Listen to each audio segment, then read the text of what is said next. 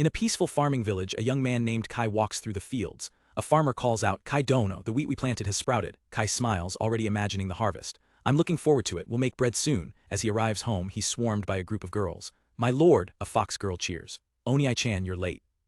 A quiet, white-haired girl with small horns named Abyss shyly steps forward, holding a plate of omelet rice. "Master," she says softly, "I made this, just like you taught me, please eat it."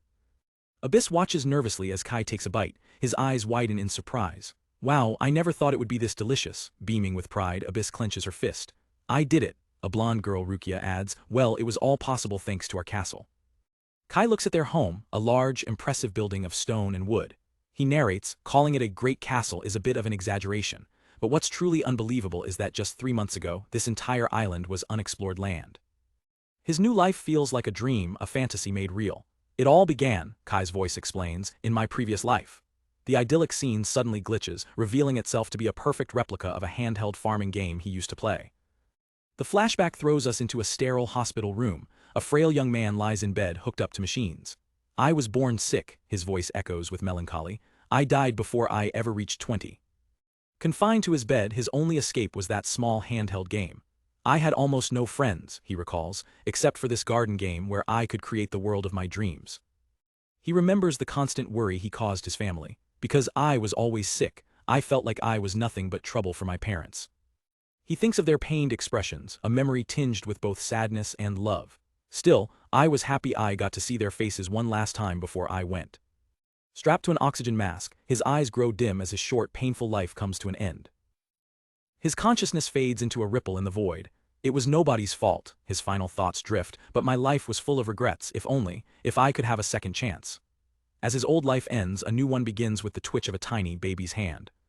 He awakens to an unbelievable sight, a fantasy town under the light of multiple moons. He's been left on the cold stone street, wrapped in a simple blanket. His mind, fully intact, reels with confusion. "Where am I?" he thinks, shivering. "This definitely isn't the hospital." He then notices he's not alone. Another baby, this one with blonde hair, is lying abandoned right next to him. Outraged, he thinks, who would leave a baby in a place like this? He tries to move, but his infant body only manages a clumsy, helpless roll. The horrifying realization crashes down on him. "Wait, I'm a toddler too." Just as panic sets in, the shadow of an approaching figure falls over them. A kind-looking man in a cloak kneels down, speaking in a language Kai has never heard. It's not Japanese, Kai realizes. The man gently picks them both up, carrying them away from the cold street. The man brings them to a warm room, tucking the 2 abandoned babies into a soft bed. He gives Kai's head a gentle, reassuring pat. Safe and warm for the first time in this new world, Kai lies awake, his mind racing to process everything that's happened. He looks down at his chubby infant hands, the truth finally sinking in. "I wasn't wrong," he thinks with a surge of hope. "I was reborn." With this second chance, he makes a vow to himself. "First things first, I need to learn everything I can about this new world." Their savior becomes their adoptive father, caring for them day after day. Using the mind of an adult, Kai dedicates himself to learning the language and customs of his new home, absorbing knowledge at an incredible rate. 2 years fly by. "Our new father gave us names, Kai and Rukia," he narrates. "As I learned more about my surroundings, I realized one undeniable fact. This is a different world, a world with magic and even gods." His studies are interrupted when Rukia catches him. "I'm telling Dad," she chirps. "No, don't," Kai bargains. "How about I tell you a story about the gods instead?" Rukia eagerly agrees. Kai explains, "Our father is a priest. In this world there's a main god known as Farley." He reads from one of his father's books. It's said that this entire world was created by God Farley. He continues the lesson for Rukia.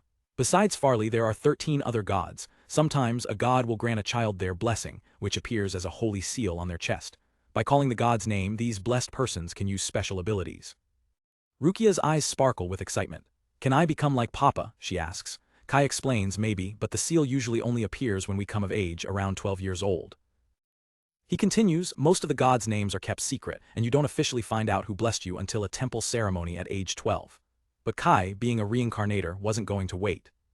One day, while secretly exploring his father's study, his hand brushes against a hidden book. He pulls it out, his eyes widening in shock. This book is only for high priests. It contains the names of gods not known to the public. As he touches the ancient text, a small spark of energy zaps his finger. Later during bath time, Kai washes Rukia's hair. "If you cry again, I'll pat your head," he says gently.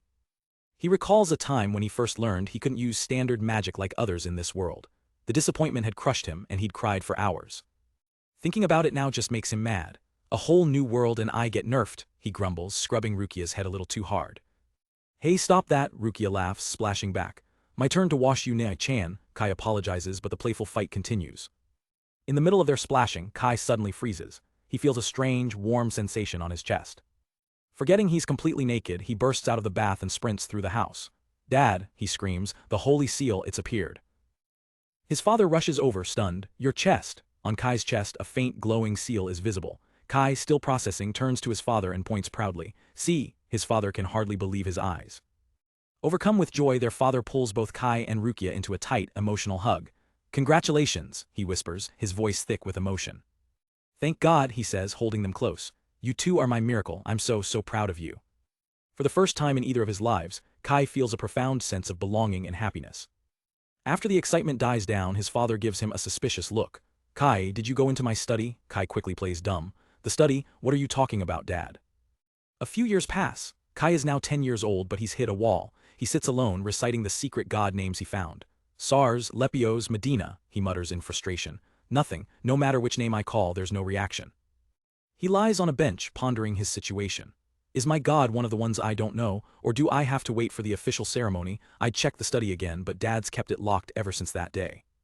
He stares up at the sky, feeling stuck. Despite training every day, he's made no progress. I'm getting anxious, he thinks. Just then Rukia walks over. Training again, Oni-chan, she asks. Her arrival sparks a brilliant idea in Kai's mind. That's it, he thinks with a sly grin. Rukia hasn't tried calling the names yet. He sits up, putting his plan into motion. Hey Rukia, he says casually, don't you want to find out which god is blessing you? Her face lights up with a blindingly cute smile. Yes, she exclaims, completely hooked. She hesitates for a moment, but Dad said it's a secret until the ceremony. Don't worry, we'll just try the ones I know, Kai reassures her. He has her recite the names from his notes. Luke, Medina, nothing happens. Then she says the final name. Idea. Instantly, a brilliant light erupts from her body, enveloping her completely. The light fades, leaving a stunned Rukia. Wow, I heard a voice, she gasps. Kai watches in amazement. Did Rukia just become a blessed person? He quickly connects the dots. The god of truth, Idea, that's a major deity, he thinks, impressed with his own success. Now for the real test. Rukia, can you use your new ability, he asks. Try to find out the name of my god. She agrees, focusing her newfound power on him. Rukia's eyes glow as she activates her skill, the Eye of Truth. A magical lens forms between her hands, peering into Kai's very soul. I can see it, she says. The god that has blessed you is a Lemira. Kai is baffled. A Lemira, he thinks to himself. That name wasn't in the secret book. Rukia, meanwhile, is fishing for compliments. Was I amazing, super talented? Kai snaps out of his thoughts and pats her head. Yes, you were splendid. He needs more information. Hey, what else did you see? How much does the power of Idea tell you? Rukia rubs her eye. I didn't understand anything except the name. Kai breathes a massive sigh of relief. That was close, he thinks, breaking into a cold sweat. My secret about my past life is safe. He smiles, patting his chest. He now knows his god's name. With this, I'm one step closer to truly becoming a blessed person. This was the key to his future. Once he masters his ability, he can become a priest's apprentice at the temple. He looks over at Rukia, his resolve hardening. Everything I couldn't do in my past life, this time I'll become a good son. He remembers the night they were saved, a debt he intends to repay. If father hadn't found us, we'd be dead. We'll both become priests and make him proud. Back in his room, he's ready. All right, let's do this. He clenches his fist, focusing his will. The ability that a Lemira gave me, Tenohira village, a brilliant light shines from his hands. In a flash, he's transported from his room to a vast, empty plot of land surrounded by a simple wooden fence. He looks around in awe. This is Tenohira village, a literal world in the palm of my hand. This ability is insane. A signpost materializes before him, displaying a message that makes his heart stop. It's a game-like interface and the text is in Japanese. Welcome to Tenohira village, it reads. Next level, accomplish first harvest. A wide grin spreads across Kai's face as he understands. I see, it's my dream garden made real. The farming game from his past life is now his divine power. He throws his arms up in celebration, ready to cultivate his new life from the ground up. To get his grand project started, Kai first needs supplies. At the local market, a friendly shopkeeper calls out, "Oh Kai-kun, out shopping?" To which he cheerfully replies, "Yes, a little." Back in the safety of his room, with his new hoe in hand, Kai prepares to activate his divine ability. He takes a breath and chants the activation words, Tenohira village. He had returned home moments earlier, completely unaware of how this simple purchase was about to change everything. In this quiet, unassuming room, a portal to another world is about to open. With a confident smirk, Kai is ready to become the master of his own domain. Inside his pocket dimension, a system-like notice board lays out the rules. The first quest is simple: achieve the first harvest. He thinks to himself, I spent most of my savings on this hoe. Oh well, I made an advance investment. He immediately gets to work tilling the fertile soil of Tenohira village. The hoe cuts through the earth with satisfying ease. This is the world I received from God Alamira, he muses, my own world to develop however I want. He remembers the basic rule of his skill: a mysterious voice guides him when the ability is awakened. This is truly a gift from the gods. But in his excitement to start building, he realizes he's made a rookie mistake. Oh, he says, stopping mid-swing, I forgot the seeds. The rules of his world are simple. If he steps outside the village's fence, he's instantly transported back to his room where he first activated the ability. So, Kai ventures into the real-world forest near his home to forage. He gathers a basket full of plants and materials, knowing the field alone isn't enough to build a proper village. Back in his dimension, he begins planting everything he's gathered, starting with a young tree. If I'm making a village, there's no shortage of things I'll need wood for. He brings in wild grass, flowers, and rich soil. He even manages to get stone from a nearby quarry to bring into his world. He diligently tends to his new garden, discovering an incredible perk of his dimension: everything grows several times faster than in the real world. However, he quickly learns the limitations of his power. He tries to bring his sister Rukia into the village, but she's blocked by an invisible barrier. It seems humans can't enter. There's also a time limit. When his hoe suddenly heats up, he knows he's about to be ejected. A few days pass and the results are astounding.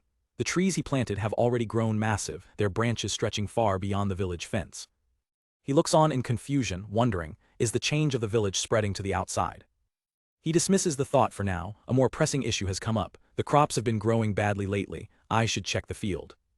He arrives to a horrifying sight. His entire field is filled with withered, dead crops. Panic sets in, total destruction. Why? Dejected, he crouches by the dead plants. The potatoes and seedlings are no good. I wonder what happened.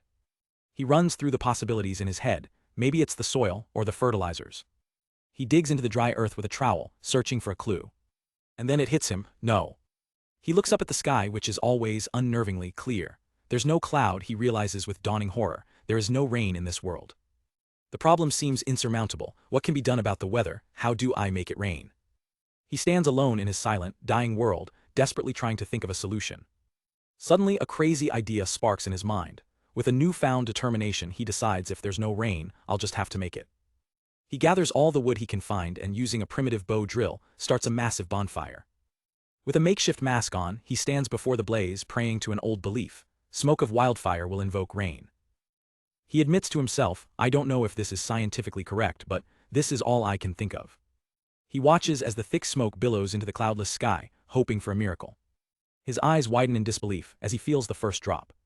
His insane plan actually worked. A torrential downpour begins and Kai stands in the middle of it, celebrating his victory over nature itself. He returns to his room, drenched from head to toe, only to be met by a curious Rukia. How was it, brother? She asks. Soaked but triumphant, he can only manage to say, well, it was a bit. As Rukia gets him a dry change of clothes, Kai sits with a satisfied smile. With this, the problem of rain is settled. His mind is already buzzing with new ideas. The potential has expanded even more. If I dig a ditch, I can also make a river, he thinks, much to Rukia's confusion. With his world now having a proper water cycle, Kai returns to the farm. He gives a mighty heave and pulls up a batch of enormous sweet potatoes. He has finally achieved the first harvest. A heavenly voice echoes around him. Congratulations. The first harvest has been fulfilled. Tenohira village level has increased to 1. Your village rank has become reclaimed land. Before his eyes, the fences of the village expand, dramatically increasing its size. He rushes to the village sign, which has updated itself. He's officially leveled up, but a new quest has appeared: achieve a population of 10. The new goal seems daunting, but first things first. To celebrate his victory, Kai starts a fire to roast one of his giant potatoes. The next goal is a bit of a problem, he thinks, but whatever. I can't wait to taste this potato. As the delicious smell fills the air, a new voice suddenly says, wow, it smells good. Kai turns around, startled, to find a small, adorable elf girl standing right there. She appeared out of thin air. After sharing some of his potato, Kai asks the obvious questions. Who are you? Where did you come from? The girl happily introduces herself. My name is Enel. I am your cultivating support. Seeing Kai's confusion, she clarifies, I am the manager of the village that you created. This is a world of your own, Kai-kun. Enel explains that as a reward for reaching level 1, she has a gift for him. She holds out her hand, revealing a single, mysterious seed.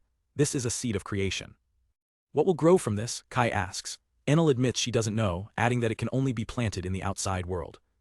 Kai's imagination runs wild, picturing a colossal, city-destroying flower monster.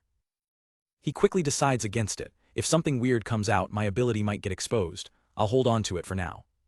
A short while later, his population problem begins to solve itself as a group of primitive-looking humans wander into the village. I was ignored, he cries out. Enel giggles, explaining they can't see you, because in this world, Kai, you are like a god. Kai, excited to have his first villagers, walks up to them with a welcoming smile. Welcome to Tenohira village. But they walk right past him, as if he's not even there. The new villagers look around, bewildered by their new surroundings. Kai turns to his new manager for advice. How can I increase the number of people? Enel suggests, why don't you make it easier to live in the village? She takes a bite of potato and gives him a thumbs up. You need the necessities of life, especially food. Kai gets an idea. To provide food, clothing, and materials all at once, he decides to grow a versatile crop, hemp. And so, his work continues, venturing back and forth between his world and the real one. He gathers more resources, even bringing river shrimp and small fish to populate the streams he plans to create. A year flies by. Thanks to Enel's guidance, the village thrives and the villagers begin to build a real society. In the outside world, Kai and Rukia turn 12, and the time for their formal blessing ceremony at the temple has finally come. Rukia twirls in her beautiful new dress. Oni-chan, how is it? Do I look perfect? Kai smiles, you're cute, I'm just worried about some strange bugs being drawn to you. As they wait to be called, Rukia asks if he's fine with the blessing. A priest calls his name, Kai Husqvarna, enter. Kai tries to act cool, telling Rukia it's nothing to be upset about as long as his power works. Rukia gives him a tight hug for support. Oni-chan, if you get angry for me too. He reassures her with a confident smile. I'll do it well, that's my plan.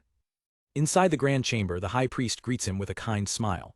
Well then, please take off the holy cloth. Kai takes a deep breath. He's worn this cloth to hide the seal on his chest for almost 10 years. Today, he finally says goodbye to it. He reveals the seal, and the priest reaches out a hand to inspect it. The instant the priest sees the intricate, demonic-looking crest, his gentle smile vanishes, replaced by a look of sheer terror. The ritual comes to a grinding halt. The priest frantically flips through holy texts while Kai feels a pit forming in his stomach. The priest whispers to an aide who quickly summons a dark, hooded figure, an inquisitor. The inquisitor's cold eyes lock onto Kai's seal. He speaks a single, chilling verdict that shatters the silence, evil god. Before Kai can even process the words, 2 temple guards seize him by the arms. Hey, what is this? They brutally gag him, silencing his protests. He's dragged out of the temple and thrown onto a ship waiting at the docks. A sharp blow knocks him unconscious. He awakens, bound and helpless, in the dark, damp hold of the moving ship. His mind is a blur. What has happened? He struggles against his ropes, trying to make sense of it all. Evil god, how could the high priest not know the holy seal of Aramilla? A cold dread washes over him as he realizes the gravity of his situation. At this rate, am I going to be killed? The ship sails through the night, carrying him further and further away from his home. He thinks of his family, heartbroken that he was taken without even a chance to say goodbye. After what feels like days, he's dragged from the hold and forced onto the deck. His captors push him down a gangplank onto a rickety pier. He turns just in time to see the ship pulling away, leaving him behind. He screams in desperation, hey, wait. But his cries are lost to the wind. The ship disappears over the horizon, abandoning him on a remote, desolate island, completely alone. Exiled to a mysterious island, Kai stands on the shore, taking in his new, unwanted home. Speaking of that, he thinks, it's my first beach in this world. He looks out at the vast, untamed wilderness stretching before him, a sheer cliff face boxing him in. The reality of his situation sinks in. What am I supposed to do with this? Suddenly, a low, guttural growl echoes from the trees, and Kai's eyes widen in terror. Panic begins to set in as he scans the silent forest. There are no signs of people living here. What should I do? Think. Hearing a rustle in the bushes, he cautiously peeks from behind a tree. Is something there? His blood runs cold. A monstrous 2-tailed lion emerges, its eyes locked onto him. Kai freezes, recognizing it as an impossibly high-level monster. Are you kidding me? The beast lets out a deafening roar and Kai's survival instincts kick in. Screaming the name of his ability, he vanishes in a flash of light, escaping to the safety of Tenohira village just in the nick of time. He reappears in the peaceful village, collapsing in a sweaty, panting mess. The village's guide, Enel, rushes over. Kai, what happened to you? She asks, offering him some water. That was way too close, he gasps. After calming down with a drink, Kai explains, if I hadn't been blessed with this ability, I would have died. He realizes with a sinking feeling that this safe haven is only temporary. A nearby sign confirms his fears. He can only stay in the village for 3 hours a day, after which his ability is locked for a full 24 hours. I can't hide here forever, he concludes grimly. Desperate, he turns to Enel. Is there anything I can use as a weapon? Enel looks confused. This world doesn't have war, we don't even have the concept of hunting since there's no prey. She explains that at best they have a crude stone axe for harvesting. The only other option is the iron hoe he brought with him. The harsh truth dawns on Kai. He's trapped on an island designed to kill him with no one to help, so it's either win or die trying. But despair quickly turns to resolve. Kai grabs the iron hoe, his expression hardening. Okay, he declares, time to get fired up. Enel gives him an encouraging thumbs up. You have the protection of the great god Aramilla, ride on the power of God. Kai deadpans internally, the same god they called an evil god just like me. Returning to the island, Kai is relieved to find the lion gone, but his relief is short-lived. He spots massive claw marks gouged into a tree, and before he can react, a giant, tusked boar bursts from the undergrowth, charging straight for him. Just as the boar is about to trample him, a hand grabs his arm, pulling him aside with surprising force. He's dragged away at an incredible speed. Wait, what great power, he thinks, stunned. He looks at his rescuer, a small girl. It's a person, people do live here. She pulls him to the base of a colossal, ancient tree. Near this tree, she says softly, the monster cannot get close. Kai stares, trying to process the sudden rescue. He gets a proper look at his savior, a young girl with small horns and a mysterious aura. Without another word, she lets go of his hand and vanishes back into the forest. The boar snorts and paws at the ground, but it seems to be held back by an invisible barrier, unable to approach the tree. Kai watches the girl disappear, completely bewildered. He turns his attention back to the boar, which glares at him from a distance, defeated. He confirms her words were true. The area around the giant tree is a safe zone. Slumped against the tree's roots, Kai finally pieces it all together. Why did they bring me to this island? Probably to kill me. He clutches his hoe, his thoughts turning to his family. Rukia, father, are they safe? Worry gives way to fierce determination. Anyway, for now, I need to survive. He gazes up at the massive tree, his only shelter. I'll live on this island, he vows, and I'm sure I'll be able to escape one day. But his first night is brutal. With no shelter, he curls up against the tree's roots, exposed to the elements. He spends the entire night shivering violently from the bone-chilling cold. The next day, he stumbles back into Tenohira village and collapses. Cold, he cries to Enel, my determination from yesterday is about to break. Enel helps him up. I have to make a bed or a hut by tonight, Kai shivers. If I stay like this, I'm going to die. Enel shows him a simple blueprint for a hut, assuring him he can gather all the materials, wood, rope, and tree skin from the village. Armed with a plan, Kai returns to the island and drops off a hefty load of supplies. He lays out his materials, logs, linen rope, leaves for bedding, and basic stone tools. I wonder if it's enough to build a hut with this. He remembers Enel's cheerful support, which gives him a small boost of confidence. With his hoe in hand, he gets to work. First of all, dig the ground and decide the size. The ground on the island is tough and rocky, much harder than the soft soil of the village. But he pushes on, focusing on his immediate goal. I don't have much time. For now, I just want a room for myself to sleep. He begins by setting the support posts deep into the trench he dug. Slowly but surely, he starts lashing the wooden frame together with rope. His fingers work diligently, tying knots to secure the structure. Using a stone hammer, he carefully fits the pieces of his new home together. As he works, he gets the feeling he's being watched. He glances up and spots the horned girl, Abyss, observing him from the woods. He continues his work, realizing a proper fireplace is out of the question for now. For the roof, he decides to leave a small gap for light, knowing the massive tree above will provide cover from the rain. He looks over again and makes eye contact with Abyss, the kid from yesterday. But as soon as she's noticed, she vanishes. Kai sighs, why did you run away? As night falls, his work is finally complete. He looks at the small, crude hut with a sense of accomplishment. Somehow, it's done. He notices the materials from the village have a natural insect-repellent smell, a welcome bonus. Inside, he collapses onto a makeshift bed of leaves and linen, utterly exhausted but proud. He drifts off to sleep under the stars, wondering what challenges tomorrow will bring.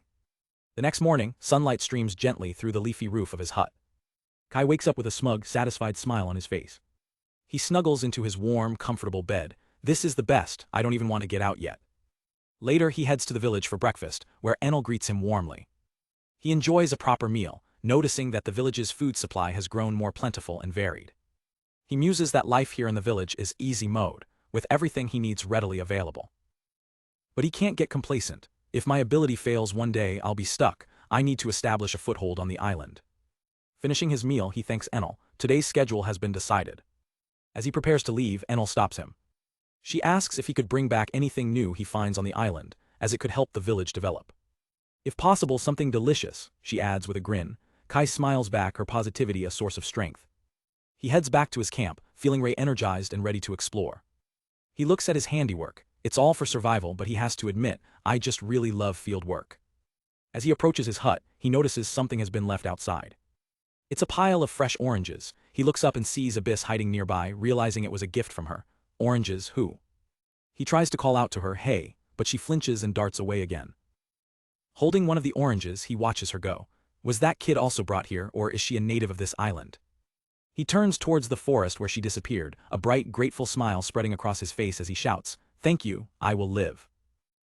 A memory surfaces, a terrified boy screams at a young Abyss, stay away, devil. He scrambles away in fear, but Abyss tries to warn him, shouting, no, over there, but it's too late. A horrifying monster lunges from the darkness. The memory ends with Abyss, alone and helpless, her small fists clenched in the dirt. Back in the present, Kai holds the strange fruit Abyss gave him, wondering if it's even safe to eat. He remembers Enel's cheerful request to bring her anything interesting he finds. So he brings the fruit to Enel. I was a bit worried this might be poisonous, he admits, but Enel just gasps, looks delicious. Enel takes a bite, her expression thoughtful. It's a little bittersweet, but it's pretty good. Kai, however, is not convinced, exclaiming, seriously. But after trying it himself, Kai is blown away. Whoa, this is delicious, Enel agrees. The flavor is so rich, the villagers will definitely enjoy this. Can you plan it with just this? Kai asks hopefully. Enel smiles, lucky for us this world has already discovered this fruit. She explains that because he brought it here, the fruit has become an existence in Tenohira village. Time flows faster here when you're gone, she says, so it'll be easy to grow. With a plan set, Kai decides, I'll leave the village farming to Enel and I'll handle things on the island. A few days pass. Kai has made significant progress on his fields, but he's running low on potato seeds. As he works, he notices a familiar presence. Ah, she's here again, he thinks, spotting Abyss watching him from the trees. He finds her constant, silent observation endearing, like she's a stray cat from the neighborhood. To show his gratitude for the fruit she keeps leaving, Kai leaves some of his harvested potatoes for her. This silent exchange continues for a while, until one day, a loud growl from the woods shatters the peace. Kai freezes, spotting a massive, boar-like monster lurking just beyond the tree line. The encounter is a stark reminder of the dangers on the island. Back in the village, Kai discusses the problem with Enel. Why don't we bring weapons like hoes and replicate them here? But Enel shakes her head. As I've said before, there's no concept of an enemy here. She then proposes a horrifying idea. Why not just lure the monsters on the island to the village? She imagines a world of violence where the village might collapse. Kai is stunned. No, that's... Let's not, Kai says firmly. You can't win a battle with half-assed weapons, we need real military power. Just then, Enel perks up. Oh yeah, Kai. Seeing his confused expression, she exclaims, wait, don't tell me you actually forgot. Did you forget about this? She asks, holding up a small, dark seed. Kai finally remembers. Ah, Enel smiles, it's a seed, the seed of creation. Holding the seed, Kai's eyes light up with possibility. This is great, I'm sure it'll be useful. Enel grins, it's time to plant this. With the villagers watching, Kai carefully plants the seed of creation, praying, please, I beg you. I hope this will be the force to break our current situation. As he does, a memory of his foster father and his family flashes through his mind.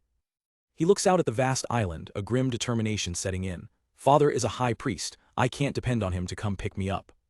Even if he made a move, they'd probably ignore him, Kai thinks. I have to prepare on my own. But as he steels his resolve, a sudden wave of fatigue hits him. From her perch in the trees, Abyss watches with a worried expression. The next day, Kai wakes up feeling terrible. This is bad, he groans, realizing he's sick. I've caught a cold completely. I don't think it's an endemic disease, though. His body is racked with shivers as the fever takes hold. I can't stay for long in the farming village. I'll have to bet on my own immunity. His body feels light, almost floaty. It's a sensation he recognizes with dread from his previous life. It's the feeling of death. An unnatural cold begins to seep into his bones. The cold intensifies, manifesting as dark, chilling tendrils wrapping around his body. As night falls, Kai lies helpless in his hut. Suddenly, the flap to his tent opens. It's Abyss. She looks down at his feverish state and wonders, are you going to die? After a moment of hesitation, she makes a decision. She gently climbs into bed with him, wrapping her arms around him to share her body heat. In his delirious state, all Kai can feel is a comforting warmth chasing away the deadly cold. So warm. By the time the sun rises, Kai's fever has broken. He opens his eyes, feeling surprisingly refreshed. Ah, good morning. Abyss looks up at him, her single visible eye filled with relief. I'm glad, she says softly, you didn't die. Sitting up, Kai smiles gratefully. Thank you, I was so out of it I didn't know what was happening. Then a thought occurs to him, aren't you afraid of me? Her question makes him pause and truly look at her. He realizes that with her white hair, ivory skin, and black horns, she perfectly matches the description of a devil in the Farleism religion. Maybe children of this world would be scared, he muses, but you're rather cute. His compliment makes her lean in closer, causing Kai to blush furiously. Even like this, she asks. If you come so close I'll get nervous, he stammers.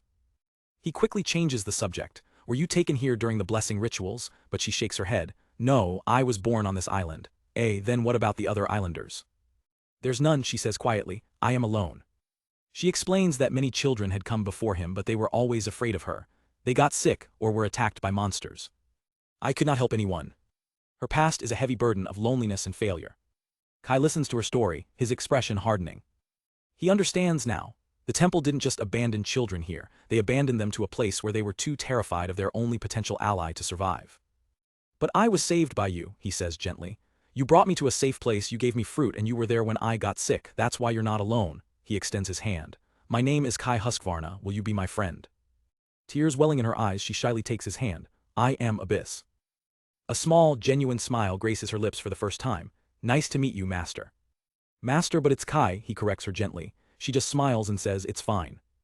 With a look of pure devotion, she declares, Kai is my master. And with that, their lonely lives on the island were no longer so lonely. The next morning, Kai wakes up to find Abyss's face just inches from his. Good morning, Master, she says softly. Startled, Kai can only stammer out a greeting in return. Later, Enel checks in on him. Did you sleep well? Was it cold? Kai, still a bit flustered from his morning wake-up call, just smiles and says, I'm fine, you got a nice futon. Abyss beams, I'm glad, before catching herself and blushing. As they look out from their simple hut, Kai finds himself worrying about her. I'm not sure, I'm worried she'll fall in with a bad crowd in the future. He pauses, questioning his own thoughts. Is this an old man's sense, he wonders, and just like that his new life with Abyss had begun. With Abyss's help the farm work becomes much more manageable. She approaches him holding a watering can. Master, I've finished watering this one. Thank you, Kai replies with a grateful smile. Wiping sweat from his brow, he looks over the expanding fields. Field work is much easier when you have more people, he thinks aloud. But their diet is still a problem. He examines a potato plant with a sigh. As expected, I really need more variation. Our staple food is still just potatoes and beans. Just then, Abyss points to a tiny sprout poking out of the ground. Master, what is this bud? Kai explains that's the seed of creation. I have no idea what will grow out of it. His stomach rumbles as he fantasizes about real food. Preferably cereal, rice would be the best, or corn at least. I mean, I want to eat meat soon. Abyss, taking him literally, asks, do meat bear fruit? Kai imagines a tree with fully cooked chickens hanging from its branches and shutters. That would be a bit horrifying. Days later, their mysterious seed has grown into a large, bulbous plant. Stranger still, the bud has developed a sleepy, cat-like face. Both Kai and Abyss stare at the bizarre plant creature, completely weirded out. Abyss, ever the pragmatist, raises a small shovel. Let's harvest it. Kai is less sure. Abyss, what do we do?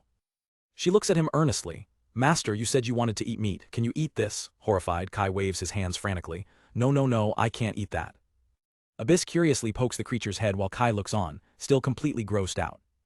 Finally, Kai makes a decision. Well, for now let's try to dig it out anyway. As they begin to pull, a disturbing thought crosses his mind. I really don't want this if it's just the head. With a pop, the creature comes free. It's a tiny, 2 heads tall humanoid in a cat-eared hood. As Kai holds it, a word flashes in his mind. This is a warrior. Suddenly, the creature begins to glow and split apart. In a flash, there are now 3 identical creatures standing before them, striking a cheerful pose. Kai and Abyss can only stare in disbelief. Kai stumbles back in shock. The little creature continues to pose happily, oblivious to the chaos it's causing. As it tries to sit, Kai instinctively shouts, "Oh yeah, please wait, sit down." He realizes the command came naturally and the name warrior felt right. It understood intuitively. Is this kid part of my ability? Deciding to test his theory, he hands a small hoe to one of the warriors. Can you help me reclaim the land a little? He asks, though he's skeptical. It doesn't look like a warrior. Is it unexpectedly strong? His skepticism vanishes as the 3 tiny warriors effortlessly lift a massive iron hoe and begin tilling the soil with superhuman speed and power. In what feels like seconds, a huge plot of land is perfectly prepared. One of the warriors holds the giant hoe aloft triumphantly, leaving Kai utterly speechless. He and Abyss survey the incredible results. A new workforce, she observes. Kai grins, looks like it. Back in Tenohira village, Kai explains the situation to Enel. I see, she muses, so your ability is creation of a labor force. Enel continues, if it comes from the village it should be as tough as a human being. Isn't it just right for exploring the land? Kai hadn't considered that. Oh yeah, I didn't think of that. Back at their camp, Abyss overhears them. Explore, she asks with a worried look. She steps forward, her expression serious. It's dangerous outside. Kai nods, I know that. Abyss offers a solution. If Master needs anything, I'll look for it. If you want meat, I can go hunt monsters that you can eat. Kai immediately rejects the idea. No, that's dangerous because there are monsters, right? He's touched by her concern but knows he can't let her take all the risks. I'm happy with how she feels, but I can't just rely on Abyss. I want to find more resources. He turns to her with a new resolve. You've been living in the forest all this while, haven't you? Teach me all the tricks you can to beat monsters. Kai's expression is firm, determined to learn. Abyss looks away, her voice barely a whisper. That is a secret, that's why. He pleads with her. Really, just a little. The warrior is also going, and I also have the ability to evacuate temporarily. Abyss considers his words, her concern still evident. Reluctantly she agrees and they venture into the jungle. Don't overdo it, okay? She warns. I know, Kai replies cheerfully. Because I am a noob in the jungle, I will follow the instructions of my senior. Abyss immediately takes charge, grabbing his arm. Some plants are poisonous, don't go into dark places. Kai is taken aback. Seriously. He looks around at the alien landscape. The plants are completely different from the surroundings of the Lapelda Kingdom, a plant I've never seen before. He calls out as Abyss suddenly dashes ahead into the trees. She returns moments later holding a piece of fruit. I got it. Kai watches her impressed. A wild child. No, it's not just that. Her hair, clothes and skin are shiny. She moves through the wilderness without getting a speck of dirt on her. Under Abyss's guidance, Kai learns the basics of survival, identifying edible plants and avoiding poisonous ones, which reminds him of Enel's own cheerful excitement for new materials. The memory of Enel shouting "Get!" over a new discovery flashes through his mind. They continue their trek through the dense, unfamiliar forest. Kai scratches his head. I don't see any monsters. Abyss replies calmly, maybe they're just not aware of Master's presence. She turns to him with a cryptic smile. It'll attack you if it sees you, because Master, you seem delicious. Kai freezes. Am I delicious looking? Abyss confirms with a deadpan expression. Yup, no doubt right. Just then, a rustling sound comes from the nearby bushes. Kai, unnerved, decides to call it a day. Well, it's about time we go back. The little warrior's face contorts in pure panic. It begins jumping frantically to get their attention.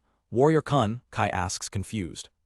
Before he can react, a monstrous snake bursts from the foliage. As Abyss screams his name, Kai's survival instincts kick in and he reflexively teleports away. He reappears in a heap back in Tenohira village, right in front of a startled Enel. The sudden transition sends him tumbling to the ground. The villagers look on in confusion. Kai, one asks, did you bring a new harvest? Enel rushes to his side, concerned.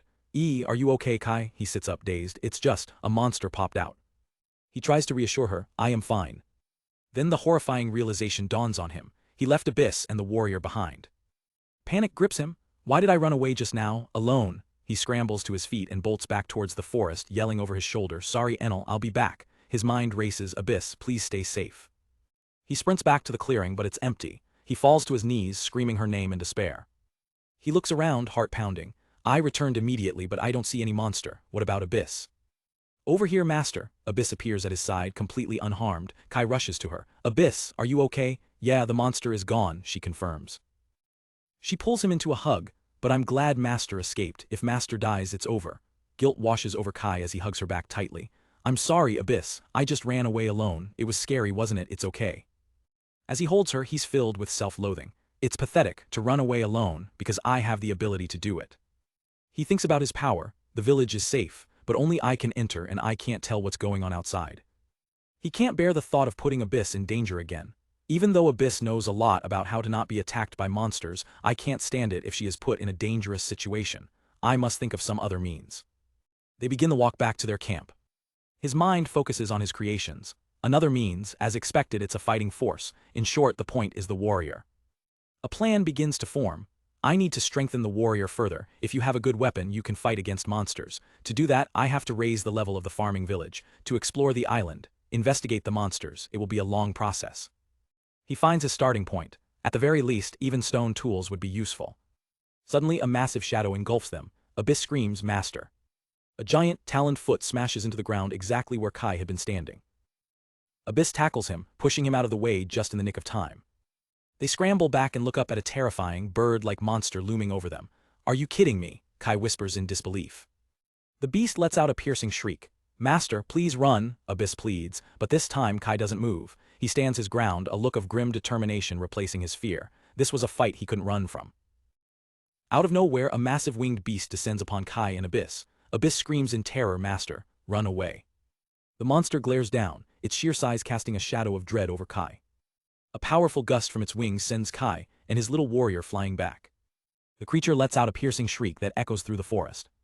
Its beak opens wide, a terrifying display of its power. The beast stands its ground, observing them with predatory stillness. Kai's mind races. Will it return to the sky since the attack failed? No, I don't think so. He quickly assesses the situation. I don't feel it has intelligence, but it's hard to escape from a flying opponent. His eyes lock onto the monster's thick, flammable-looking feathers. An idea sparks. A dangerous but brilliant plan begins to form. Kai springs into action, shouting, "Abyss, run to the big tree first." He then commands his clay soldiers, Warrior Kun, attack with the stone axe, aim for the feet. As the warriors swarm the beast's talons, Abyss cries out, "Why aren't you running away?" Kai dodges the monster's stomps, yelling back, "Don't worry, we'll be fine. Abyss, you must run away." He reassures her, "If you escape, we will also run away." Trusting him, Abyss reluctantly agrees and begins to flee. With Abyss clear, Kai gives his final order to his warrior. Hang on for a while, then he activates his skill, Tenohira Village. In a puff of smoke, Kai vanishes from the battlefield. He reappears in Tenohira Village, where Enel is peacefully enjoying a roasted yam. Kai sprints towards her, startling the elf as he shouts, "Enel, fire."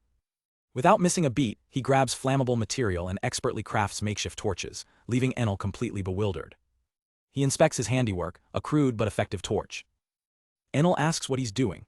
Kai, lighting the torch, grins and says, "Prepare a lot of this thing."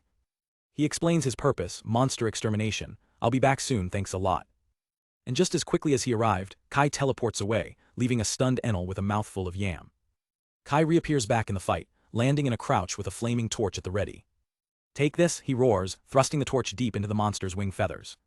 The plan is in motion, a desperate gambit using the resources he just acquired. He grabs a second torch as his warriors continue their distraction, one even bravely climbing the monster's back. With the third torch, Kai's resolve hardens. "I won't ever run by myself again." He ignites the fourth torch, his eyes blazing with determination. "That's why this time, He lunges again, successfully setting another part of the wing ablaze. The monster's eye widens in pain. Enraged, the beast lashes out with its massive talons, forcing Kai to scramble back. The fire spreads rapidly across its wing. The creature shrieks in agony, its flight now completely compromised. As the monster thrashes, Kai praises his little soldier. "You did well, Warrior Kun. Yes, I did it." He turns, expecting to be alone, but freezes. "Abyss, you haven't run away yet." Before they can escape, the burning, enraged monster turns on them, still very much a threat. Kai grabs Abyss, but she confesses, "I couldn't leave you." Abyss blames herself. "Because of that, I put Master in danger." Kai doesn't understand what she's talking about. Suddenly, a powerful aura erupts from Abyss. She looks at Kai with sorrowful eyes and whispers, "Please don't hate me."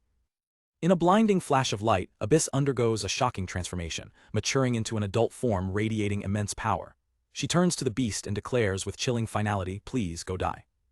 She unleashes a cataclysmic blast of magic, completely vaporizing the giant monster in an instant.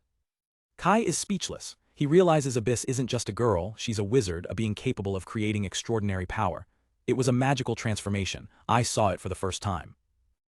Abyss reverts to her child form. Kai, still in awe, exclaims, "Abyss is a wizard. Awesome," but she quietly corrects him, "Master, I can use magic, but I am not a wizard." Her voice trembles as she asks, "Master Kai, whatever I am, can you not hate me? Can you stay with me?" Kai's response is immediate and firm, "I will never hate you. I want you to stay with me." Abyss lowers her head, his words sinking in. She takes a deep breath and reveals her truth. "I am not a human. A long time ago, I was made as a battle doll to imitate a wizard named Abyss." She continues, living an infinite life feeding only on magic, a tool. With a heavy heart, she states her true identity, Replicant Abyss, that's my real name. Kai looks at her, his mind processing this revelation. This body is no different than a human, the structure is totally natural. The concept of an infinite life leaves him stunned. He tries to grasp the timeline. "Okay, so, Abyss has been on this island for hundreds of years." "No," she replies. She clarifies, "I was made over 1,000 years ago. I woke up 58 years ago." Abyss admits she doesn't know why she awoke. Kai breaks into a cold sweat. Either way, she's much older than I am. She asks nervously, "Aren't you upset?" But Kai is connecting the dots. I see, Abyss is a remnant of the past. If she is a replicant, it would make sense. Abyss looks away, ashamed. I look like a demon, I'm not really a human being. Kai gently takes her hands, stopping her. Thank you for telling me your secret. He smiles warmly. I don't think it's creepy. Abyss is beautiful. His words catch her completely off guard. A blush creeps onto her cheek as she whispers, Master.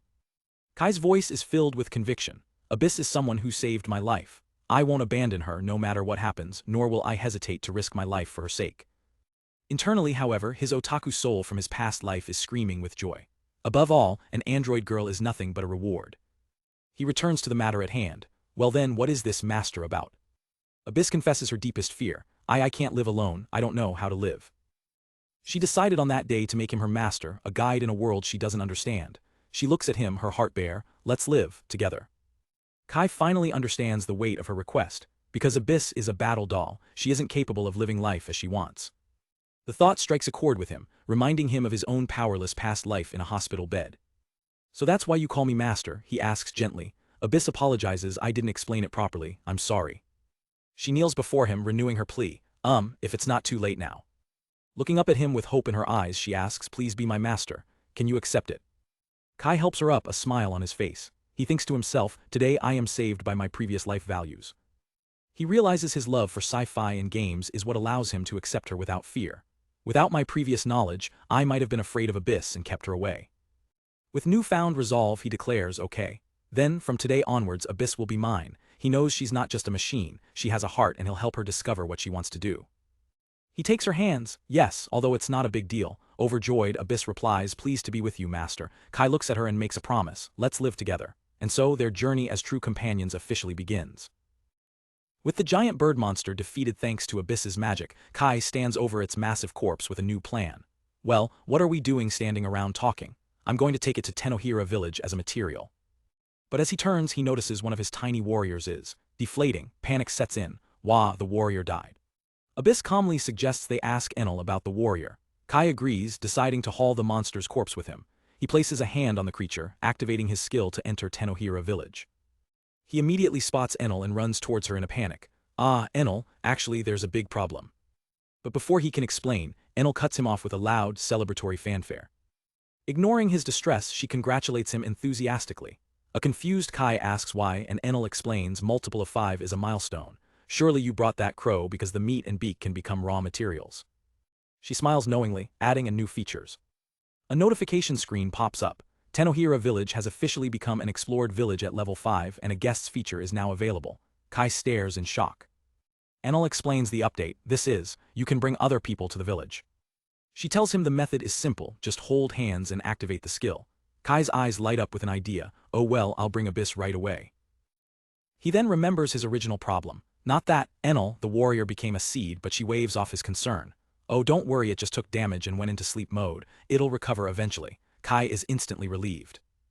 Feeling a bit silly for his outburst, Kai apologizes. He decides this is the perfect opportunity to celebrate the level up with Abyss and finally explain his powers to her. Back outside, he relays the good news, so the warrior will recover. Abyss looks genuinely relieved. I'm glad. Kai continues, the warrior is also part of that blessing ability. Abyss finds this strange. In my knowledge, she says, thinking back 1,000 years ago, a blessing or god doesn't exist, eh? Kai grins, seizing the opportunity. The ability has been upgraded. I'm now allowed to bring other people. Would you like to come and see Abyss? Abyss asks if he brought a lot of things from the village, and he confirms he can. Her eyes widen in pure excitement. Can I go? Let's go, she yells, practically tackling him. Kai laughs. Okay, let's go. He takes her hand, and together they activate the skill to enter Tenohira village. As they materialize, Kai thinks to himself, I see. You've never gone outside the island. He gestures proudly at the small settlement. Look, this is Tenohira village. He turns to her expecting amazement. How is it? Surprised. But Abyss's reaction is one of distress. She clutches her throat, gasping, Ma magical power, master here, she stammers. Before Kai can understand what's happening, she collapses to her knees. Abyss. Enel appears, her expression grim. Kai, she'd better go out. She explains the harsh reality of his power. This world is yours, it's not a living world for everyone. Kai looks from Enel to the struggling Abyss on the ground and the truth sinks in. Enel, that's right, I think so too. He kneels down, supporting Abyss as her strength fades. I hope she's okay. Without a second thought, he activates his ability, teleporting them both out of the village instantly. The moment they're back on the island, Abyss pops right back up, perfectly fine. The sudden recovery leaves Kai speechless. Whoa. He rushes to her side. Are you okay? Abyss, looking a little confused herself, replies, I'm okay, what is it? She explains her unique physiology. I move with just magical power, but there is almost no magic power over there. She gives him a small smile. I was just surprised. You are what surprised me. Abyss reassures him, I just can't move without magic. I'm fine now. Kai is still disappointed. Too bad, I wanted to show her a lot. Later, the disappointment is forgotten, as the smell of roasted meat fills the air. Kai's eyes turn to stars as he lays eyes on the cooked monster bird. Finally, I got a meat dish. He practically drools. It's a monster meat, but Enel guaranteed the taste. Seasoned with salt made from seawater. Overwhelming perfection. He takes a massive, tear-jerking bite, savoring a flavor he's missed for so long. With his mouth full, he shouts, thanks for the food. He offers a piece to Abyss. Want some, Abyss? The fat flavor spreads inside. I mean, it's been a long time tasting meat like this. Abyss smiles warmly, shaking her head. Master is eating it deliciously. Thanks to you, it tastes 100 times more delicious. I'll just watch.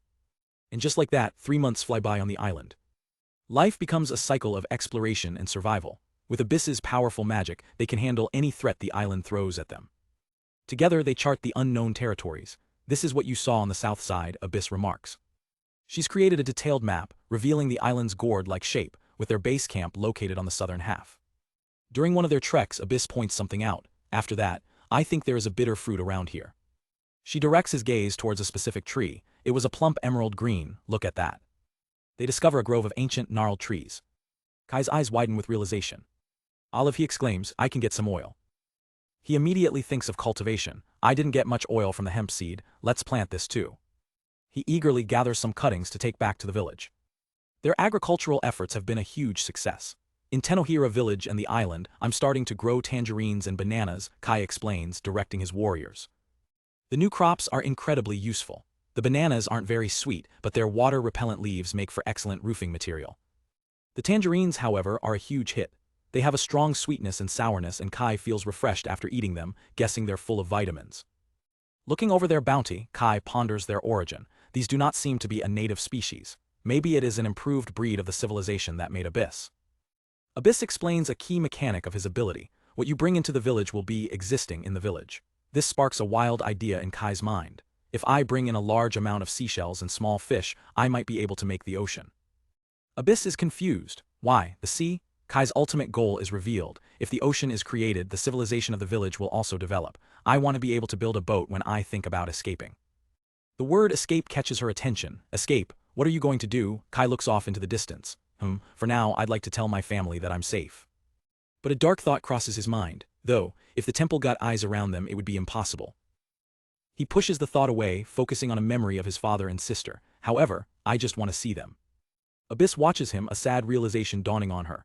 I see, Master still has a family, she says quietly.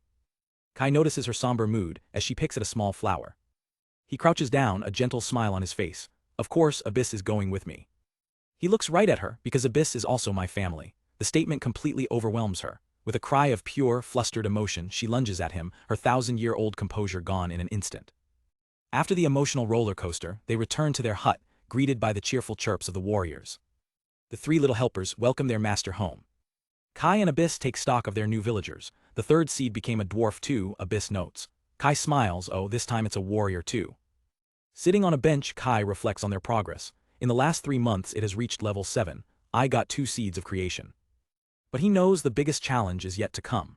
Even if there is a sea in the village, it's going to take quite a while until we have a ship that can cross the open ocean. He watches the rain. We need to get over the winter before that. His tiny warriors try to cheer him up, but the reality of their situation weighs on him. He pats one on the head. Yeah, we're still good for now. I'm counting on you guys, but certainly I need more manpower. I'll talk to Enel. He finds Enel and puts on his best puppy dog eyes. So for some reason I'd like more seeds. Can't we do something about it?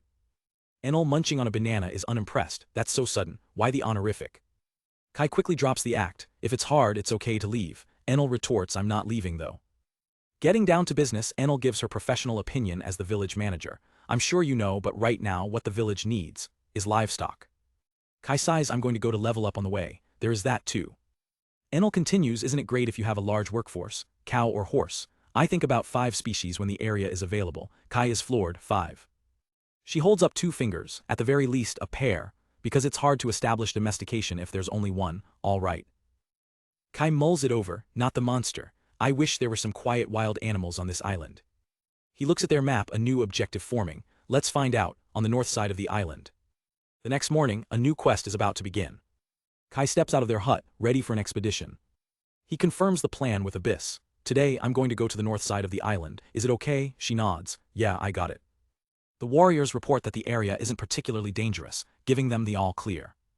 With everyone on board, Kai raises a fist in the air. Then, let's start. The target is animals that are likely to become livestock. The hunt for new villagers begins. In their quest for livestock, Kai and Abyss explore the northern part of the island.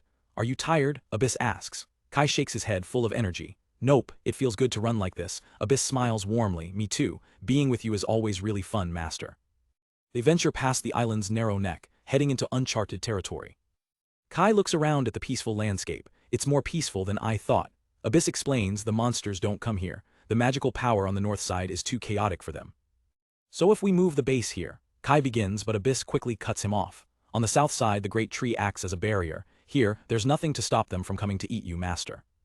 Kai's shoulders slump in disappointment. I see, so it won't be that easy.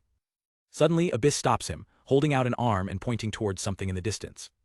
Kai's eyes widen in surprise. There, grazing by a small pond, is a herd of wild buffalo. Found it, Kai whispers excitedly. It's a whole flock. Hiding behind a tree, Kai observes them. They don't seem to be monsters. Abyss, looking a little pale, agrees. The chaotic magic here makes me feel sick, but if it's only a little, I can use my power. Kai's face lights up. Please, just enough to stun one of them. Abyss nods, determination in her eyes. Okay. She begins to gather energy in her hand. She leaps forward, unleashing a focused blast of magic. The bolt of energy strikes a buffalo dead on, coursing with stunning power. With a thud, the massive creature collapses, completely knocked out. From their hiding spot, Kai squints. Is it dead? Abyss looks uncertain. I don't know. I try to hold back. But as they step out to investigate, the rest of the herd turns, their eyes glowing with rage. Before they can react, a bull charges and Abyss shoves Kai to safety.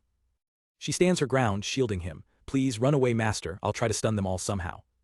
Abyss fires another blast of magic at the charging beast.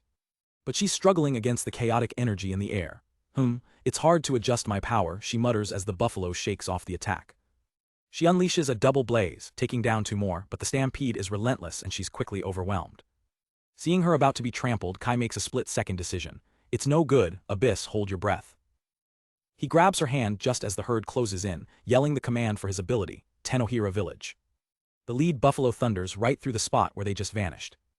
They reappear safely within the village. Kai quickly explains, you seem to absorb magic through your mouth. If you hold your breath, you should be fine. In a flash, they are spirited away from danger. The remaining buffalo skid to a halt, confused by their target's sudden disappearance.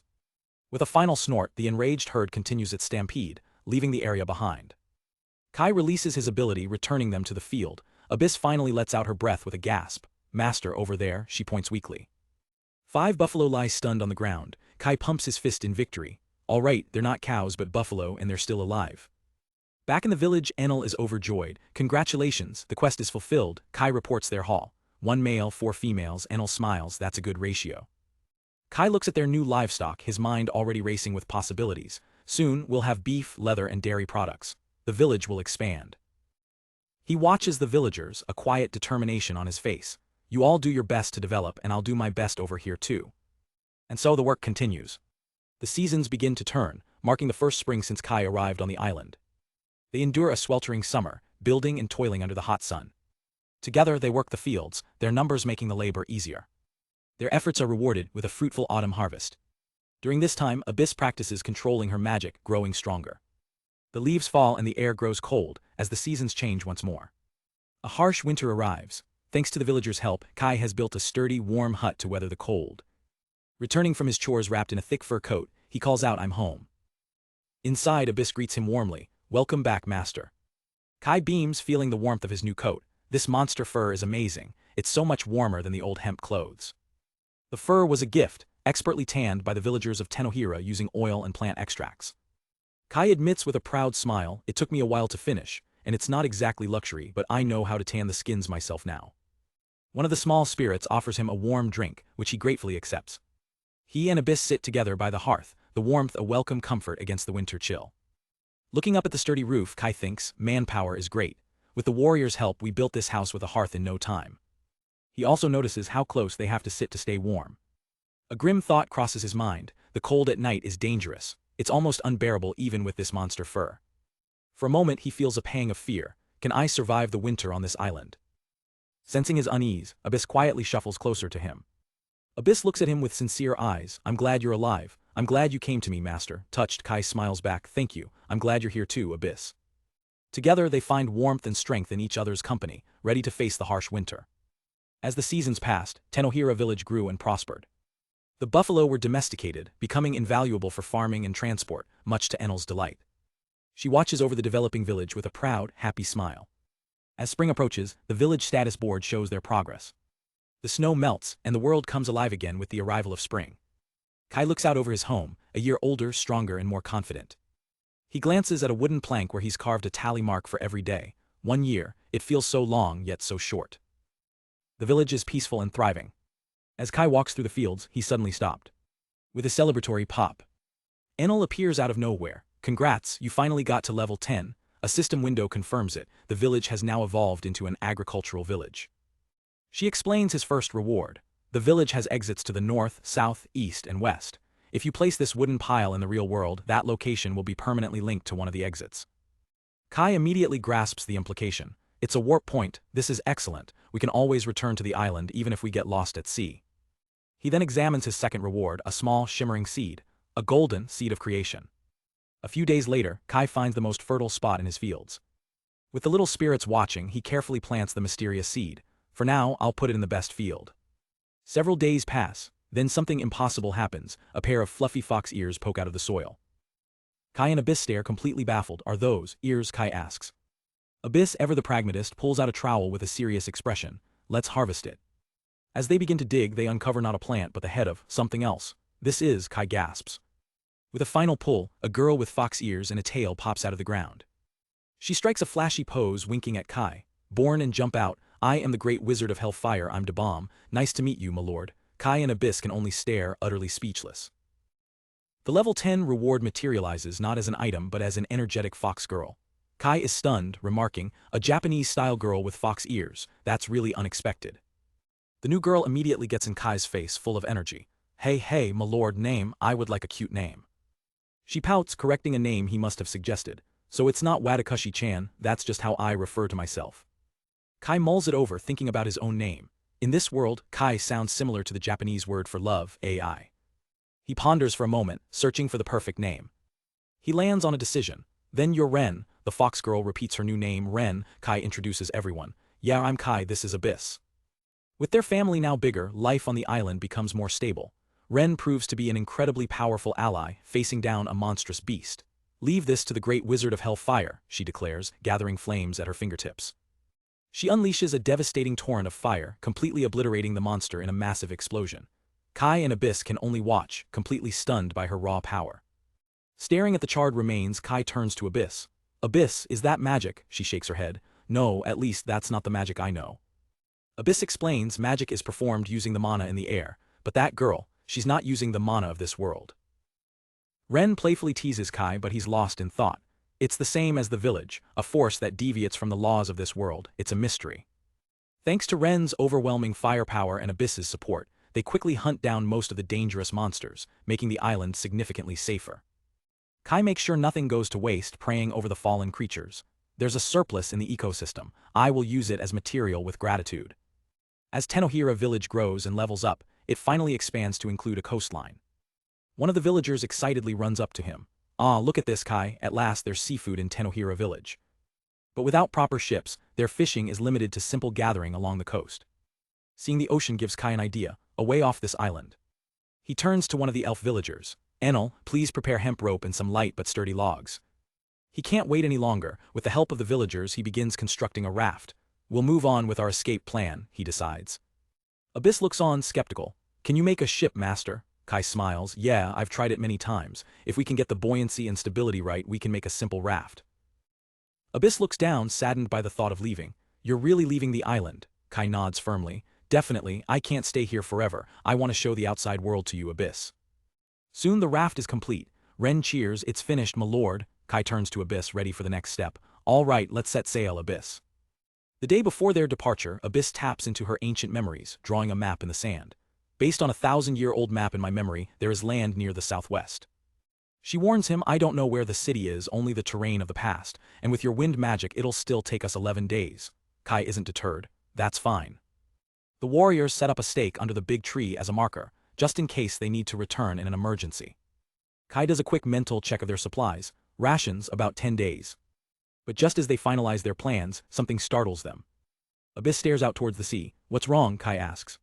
Master, she says with a worried look, the ship is here. In the distance, a massive ship cuts through the waves, flying the flag of the temple. Kai's face contorts with rage. A big ship, the temple. He immediately springs into action. Warrior, hide the raft behind the big tree. He watches them approach, a sliver of hope mixing with his anger. Did they come to rescue me? It can't be. Abyss provides a grim explanation. The ship will only come at this time of spring. They haven't come for years, that is, the same as when you arrived, Master. She looks at him with concern. What are you going to do, Master? I know you're looking forward to leaving the island. Kai gives her a reassuring pat on the head. I'll help. I'll go alone, he instructs. Abyss and Ren will be on standby. He carefully makes his way through the woods, hiding behind the trees to observe the pier. He spots movement on the ship's gangplank. Someone is coming. A tall, ominous figure in a dark hood leads a small, terrified girl onto the island. The figure cruelly shoves the girl to the ground, abandoning her on the pier before turning back. Watching from the trees, Kai clenches his fists, telling himself, not yet, don't come out yet. The ship pulls away, leaving the little girl all alone on the desolate pier. She watches it disappear over the horizon, her last hope sailing away, before collapsing onto the wooden planks. Once the ship is gone, Kai steps out of the woods and walks towards her. Hello, good work on the long trip. The girl looks up, confused and scared. Where is this? Who are you, Oni-chan? He tells her for the time being you'll live on this island. The girl, Keed, clutches her stuffed animal. What am I gonna do? Can I go home? The question catches Kai off guard and he slips on the pier, falling into the water. As Kai pulls himself out, Keed points to her other stuffed toy floating in the water, crying out its name. Soaked to the bone, Kai retrieves the toy for her. It's impossible for now, he says with a strained smile, but I'll do something about it later. Suddenly, Ren storms onto the scene, dragging Abyss behind her. My lord, she yells. Kai looks up, startled. Ren, I told you to wait. Ren is fuming. I was watching. What the hell is that artificial friend? Maybe I should have roasted it whole. Kai quickly tries to calm her down. Please don't. If you do that, you'll have to leave this place. He places himself between the furious Ren and the terrified new girl. The island escape will be cancelled for the time being, Kai declares, as long as the Farley religion is abandoning children on this island. I will rescue them. I will not let them die. Abyss looks at him with a gentle smile. If it's Master, I thought you would say so. Later, as they dry off, they learn more about the new girl. So Ki-chan came from a town with a big castle called Godai. Kai comes to a grim conclusion. The temple is a huge global organization. This island may have been used as a children dumping ground by all countries. Then something clicks in his mind. That's right, you're in the middle of a blessing ceremony, aren't you, Keed? He asks. The shape of the holy seal was the same as mine. Would you like to have a blessing ceremony later? Keed hugs her stuffed rabbit tightly, her voice trembling. I received the power of an evil god, is it all right? The words evil god hang in the air, worrying them. But Kai smiles. Yeah, but it's thanks to the power of that evil god that I'm alive on this island. Not all the teachings of the temple are correct. How you use your blessing. Isn't it up to you? Keed can decide what she wants to do. He leads her into one of the village huts. Inside, the small warrior creatures gather around her curiously. What about this dwarf? He asks, pointing to one of the little guys. He looks pretty powerful. That was part of the blessing. Well, Kai says, shouldering a hoe, let's work on the field that we plan to abandon. As Keed watches Kai work tirelessly, she turns to Abyss. Oni-chan, doesn't he feel lonely? Abyss explains softly, Master has a family that he wants to meet. When he first came to this island, he would sometimes just stare at the ocean.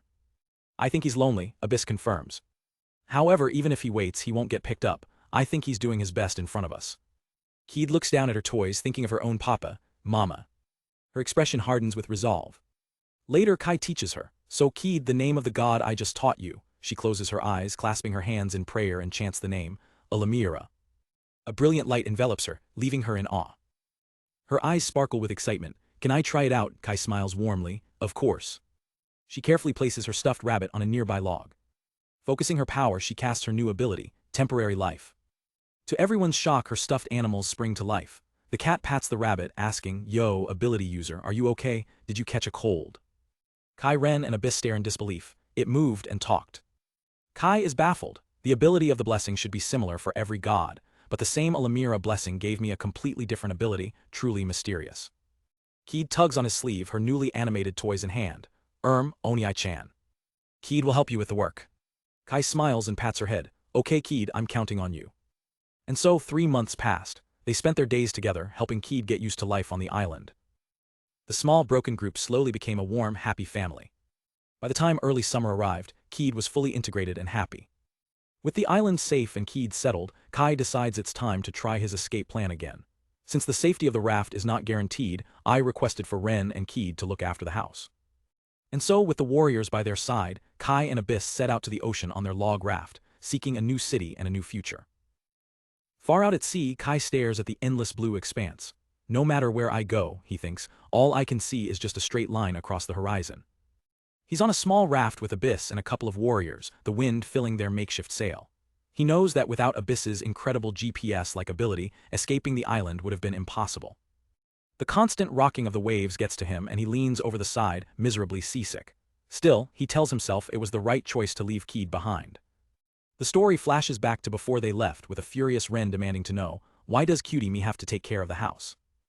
Ren had insisted on going with Kai, but he had to lay down the hard truth. I've told you, this raft can't carry 4 people. Abyss is essential for her map and wind direction. By elimination, the only one who can take care of Keed is you, Ren. Back in the present on the island, a bored Ren tries to liven things up. Keed-chan, let's play. But Keed is diligently tending to the fields, focused on her work. Keed politely turns her down, later, after I finish my work. Ren sighs, grumbling to herself, it's not like they're short on supplies. Didn't Milord leave a lot of food behind, she thinks, picturing the smoked meat and potatoes. But Keed is thinking long-term. Oni-chan said we can't always rely on the village, she explains. The fields still need to be maintained, just in case. Seeing Ren's pout, the little warrior dolls try to cheer her up, reminding her that she can play with Keed later. Keed, taking charge, begins delegating chores. Gomo-chan, Mer-chan, please harvest the beans. Ren-chan and the others will draw the water. Ren looks less than thrilled with her assignment.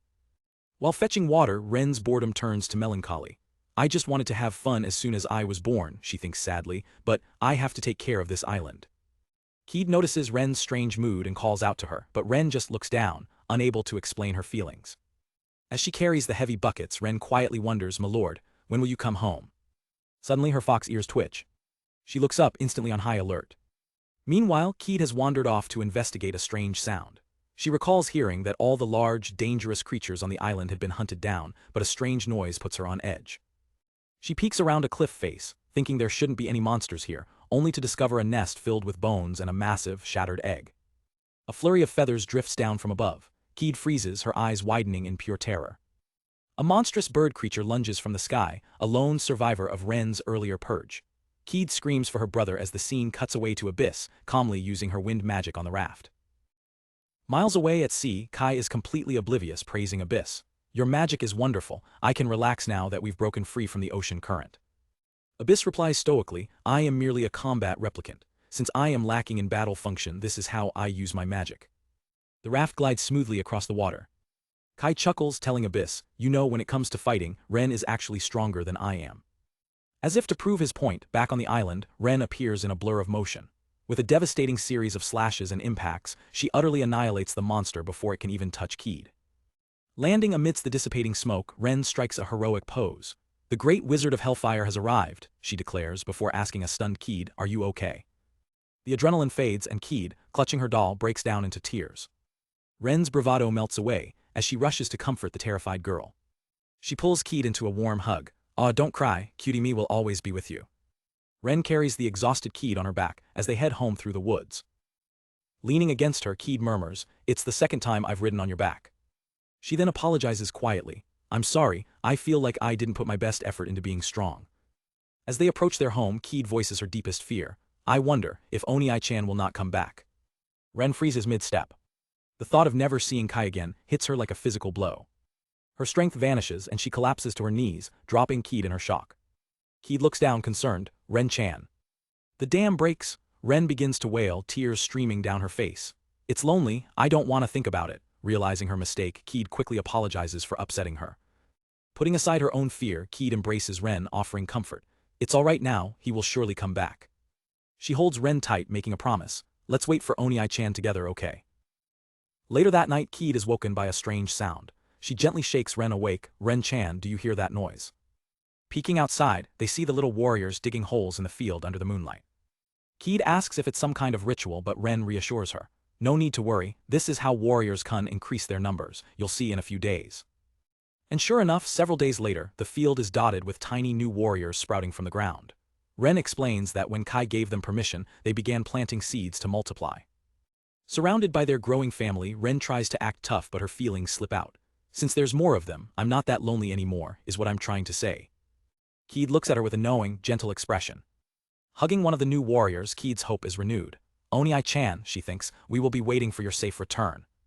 The scene shifts back to the ocean, where a thin strip of land is finally visible on the horizon. Kai spots it first, his voice filled with relief and excitement. Oh, I see it now, look, it's the land. After making it ashore, Kai stretches his aching body. My joints are all stiff. Abyss confirms their location, just as according to the topographical map. Kai explains that he can't use his teleport skill to pop back and forth, as the raft's constant movement would mean he'd just end up in the middle of the ocean. With solid ground beneath their feet, he makes a decision. Let's just come ashore for now. They pull their raft onto the sandy beach and carefully hide it amongst the trees, concealing it from view. Now on a new continent, Kai starts planning. Now then, Abyss, is there any large river around here? Usually that's where you can find a city. Abyss points the way. That way, it would normally take 3 days on foot to get there. Kai grins, 3 days of walking, still better than being on the raft. But his cheerful demeanor fades as he remembers their purpose. But we can't let Keed and the others wait for us too long, we need to go to the city quickly. With his resolve hardened, Kai turns to his companions. Is everyone okay? Let's increase our pace a little bit. After 2 days on the continent, Kai and his crew are finally approaching a town. To better blend in, he turns to Abyss. Can you turn into your adult form for now? With a simple yup, she transforms in a flash of light, gathering her loyal warriors. A few moments later, Kai unleashes his power, Tino Hai Ra, and summons a fully stocked merchant wagon complete with produce and a pair of buffalo. He's also changed into a new set of clothes. Master looks different than the usual, Abyss observes. Kai just grins. I slightly modified the clothes for the occasion. To complete their disguise, Kai pulls out a cat-eared hood. Right then, Abyss, please hide your horns with this. She puts it on and asks, how am I? Kai gives her an enthusiastic thumbs up. Noise, devilishly cute. With that, they set off. As their wagon trundles over a stone bridge, Abyss's ear suddenly twitches. Master, she says quietly, human voices. Kai immediately asks, where? Abyss points towards a thicket of trees off the road, from the shrubs over there. Kai sees an opportunity. If they're locals, we might be able to ask about the areas. Want to take a look? Abyss gives a simple nod of agreement. They sneak closer only to witness a grim scene.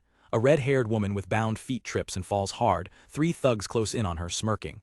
We are done playing tag, one of them sneers. One of the men grabs her by the hair, snarling, I dare you running away again. His companion warns him, Oi, don't be too rough on our merchandise.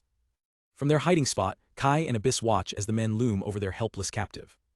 Kai hesitates, should we get involved, looks troublesome, but Abyss is unimpressed. These guys look weaker than the buffaloes before, so please, with her vote of confidence, Kai decides to act. Suddenly, a massive arc of electricity slams into one of the thugs, shocking him violently. His companions stare in disbelief.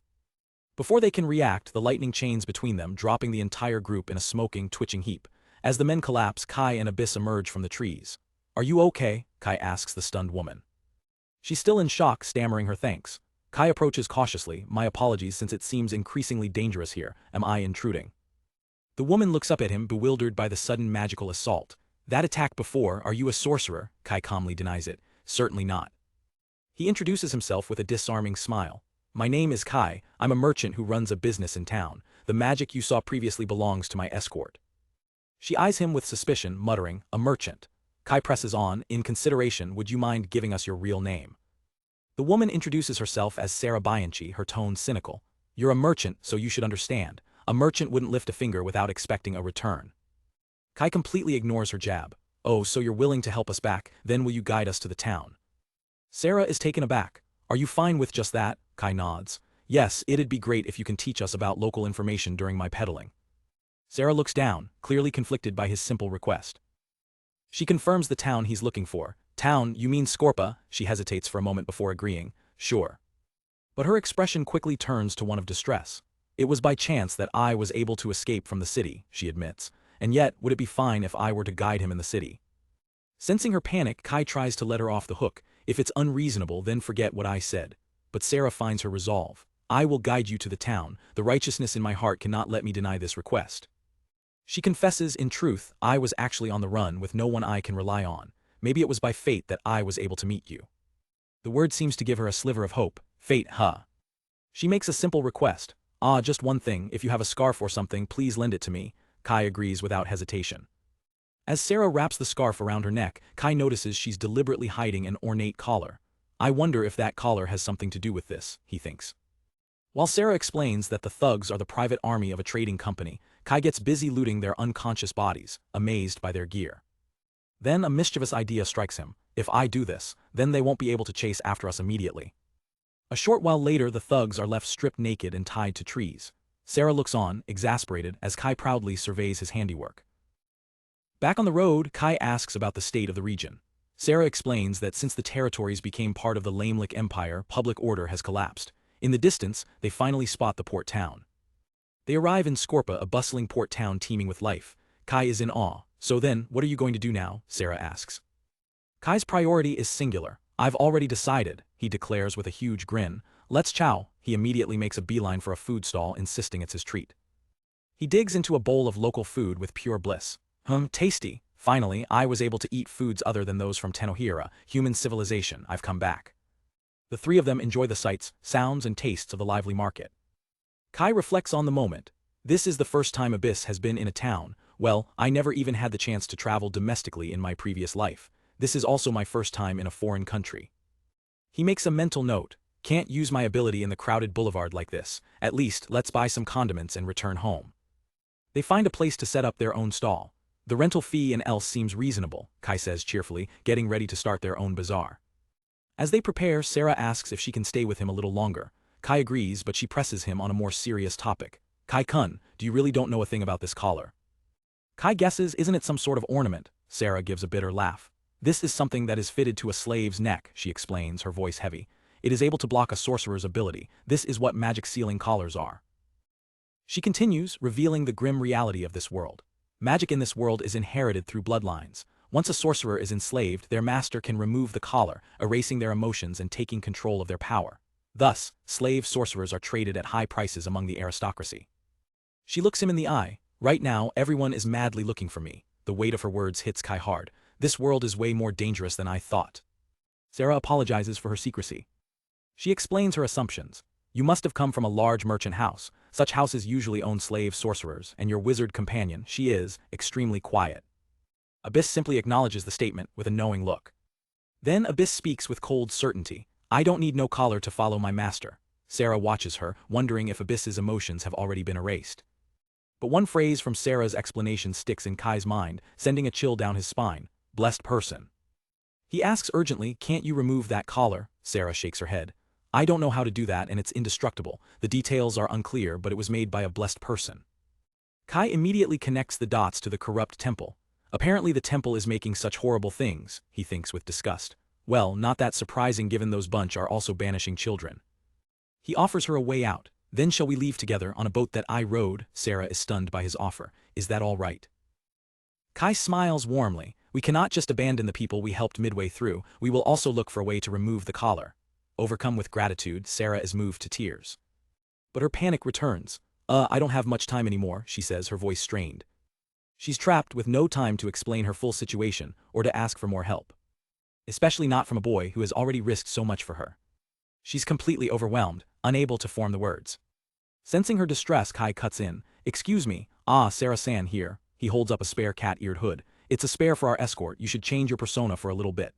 As he places the hood on her head, Sarah is left flustered and speechless while Abyss demonstrates a cute cat pose.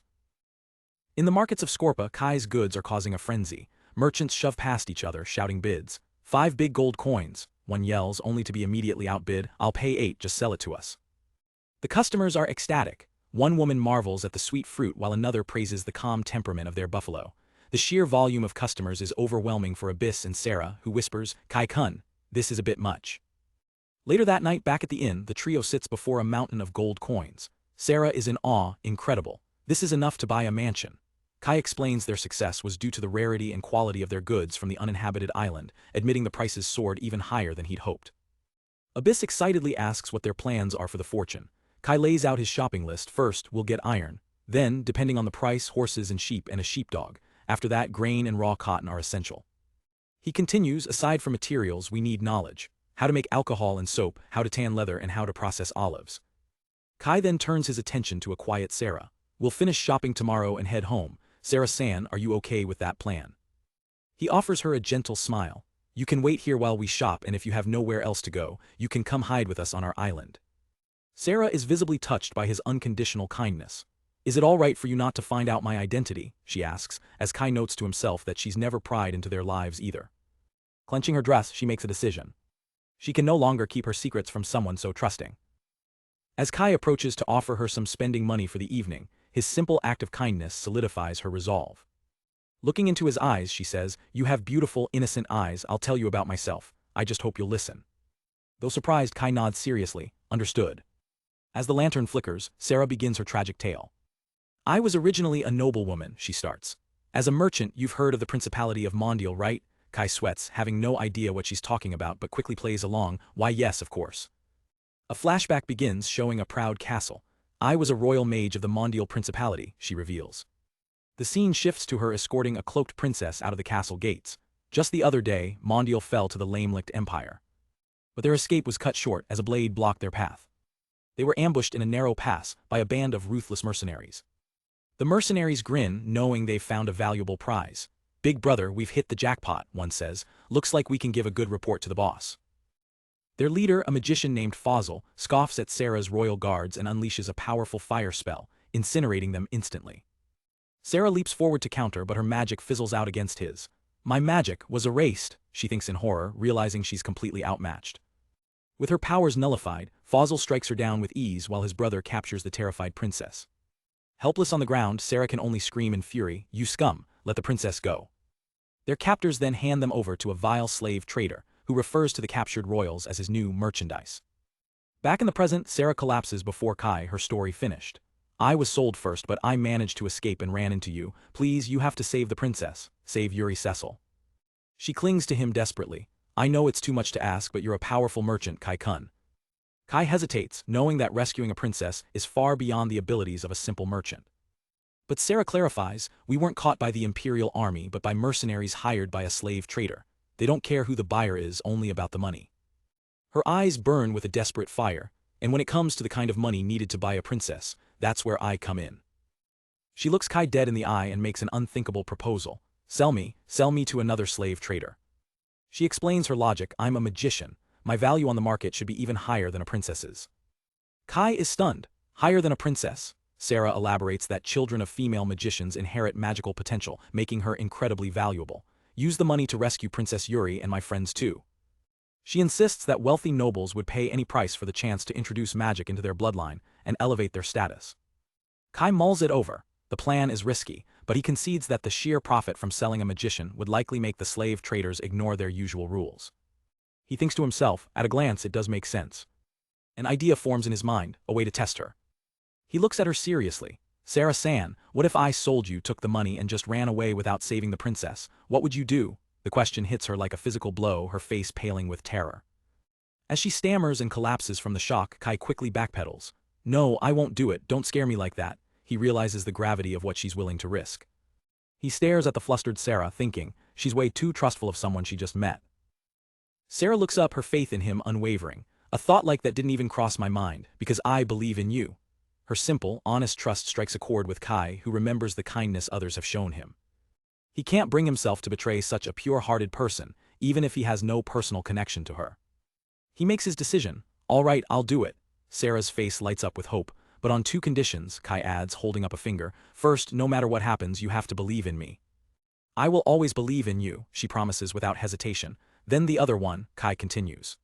He turns to his companion. Abyss, take off your cloak. Abyss obliges, revealing her true, horned adult form. Sarah gasps in shock. A demon. Kai knows this is a gamble. If Sarah reacts with fear, their plan is over. In this world, demons are creatures of myth, universally feared as beings of pure evil. If Sarah's fear gets the better of her, there's no way they can work together. But after a moment of shock, Sarah shakes her head. I don't know the details, but there's no way a girl this beautiful can be a demon. Kai breaks into a relieved grin. I'm glad you're not scared. Abyss is the most important person to me. His words make Abyss blush. With the plan set, Abyss decides it's time to rest. Hey master, let's sleep. Kai agrees, telling Sarah they should all get some sleep. Sarah looks at him one last time, needing to hear it again. Will you really save her? Kai gives her a look of absolute certainty. I've made my decision, I will. As they get ready for bed, Abyss suddenly feels unwell, clutching her chest. My body feels like it's burning up, she says, urging Kai to hurry. She suddenly embraces him, much to his shock. I have a feeling it'll get better if I sleep with you, master. Kai panics, in your adult form. Before he can protest, she pulls him down onto the bed with surprising strength. Seeing his hesitation, Abyss looks heartbroken. Master, do you hate it? Kai becomes a flustered mess trying to explain his adolescent awkwardness. No, of course not, it's just, I'm almost 14 so. Giving up, he sighs. I'm sorry, forget I said anything. A bright, happy smile spreads across Abyss's face. She pulls him into a tight, happy hug, leaving Kai beet red and flustered. Watching them, Sarah gets an idea of her own. Me too, she says shyly, if I'm going to become a slave soon anyway. She slides into the bed on Kai's other side, wrapping her arms around him. Kai is now trapped in the middle, a blushing, panicking mess. He tries to calm his racing heart. I need to stop thinking and just get to sleep. Lying beside him, Sarah knows this might be her last night of peace. Thank you for everything, she thinks, her heart full of gratitude. Kai quietly asks if she's afraid of being sold. I'm prepared, she whispers back. I'm more scared of the princess suffering as a slave. She speaks of her charge with deep affection. Princess Yuri, she's like a little sister to me. Her final request is for Kai. You two are about the same age, please become good friends with her. With our country gone, I can rest easy if I know she's with someone who will look after her. With that last plea, she finally drifts off to sleep. Kai looks at her sleeping face, completely moved by her selfless devotion. He thinks about this straightforward, honest, and good-natured girl who trusts him completely. A fire of determination ignites within him. People like her, I will definitely save them. The next morning, Kai, Abyss, and Sarah hit the bazaar to stock up. Kai turns to Sarah. I thought they'd sell ores here, but I can't find any. Where does your country get its iron? Sarah pulls her hood down. Sorry, I'm poorly informed about those things. Well then, Kai decides, let's just buy some iron tools first. Abyss gives a silent nod of agreement. Seeing Sarah's worried expression, Kai reassures her, we'll save the princess later. First, let's get what we need for the village. He then turns to the quiet Abyss. If you want something, just say it, okay? And so their shopping spree begins. They pick up a peculiar mask, some livestock including chickens and a dog, and baskets overflowing with supplies. Surveying their haul of animals, Kai says, this is the last of it. We got 2 sheep, 2 chickens, and 2 goats. I wanted horses and pigs too, but they were way too expensive. In total, they managed to snag a ton of supplies. Raw cotton, grains, vegetables, a variety of iron tools, and even some soap and aroma oil. Abyss looks at the mountain of goods, amazed. So much stuff. But Kai just smiles. You know, this still isn't enough for what I have planned. Finding a secluded alley, Kai turns to Sarah. Okay, I'll go put these away. Sarah-san, please wait here, I'll be right back. He leaves her standing alone amidst the bustling crowd. He finds a hidden corner for the cart. Wait here for a bit, Abyss. Then, with a flash of light, he activates his skill, T-no-Hi-Ra. Instantly, Kai and all the supplies are transported back to his village. The dwarf rushes over. Kai, how was it? Did you get any new resources? But the sight of the massive haul is too much for her to handle. She faints dead away. Kai looks down at her unconscious form. Well, it's the first time I brought this much back at once. The small villagers gather around, concerned for their overwhelmed leader. Meanwhile, back in the city, time ticks by. Sarah waits, huddled in the alley, a wave of loneliness washing over her. Kai decides to leave the supplies for the dwarf to handle once she wakes up. It'll be a bit more until level up, he thinks to himself before teleporting back. He reappears in the alley, now wearing the mask he bought. He pokes Sarah gently. Sarah-san, are you okay? She jumps, startled. Kai-kun, what's with the mask? She asks, still shaken. He grins, it's a disguise. He takes her hand, sensing her fear. I thought maybe you weren't coming back, she admits quietly. I won't do something like that, Kai promises. Sorry, she says, looking down. I become helpless the moment I'm alone. I'm not usually this weak. She shakes off the feeling, standing up with renewed determination. Okay, I'm fine now, let's go. All right then, Kai says, putting on a persona. First, lead me to the trading company where the princess is. After all, if I'm going to sell you, I need to know where she is to save her, right? Sarah's eyes narrow with focus. Yuri-sama is, in the Malini Trading Company's building. Inside the opulent but cold halls of the trading company, a sinister scene is unfolding. A stern-looking woman meticulously combs the long, blonde hair of Princess Yuri. Yuri's face is a mask of cold indifference. I bid you good day, she says, a muscle twitching in her cheek. The door opens to reveal the portly owner of the company, Malini, former princess. He greets her with a smug look. You don't have to be scared, Malini says with a greasy smile. We know how to treat our merchandise, especially a high-class product like yourself. He leans in, his voice dripping with false sympathy. Your magician isn't coming back. Are you sure you don't know where she went? If someone other than us had picked you up, there's no guarantee they'd be so nice. He plucks a flower from a nearby vase. No matter who she gets caught by, she's going to have a bad time. The same goes for you, he whispers, his hand gripping the back of her chair. It's no use even thinking about escaping, he sneers, crushing the flower in his fist. For a princess who lost her country, you will only be able to live in a gilded cage. But Yuri has had enough. A brilliant light erupts from her, blasting Malini and his attendant back. A transparent wall, the power of the princess blessing, huh? Malini growls. Stop this vain struggle and cancel your ability. Malini pounds uselessly on the barrier. Yuri Cecil, come out now. Just then his top mercenary, Fosil, arrives. Just in time, do something about her, Malini demands. Fosil smirks, such a vulgar display, boss, it's impossible. Neither physical attack nor magic can break this. This coming from the guy who let the magician escape, Malini spits back. Fosil just pats his shoulder. Don't worry, she can't escape with this ability, touché. Fosil's tone turns deadly serious. I'm paying you a lot of money. Capturing Yuri and the magician were big achievements, but I will not forgive failure. Got it? Fosil presses, his gaze sharp. Malini sweats, understanding the threat. I'll engrave that to my heart, Malini stammers. Fosil just crunches on something in his mouth, satisfied. As he turns to leave, Malini orders, report back to me when the guys searching the north side come back. Fosil waves him off, understood. Before leaving, Fosil glances at the trapped princess. Keep up that useless hope, it will only get harder later. The door slams shut, leaving Yuri alone inside her protective, yet isolating barrier. The crushed petals from the flower Malini destroyed drift down around her, a symbol of her crushed hope. At that very moment, Kai and his companions arrive. Okay, let's go then, Kai says, looking up at the building. That's the Malini company, Sarah gasps in shock. Weren't we going to a different company, she stammers. Kai puts a finger to his lips. It's okay, leave it all up to me, I have a plan, just please don't say anything for a while. He takes a deep breath, his demeanor shifting entirely. From this moment on, I'm a noble. The moment I open this door, he thinks, I'm just another arrogant, audacious, wealthy and moody noble. The receptionist greets them. Welcome, are you buying a slave today? Kai scoffs. Call the owner here, I'm going to do a big transaction, you know. The receptionist, though taken aback by his attitude, maintains his composure and welcomes them in. The owner himself, Malini, comes down the stairs. Welcome, dear customer, Kai meets his gaze. Thank you, I'm from a certain small kingdom traveling incognito. I picked up something interesting on the way here. And with a dramatic flourish, Kai shoves Sarah forward, right at Malini's feet. Malini is stunned. You brought her back for me, Kai smirks from behind his mask. It's the slave magician that ran away from here, right? You will give me compensation, right? Kai asks, rubbing his fingers together. Of course, Malini agrees instantly, overjoyed. But then, a flicker of suspicion crosses Malini's face. But why did you go to the trouble of bringing her back? Ah, it's not because you don't know the price of a magician, right? Malini probes. Kai launches into his story. Actually, she petitioned me to sell her to a different slaver and use that money to buy the princess out of here. Such a devoted one, don't you think? And that, Kai says, his eyes glinting behind the mask, piqued my interest in the princess who has such a loyal follower. Sarah kneels, playing her part perfectly. I see, Malini says, buying it. Kai continues, good slaves are rare. To see such a product, it's obvious I need this much sincerity, don't I? Sarah looks up at him, feigning desperation. Kai-kun, why, even if you hand me over, the compensation won't be enough to buy the princess. She grabs onto his leg, her voice breaking. Didn't you say you would save her? You said that, right? Kai looks down at her, then glances at the watching Malini. Of course, I plan to buy her.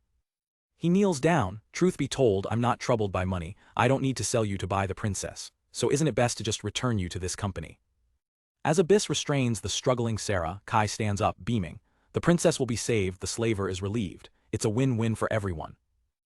Sarah plays the part of the shocked and betrayed bodyguard. Kai turns to Malini and bows. Sorry to show you something unsightly, master. I'm thankful for your consideration.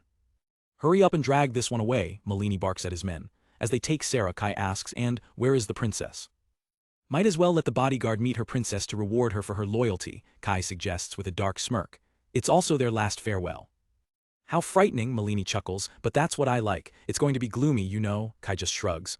I don't mind if it's only for a bit. As Malini leads them down the hall, he complains, I lost my marbles when my private soldiers let this magician escape. I paid them a lot of money, you see. Kai feigns interest. Private soldiers, you mean they're on a full-time contract? Yes, I go directly to the front line to get my slaves, Malini boasts. Right now, they're playing in the room in the back. Kai simply replies, I see. as they walk deeper into the building. They are led into a waiting room where tea is served. Kai and Malini take their seats, the girls standing behind them. A moment later, a door clacks open, and two of Yuri's captured bodyguards are brought in. Sarah cries out Yuri-sama, as a whole line of her captured comrades are paraded into the room. Kai observes them coolly. So these are the bodyguards and the princess.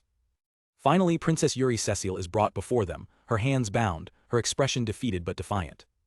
Now then, Malini says with a grand sweeping gesture, please take a look.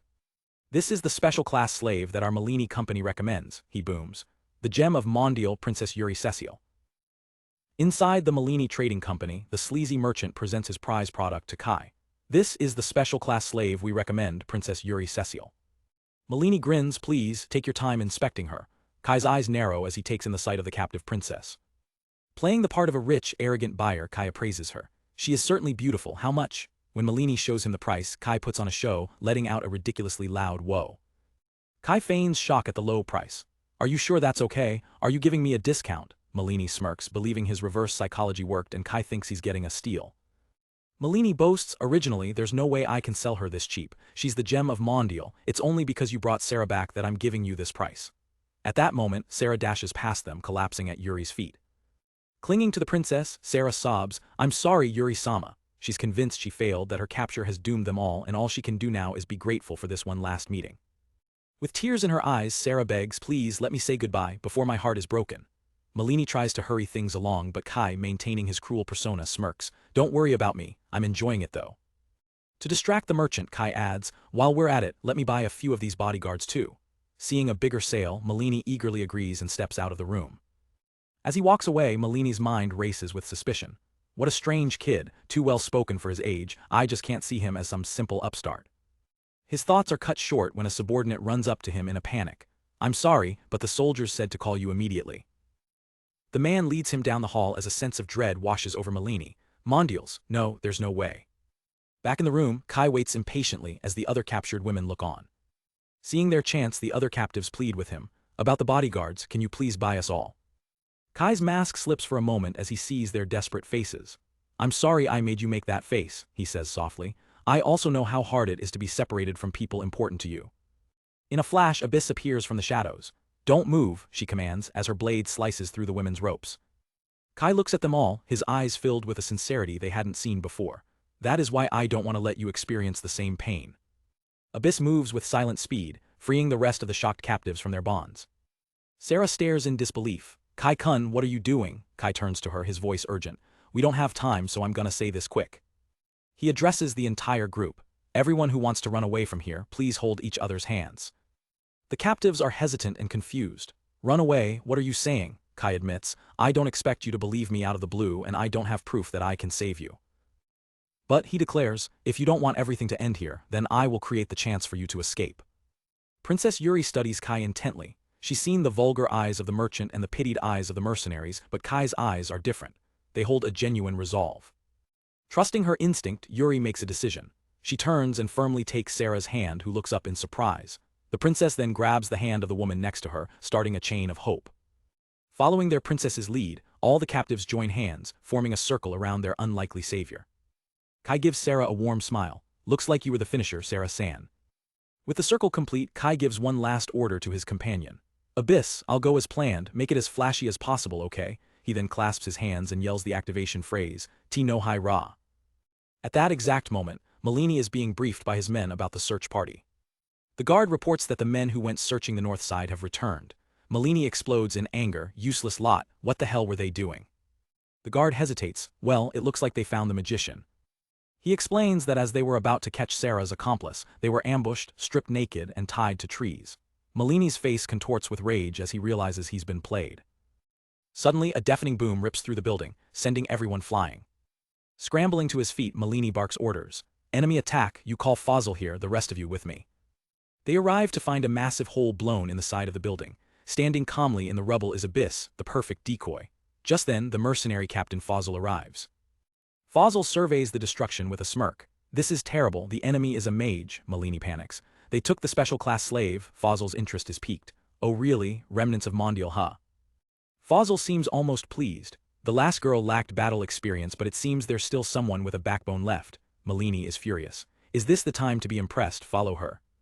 With lightning speed, Fosil grabs Malini by the collar. The slaves have chains, right? I alone am enough for this rabbit hunt. That is an order. Fosil tightens his grip, taunting the helpless merchant. Sarah escaped, your men were humiliated, and now the princess is gone. How are you going to make up for this failure? Meanwhile, Abyss executes her part of the plan, intentionally letting herself be spotted by guards before darting down an alleyway. She effortlessly leaps between rooftops, leading her pursuers on a wild goose chase. As she flees, Abyss worries if Kai and the others are okay. Her concern is warranted, as Sarah is having a complete meltdown.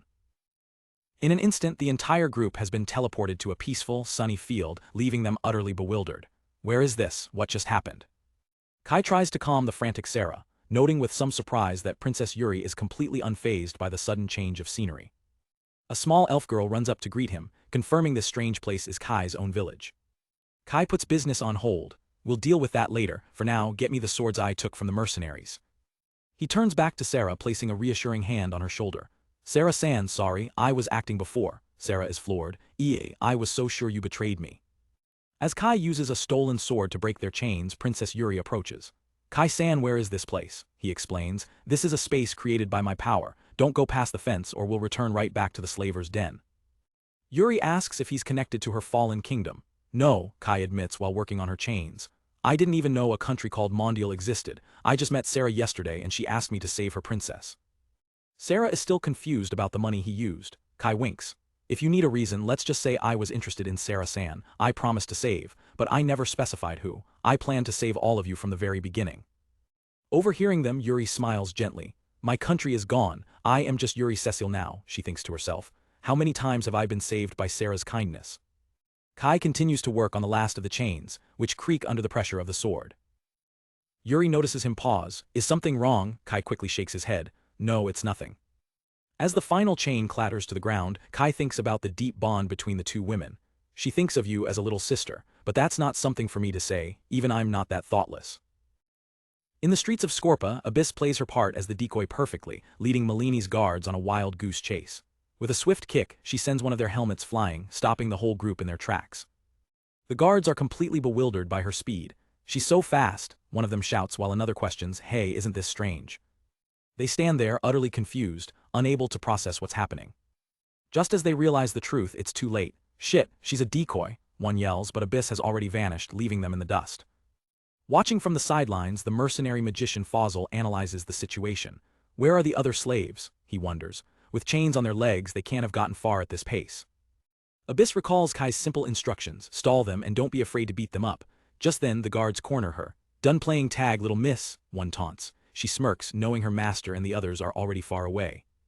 Done playing, Abyss unleashes a torrent of magical energy. The guards recoil in shock, screaming, a magician. The street is left in ruins, with Malini's men scattered and unconscious. Abyss stands calmly amidst the destruction she caused. With the small fry dealt with, she pouts to herself, I want to hurry up and go back to master. Suddenly Fosil appears, a grin on his face. Ha, you have awesome magic power, he declares. As fellow mages, let's have a duel. Meanwhile, in a hidden location, Kai briefs the rescued group. All right, everyone, listen up. While Abyss is drawing them away, we're running full speed to get outside of town. He turns to one of the former bodyguards. Enel, prepare the usual. I'm counting on you. She gives him a confident thumbs up. With the plan set, Kai prepares to teleport them all back into the city. Here we go, cancel. They reappear in a dark alley, right behind a fuming Malini who's complaining about his useless men. They're taking too long, those money-eating bugs. Malini is completely oblivious, still muttering to himself that they couldn't have gotten far, just as Kai's group materializes behind him. He finally turns, his eyes widening in shock. You lot, where did you come from? Kai can only think, crap. Before Malini can react, the freed bodyguards have their swords at his throat, silencing him instantly. A distant explosion echoes through the alley. Abyss is fighting, Kai realizes. He quickly gives the order, he's alone, just tie him up. With Malini bound and helpless, Kai leans in. Regarding Yuri, Cecil and Sarah, give up. Just think of this as a bad dream. Ignoring Malini's curses, he urges everyone, let's hurry. Another massive boom shakes the city, a clear sign that Abyss's battle is escalating. As they flee, Kai tries to get the princess to ride on his back for speed, but her bodyguards protest loudly. How can the princess ride a man? Kai snaps back. She's too fragile, ask that macho guy. Their argument is cut short as they run straight into another squad of soldiers, completely cornered. So you were here, the leader smirks. You're not running anymore. Kai's mind races. If these guys are here, that means Abyss's opponent must be that powerful magician. He worries for a moment. Abyss is strong, but she lacks real battle experience. She might get tricked by a veteran's tactics. The bodyguards ready their weapons. What do we do, Kai-kun? One asks, ready to fight to the death. They form a line in front of him. You've helped us enough, take the princess and run, we'll hold them off. Kai puts a hand on their shoulder, completely calm. I appreciate it, but it's okay, this is still within my expectations. Sarah looks on, worried but trusting in Kai's confidence. Kai scans the enemy ranks and confirms a crucial detail. The magician who defeated Sarah isn't here, is he? Sarah shakes her head. No, he's not here. A plan forms. Perfect, hide me for a second, Kai says as the group huddles around him. With a quiet T no hi ra, he vanishes. In a flash, he reappears behind the enemy soldiers. I'm back, he grins, and I've called in the battle experts. The sudden commotion attracts the attention of the city guard. What's all this ruckus? They wonder, just as one of the mercenaries is knocked out cold. The guards arrive on the scene, furious. What are you doing? Bloodshed is forbidden in town. A dazed mercenary tries to point out the slaves, but he can barely speak. Mistaking the situation, one guard assumes the mercenaries are from Malini's company and orders the escapees to surrender. That's when Kai unleashes his secret weapon. I've been growing their numbers for a year. Warrior army, get them? A horde of tiny, cat-like warriors swarms the street, overwhelming the soldiers. The mercenaries are in chaos. What are these tiny things? They're so nimble, they can't land a single hit. One of the tiny warriors leaps through the air, bringing its weapon down with surprising force, knocking a soldier out flat. Kai's companions watch in disbelief. They're so strong and cute. Sarah asks nervously, they are allies, right? Kai just smiles and says yes. In moments, the battle is over. The soldiers and mercenaries are piled up in a heap of defeat. Good, Kai says, it's about time. He kneels down to his tiny army. Thanks, you all did great, turn back into seeds and rest. With a gentle poof, they revert to their original form in his hand. With the path clear, Kai urges the group onward. Let's run before reinforcements come. As they reach the edge of Scorpa, they witness the true scale of the fight they left behind, a massive, explosive duel between Abyss and Fosil. Fosil is on the defensive, struggling against Abyss's relentless assault. What the hell is with her magic capacity? He roars in frustration. From a safe distance, Kai's group sees the truth of the battle. Fosil is hopelessly outmatched. Abyss isn't just winning, Sarah says in awe, she's completely overwhelming him. The duel ends with Fosil gasping for breath. Abyss, seeing her master, immediately brightens up. The defeated mercenary glares at Kai. Damn you, why wasn't a mage of her caliber in the war? With her, Mondial would have never fallen. Kai just shrugs, you're mistaken, I just met them by chance and decided to help. Fosil is left speechless by the revelation. Kai offers him a chance to surrender, but the warrior's pride is too strong. A warrior never surrenders, Fosil shouts, gathering the last of his energy. Let me fight to the end.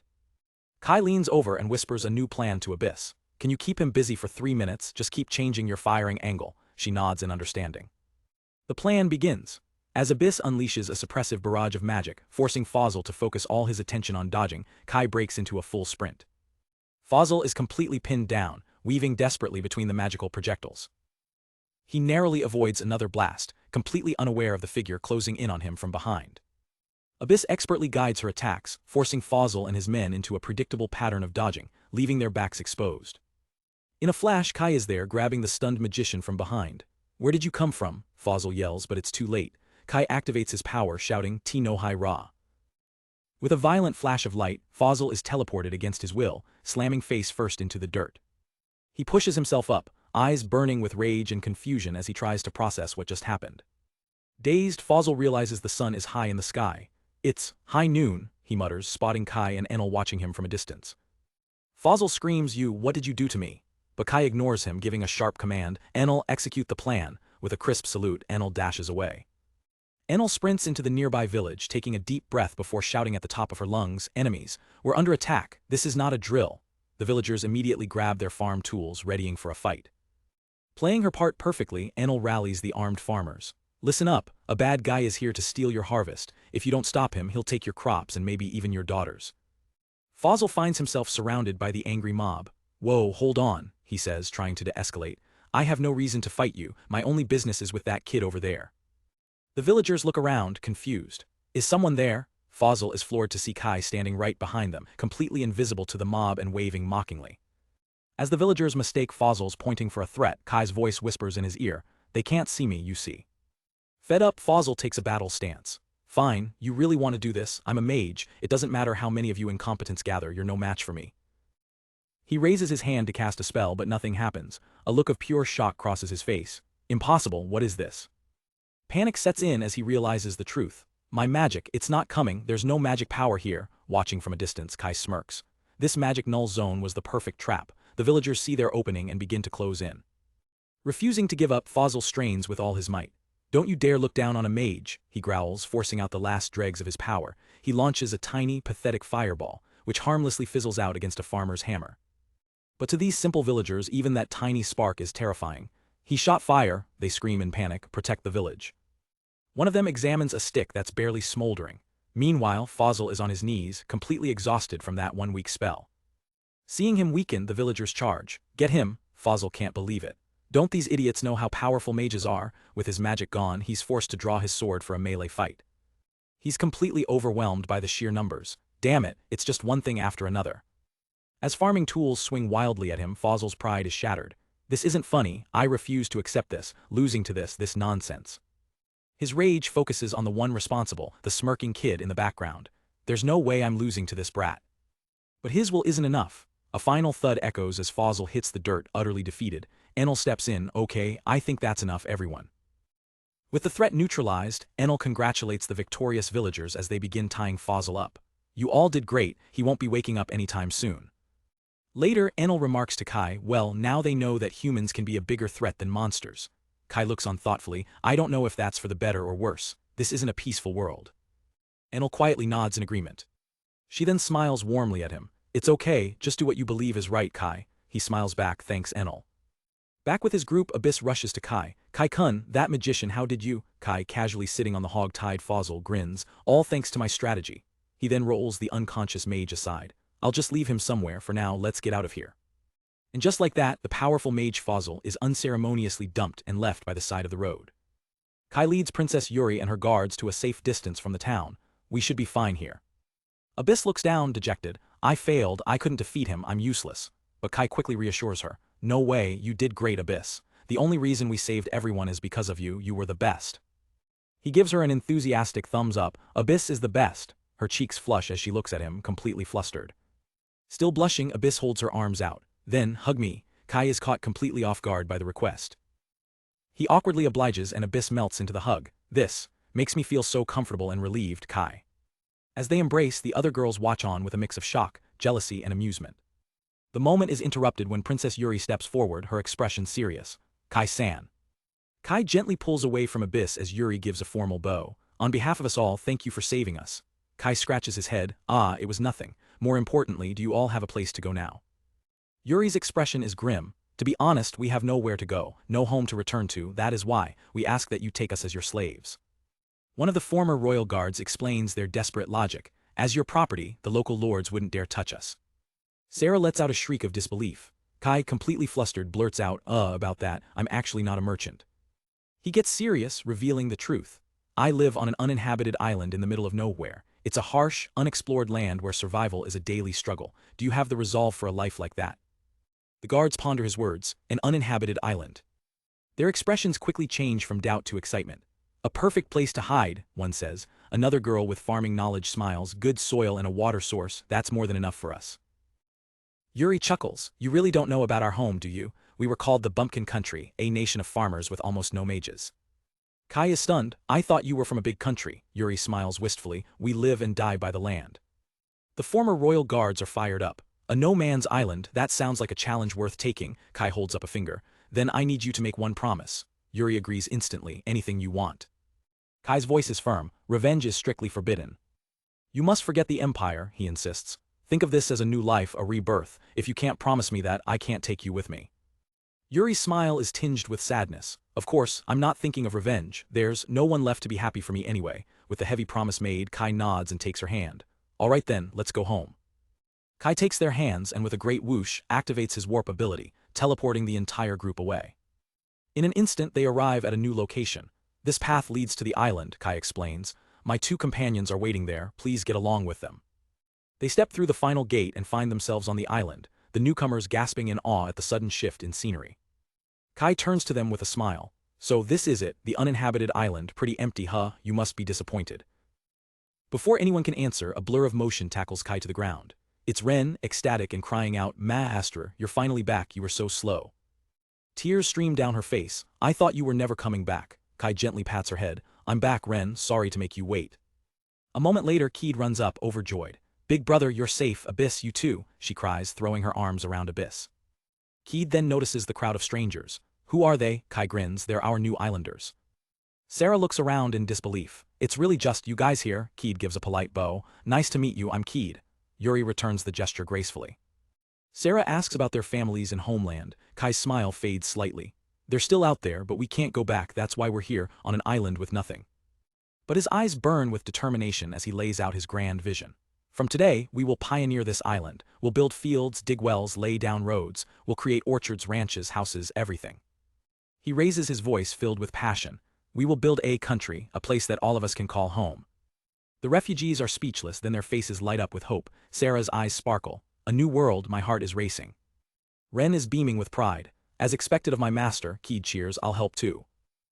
Abyss looks at Kai with unwavering loyalty. I will follow you, master, because I am your family. Yuri and Sarah are moved to tears. To think, we who lost everything can start over from scratch. Overcome with emotion, Yuri takes Kai's hand. She looks into his eyes. Let's create our country, Kai-san, a place where no one has to be unhappy. I'll do my best. But before Kai can respond, Sarah shoves her way in, blushing furiously. I'll do my best too. As your wife, the sudden declaration shocks everyone, kicking off the official start of the country-building arc. As the newcomers settle in, they watch Abyss practicing her magic with a mix of awe and fear. One of them whispers, that girl, doesn't she look like the demon from the legends? Another adds, that was the first time I've seen transformation magic though. Overhearing their concerns, Keed steps forward with a reassuring smile, holding a basket of food. Abyss-chan is not a demon, she states calmly. She elaborates, the demon I learned about in school is scary, but Abyss-chan is gentle. One of the villagers admits that while Abyss's magic was surprising, it was Ren who truly shocked them when they first arrived, casually using her fire magic. In fact, Ren has become an instant celebrity. The newcomers, fascinated by her fluffy ears and tail, can't resist petting her. Is she a beastman? It's fine whatever she is, she's strong and fluffy, they cheer. Overwhelmed, Ren cries out, me lord. Watching the scene, Kai notes to himself that things are going smoothly for now. But a glance down at his own beaten-up shoes reminds him of their many needs. He's been wearing them since he was 12. He realizes the problem is bigger than just his shoes. It's not only my shoes, but there are many problems regarding clothes and tools. He decides to take charge. With that being the case, I hereby open the first Islander Council meeting. The moment Kai asks for requests, he's hit with a tidal wave of needs. I want more toilets. I want to take a bath. Don't we have fishing tools? Farming tools for everyone. Clothes and shoes, and from one person a simple, desperate plea, meat. Kai thoughtfully considers the long list of demands as Keed diligently records them. If it's something we can get immediately from Tenohira, then the problem is solved, but still, plumbing is hard. Just then a clear voice cuts through the discussion. Kai-sama, it's Princess Yuri, stepping forward with an air of authority. Yuri begins to lecture them on the fundamentals of nation building. There are 3 elements needed for a country: territory, controlling power, and citizens. It's clear what this island is lacking right now, right? Kai quickly analyzes her points. Territory is this island, controlling power is combat power, and we have multiple magicians, so we should be fine, which means. He lands on the final, crucial element. Citizens, Yuri smiles, pleased. As expected of Kai-sama, that's correct. Kai racks his brain, but still a method to increase citizens quickly. Does it even exist? Yuri's smile turns sly. There is. She leans in, her voice a low whisper. A universal method, though it depends on Kai-sama's effort. Before he can ask, she drops the bombshell, making babies. The entire crowd, Kai included, freezes in absolute shock. A stunned silence falls over the group. Kai can only stammer, Yuri continues her cold, hard logic. If we're making this a country, then you're the king. She delivers the final piece of her proposal. And I have the royal blood of the Mondial Principality. Kai's brain short-circuits. How did it come to this? Yuri presses her advantage, getting right in his face. If you aim to be the king of a country, then making an heir is the most important thing. That also works as increasing citizens, right? Completely flustered and unable to argue with her bizarre but sound logic, Kai stammers. No, well, right, I guess, yeah. Trying to regain some composure, he says, I understand what Yuri Cecil-san is trying to say. But she quickly interrupts, please call me Yuri. He tries again, Yuri Cecil-san, only for her to correct him with a cheerful, Yu-chan. Defeated, Kai sighs, then Yuri, she beams with delight, yes, Kai-sama. Kai is completely lost. Honestly, he thinks, I haven't got the faintest idea of what she is thinking. He tries to make sense of it. Maybe because she was royalty, something like a sense of duty, it totally doesn't feel like a decision she herself would come to.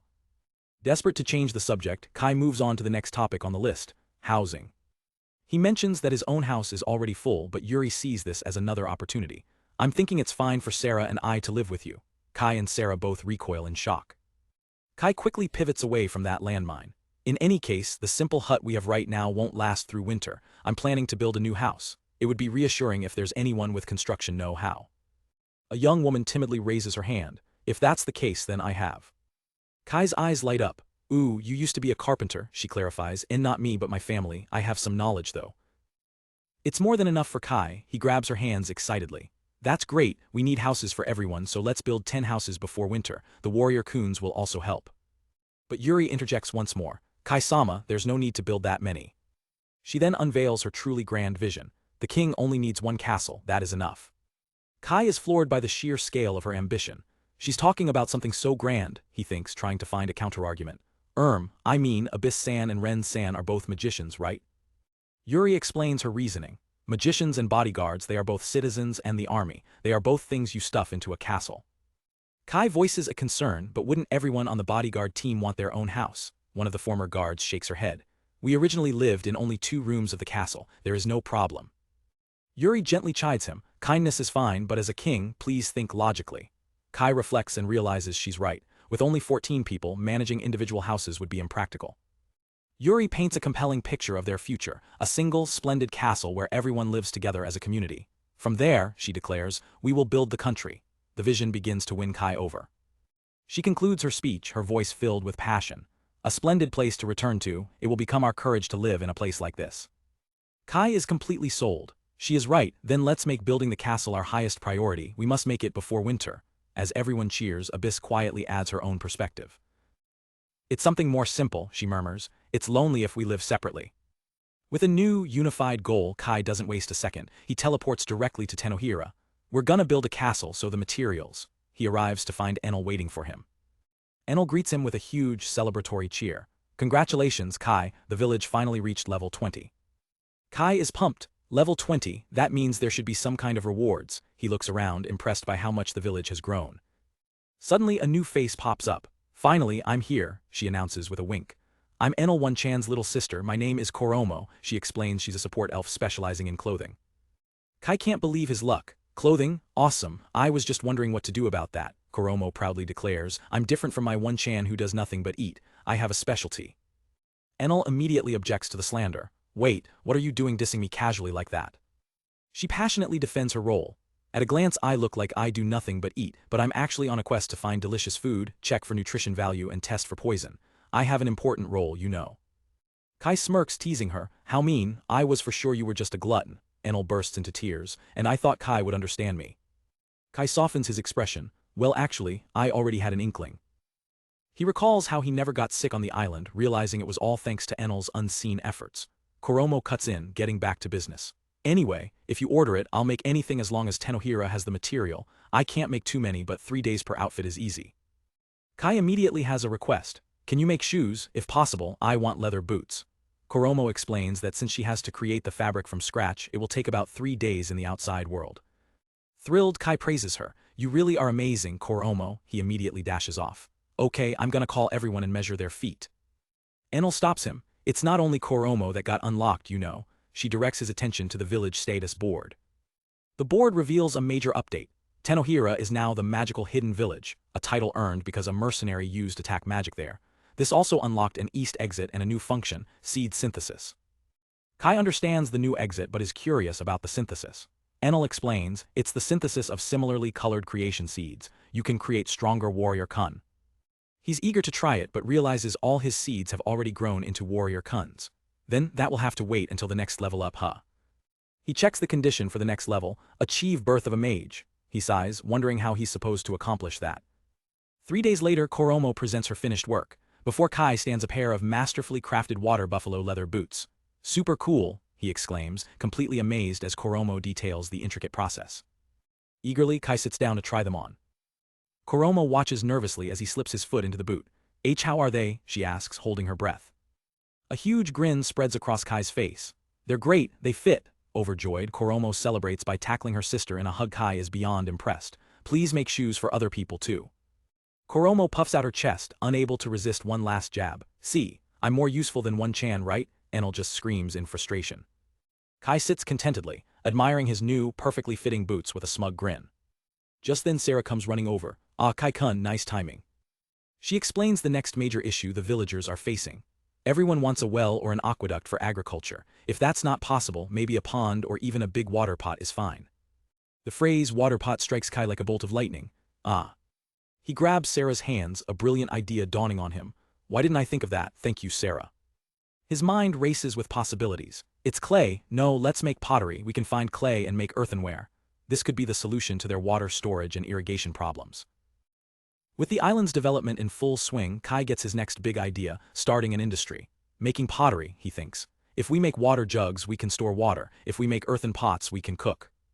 But he quickly tempers his own expectations. My knowledge from my previous life is limited to what I saw on TV. Rhea points out that they need someone with know-how, but Kai shakes his head. No, even I'm not that knowledgeable. Still, he has one ace up his sleeve. Just knowing the method to make enamel is already a lot of help. We don't have to start from scratch. The first step is obvious. First is clay, Kai muses, turning to his ever-present companion. Abyss, do you know where to find some? Abyss looks down, her voice filled with disappointment. Master, I haven't seen those things, I don't know. Kai gently pats her head, reassuring her. Well, it can't be helped if you don't know. Clay isn't exposed on the surface just anywhere. He starts brainstorming out loud, then, first up, we should look for some place that is swamp-ish. Before he can finish, Rhea raises a hand to interrupt him. Excuse me. A spark of recognition lights up her eyes. If that is the case, she says, then maybe I know a place. Following Rhea's lead, the group arrives at a riverside. Abyss asks, Master, does it look like we will find it? Just then, one of the tiny warriors emerges from the mud, completely covered. Kai examines the mud on his fingers. Yeah, but the viscosity is not quite there yet. As the warriors chatter incomprehensibly, Kai facepalms internally. I forgot to bring along Ren, who usually translates for me. What a fail. He resorts to charades, trying to describe the material they're looking for. Clay is like gooey, ash-colored dirt. One of the warriors seems to understand, saluting with a muddy hand. Kai leans in, hopeful. Think you got it. Abyss watches skeptically. Think they understood? Kai can only shrug, a bead of sweat running down his face. At least it seems like they understand my words, so no problem, probably. After searching the riverbank for a while with no luck, Kai looks towards the cliffs. If the river is no good, maybe we should try searching the cliffs. I've heard clay can be found exposed on the cliff face.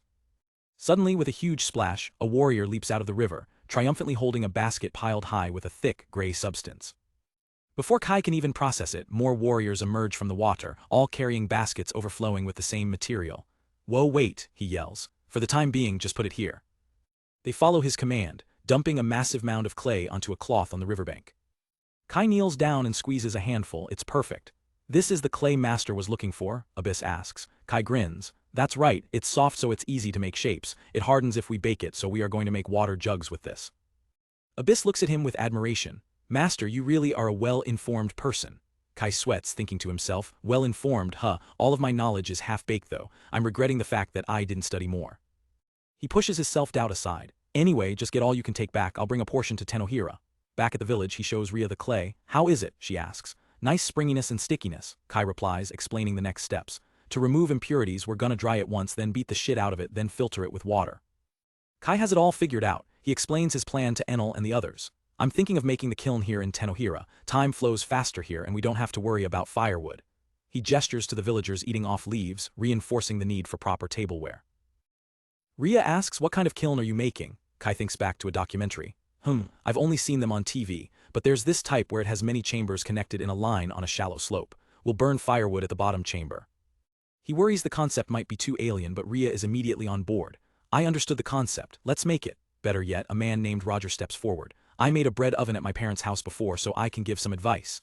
Kai is thrilled. Roger, Enel, I'm counting on you. Can you ask the villagers to help? With Roger's practical experience guiding them, the villagers enthusiastically begin construction, starting by making clay bricks. The entire community pitches in, and under Kai's direction, the structure of the first chamber begins to rise from the ground. A few days later, the monumental task is finished. A massive, multi-chambered climbing kiln, a Nabrigama, now stands proudly on the hillside. Kai wipes the sweat from his brow, a satisfied smile on his face. Well, there's no roof yet, but the main parts are completed, I guess. He knows building the kiln is only half the battle. What's important is the concept and knowledge, he thinks. Just show them an example and the villagers will do their own trial and error. He gets an idea and heads off. He finds Ren and Keed at the castle construction site, where Keed's animated toys are helping the workers. "Ah, my lord," Ren calls out, showing him the little helpers. Kai watches a stitched rabbit and cat toy move with surprising speed. "Indeed," he says, impressed, "they're more agile than I imagined." Ren and Keed smile. "Won't you play with us?" Kai grins, his new plan clicking into place. "I have something to ask you, Ren. Come with me to Tenohira for a bit." Keed's eyes light up. "Oni-chan, can I come too?" Kai happily agrees and the three of them head to the village. Upon arrival, Keed is stunned. Oni-chan's village has gotten bigger," Kai explains. "The population also increased, and we finally created the wheat fields recently." As they walk, Keed sees a mother holding her child's hand, and a wave of melancholy washes over her. Kai notices her quiet mood.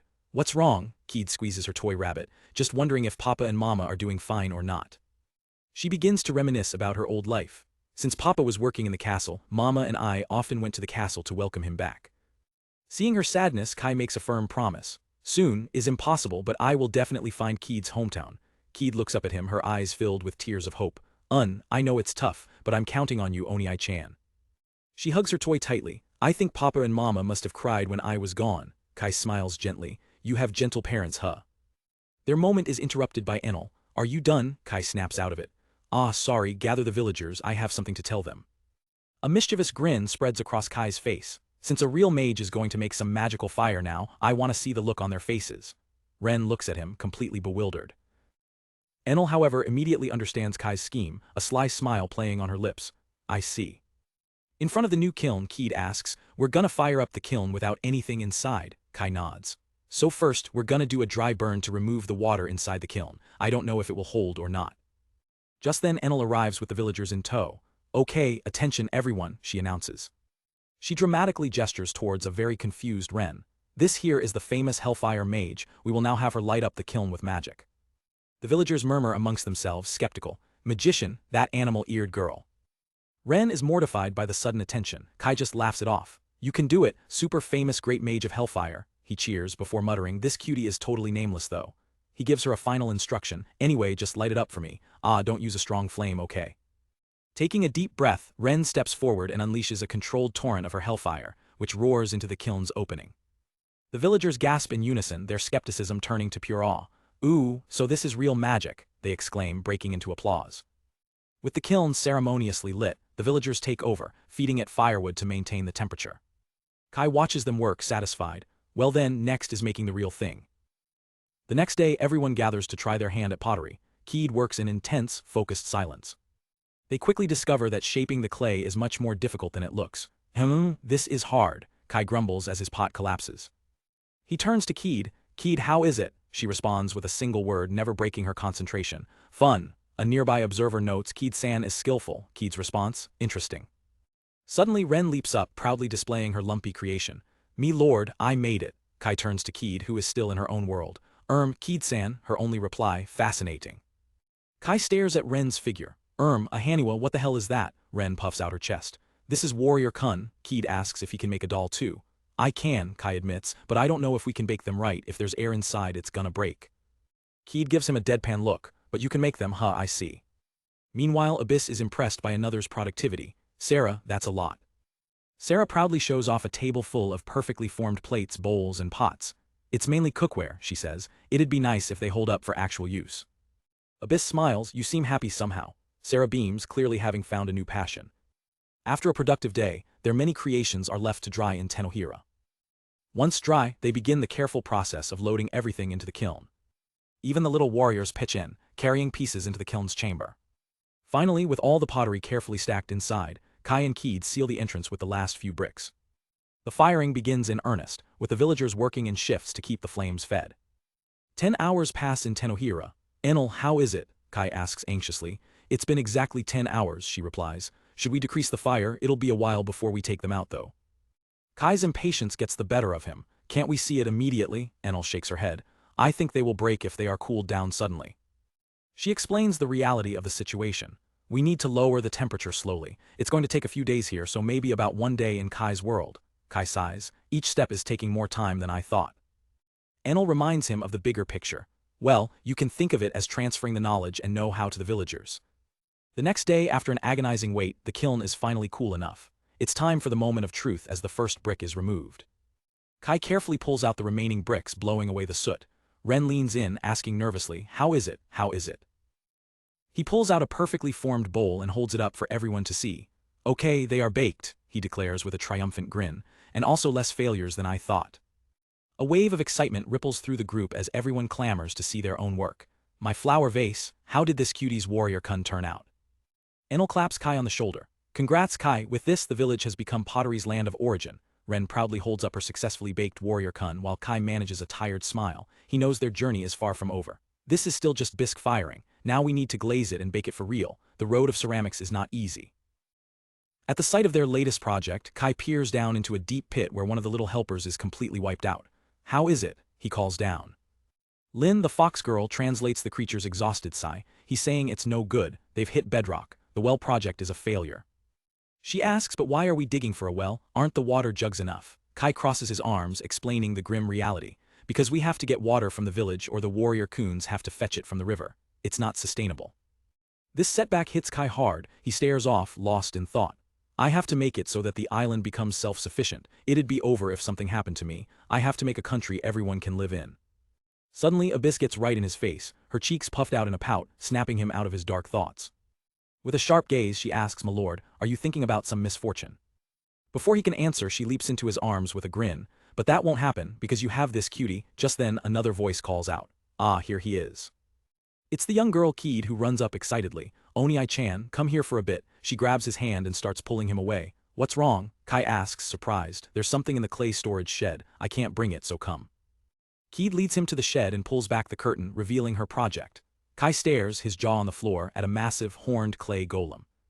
"This is a clay doll, Keed, you made it?" he asks in disbelief. She puffs out her chest with pride. "Yes, if I can make this one move, then I can help in building the castle." She points out the flaw, though, "But it would crumble easily like this, so I was thinking it would be fine if I can bake it." Kai nods, understanding her plan. "I see." He's immediately on board. "Then I'll bring it over there now. I'm counting." His sentence is cut short by Keed letting out a small cough. Kai turns back, a flicker of concern on his face. "Keed," she tries to play it cool, but she's clearly not feeling well. He leans in closer. "Are you okay? Did you catch a cold?" Keed looks away, admitting, "When I woke up this morning my throat was a little sore, it's fine." Kai decides to take her with him for treatment. He turns to Lin, patting her head. "Lin, stay with Keed, please." She smiles, of course. With the girls standing back, Kai places his hand on the huge golem and activates his power. Tenohira. In a flash of light, they teleport directly into his village, appearing right in front of a startled elf. Kai gestures to the golem. "I want to bake this in the village." The elf looks it over. "That is big, I'll ask the villagers." He worries it has a complicated shape though, but the elf just smiles reassuringly. "It's fine." Enel, one of the elder elves, approaches with a cup of tea for Kai. "Even difficult projects should be completed without fail," she says with confidence. As she pours the tea, Enel explains, "The villagers' pottery skills are progressing well, since this is a world created by Alamilla's blessing." Kai takes a sip. "The pottery industry is booming here, and for some reason, Sarah-san is really lively too and weirdly knowledgeable about cooking for a noble." Enel smiles knowingly. "I know why." She grins because most of life's joy comes from eating good food. As if on cue, Sarah's voice rings out from the kitchen area. "Ah, Kai-kun." Kai heads over to see what she needs. "Sorry, can you take out some more ingredients?" she asks. "Oh, did I forget something?" he replies. "No, I'm just making the usual," Sarah says, tying a bandana around her head. "But I'm thinking of using this chance to change our staple food." Kai's face lights up with tears of pure joy. "Finally, we can graduate from potatoes, They both share a laugh, relieved to finally have some variety. Sarah smiles warmly at him. "If you have time, won't you make it with me, Kai-kun?" He doesn't hesitate for a second. "Good idea, let's do it." They lay out a feast of ingredients, a mix of supplies from their trip to Scorpa and fresh produce grown right here in Tenohira. Looking over the bounty, Kai says, "It would be nice if we can start harvesting on the island soon, too." Sarah nods in agreement. "Right." Kai suddenly remembers their newest crop. We also have wheat flour now." But as Sarah opens the sack, she freezes. "Wheat flour, is this?" she murmurs. She explains that it's too fine and pure white, it should be coarser and have brown flecks. Kai is completely baffled. Isn't wheat flour supposed to be pure white? Sarah asks how he made it, but Kai's process was completely normal. Realizing he's out of his depth, he runs to find an expert. Enel, the elf, already has a theory. That was probably overwritten by Kai-kun's unorthodox perception. Enel explains the mind-bending truth. Because Kai from his old world firmly believed that flour is white, reality in his village literally bent to his will. Then, everything is tampered by my perception, he asks, horrified. Enel confirms, using the example of how the chickens he brought over now lay eggs that are perfectly safe to eat raw, simply because he believes they are. The weight of this revelation crashes down on him. His half-baked knowledge isn't just knowledge, it's a reality warping force. For good or for bad, I don't know how I should feel, he thinks. Kai trudges back to Sarah, his spirit completely drained. I'm back. He presents the flour again, looking defeated. Sarah-san, there's no mistake that this is wheat flour, she's just amazed by the quality. Sarah marvels at the texture. This must be some pretty high-quality product. Kai can only mutter the truth under his breath. No, it's the product of my unorthodox perception. They decide to press on anyway. Anyway, let's try making some bread, Sarah suggests. Kai grabs a bowl of eggs, then I'll crack the eggs. Sarah gives him a sideways glance. So you put eggs in bread dough where you lived, Kai-kun? She asks innocently. Kai flails, realizing his modern recipe isn't universal. Of course we don't, definitely not something like eggs. He grabs his head in frustration. My common sense is drifting away. Then a much bigger problem hits him. More importantly, we don't have any bread leavening agent. The dough won't rise. Sarah has never even heard of it, and Kai realizes she's probably talking about yeast. Neither of them knows how to make it from scratch. Their only hope is a baker's son in the royal guard, but he's currently tied up with heavy labor. Sarah shrugs. Well then, how about we make some flatbread today? But Kai isn't ready to give up. Hold on. Let me see if they have it in Tenohira. He sprints back to Enel, who deadpans, you've come by often today. Panting, Kai asks, do you have any bread leavening agent? Enel shakes her head apologetically. No, they don't make bread here. So what do the villagers do with the wheat? He asks. In response, Enel simply shows him a bowl of freshly made noodles. Kai's despair instantly vanishes, replaced by pure, unadulterated joy. I like noodles better than bread. I do, he declares, a passionate noodle lover at heart. He rushes back to Sarah, arms outstretched. Sarah-san, there's no leavening agent, let's make noodles instead. She's bewildered by his sudden change in attitude. What happened? Kai admits sheepishly, I gave in to my selfish desire. Sarah thinks for a moment, a small smile playing on her lips. Noodles, huh? Her eyes soften with nostalgia. We ate those in the streets of Scorpa. They were delicious, weren't they? Seeing his excitement, she offers, if you like those, I know how to make them. Kai's hope is rekindled. Is that okay? If it's a food that we ate together, Sarah says gently, then we should be able to make it together. The shared memory connects them, and they both smile. Kai is pumped. You're right, Sarah ties her apron. Then let's make some noodle dough. It's gonna be hard work though. The two get to work, kneading the dough with all their might. Well, Sarah does. Kai is exhausted almost immediately, while Sarah and even a small helper knead away effortlessly. While the dough rests, Kai asks what's next. Sarah holds up a clove of garlic. In the meantime, let's make some sauce. I wonder if we'll be in time for dinner. They fall into a comfortable rhythm, working together to prepare the meal. In the quiet moment, Kai asks her a question that's been on his mind. Sarah-san, how is your life now? Is there anything you lack? She turns to him with a knowing, gentle smile. Phew, can't you understand just by looking? She closes her eyes, a look of pure contentment on her face. Even if I can't use magic, I have a place to call my own. I'm no longer threatened by neighboring countries. I can cook like this. Maybe this sort of life is what I always wanted to have.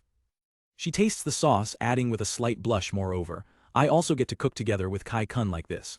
Kai gets flustered and quickly turns away. Night falls and the fruits of their labor are ready.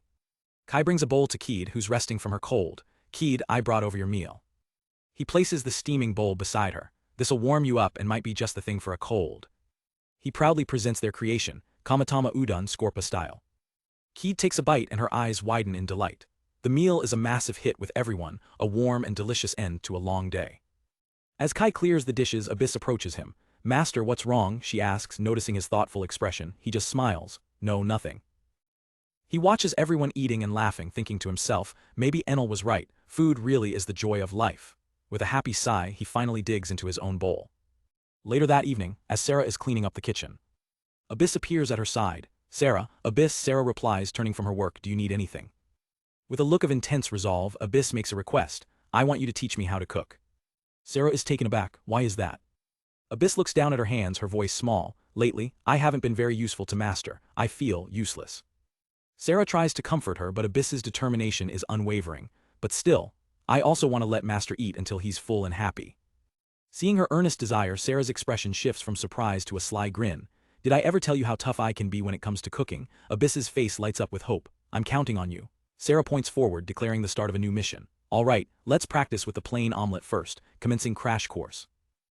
Kai inspects the newly baked clay doll. Wow, it's so dry and hard, seems strong, he says. Keed steps forward. Well then, here I go. She places her hands over the doll, closes her eyes and chants ephemeral existence. A powerful light erupts from the doll's eyes. The clay figure begins to move, its joints surprisingly fluid. Kai watches, impressed. It's earthenware, but it moves so smoothly. The newly animated golem then turns to them and gives a polite bow. Both Kai and Keed are taken aback by its manners. As expected of Keed's golem, Kai praises, and it's well-mannered too. Keed, a bit confused, asks Gold Lamp. Kai smiles and explains, in my world there was a story about an earthen doll brought to life like this. People called it a golem. Keed's eyes widen in understanding. Keed happily names her creation Gol-chan. Kai suggests a performance test and Keed eagerly agrees. Alright Gol-chan, let's start with sprinting. Ready, go. At her command, Gol-chan blasts off with incredible speed. The golem thunders across their settlement, kicking up dust as it moves at a shocking velocity. From afar, Sarah and Abyss can only stare in disbelief. What is that? Keed shields her eyes, exclaiming, whoa, it's so fast, Oni-chan. Kai is equally amazed. It seems like something that would break from the impact, but it's surprisingly tough. Gol-chan screeches to a halt right at the finish line. Goal, Keed cheers, throwing her hands up in celebration. Okay then, Kai says with a grin, for the next test, let's have it carry something heavy. Keed immediately points to a nearby massive rock. That stone, Kai looks on in disbelief. Try lifting it up, Gol-chan, Keed commands. Kai corrects her, no, that's not a stone, it's a boulder. He mutters to himself, thinking the center of gravity would make it impossible to lift. But to his utter shock, Gol-chan lifts the massive boulder with ease. He is lifting it. Kai screams internally. Keed cheers, wow, awesome. Gol-chan is so powerful. As he watches her, Kai has a sudden realization. Keed is a blessed person of a Lamilla just like me. He thinks to himself, a Lamilla's blessing is insane. No wonder their existence is concealed from the public. In the same way my pioneering is based on my common sense, he deduces, perhaps its capability is determined by Keed's logic. Since Keed believes it can, it does. Kai claps his hands together. This is great. We can count on the power of this thing. Keed, riding on Gol-chan's shoulders, smiles brightly. I'm glad I can be useful. She then declares, all right, I'll make 2 more. And so 4 months fly by. The island flourishes under their combined efforts. Keed's golems become an invaluable construction crew, helping them build their new home block by block. In the kitchen, Sarah patiently teaches a focused Abyss the art of cooking. Everyone pitches in to tend the fields, cultivating the land for a bountiful harvest. Their civilization grows, a new mark made upon the island. The once barren island is now a thriving homestead. As Kai walks back from a fishing trip, a farmer greets him warmly. Kai dono, the wheat we sowed has sprouted, the farmer says excitedly. Let's bake bread when it's ripened. Kai smiles back, I'm looking forward to it. As he walks, a voice calls out, me lord. It's been 4 months since Sarah and the others arrived, and today is a special day. Didn't I say there is a party today? I'm preparing for the feast right now. Nearby, Keed spots him and calls out, Oni-chan. I was just about to get you, Kai says warmly. You said you were ready to go, and now, finally. Our castle is now completed. He looks upon their massive, fortified stone house, a testament to their hard work. Sarah spots him from the crowd. Kai-kun, what took you so long? She teases, you're the star of the show, so you have to come first. Kai holds up his catch, sorry, I caught quite a few today. Ooh, that's a big catch. Sarah takes the basket from him. I'll prepare it at the kitchen right away. Ren curiously asks, do you go fishing at the sea frequently? Kai replies, well, occasionally. Just then Abyss walks up to him, tugging on his sleeve. Master, master. What's the matter, Abyss? He asks gently. She fidgets nervously, blushing as she struggles to find her words. Well. Finally she presents a plate of food to him. I made it after being taught, she says proudly. Eat up. Kai takes a bite, while Abyss watches with a heart full of hope and anxiety. His eyes light up. Ooh, Abyss home cooking, I'll eat it. She asks timidly, how is it? Kai's face is pure bliss. Whoa, I can't believe it's your first time cooking, it's so delicious. Hearing his praise, Abyss's entire face lights up with pure joy. I did it, she whispers to herself, overjoyed. As Kai enjoys the meal, Yuri walks up beside him. It's finally completed, our royal castle. Kai looks at their large but humble home, but saying that it's a royal castle is a bit of an exaggeration. No, Yuri replies firmly. It's important to think of this place as a castle. She looks at him with a serious expression. There is the castle and this is the country. By thinking that way, everyone will do their best. Right, we better get this party started soon, she says, pulling up a chair. Kai-sama shall have the best seat in the house, for you are our king. As Abyss serves him a drink, Kai sits down, the weight of her words settling in. The king, The leaves on the trees are beginning to fall. A harsh winter is coming soon. Looking at all the people who depend on him, Kai makes a vow. I've got to work harder from now on as their king, or so he thought. That night he walks into his bedroom to find Yuri and Abyss waiting for him on his bed. Abyss states with determination, I'm sleeping with Master. No, Yuri objects immediately. No matter what Abyss says, we must establish an order. Even Sarah is there, clutching a pillow. I'm fine with being the last in line, she says meekly. A bewildered Kai can only think what is going on here. Yuri pulls Kai into a group hug with Abyss. It's my duty to keep the Master warm, always has been and always will be, she declares. Things are different now. Kai-sama has become the king of us all. Kai panics internally. Wrong, this is not what I meant by working harder as their king. He tries to de-escalate the situation. Ren and Keed are sleeping together, so let's be happy over here too, keeping it PG, everyone's happy. My bed which Yuri prepared is also unnecessarily large, he sighs. Many people is fine, so let's just sleep normally today. Overwhelmed, Kai just pulls the covers over his head. Anyway, G-night. And just like that, he's fast asleep, leaving the girls stunned. Once he's asleep, Yuri's playful demeanor vanishes, replaced by a cold, calculating look. She thinks about his potential need for a successor. Is his goal to preserve his lineage, or to turn a child into a sacrifice for Mondial? I'm not going to play along until I know your true intention. She resolves to find out the truth. Moreover, I want to ask Kai a few more questions about several matters once again. The next day, Kai has arranged a private meeting with Yuri. As expected, you've already heard of it, he begins. About my blessing, is it? Yuri asks. Kai confirms, Sarah-san told me, but I didn't find out exactly what the blessing is. Yuri sips her tea. I see, so you prepared a room with only 2 seats just to ask me that, huh? Kai nods, that's right. I want you to tell me if you don't have any legit reason to hide it, Kai says earnestly. If it's a helpful ability, it might be of practical use to the livelihood on the island. Yuri smiles faintly. I was strictly ordered by the temple to keep it to myself, but with Mondial now gone, there is no reason to keep that promise. She leans closer, her smile turning playful. Of course I will tell you, Kai-sama. Kai senses a shift in her demeanor. Somehow it feels like a waste to just tell you without something in return, she purrs. Maybe I should get a hug in exchange. Kai is flustered but agrees. I'm okay with it, but... Before he can finish, Yuri lunges at him, tackling him in a powerful embrace. That's right, afterwards, she exclaims, ignoring his protests. She pushes him back with surprising force, slamming him hard against something solid. Pinned and unable to move, Kai realizes his back is against a wall that wasn't there a second ago. A wall. With Kai trapped, Yuri leans in and reveals her secret. My blessing is from the God of Shield line. It's the ability to raise an impenetrable divine shield. We open on a flashback to a Sunday school from a few years back, where a priest is teaching a group of children about the power of saints. A young Princess Yuri raises her hand, asking, Priest, what's the difference between blessings and magic? The priest explains, magic is a power of destruction used for war. While blessings, he continues, are miracles from the god Farley, powers that have nothing to do with war. But as Yuri recalls this in the present, she knows that's not the whole truth. Back in the present, Yuri leans into Kai, a sly smile on her face. This is my blessing, she whispers, a surprisingly combative one. It comes from Line, the god of Shield, and it creates an invisible, impregnable wall around me called the War Maiden's Sanctuary. Kai realizes she used this same power back when they were huddled together in Scorpa. Kai looks around the confined space. But isn't the range a little small, he asks, confused. Yuri's expression flips to a cheerful grin. Oh, I can definitely make it bigger. Her voice drops to a seductive whisper as she presses against him. But I made it small on purpose, to seduce you, Kai, and I won't let you escape. She giggles, clearly enjoying Kai's complete helplessness. Suddenly her eyes dart towards the doorway. Oh, and here comes the perfect test subject. It's Abyss, who has just walked into the room. Abyss, Kai calls out, but his voice doesn't reach her.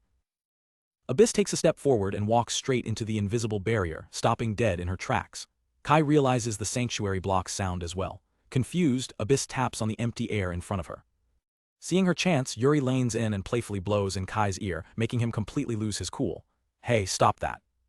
From Abyss's silent point of view, it just looks like Kai and Yuri are having an intimate moment. Not knowing what else to do, she gives them a confused thumbs up. Kai can see the utter confusion on her face. She has no idea what's going on. Yuri smirks. Oh, so you're fine with this as long as no one can see, she teases. That's not what I meant, Kai retorts, but his words are lost on Abyss. Seeing Kai seemingly trapped and being teased, Abyss has seen enough. Her expression hardens as a powerful aura erupts around her. She unleashes a devastating punch, slamming it right into the invisible wall with a deafening bang. The impact sends shockwaves through the air, but the sanctuary holds firm, not even a crack. Undeterred, Abyss continues to hammer her fists against the barrier, desperate to get to her master. Yuri scoffs, completely unconcerned. Don't worry about it, the War Maiden's Sanctuary is immune to all physical and magical attacks. Kai slams his hand against the inside of the wall. You don't get it, Abyss thinks I'm in danger, cancel this thing now. I'm not worried about your stupid barrier, he yells. I'm worried about her. He watches as Abyss, looking increasingly distressed, keeps trying to break through. Yuri, stop it, don't you see how much this is hurting her, he pleads. For a moment, Yuri seems to consider it. But the temptation is too much. Just a little longer, she says, pressing closer again. I won't get a chance like this again. Fed up, Kai decides to take matters into his own hands. He tries to activate his teleportation magic, Tenohira. But nothing happens. His magic is completely nullified inside the sanctuary. Seeing him truly trapped, Yuri leans in close, her lips just inches from his. Just then the entire building begins to shake violently. Outside, Abyss has given up on punching and is now charging a massive magical blast, ready to vaporize the entire house. Yuri, Kai shouts, she's going to destroy everything. I'm serious, stop this now. He grabs her shoulders, his voice booming with authority as he uses her full name, Yuri Cecile. His tone cuts through her playful mood, and her eyes widen in shock. She sighs, a blush creeping onto her face. Looks like I have no choice. With a soft whoosh, the War Maiden's sanctuary dissolves into nothing. The instant the wall is down, Abyss lunges forward, crying out, Master. She tackles him in a bone-crushing hug, squeezing all the air out of his lungs. Catching his breath, Kai reassures her, I'm okay, thanks. Abyss looks at him with pure concern. You looked like you were in trouble, so I. Yuri watches from the side, clicking her tongue. You're way too overprotective, Abyss. She continues to lecture her. If you keep acting like that, Kai will get tired of you. Yuri, Kai snaps back, annoyed. But just then, Sarah chimes in from the doorway. Kai, you're also to blame here. Yuri launches into a lecture. Magicians are a country's combat power, they are assets that must fight on the front lines.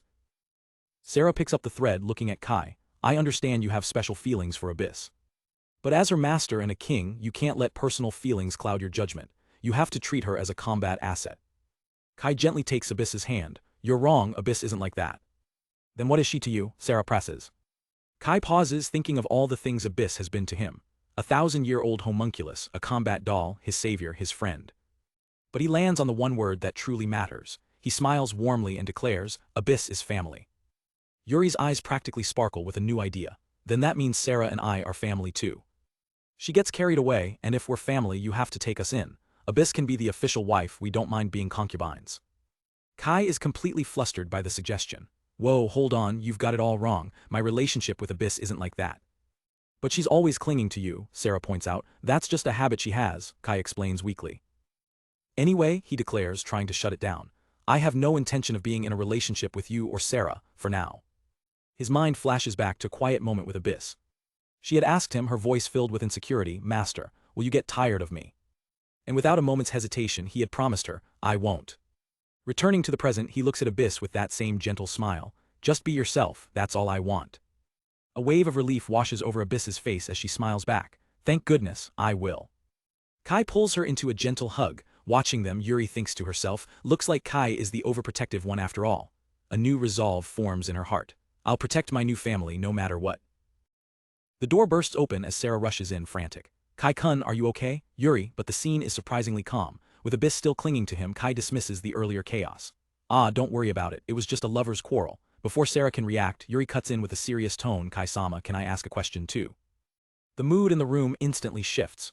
Yuri's gaze is intense as she asks the one question that's been on her mind, about your blessing. Yuri begins to lay out the facts, her expression serious. I've never heard of a power that creates a village which only you yourself can enter. Furthermore, she continues, listing his impossible feats, it can produce unlimited food and water, even materials to build the castle. And you moved us instantly from Scorpa.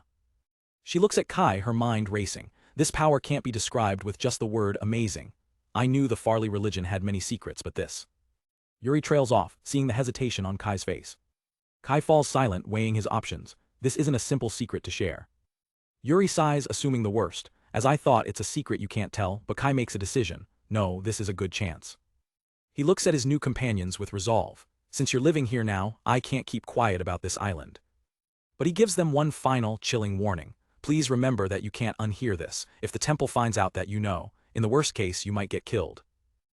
The air grows heavy with tension, as the truth is about to be revealed. Kai takes a deep breath and finally says the name. The god that I received the blessing from is Alamilla. The name is unfamiliar to Yuri and Sarah, but they listen intently, sensing its importance. They both tense up, bracing themselves for the revelation to come. Kai explains the dark secret of the church. I don't know what kind of god they are originally. What I know is that the temple designated them as an evil god. Even inside the temple, only a part of the priests know about them. He delivers the final, horrifying piece of the puzzle, and the children that received Alamila's blessing get exiled to this island. That's the story. The bombshell lands. Yuri and Sarah are in utter shock. Evil god, this island. Then Kai-sama, you were? Yuri asks, the grim reality dawning on her. Yeah, Kai confirms. I was captured right in the middle of the ceremony and got thrown away here on this island. He looks out the window towards the now peaceful landscape. Originally, this island was rampant with monsters, so I and Keed should have died right away, like the other children that were thrown away before me. Keed-chan too? Sarah asks, horrified. Yuri adds, speaking of which, that kid's power is also interesting, like making dolls move. No, Kai cuts in sharply, his expression intense. It's not something on that level. He reveals the true nature of her ability. That's extraordinary. She can literally give lives to dolls and golems. Kai begins to break down the conspiracy, but something's strange. The main god Farley and his 13 subordinate gods, or so was the belief, to think that there is an evil god amongst them. Hear me out on that. He explains the official religious doctrine. What the temple publicized were 10 gods. In my father's books, who was a priest, there are the names of another 7. But the last 3 were deliberately hidden. They weren't even in my father's books. Kai lays out his theory. Whether Alamilla is one of the last 3 or totally unrelated and just got designated as an evil god, I don't know. Yuri crosses her arms, considering it. Probably the latter. Yuri's sharp mind analyzes the situation. They even go as far as to hide the evil god's existence by exiling children, so it's probably not one of the 13 in the story. She takes a sip of her drink, contemplating the dark secrets of the Farley religion. There were a few temples in Mondial, she muses, and they took root in the people's daily lives. To think they were doing something like that. The pieces click into place for Yuri. They deliberately only hold the blessing ceremony in big towns, so that they can find and exile any kid who has Alamilla's blessing. Kai nods grimly. That's right. If you want to get them all in one fell swoop, then it's fastest to gather them up. Kai reveals who carries out the temple's dirty work. The one making the judgment is probably the black-robed priest called an inquisitor. Yuri jolts with a sudden memory. Wait a minute, certainly. There was someone like that during the ceremony, I think.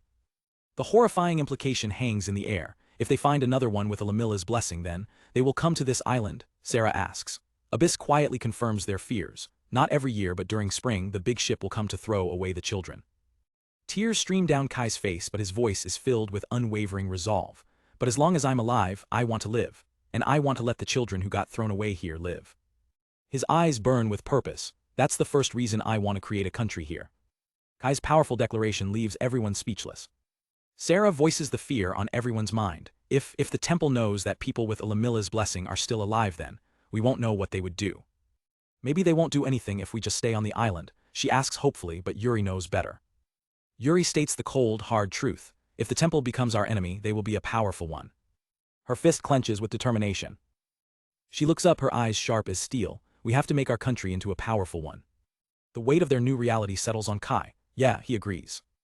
Later that night, Kai finally gets back to his room and collapses on his bed, exhausted. A powerful country, huh? He mutters to himself. A memory of his past life flashes before his eyes, weak and helpless in a hospital bed. If you're weak, you can't even assert your right to live. His resolve hardens. I won't have any regrets this time. His thoughts are violently interrupted as Abyss and Ren pounce on him. Dazed on the floor, Kai sputters, Abyss. Why? Abyss simply states Yuri did it.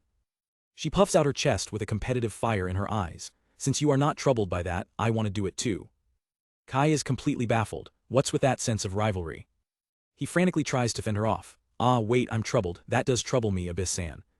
After the brief struggle, Kai is left panting and defeated on his bed. Abyss leans over him, her expression suddenly serious. Master, I will protect you from the monsters, from the people on the ship, from Yuri too. Kai can't help but laugh softly. Thanks, Abyss, that's reassuring.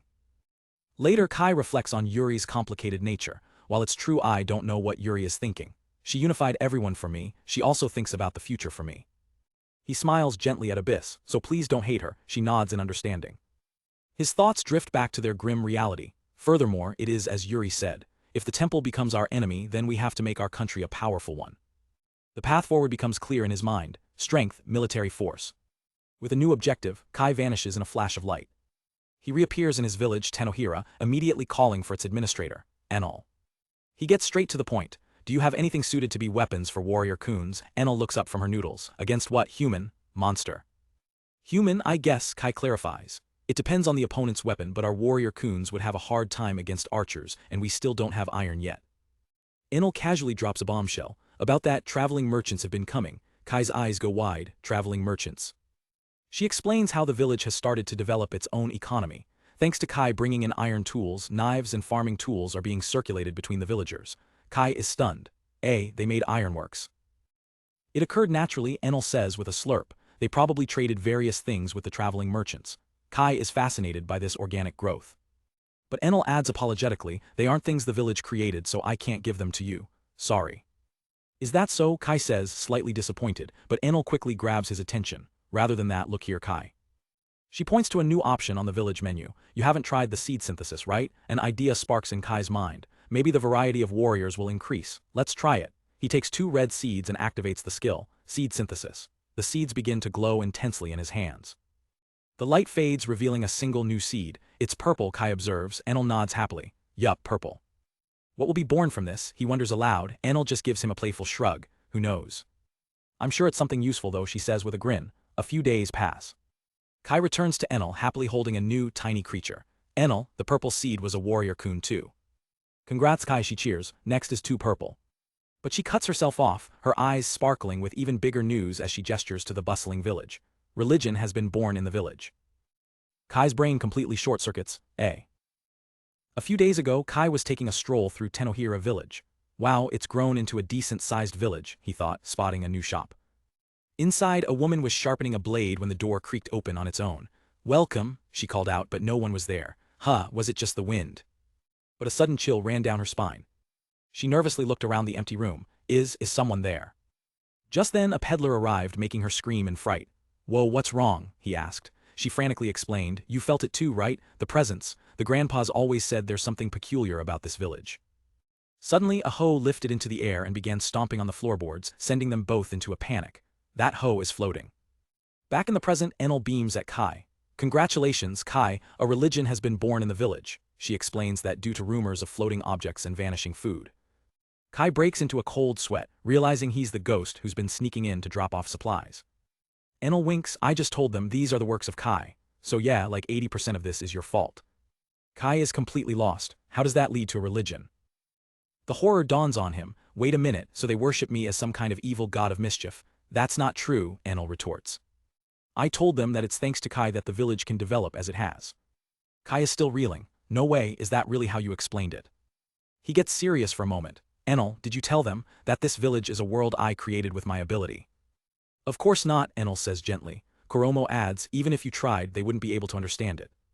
Seeing his troubled expression, Enel asks, what's wrong? Kai looks out at the villagers, a sense of responsibility washing over him. It's better this way, I just want them to live their lives without knowing the truth. He voices his deepest fear. If I die, this village will disappear too, won't it? Enel quietly confirms, yeah, it will. But Enel and Koromo immediately rally behind him. Then you have to do your best and live a long life, eat lots of yummy food, they declare, and we will support you as much as we can. Kai realizes their fates are all intertwined. As he watches the crowd, Enel points out, look, the unveiling ceremony of the statue is about to begin. The cloth is pulled away to reveal a ridiculously buff warrior coon statue. Kai's jaw hits the floor while Enel just smirks. Speaking of which, Kai stammers, this religion, it worships me, right? Enel nods. Of course, I even told them what you look like. He's the god of creation who brings us things we lack, she explains proudly, and sometimes he comes to play pranks. All Kai can do is sigh, yeah, that's about right. Watching the villagers pray, Kai reflects on the irony. I was banished because of the tenets of a faith, and now I've become an object of faith myself. Meanwhile, back on the island, a warrior kun is hard at work chopping wood when his stone axe shatters. He looks on sadly as Kai sighs. I guess even a stone axe isn't durable enough for a warrior kun. Sarah adds, the royal guard San also said he wanted an iron sickle for harvesting wheat. Kai frowns. It's a shame I can't just bring over the ironwares from the village. Even if we can get wood from Tenohira, he says, looking around, I'm looking to develop ourselves to the point where we can be self-sufficient. We need to expand our farmland and secure plenty of firewood for the winter's hearth. The winter on this island is really cold, Kai warns, making Sarah gasp. Is it going to snow? Abyss looks worried. It's not actually going to snow, right? That night the air grows cold under the strange moons. Kai shivers in his bed. The nights are starting to get chilly. Just then his door opens. It's Abyss. Master. Abyss, Kai says, surprised. She steps closer. If you're feeling cold, I'll warm you up. Kai waves his hands frantically. We went to the trouble of giving you your own room. It's not good to sleep together all the time. Abyss puts a finger to her lips, a slight blush on her cheeks. But, I'm the master's fine futon, right? Kai buries his face in his hands. Stop bringing up my embarrassing statements. Abyss's tone shifts as she grabs his face. Besides, master might suddenly die. I'm not that weak, Kai protests, probably. Desperate to escape, he scrambles out of bed. Anyway, I'll go and briefly check up on Koromo's winter clothes, so it's okay to sleep in your own room for today. Before she can protest, he yells the trigger word, Tenohira. And just like that, he vanishes. He materializes in the village, immediately asking a surprised Koromo, do you know what a dotra is? Back on the island, Abyss is left standing alone in his empty room. With a frustrated sigh, she flops onto his bed. In Tenohira, Kai is greeted by a celebrating Enel and Koromo. Congrats Kai, we're level 25 now, hip hip hooray. Kai smiles, a quarter of the way to 100, he asks, any new stuff unlocked? Enel checks the notice board. TV it says here. And sure enough, sitting in Enel's house, is a modern flat-screen TV. Kai stares in disbelief. Seriously, it's a TV. Yup, that's a TV. But why is it at your house, Enel? Kai asks. Does this allow us to watch programs from Earth? He wonders. Enel, flipping through the manual, shakes her head. Nope, that doesn't seem to be the case. Apparently, she reads, it allows us to see the place where Kai activated his ability. Kai's eyes go wide. For real. This was it, a way to overcome one of Tenohira's greatest weaknesses. Enel is ecstatic. Now I can see what's going on in the outside world too. She holds up the remote with a wicked grin. Finally. It's as if I got the prime, unobstructed view to everything, she declares. Especially when Kai does something naughty, Kai is horrified. This is a double-edged sword, he thinks, but it's too late. Enel is already mashing the power button. The screen flickers to life. It shows his bedroom. That's cause I came here just before I went asleep, Kai explains, as Enel marvels at the size of his bed. On the screen, Abyss is lying sprawled out on the bed. Enel points, and that's Abyss-chan, right? She's not sleeping, it's like she's just waiting for you. Enel's eyes narrow as she deadpans into the remote's microphone, perfectly mimicking Abyss. I'm, Master's, futon. Koromo turns beet red as Kai collapses from second-hand embarrassment. Enel turns to Kai with a sweet, menacing smile. You should go. And spoil her, she says, clutching the remote. I'll be looking forward to it. Kai sighs, completely defeated. You're already in spectator mode, huh? Well, as long as you're having fun. He teleports back. I'm back, he says awkwardly. In an instant, Abyss transforms into her stunning adult form and launches herself at him, wrapping him in a passionate embrace. Back in Tenohira, Enel and Koromo watch the show. Koromo's heart is pounding while Enel smirks, victorious. Meanwhile, Kai is tucked into bed with the adult Abyss, feeling her warmth. As always, thank you, Abyss-chan. 2 years have passed. From the top of a massive tree, Kai surveys the island that has become his home. It's been 2 years since I came to this island, he thinks, but I still haven't been able to explore the northern side at all. He looks down at their settlement. The orchards and wheat fields are doing well. Onions, turnips, and garlic are also beginning to sprout. Despite their progress, he crosses his arms, a serious look on his face. But we still have a long way to go. The lack of any real entertainment means our development is still lacking. To expand their reach, Kai prepares to set a new warp point, driving a glowing stake into the thick tree branch. He hands another stake to one of the warrior coons. I'm coming down, so put this stake in the ground below. With a shout of Tenohira, Kai activates his teleportation magic. The little warrior coon expertly slides down the massive tree trunk, stake in hand. With a loud clang, it slams the new east warp point into the ground, securing it. After teleporting, Kai immediately spots Sarah. Sarah-san, she looks pale and weak, trying to apologize. Sorry, it's about the ingredients for lunch so. Kai rushes to her side, feeling her forehead. You're really hot, your complexion doesn't look good. Sarah stumbles. Maybe I'm a bit lightheaded.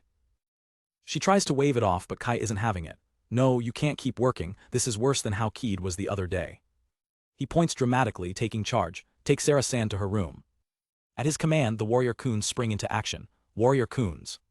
Moments later, Sarah is tucked into bed, feverish and asleep, as 2 warrior coons dutifully watch over her. As Kai steps out of the room, he's met by Keed. Oni-chan.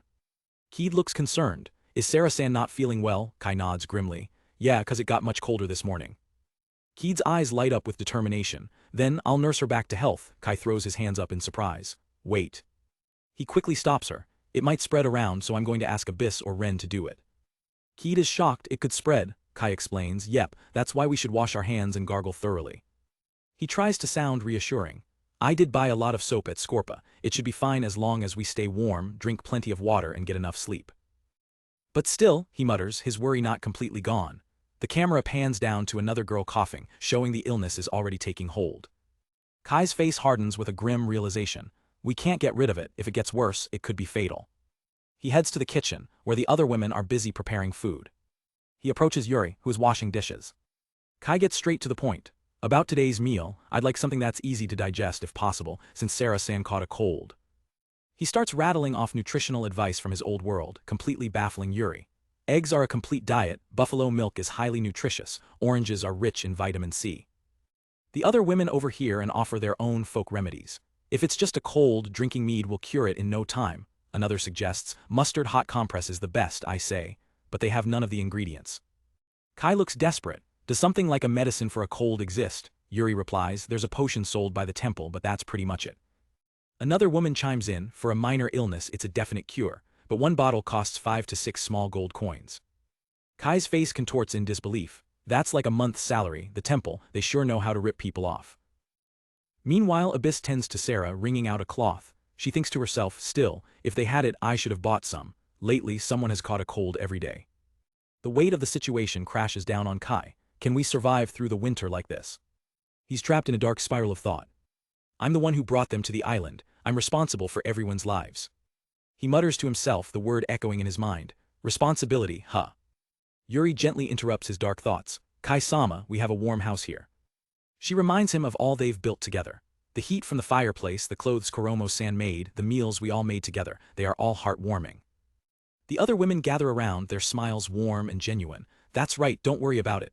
Thanks to Kai Dono, I'm no longer afraid of winter. Yuri adds, it's all right, everyone will survive. As Kai's mood lifts, Yuri's turns serious. Overwintering is also important, but when spring comes we need to focus on our military power. Kai is taken aback. Military power, huh? She leans in, her voice low. Even if we live in hiding on this island, one day we'll be discovered, and if that happens, wouldn't that be a one-way slaughter? Kai's expression becomes grim as he processes her words. Certainly, we need to properly develop our defensive capability. Yuri looks away, the pain of her past evident. Since my country was destroyed due to lacking military power.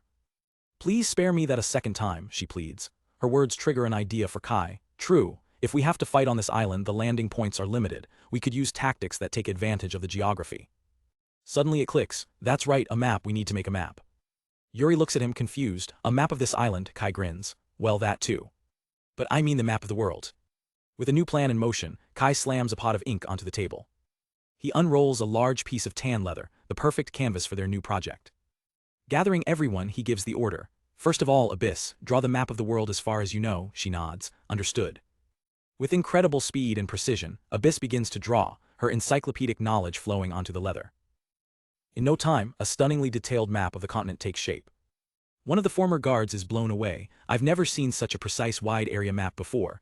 Abyss points to a small spot. Here is the island we're on. She then traces a line to the mainland. And here is Scorpa, the town we went to the other day. Yuri points to the surrounding area with a grim expression. Mondial territory was around here, but it's the imperial territory now. Kai asks the critical question. And where would the empire be? Yuri replies, I'm not sure how far they've expanded their territory. She gestures across the map. All of this around here is the empire. Kai crosses his arms. Most of the western continent, huh? Kai turns to the group. Do you know which countries produce iron or trade in it? One of the former guards lights up with a memory. That reminds me, didn't a merchant of the Magni Federation come to us for an iron negotiation? I overheard their conversation when I was escorting the Prime Minister. She points to a location on the map. The Magni Federation is around here, straight south of our island. Kai's eyes gleam with purpose. Our next destination, the Magni Federation. He then turns his attention to Keed. Does anyone know where the Kingdom of Laverda is? The group falls silent. Yuri shakes her head. No, I don't think they were ever trading with Mondial, my apologies. Keed's face falls, her hope crushed in an instant. Sometime later, the mood is somber. Kai finds himself by the shore, inspecting a newly constructed, larger raft. Keed approaches him with a plate of food. Oni-chan, this is for you, he thanks her, then gestures to the boat. It's bigger than the last one. This time, Ren will also be coming with us, but it's still completely lacking in safety features. Tears well up in Keed's eyes as she begs him, please take me. With you, I'm sure I'll be useful. Ren looks at Kai sympathetically. My lord, I think Ki-chan wants to find her family on her own. Can you do something about it? But Kai knows the raft is too dangerous for her. A clever smile spreads across Kai's face. But I can show you the city. Keed is confused. How? Kai holds up 2 fingers. There are 2 stakes in the pioneering village. He explains his brilliant plan. One on the island, and if you plant another in the city after crossing the ocean, you can go back and forth between the island and the city via Tenohira. It's a port city, so there might be some information about Keed's hometown. Keed's face breaks into a radiant, tearful smile. Thank you, Onii-chan, that's plenty, I'll be waiting for you. Determined, she turns to Ren. I have to do what I can to help. Her thoughts drift back to Sarah's illness and the cold morning. An idea begins to form. Stay warm, bath. She turns to Ren, her eyes sparkling with inspiration. If I made something like a big warm bath, would everyone like it? Ren is instantly intrigued. A bath. Ren is thrilled with the idea. That's a great idea. This cutie has never used a proper bath before. You've only been bathing in cold water, haven't you?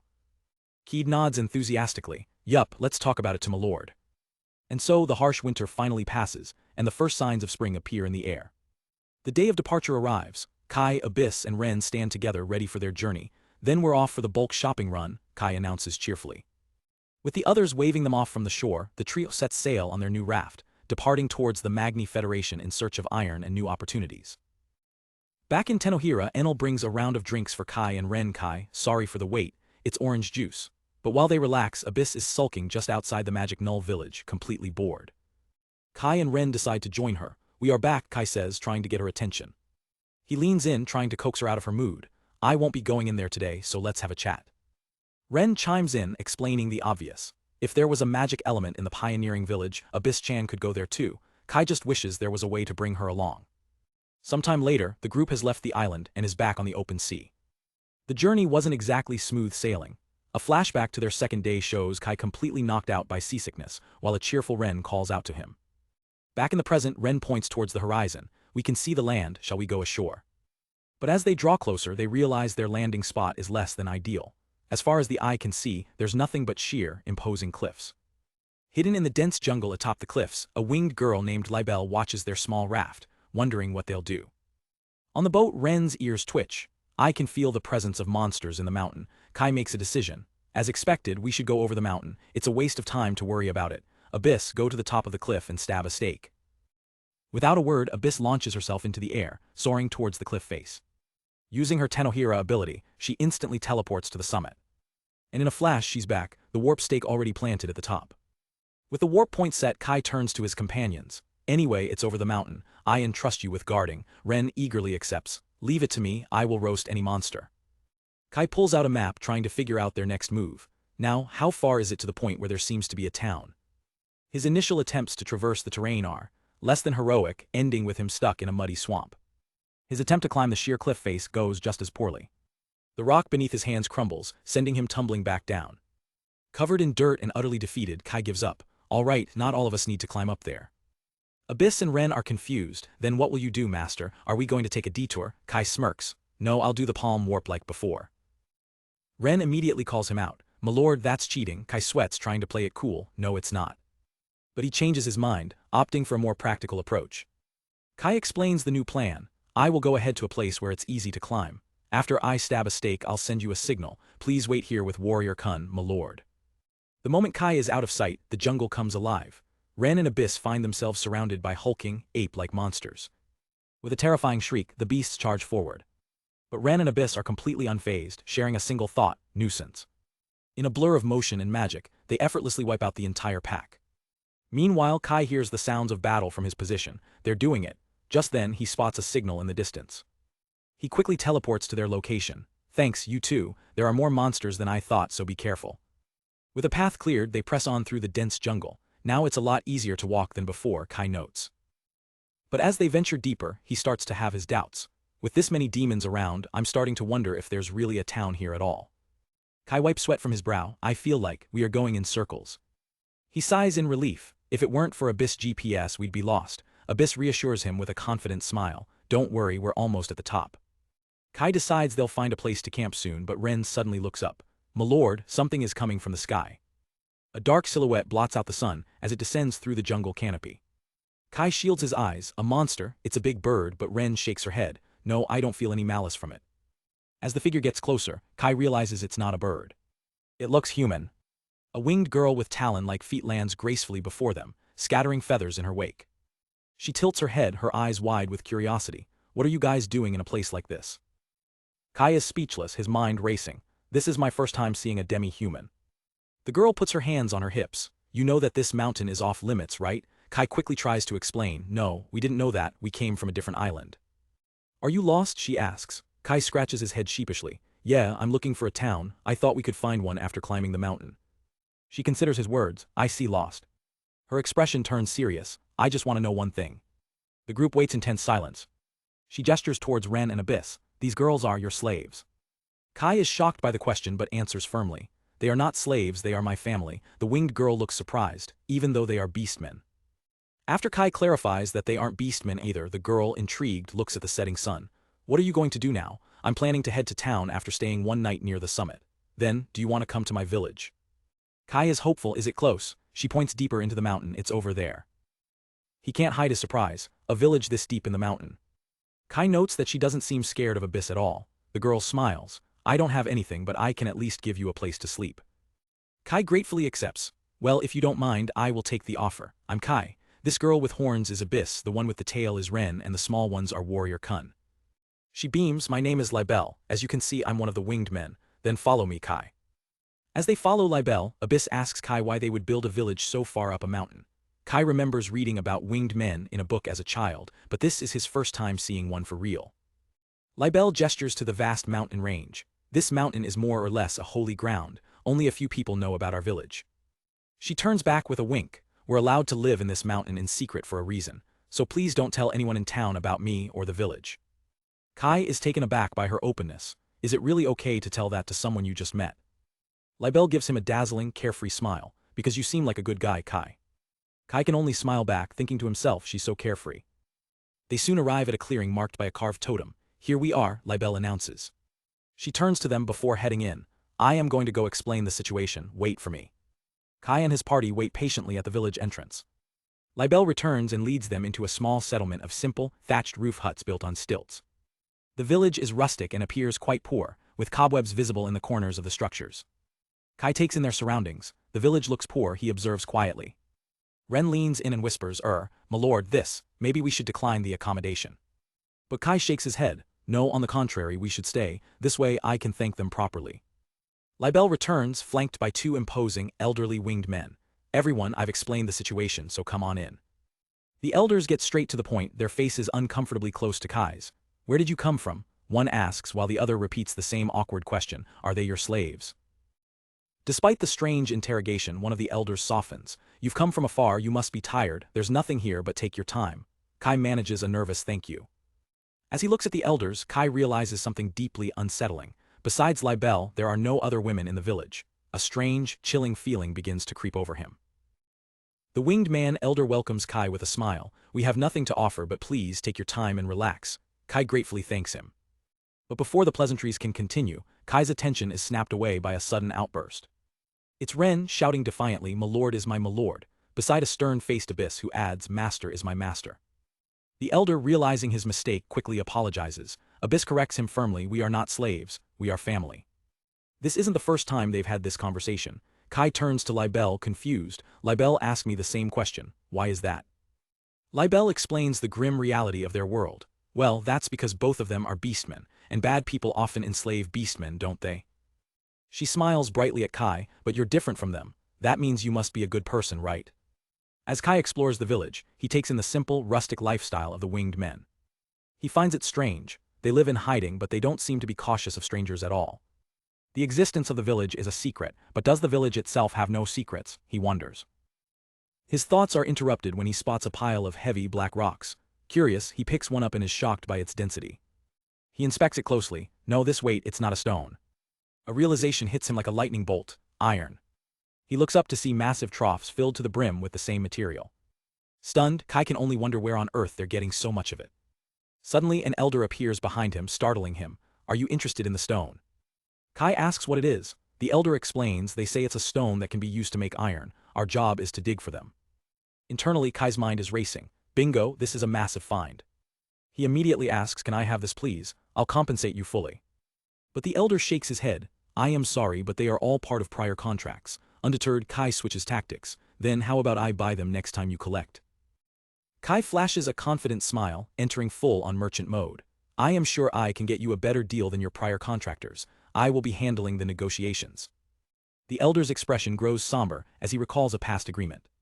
He bows his head apologetically. I am sorry, we have a promise, I don't know when the next time will be. Kai's business hopes are dashed, leaving him to ponder their situation. Later back in their hut, a question nags at him. Why are they living like this when they are trading so much iron? He muses aloud. Just then Libelle enters with a pot. We already prepared dinner so it's okay, Kai says, trying to be polite. Libelle looks downcast, but I prepared it for you, it's just porridge though. When they see the meal they're shocked. It's less like porridge and more like thin, watery gruel. Despite the poor quality, Kai forces a smile and thanks her, not wanting to hurt her feelings. Seeing how little they have, Kai makes a decision. Why don't you join us, Libelle-san, we also brought some food with us. He pulls out a large potato from his island. Libelle's eyes go wide with pure joy. Whoa, it's a potato, is that okay, can I really have it? She takes the gift with trembling hands. Thank you, I will share it with everyone. With a triumphant cry, she runs off to share the bounty with her village. Kai watches her go with a weary smile. I'm glad we didn't bring Keed. Ren adds, even though she's like that, she is already an adult. As they eat the thin porridge, Kai notices Ren watching him, but he eats it without a word of complaint. He would later recall the porridge I ate that night. It tasted salty. Later that night under a starry sky. Kai is fast asleep when he feels a gentle shake. It's Abyss, Master, wake up, someone is coming. A small figure appears at their window. It's Libelle whispering urgently. Excuse me, sorry to interrupt your sleep, but wake up. A groggy Kai sits up. What's going on in the middle of the night? Libelle explains that she and her father have arranged a ride for them to the nearby town. She reminds him, like I said yesterday, this mountain is off limits to humans, and there are people from the town at the entrance. If you go down normally, you might get interrogated. Our existence is also kept secret from the people of the town. Understanding the danger, Kai agrees. Before leaving, he reveals a parting gift, a massive pot of cooked potatoes he prepared in Tenohira, ensuring the villagers won't go hungry for a while. They follow Libelle outside to meet their unconventional transport. Libelle gestures towards two giant birdmen holding a large sling. Then get on this, it will be a bit shaky. Kai stares at the sling, a sense of dread washing over him. Don't tell me. In an instant they are launched into the night sky. Kai is absolutely terrified, screaming as they soar high above the ground, while Ren and Abyss are having the time of their lives. The trio hurtles through the air at incredible speed. After landing, a pale and shaken Kai tries to recover while Ren and Abyss laugh. It was fun, Abyss exclaims. Ren just calls him a scaredy cat. Libelle winks as she says her goodbyes. Then goodbye, Kai, don't tell anyone about us, okay? He quickly agrees. Kai thanks her sincerely for her help. Waving farewell, Libelle points them towards their destination. The town is just over there, take care. As she flies away, Kai yells after her, I left behind a gift in the house I rented. I hope all of you will enjoy it. Following her directions, the group soon arrives at the towering gates of the town of Zax. Inside, the city is bustling with life. Ren and Abyss pull up their hoods to conceal their beastman features as they take in the sights. Riding into town on a cart, Abyss asks what their first move is. For Kai, the answer is simple. First of all, let's fill our belly. They've successfully made it into the city. Kai immediately finds a food stall. Uncle, 2 meatballs please. As they eat, he notices the massive crowds. There are a lot of people, is it some kind of festival? The vendor laughs, no, it's always like this. He explains this place, Zax, is one of the 4 great pilgrimage sites of the Farley religion. Pilgrims come from all over the world every day. Seeing an opportunity, Kai asks, actually, we are peddlers. How do I set up a store in the marketplace? The vendor shakes his head. Traveling merchants can't set up shop here without permission. If you have goods, go to the trading guild, he advises. That's where they're buying. But the market price is fixed, so you won't be able to negotiate. Kai thanks him for the info, his mind already working. A government-controlled market complicates his plans. If I can't join the marketplace, he decides, let's start collecting information now. A new plan forms in his mind. Yes, I'll call her. He leads Ren and Abyss to a secluded alleyway, so please act as a curtain. He activates his warp ability. Ren and Abyss hold up their cloaks, shielding him from view. In a flash of light, Keed appears, looking around the new city with wide, curious eyes. Kai smiles, how is it, Keed? She beams back at him. It's awesome, Oni-chan. It's been a while since I've been to other places besides the island. I heard this town is called Zax. Does it look familiar? He asks gently. Keed looks around but shakes her head. Kai remains optimistic. This place has a lot of tourists. There might be someone who knows something. Let's ask around for any information that leads to Keed's hometown. In the bustling marketplace of Zax, Kai's group sets up shop. He gives a quick order to Ren, don't let the water buffalo and sheep escape. She confidently replies, don't worry about it, as she calmly communicates with the animals, much to the amazement of onlookers.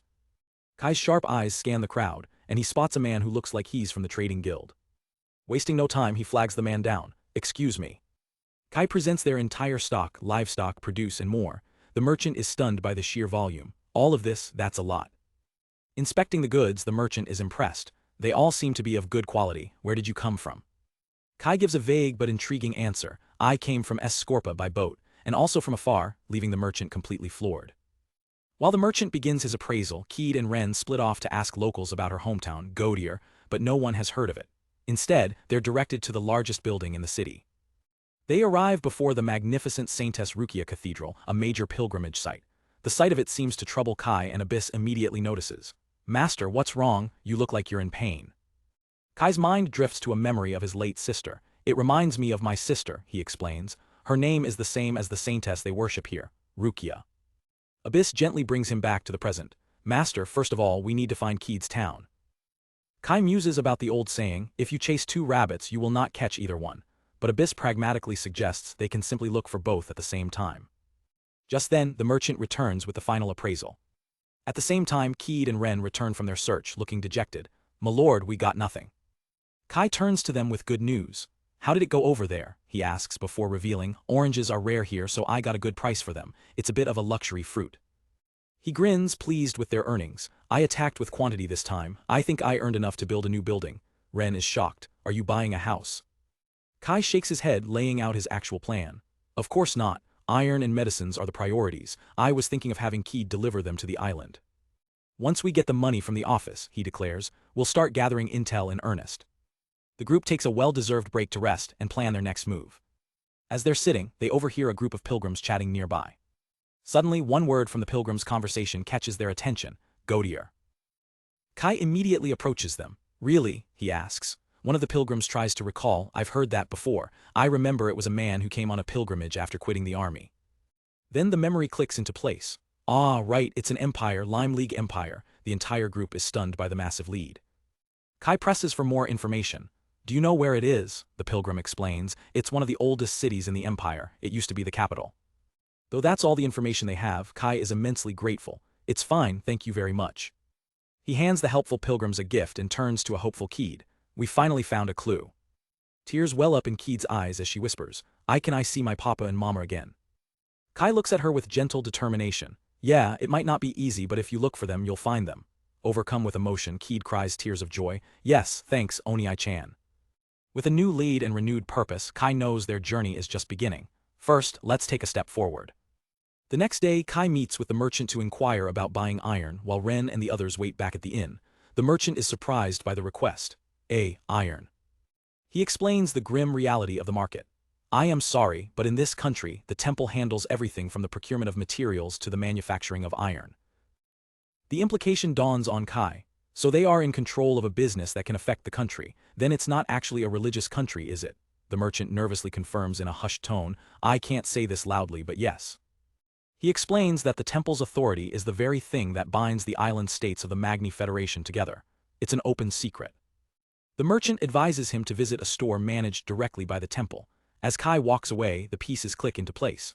Sounds like the temple is the one who is buying iron from the winged men for a very low price. The temple is playing dirty after all. He formulates a plan. Then I just need to know where you're getting them. Knowing it's too risky, he decides to leave Abyss, who looks like a demon, at the inn. Kai approaches some temple officials, feigning ignorance. I'm looking for material, he says with a smile. They brush him off, telling him to go to a blacksmith. When he persists, one of the guards shoves him violently to the ground. Sprawled on the cobblestones, Kai wonders what to do next. Just then, the sound of an approaching carriage draws his attention. He immediately recognizes it as a temple wagon. The guards who pushed him seem pleased by its arrival. Oh, it's finally here. Go tell the bishop Sama. Kai watches intently from the ground. His eyes widen as he spots something familiar through a gap in the wagon's curtain. That jar. There's no mistake. It's the one that I left at the village of Libel as a gift. Beside it are sacks filled with ore. Then that's the iron from the winged men. The bishop himself emerges to inspect the harvest, confirming Kai's darkest suspicions. Kai's expression hardens into a mask of cold fury, and he takes off at a dead sprint. He bursts back into their room at the inn, startling Ren. Ren starts to complain about being bored, but Kai cuts her off urgently. Ren, now is not the time for this. Ren quickly activates the TV, tuning it to spy on the bishop's location. All right, bingo, a shadowy image of the bishop and his subordinate appears on screen. They listen in as the subordinate reports, "The birds are being noisy about telling us to return the hostages." The bishop sneers, "So when is the deadline?" The subordinate replies, "It's next month." They don't seem to realize that they are being lied to. They are not well nourished, so this is their limit. The bishop smirks, "So we can still squeeze them out, right?" His subordinate then asks, "So are you going to show them the hostage?"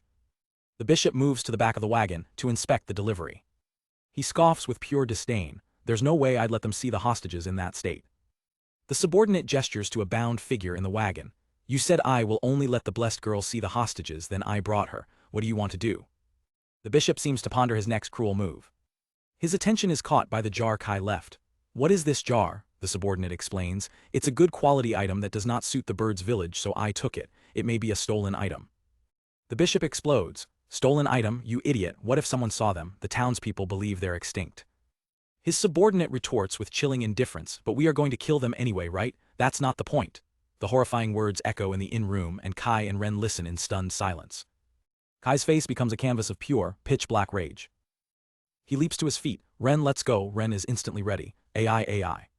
As they race through the streets, Kai's fury boils over. "Damn those temple bastards, what a bunch of crap."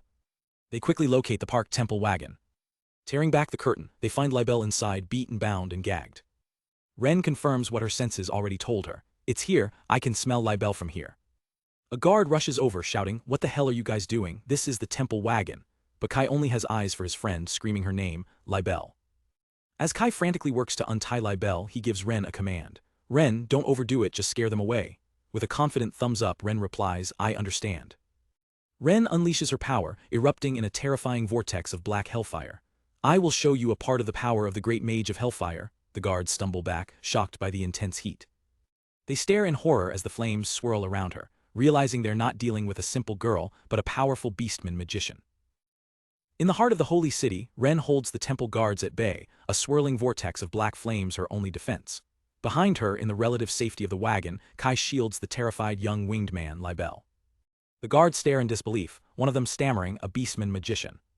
From a nearby doorway, the bishop watches the standoff, his face contorted in a furious scowl. Kai pulls Libelle close, trying to comfort her. "Are you okay, Libelle?" She buries her face in his chest, sobbing with relief. "I was so scared, thank you, Kai." Kai manages a gentle smile, his own relief palpable. "I'm glad." The commotion of the flames and shouting begins to draw a crowd of onlookers. "What's all the racket?" a man asks. Their curiosity quickly turns to fear and disgust. "What is that fire, in a sacred place?" One woman gasps while another man points, shouting, "Hey, isn't that a beastman?" The whispers turn into a hostile murmur as they spot Libelle. "It's real, a beastman and a winged man over there. I thought they still existed. What are the divine soldiers doing?" The crowd's fear boils over into aggression. "Get out of here, this place is for humans," they scream. Ren glares back, her patience wearing dangerously thin. She growls in frustration, "What's with these people? Can't they tell who the bad guys are?" Kai, still protecting Libelle, tries to de-escalate. "It can't be helped, Ren, leave them be." As a divine soldier arrives demanding to know what's happening, Kai formulates a plan. "Ren," he says urgently, "create a diversion. Turn their attention above us with some flashy magic." Kai's instructions are clear. "A smokescreen is fine, just get their eyes off us." Ren smirks, gathering her power. With a roar, she unleashes a massive flame burst directly into the sky, creating a brilliant, fiery explosion that captivates the entire crowd. While every eye is turned to the sky, Kai makes his move. In the blink of an eye, the wagon, its occupants, and the horse vanish, leaving nothing but a few smoking scorch marks on the cobblestones. The guards look back at the empty space, utterly bewildered. "What the?" The wagon also disappeared. The bishop can only stare, his rage mounting. Furious at their escape, the bishop gives a sharp order: "Call the divine commander." Meanwhile, Libelle screams in pure terror as her surroundings shift in a dizzying blur. They reappear in a lush, peaceful clearing. Libelle is frantic. "What? Where are we?" Kai calmly reassures her. "Calm down, Libelle, you're safe here. This is Tenohira, a world created by my blessing." A moment later, Enel appears with a tray of drinks. "Welcome back, Kai. I was watching the whole thing on TV. I can't believe you managed to grab the horse and iron in all that chaos." Kai takes a glass, already planning their next move. "Enel, have you set up an exit?" She nods. "Yes, I set it up at the inn in Zax where Abyss is waiting." Kai turns to Ren. "Good job, Ren, I don't think they saw us escape." Ren gives a sly smile. "Well, I wonder about that." Her eyes glint with a dangerous light. "If they had seen us, I wish I could have just massacred them all. My evil side is coming out, you know." Ignoring Ren's bloodlust, Kai checks on Libelle, who is still shaken. "Have you calmed down now?" he asks gently. She nods timidly. Libel looks around in awe at Kai's world. It's so wonderful, can I look around? Kai shakes his head, maybe later, we need to get to the inn before things get out of control in the city. He takes her hand, preparing to teleport once more. Come on, let's go. With another flash of light they arrive in a rustic room. I'm back, Abyss, Kai announces. They've successfully warped to the inn in the city of Zax. Abyss greets them warmly, welcome back, master. Libel is shocked by the sudden change in scenery yet again. Another place. Kai sits down, his expression serious. Libel, tell us what happened.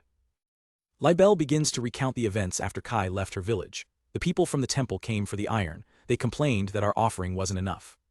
She explains how her people pleaded with the temple representative, telling her they were at their physical limit and had worked for a month straight just to gather that much. The representative put on a show of false sympathy. We are all suffering, she'd said. The city lacks materials, so even this scrap iron helps. When the winged men asked if their families held captive in the temple were safe, the woman gave a sickeningly sweet smile. I assure you, they are eating better than you are. But when they begged to see them, she flatly refused, claiming she was too busy and couldn't let them into the city. Libel remembers the pain of wanting to see her mother. Her elder had pleaded on her behalf, at least let her see her mother, they haven't been apart for 6 months. The representative seemed to relent, sighing as if it were a great burden. But her expression, unseen by the hopeful winged men, was one of pure contempt. She agreed, but with a cruel condition. All right, but only she can come along. As the woman led Libel away, she noticed something. It was the pot of potatoes Kai had gifted them. Ah, Libel cried out, but the representative just looked at it with disgust. What is this thing? She sneered at the simple pottery. Did you make this? It's very unfitting for this village. Without waiting for an answer, she declared, this must be a stolen item. We'll be confiscating it. She picked up the heavy pot, and with a brutal kick, sent it tumbling down the hillside, scattering their precious food across the dirt. Libel continues her story, her voice trembling. She called the potatoes livestock feed. And then, as soon as the carriage left, they tied me up. The full weight of the betrayal hits her. Does that mean, we've been deceived all this time, but why? She looks down, a tear rolling down her cheek as she whispers the answer, because we are weak. Suddenly, a commotion from the street below interrupts them. Looking out the window, they see a crowd gathering. The news of their fight has spread through the city. Kai knows they're out of time. We have to get out of the city and head to Libel's village now. Abyss, I need you to stay behind for a bit. He hands her a small, intricate box. It's a little far, Abyss simply smiles. Don't worry, it's simple. Kai gives her a quick hug. Go on foot to avoid suspicion, but use magic if you're in trouble. I'm off. With a final wave, Kai, Ren and Libel say their goodbyes to Abyss. Abyss leaves the inn, melting into the crowd as she begins her own journey. Meanwhile, back at the Grand Cathedral. A panicked mob of citizens has gathered, demanding an audience with the bishop. They cry out in fear, a winged man and a beastman are in the town. Please send the divine soldiers to drive them out. The crowd's paranoia is fueled by hateful rumors about plague-carrying, crop-stealing demi-humans. The bishop raises a hand, his voice a placating balm. Calm down, he says smoothly, you must have seen something else. He uses the moment to project an image of authority, declaring he won't tolerate such talk in his sacred cathedral. He assures them the divine soldiers are already on the move, the outlaws will be caught soon enough. Rest assured, he tells his flock, calming their fears with a confident smile. But in his mind he scoffs at their ignorance. There's no such thing as winged men, he thinks. Once the crowd has been dismissed, the bishop's pious mask drops and he strides purposefully through the halls. He bursts into a private chamber, shouting for someone named Mariella. He finds a black-haired woman lounging lazily. I want you to go with the divine soldiers and retrieve the blessed girl, Libel. Mariella waves a dismissive hand, not interested. The bishop presses, revealing the true nature of the threat. The divine soldiers might not be enough. They're with a beastman mage and a blessed man. Mariella's eyes narrow at the mention of the flames and the beastman. A slow, predatory smile spreads across her face as she toys with a small blade. Now I'm a little bit interested. In that girl. A deadly new assassin now has her sights set on Kai's group. In a lighter moment, Ren stands shamefully holding a sign that reads, I accidentally burned my clothes in the mood, much to the exasperation of her companions. Bursting back into her village, Libel frantically calls out, Father. Her father catches her in a relieved embrace. Libel, how was it? Did you get to meet your mother? But Libel's face is filled with terror as she pulls back. Father, we have been deceived all along. He looks at her confused. Deceived? What do you mean by that? She buries her face in his chest, explaining, they never intended to let them go from the start. Through her tears, Libel confesses, I also got caught, but Kai saved me. Her father's gaze shifts to Kai. She got caught. Kai steps forward, ready to explain the grim situation. Kai now stands before the village elders, laying out the harsh truth of the temple's betrayal. His voice is firm and resolute. Personally, I think this has long since passed the point of being patient.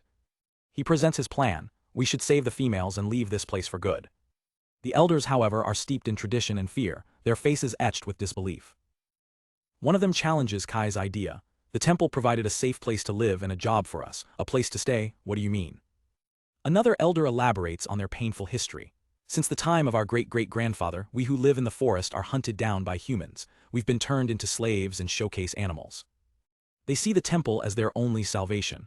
The fact that we are not wiped out completely is thanks to the Farley doctrine. They took us in. Kai listens, his expression hardening. I see, so what are you going to do about all the female hostages? The elder stubbornly retorts, they are not hostages. He insists they said they needed hands for the temple's works. It's only a one-year deal. Libelle can't take the denial any longer. Father, everyone, that deal is a lie. She spreads her wings for emphasis. They even kidnapped me. I heard it when I was tied up. They have no plan to let me leave from the start. She reveals the true reason for her capture. They said I was still useful to them, because I had the ability to find iron. The pieces click into place for Kai. Come to think of it, they did say they brought the blessed girl, then Libelle is. Libelle confirms his suspicion. That's my blessing from Mithra, god of searching. Still, the elders refuse to believe the temple could be so corrupt. Libelle, you shouldn't say the name of God so recklessly, there must have been some reason. But her father's eyes burn with rage. But, even so, I'll never forgive them for what they've done to you. Libelle turns away, her voice trembling. I don't want to live like this anymore. Her frustration finally boils over in a raw, emotional outburst. I've had enough. I'm tired of flying only at night so people can't see us. I'm tired of us working to exhaustion and still not having enough to eat. And I don't want to be separated from my mother or my friends anymore. Her father can only stare, stunned by the depth of her pain. Kai watches, his resolve strengthening. Suddenly, Ren's sharp voice cuts through the tension. My lord. Her senses have picked up a new threat. I'm sorry to interrupt, but some people are coming. That's quite a few people. They are most likely in armor. I can hear metal scraping. Kai's eyes widen in alarm. Soldiers with armor from the temple, are they the divine soldiers? The elders are amazed by her perception. Kai explains, Ren has really good nose and ears. He asks her, how long till they get here? Ren replies, probably about half an hour. They were quick to respond. The elders naively see this as an opportunity. But isn't this a good thing that they are coming? If we ask them, they might let us see our family. Kai knows better. He shares a weary look with Abyss, knowing diplomacy is a long shot. He tells the elders then, try talking to them. We'll be watching while hiding. As the elders prepare to meet the soldiers, Kai and his group melt into the shadows of the village huts. Once hidden, Abyss asks, what do we do now, master? Kai lays out the contingency plan. For now, if the negotiations break down and it looks like it's going to turn into a battle, protect the winged men. He thinks to himself, I don't want anyone from the temple to see them. Sooner or later, they'll come to the island. Ren offers a much simpler, more brutal solution. If they kill them all, no one will know. We can just dump the bodies in the mountains, the monsters will take care of the rest. Abyss chimes in with her support. My lord, let's just take them all down. Kai grimaces, clearly uncomfortable with their casual bloodlust. He shuts them down immediately. No, I'll not commit murder. Ren, ever obedient, bows her head. Well, if my lord says so. Kai admits to himself, the truth is I'm still not ready for it. I know this isn't such a kind world, but... He explains his tactical reasoning. The problem is they also have a blessed one with an unknown blessing with them. Blessed ones are tricky. He gives a direct order to Abyss. In case of emergency, knock them out with an electric shock. Most likely the blessed one will need to say the ability out loud to use it. Abyss then turns to the despondent Libelle. Libelle, what are you going to do? Libelle is slumped over, defeated by her elder's denial. She looks up at Kai, her eyes filled with despair. Sorry, Kai, father and the others don't get it. Kai offers a gentle, reassuring smile. It's okay. He makes her a solemn promise. If negotiations break down, we don't have much time. So tomorrow, I'm going to help rescue the females that are being held captive. Libelle is stunned. Are you going to rescue Mother and the others? He offers them a new life. You can all just come to our place. It's a place with a lot of nature, with food and a place to live. Everyone can just run away from here. Overwhelmed, she asks, why are you being so nice to me? We just met. Kai answers plainly, we haven't done anything for you yet. Libelle, you are just lucky that you met me, that's all. Moved by his kindness, Libelle wants to contribute. Is there anything I can do? An idea sparks in Kai's mind. He leans in, asking a critical question. Does the blessing of search, can it find other things besides iron, the blessed one for example? Libelle's determination returns in a flash. I've never done that before, but I'll try. She closes her eyes and focuses, her body glowing with power as she activates her ability. Cormorant's eyes, hawk's eyes, God's eyes. Her vision blurs, then shoots through the forest, seeking out the blessed ones approaching them. She concentrates intensely as Kai watches, waiting for the result. Her eyes snap open wide with success. I see it. She reports back urgently, and there are two halfway up the mountain. Kai deadpans, one in front of me. Libelle quickly corrects him, that's me. The scene shifts to the approaching party, led by the assassin Mariella, who complains about the heat. Libelle's voice confirms there are two blessed ones. As they trek through the jungle, a monster leaps out to attack. Mariella doesn't even flinch, too busy complaining about the insects. The smaller blessed one reacts instantly, casting a spell, Sanctuary of War Maiden. The monster is thrown back by an invisible barrier, landing hard. Another beast closes in on Mariella, who watches it with utter boredom. With a casual flick of her wrist, the monster's eyes glaze over. It collapses to the ground, neutralized without a single touch. Moments later, the lookout in the winged men's village cries out, they are here. Mariella and her contingent of divine soldiers march into the village square, facing the waiting elders. The elder begins a nervous greeting, but Mariella cuts him short. No need for greetings, I just want to get this over with. She gets straight to business. I'm looking for a beastman mage and her master. If you are hiding them, bring them out. Libelle's father stands firm, lying through his teeth. I don't know any such individuals. Mariella's gaze slides over to Libelle, a predatory smile on her face. Then, the little birdie over there, you know what I am talking about, right? Libelle plays her part, feigning ignorance. I do not know. She continues the lie. I was tied up, and the next thing I know, I'm lying at the foot of the mountain. Mariella's patience wears thin. Huh, are you kidding me? She sneers. Her expression darkens with annoyance. What is this, a waste of time? It is really the worst. She makes a decision. All right, that's it, let's just take her and go home. She grabs Libelle by the arm. A soldier tries to reassure the panicked villagers, don't worry, in the temple the blessed one are treated as priests. But Libelle struggles, shouting, I refuse. As Libelle screams that she won't leave her family, Mariella grows tired of the charade. She glares at her hesitant soldiers. The bishop ordered us to accompany her voluntarily. One of them protests. Mariella snaps back, I'll take you by force.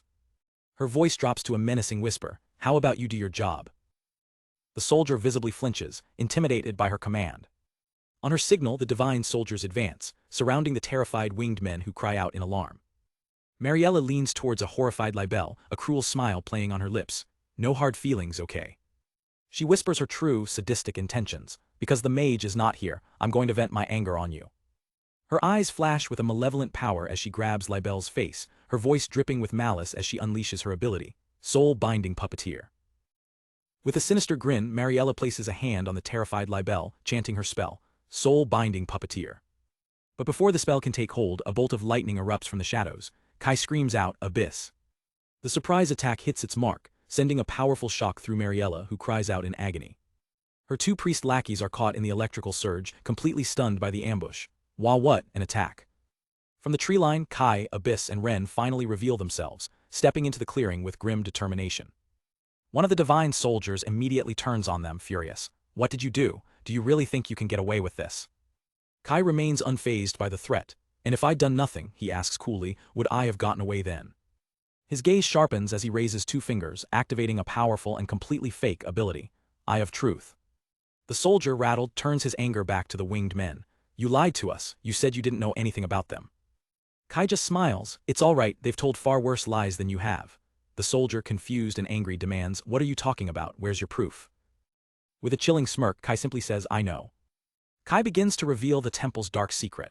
What I mean is, these people are here to kill all of you. The lead soldier's face goes pale, realizing who he might be dealing with. You're one of the blessed of Idea, the god of truth. The soldier panics, shouting, I don't know anything, but the damage is done. The winged men look on in horror, the terrible truth dawning on them. Desperate, the soldier commands his troops, damn it, shut him up, don't let him say another word. On his command, an archer draws his bow, ready to silence Kai for good. But Kai's party is ready. Ren and Abyss gather their magic, preparing to unleash a devastating counter. They combine their powers, creating a massive explosion that rocks the entire area, a clear warning shot. The soldier stares in disbelief. Two mages, he mutters. Kai presses his advantage. Surrender yourselves, he says, then turns to the winged men. Kill them if they try to flee or fight back. The divine soldiers are completely frozen, outmatched and terrified. Meanwhile, Mariella and her priests lie unconscious on the ground, defeated. With the immediate threat handled, Kai turns to the winged man leader. Are the females safe? The leader shakes his head grimly. I don't know, only priests and bishops can enter the inner sanctum. Kai confronts the captured soldier, laying out the temple's orders. You say you don't know, but your orders were to thin them out, weren't they? The winged man leader overhears, his face a mask of shock and disbelief. Thin them out. The soldier reveals the propaganda they were fed. We were told they can't farm, that they live in secret and steal crops from the sky. Libelle frantically denies the accusations. We'd never do that, she cries. Her father's voice is filled with anguish. We've done everything we were told, we've lived in hiding just as they demanded. How could you judge us with such selfish prejudice? Libelle screams through her tears. Her father can only hold her, his own heart breaking at the injustice. As the situation calms, Kai notices someone is missing. Where's Ren? Abyss explains she went to get the priest's clothes. Kai muses, she's so thorough, is she really my summon? He remembers her reasoning, a simple act of decency even for their enemies. We can't just throw them out naked. Suddenly, a nearby hut erupts in a torrent of black flames. Kai whips around in shock as Mariella's triumphant laugh echoes out, you got careless. Mariella emerges from the inferno holding Ren by the wrist. This mage is mine now, she declares. Kai's face hardens. Abyss, be careful, I think I screwed up. Kai demands to know what she did. I just pretended to be unconscious, Mariella gloats, and when she got close, I made her my puppet. This little mage is my doll now. But as Mariella boasts, Ren gives Kai and Abyss a tiny, almost imperceptible wink. They get the message instantly. She's not being controlled, Abyss whispers. She's telling us to play along and gather more information. Oblivious to the deception, Mariella points at Kai's group. Now my new pet, get rid of them. Kai and Abyss steel themselves, ready to play their part in Ren's act. Okay, here we go. Ren complies, unleashing a massive wave of energy directly at them. The blast sends Abyss flying for show, and Kai plays along, crying out her name in fake panic. Mariella is ecstatic. Amazing, I've never seen a beastman use magic like that. Kai continues the act, clutching his head in despair. Oh no, without Ren we don't stand a chance. Mariella savors her apparent victory, taunting him. So, what's your plan now? How does it feel to know you're going to die for these worthless birds? Playing for more information, Kai makes a desperate plea. Before I die, just tell me one thing, why are you holding the winged women captive? And what good will that do you now, she scoffs. Kai shouts back, I'm just curious. A dark, greedy smile spreads across Mariella's face. What other reason could there be? Of course, we're selling them. The word hits Kai like a physical blow, selling them. Mariella gestures grandly. There are collectors who pay a fortune for rare demi-humans, and since they've been overhunted for ages, these winged women are exceptionally rare. The winged man leader listens, his face a mixture of fury and despair. How could you? She then turns her greedy eyes to Ren. Though their value pales in comparison to this one, she's worth at least 10,000 gold coins. Then why keep them locked up for a year? Kai asks. Mariella's explanation is sickening. When they're well-nourished, they develop certain characteristics, it increases their value. Certain characteristics, Kai repeats, disgusted, but Mariella has had enough of the questions. Too bad, your time is up. I can't wait to go home and show off my new prize, she says, squeezing Ren's cheeks. Having heard everything he needs to, Kai gives the signal. Is that so? In that case, Ren, that's enough. Mariella looks on, confused. The act is over. In a flash, Ren breaks Mariella's hold, grabs her by the face, and violently slams her into the ground. Mariella can only let out a choked gasp, her arrogance shattered. Ren casually sits on her captive. I think that was a pretty good show, though you seem like the type to monologue anyway. Kai and Abyss rush over. Are you okay? Weren't you hit by her mind control ability? Ren explains with a wink, I have a blessing from my own god. One god's power can't override another's, simple as that. As the dust settles, the leader of the winged men approaches Kai. He bows his head low, filled with regret. I am so very sorry. I didn't believe you, he admits. If you hadn't come, we would all be dead. Kai waves it off. Don't worry about it, it was a lot to take in all at once. But the leader isn't finished. We're not satisfied, we will do everything in our power to save the women of our village. The others find their courage, echoing his sentiment. We were going to die anyway, we can at least be shields. With newfound determination in his eyes, the leader declares, we will not be weak and ignorant any longer, we will fight. Libelle looks on, her eyes filled with tears of pride and hope. Father, everyone.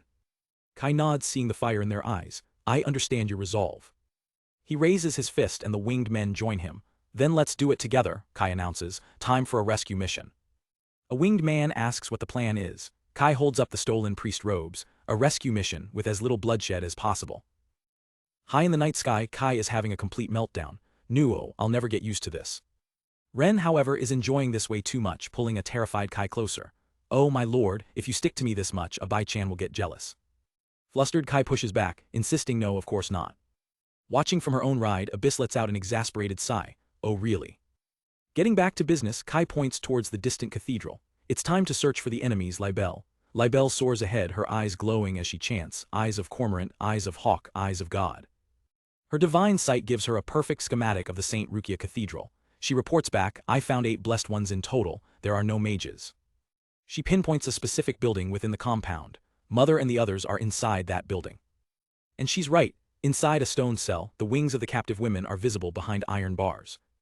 Libelle confirms it, thanks God they are alive, but she also spots guards. Ren weighs their options, what should we do, should we just go and rescue them if the security is thin, but it's too late. A massive blast of holy energy erupts from the cathedral, we've been found out. As magical arrows rain down on them, they're forced into a hasty retreat. Kai grits his teeth. The security's pretty tight. They did say they spent a year raising it. Thinking fast, Kai shouts a new order. Yash, Ren, light up the temple for me once. For the distraction, Ren smirks, well then, here I go, and conjures a blaze ball. The ball of fire streaks through the air, aimed not at the main building, but at the grounds nearby. It slams into a bush, creating a brilliant explosion. With the diversion set, Kai gives the order, all right, let's withdraw for now. But he's not leaving without a plan for their return. Warrior Kun, memorize that place. Having retreated to the safety of the mountains, the group reports back to the winged men's village. Libelle stands before her father, the village elder. He looks at her with grave seriousness. Father, are you sure about this? He closes his eyes, his mind made up, yes. He looks out over their hidden village. For a long time, I always thought this was the only way we could live. Hiding deep inside the mountains, not letting anyone see us. I thought this was for the best, for the people in the town and for us. He spreads his powerful wings, his voice filled with newfound resolve. But, if they're not going to allow us to live like that and take away everything from us, there's no reason to keep staying here. Libelle's eyes fill with tears of joy. Let's go to Kai's place together with everyone. Anywhere is fine. I just don't want to be separated from my mom and friends anymore. Her father nods in solemn agreement. Yes, I know. Looking up at the stars, he makes a vow. Someday, let's fly freely with everyone, under the sky where everyone is free. He clenches his fist, his voice booming with determination. For that reason, we have to fight. Meanwhile, the warrior Kuns get to work, preparing the warp point Kai had them memorize. One of them places a glowing beacon on the marked spot. With their task complete, they give a cheerful confirmation. The scene shifts to a bustling tavern in the city of Zax, where rumors are flying. Hey, did you hear? I heard that the winged men who were supposed to be extinct are still alive. Fear and prejudice fill the tavern. I heard the winged men were together with beast men during yesterday's commotion. Bishop Sama said we saw it wrong, but... Another patron scoffs, what if there really is one? They steal our crops and attack people, right? Obviously, the divine soldiers will take care of it. Suddenly, a group of robed pilgrims approaches their table. One of them, a blond man named B, leans in. I'd like to ask you a few questions. He looks at them with disappointment. Don't you guys know Farley's teachings? B schools the entire tavern. Discrimination against demihumans is clearly forbidden in our teachings. There's no record of winged men doing such things. Refrain from talking nonsense. Just then, a commotion from outside interrupts his sermon. Out in the streets, a massive protest is underway. Led by Kai, the winged men march with banners and signs, their voices roaring. Give me back my daughter, give me back my wife, stop the discrimination. The townspeople are stunned. Kai raises his voice to be heard over the din, addressing the crowds of pilgrims. Pilgrims, listen to me. In this city, discrimination against beast men is deeply rooted. They are forced to live deep in the mountains in hiding, forced to work hard labor, and all of their females are taken as hostages. Kai points towards the cathedral, exposing the corruption. Did you know that the iron distribution in this town is handled by the temple? He delivers the final, shocking truth, and they were about to be disposed of to destroy the evidence. In a quick flashback, Kai explains his strategy to the winged men's leader. It's not a riot, we are going to parade by expressing with words. Ren had been skeptical, asking, will it work? Kai acknowledged the challenge. The people in town are afraid of winged men, we can't ignore that fact. And there's a silver lining, Kai had explained, because there will be pilgrims visiting the city. They're pilgrims from other countries, very religious people. I'm sure they're following the correct Farley teachings of equality between demihumans and humans. Back in the present, B approaches Kai, his expression thoughtful. It's hard to believe all of a sudden, but we need to call out to them. He looks at the determined faces of the winged men. I also can't just dismiss this as a lie. Kai's voice is desperate and raw. It's not a lie, their wives and daughters are about to be sold somewhere. That's all B needs to hear. His skepticism vanishes, replaced by righteous anger. We can't allow that to happen. If that's true, we need to interrogate them. Kai presses his advantage, pleading, winged men don't want a fight. They just want their loved ones back. If you can, please share this fact with the other pilgrims. They are also believers of Farley, just like us, please. A bright, determined smile spreads across B's face. Yes, of course. He places a hand on his chest, fully committed. Of course, I'll cooperate. With that, B turns to the crowd of pilgrims and begins to speak, his voice ringing with authority and passion. His words ignite the crowd. The pilgrims, once bystanders, now raise their fists in solidarity. The protest swells in size, as pilgrims and townspeople alike join the winged men's cause. The scene shifts. Inside the opulent Saintess Rukia cathedral, things are far from peaceful. The bishop sips his drink, annoyed by the noise from outside. What's going on? It's noisy. An attendant bursts in panicked. Bishop Sama, outside, please look outside. The bishop looks out to see a sea of protesters. His subordinate explains the pilgrims were encouraged to crowd in front of the sanctuary. People from the town are also coming and it's chaos out there. The bishop can only hiss, you fools. He grabs his attendant, his face contorted with rage. Where's Mariella and the divine soldiers? They are supposed to take them out. The man stammers, they haven't come back yet. There were reports that winged men were flying over the cathedral while carrying the mage this morning. The chilling realization hits them both. Their forces failed. Maybe our plans are revealed because they failed. Shit. Outside, standing at the head of the massive crowd, the leader of the winged men stares down the cathedral. Surrounded by his people, he raises his voice in a defiant roar. This is our battle, we're indeed here. His eyes burn with an unbreakable will. We won't be tied down by you anymore. Take back your loved ones. In front of the grand cathedral, the winged men's protest rages on. Their signs and voices cry out for justice, demanding the return of their families and an end to the discrimination they face. Suddenly, the massive cathedral doors open and a figure emerges. It's the bishop, who bellows down at the crowd, what's going on out here? You're making a scene. A hush falls over the protesters as they recognize the man in charge. It's the bishop. One of them murmurs. The leader of the winged men steps forward, his voice filled with a year of frustration. I want my wife and daughters back. It's been a year since you promised. But the bishop simply holds up a hand, a smug look on his face. Let's please keep it down. This place is sacred. He then feigns total ignorance, squinting at them condescendingly. What are you talking about? I do not know any of you. The leader's eyes burn with rage. Don't lie to me. The bishop turns to the onlookers, playing the victim. Everyone, please don't believe in this kind of nonsense. But the winged man won't be silenced. How could you not know? The blessed one you sent revealed everything. She told us you're going to sell our families. The bishop's pleasant facade finally cracks. With a chilling smile, he drops the act. To utter such contempt in the presence of God, we're going to have to get a little rough with you. His eyes narrow into a hateful glare. On his signal, armored temple guards step forward, weapons at the ready. Kai watches intently, his expression hardening. Kai sees the bishop's strategy clearly. He's just going to use force to shut them down and hope the problem goes away. Stepping out from the crowd, Kai confronts the bishop directly. So you're saying there are no winged women in this cathedral? The bishop scoffs as if there could be. Kai presses him, setting the trap. So if we found winged women in there, you'd admit to what you've done. The bishop's grin is pure slime. How could I admit to a crime that I never committed? You're telling quite a profound story.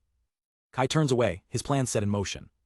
He quietly speaks to Abyss. I'll go check. If anything happens, protect them all. Abyss gives a confident nod. Okay. Though he acts confident, the bishop gives a quiet order to his subordinate. Just to be sure, keep the security tight. His man reassures him there is no need to worry. The guards stand watch, certain that no one can get past them. The buildings where the winged women are kept are heavily guarded. He won't be able to get in easily. But they didn't account for Kai's secret weapon. Miles away, his foot lands next to a pre-placed warp marker which begins to glow. In a flash of light, Kai, Ren, and the warrior Kuns teleport directly into the compound, taking the guards by complete surprise. We have to be fast. Kai yells, we'll break through in one go. The battle is swift and decisive. As the warrior Kuns handle the guards, Ren calls out, my lord, I can sense the winged women, they're in the back. They find them locked away in a cold, dark cell, their wings drooping in despair. Kai bursts through the door. I'm here to get you all out of here, he declares. A weary winged woman looks up, asking, and you are? There's no time for introductions. Get ready now, Kai urges. But the women are hesitant, broken by the bishop's lies. We have nowhere to go. They told us all our husbands died in an accident. Kai's voice cuts through their despair with the truth. That's just a lie the bishop came up with. They're all alive and fine.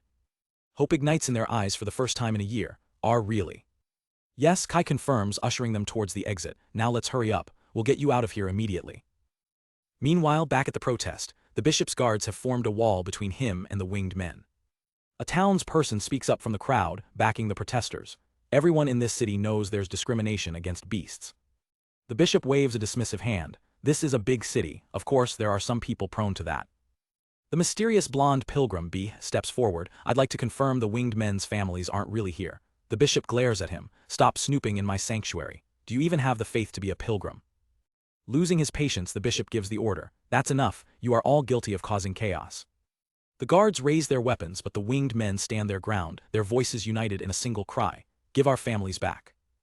As white feathers begin to drift down from the sky, the bishop completely loses his composure, screaming, "I've been telling you. There are no winged women here."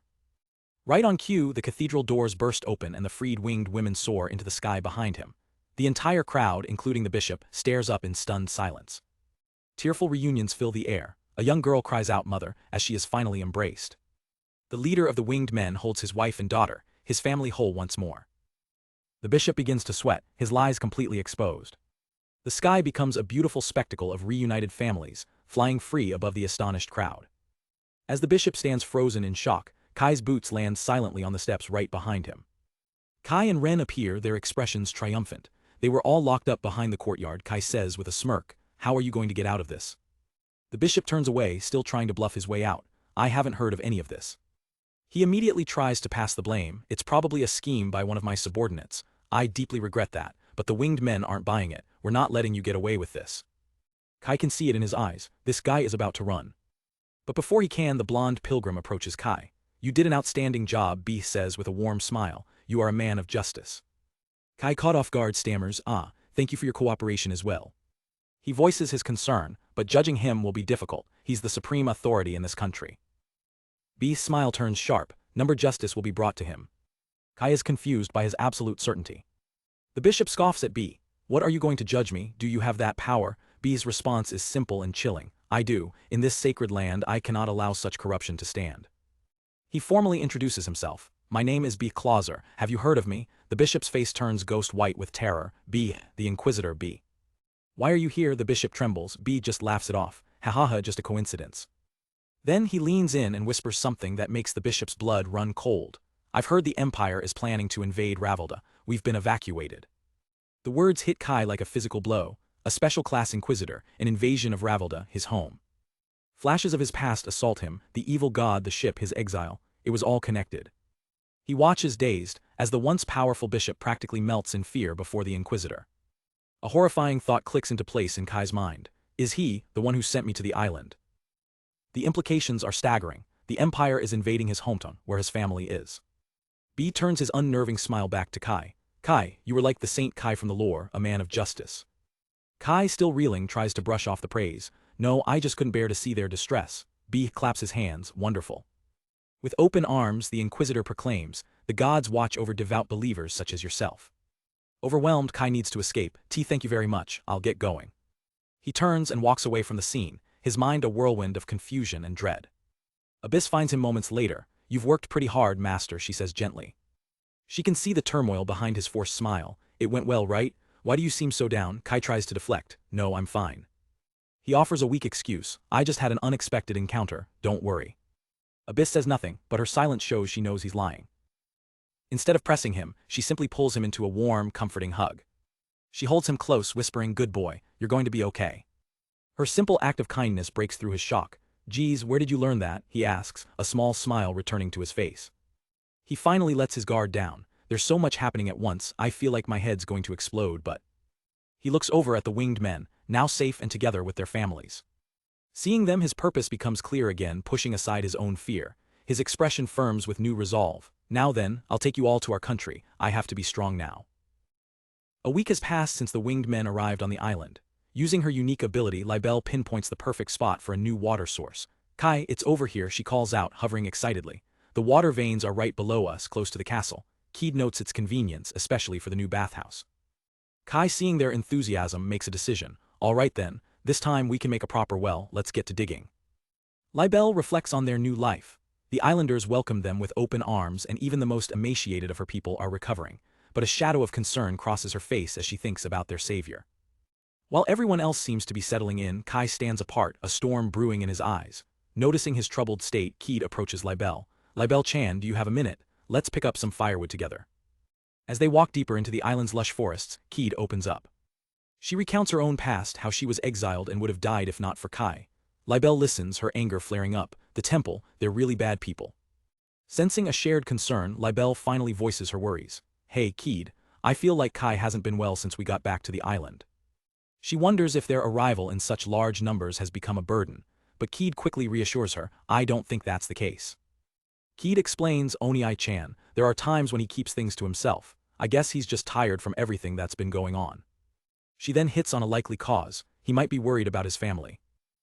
The word family strikes a chord with Libelle. A reckless idea forms in her mind. Then I'll do it. I'll fly over the ocean as far as I can and use my searching blessing to find Kai's family. Keed is horrified by the suggestion. No, Kai is our savior. But Libelle is already taking off, her mind made up. Wait for me, Kai, she yells as Keed desperately tries to call her back. That's too reckless. Before she can get far, a figure swoops in from below, grabbing her by the legs and halting her flight instantly. Whoa there, Ren says calmly. Libelle struggles against Ren's grip. Don't try to stop me, Ren, but Ren is firm. Let's calm down. If you go missing, that'll just make Milord even more worried. Defeated, Libelle slumps to the ground, but I just want Kai to feel better. Keed agrees, her expression full of concern. Seeing their shared goal, Ren switches gears, a clever glint in her eye. Ki-chan, the bath is ready, right? Keed looks confused. The pots and tubs are, but we don't have a well yet. Ren smirks, a plan already in motion. It's a little early, but let's get some water and do a test run. Meanwhile, Kai is completely unaware of their scheming. He sits alone by the sea, fishing rod in hand, but his mind is miles away. One name echoes in his thoughts, the Inquisitor. He flashes back to his childhood, to a book his father owned that described the temple's brutal history. For ages, they had been purging heretics, indigenous religions, and knowledge, all in the name of their god. And the man carrying out these purges now was the Inquisitor B. Kai's thoughts spiral. If he had known that I had an evil god's blessing, he would have realized the children abandoned on the islands survived. The temple would come for us. He tries to reassure himself. There's no reason to believe he found out, but still, those eyes. He can't forget that look. To say the worst, he's a man with eyes of contempt. I feel like I've met him before. He remembers Beast's chilling words, delivered with a serene smile. We have received word that the Empire is about to invade Lavard. We've already begun evacuating. The pieces click into place with horrifying clarity. The Empire, his homeland Lavard, and the Inquisitor who brought him here. He thinks of his family, now in grave danger. He's trapped between two impossible choices. I want to go help my dad and Rukia right away, but I have to take responsibility for everyone I brought to this island.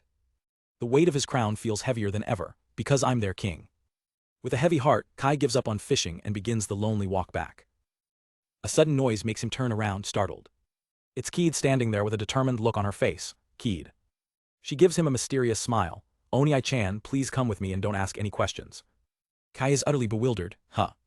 Before he can react, a golem scoops him up and starts carrying him away. He's unceremoniously lifted and carted off, with Keed leading the way. They arrive at a building he thought was still under construction. Isn't this place? Keed issues a shocking command to her golem. All right, Golem-kun, take his clothes off and throw him in. Kai's face drains of color. As the golem begins to disrobe him, Kai panics. Really? Why, stop, I'll take them off myself. With a massive splash, he's tossed into the water. When the water clears, Kai is stunned, speechless. He's in a massive, steaming bath, surrounded by every single woman from the island.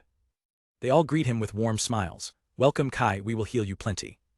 Completely flustered, Kai stammers, what's all this? Yuri explains, Ren said that in your country there's a culture of naked socializing.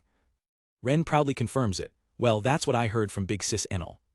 She continues, Big Sis is practically a part of you, my lord, so she must be right. Since you don't like the cold, we'll warm you up twice as much. Despite the overwhelming situation, Kai has to admit the warm water feels incredible. Well, this is my first time in a large bath, it feels nice.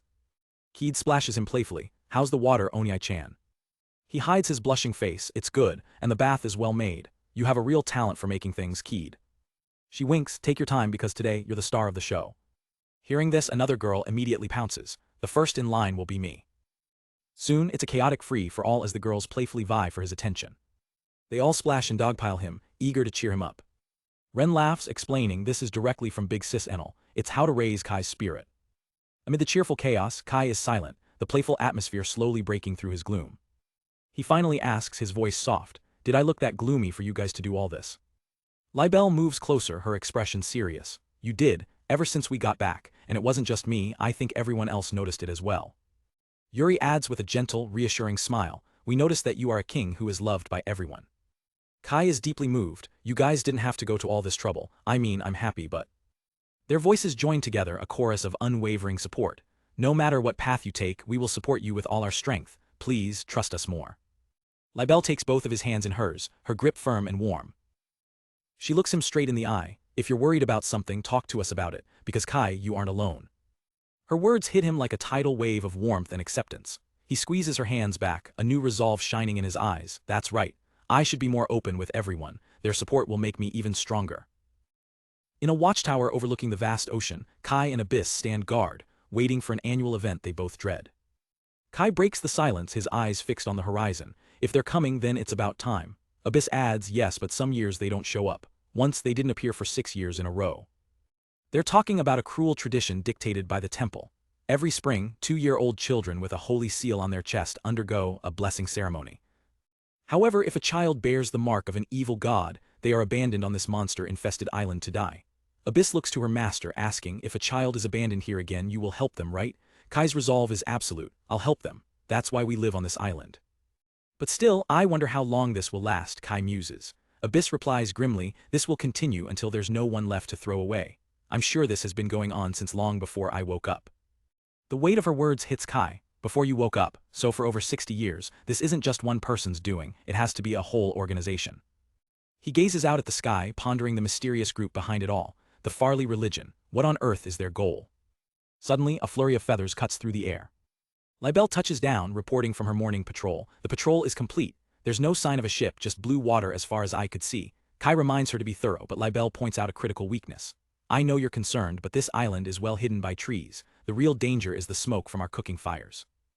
As Libelle cheerfully flies off to take a bath, Kai thinks to himself, if we can just get through this time of year, I'll feel safer. He comments to Abyss, she's been in the bath a lot since the well was built. Abyss nods, yes, she seems to like it. With a knowing smile, Abyss adds, a bath after flying is a special experience, you know. Kai chuckles in understanding. Abyss explains further, the sky is colder than the ground, but for her, it's worth it. She said it's fun because she can finally fly freely with everyone without any restraints. Later back in Pioneer Village, Kai is about to get a surprise. The elf Enel approaches him with a grin. That's right, Kai, you haven't seen this yet. She leads him through the bustling village square. With a thud, she places a dark, metallic rock on the table. Kai stares in disbelief. No way is that. Enel beams with pride. It's iron from the village. The meteoric iron you brought me has taken root. This is genuine Pioneer Village iron. Kai is ecstatic. Oh, finally. Enel explains the villagers call it Amafugen. Kai repeats the strange name. She then writes out the characters for him, which translate to iron from the heavens.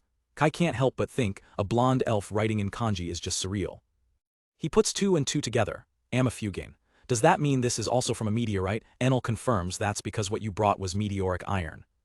But she clarifies a bizarre detail. However, it didn't fall from the sky, it just started coming out of the ground as if it had always been there. Kai sweats, thinking, history is literally being rewritten here. He jokes nervously, well, let's just hope the village doesn't turn into a place where meteorites are constantly raining down on us. They share a laugh at the absurd thought. As they walk, Kai notices the villagers' attempts at smithing. Has processing begun? He asks, seeing the makeshift kilns. He's confused, though. This doesn't look like a proper furnace. Down below, Ren is leading a very unusual magic lesson, telling the villagers to shout more cooler spells. Enel explains the great mage of Hellfire is giving a magic lesson today. She gets pretty gung-ho about it. Kai watches with a smile as one of the villagers earnestly chants, slow fire. A pathetic little flicker of flame appears, leaving Kai utterly dumbfounded while Ren looks smugly satisfied. He thinks to himself, so some villagers can use magic now, but they clearly have no idea what they're doing yet. The tiny flame continues to sputter weakly. A wave of jealousy hits Kai. Magic is so cool, I wanted to manipulate flames and lightning too. Enel and the other elf immediately get in his face. Are we not good enough for you? You have a cheat-level technique and you're still asking for more. Kai quickly tries to calm them down. Ah no, that's not it. Enel explains, yup. Ren's fire and the villagers' magic are different kinds of abilities compared to the outside world. Kai sighs, realizing the limitation. I guess magic hasn't really taken root here after all. Enel reminds him of the village's core rule. We can't bring in anything that you don't recognize, Kai. He looks out at the horizon, understanding. I see. He can't help but mutter a classic spell under his breath. Fireball. Enel glances at him, but he quickly plays it off. It's nothing.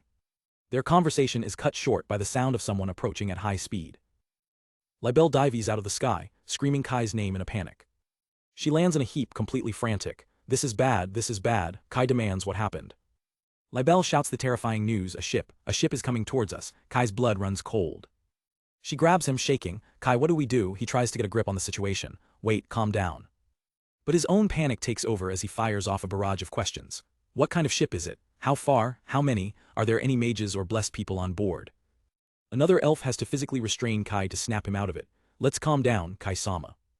Taking a deep breath, Kai asks again, my bad. What do we know so far? Libel reports there's only one ship and it's so tiny you can barely see it on the horizon. Kai's expression hardens. I need to see it for myself. Libel understands. Do you want to ride the sky swing? The bird folk quickly prepare the aerial transport. With Libel providing the power, she and Kai soar into the sky, heading out over the ocean. Are we getting closer? I still can't see it, Kai says. Libel replies, it's strange. We're not getting closer, but it's not getting further away either. Soon the vessel comes into view, a small, unassuming fishing boat. Libel points, it looks like they're throwing a net into the sea. Kai is suspicious, a net. Libel, how many people are on board, he asks. She focuses her power, chanting Cormorant's eyes, Hawk's eyes, God's eyes. Her vision sharpens, zooming in on the distant boat with supernatural clarity. She reports back there are only 5 people on board. Kai confirms, no blessed people or mages. Libel thinks it's just a fishing boat but can't shake the feeling it might be a scout ship for the temple. One of their escorts asks, so what do we do, Kai Dono? Should we attack and sink them? Kai immediately vetoes the idea, not right now. He issues his orders, for now we just wait and see, keep an eye on them. They return to the island, landing safely. Kai reports back to the others on the ground, looks like it was just a fishing boat. The elf girl frowns, that's a problem in itself. Kai agrees, his face grim. Yeah, I thought this was a sanctuary that only the temple could reach. They ponder the unsettling possibilities. It could be a lost vessel, or worse, outsiders might know about their island. After a few hours of observation, the boat sails away without ever attempting to make landfall. The incident leaves Kai deeply unsettled. Standing alone, he comes to a stark conclusion: we need to rethink the island's defenses. He knows how vulnerable they are. If we're attacked now, it's game over. The next day, with a new sense of urgency, Kai heads into Pioneer Village. He goes to Enel's workshop, planning to bolster their defenses. Enel, I'd like to try synthesizing some warrior kun seeds. But he finds the place strangely empty. He pushes the door open, calling her name, Enel. He's ambushed by a surprise celebration. Enel and another elf pop out, showering him with confetti. Congrats, Kai, you've finally reached level 30. Kai is completely lost. Level 30. The realization hits him, and he sprints outside towards the village entrance. Then the sign must have updated. He stares at the village sign, which now displays new information. A system message declares, congratulations, the Pioneer Village is now the village of the Mage of Hellfire. The special shopping feature will be released. Kai's jaw drops in horror. The village of the Mage of Hellfire, this place has become Ren's village. Kai stares at the village sign, completely baffled. The village of the Mage of Hellfire, it's evolving in ways I never imagined. Enel points to the sign, a knowing smile on her face. This is totally influenced by Ren Chan, isn't it? She did introduce herself as the Great Mage of Hellfire a lot. Kai's eyes scan the notice board past the name change and level up info. One line catches his attention. What is this? Special shopping. Enel begins to explain. When the village grows big enough to feed everyone, people with special skills, craftsmen, start to appear. They have more room for fun and challenges. These craftsmen, either on purpose or by a stroke of genius, will create one-of-a-kind items, and you can buy them. That, she declares with a flourish, is special shopping. Kai is intrigued. Gold coins, you mean real money? Enel nods smugly, yes, real money. So can I buy something already? Kai asks, ready to check it out, but Enel shakes her head. Not today, I'll let you know when new items are available. But the village's iron products are already in circulation, Enel adds, pointing towards the town. Want to take a walk and check it out? Kai immediately agrees. Sounds good, let's go. They make their way through the developing streets of the village. Enel leads him to a sturdy-looking building with a large furnace. This is the blacksmith's place. Inside, the heat is intense. An old, hooded blacksmith barks orders at his apprentices. Come on now, keep striking it or it'll get cold. With shouts of yes, boss, the young men hammer the glowing ingot in unison, sparks flying with every strike. The master smith watches intently, then grins. All right, now put it back this way, let's do this. Instead of a hammer, the old man thrusts his fist forward, roaring fire. A blast of magic erupts from his hand, superheating the metal on the anvil. An apprentice stares in awe. Boss, you're amazing. Kai, however, is just confused. Is he a blacksmith, or a mage? What is this? Enel explains that the blacksmiths are not just craftsmen, they're respected warriors ready to defend the village. It's truly a village of the mages of Hellfire, she says with pride. Looking at a display of finely crafted tools, Kai asks, are all of the blacksmith's works part of special shopping? Enel shakes her head. Nope, you can freely take the ordinary items that are in circulation as usual. However, she adds, gesturing outside, there are some placed as an offering to you, Kai. Why don't you take one? They're at the statue. Kai winces slightly. That reminds me, I've been turned into an object of worship. He walks towards his own statue, where villagers have left baskets of fruit and other goods. He picks up a beautifully crafted knife from one of the baskets. Is this it? He wonders, examining the blade. The quality is incredible, with a Damascus-like pattern on the steel. 3 years since the Stone Age. He murmurs, we've finally come this far. Suddenly a voice cries out, ah, it's Kai-sama. A child points excitedly, Mommy, Kai-sama is here. As Kai is startled, the knife he was holding begins to float in mid-air. Yikes. A crowd quickly gathers. The fact that the knife is floating means one villager starts. An old woman smiles warmly, this is a good omen. Kai, holding the basket and watching the floating knife, is completely flustered by the attention. Look, Kai-sama is pleased with our offerings, the child exclaims. Internally, Kai thinks looks like some new weird faith is gonna appear again. Trapped, Kai just awkwardly raises the offerings as the crowd cheers. After the commotion dies down, Kai gets serious. The village has reached level 30 and there are more things to do. I guess I'll listen to everyone's opinion on what we should do in the future. He gathers every resident of the island for a crucial meeting, and that's why we're here today. The main issue is the defense of the island. He looks out at the faces of humans, beastmen, and winged folk who have come to call this place home. But before we do that, I just want to take this opportunity to confirm something with everyone. His expression turns grim. If the temple were to attack this island armed and ready, they would probably show no mercy. Rather than living in anxiety in a place that may one day become a battlefield, it might be better to find somewhere else and make a fresh start. But before he can finish, a man shouts, we'll follow you wherever you go. The crowd murmurs in agreement. Kai has to stop them. No, me and Abyss can't leave this island. Besides, we're in a bit of a unique situation. We have to protect the children that the temple is abandoning on this island. Of course, we'll start looking for a safe place for everyone to live in the future, but you guys don't have to force yourselves to live on this island anymore. Hearing his hesitation, Yuri sighs, clearly frustrated. Yes, it's just as you said, Kai-sama, she begins, her voice laced with disappointment.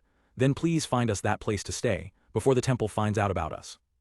Another girl tries to intervene. Yuri, Kai-kun is also just worried about us, but Yuri cuts her off. Sarah, keep your mouth shut. Yuri steps forward to confront Kai directly. I can't believe you're talking about that at this point in time. She looks him dead in the eye. Kai-sama doesn't know enough about being a king. All the king has to do is tell his people to follow me. Or, are you going to abandon this country? A place where there is never a war and no inconvenience in living. If such a dreamlike place exists, then I will definitely move there. Her words hit him hard. He realizes his mistake. As the king of this country, I want everyone to live in peace. It's not the place that matters, it's the people, right? He turns back to Yuri and the crowd. What about you guys? Do you want to live on this island even if it means getting caught up in a war with the temple? I want you all to make a choice based on how you feel about it yourself. All of you close your eyes and raise your hands if you agree. Without a moment's hesitation, hands shoot up all around him. A forest of hands rises, a silent, powerful declaration. Every single resident from every race has their hand in the air. Their choice is unanimous.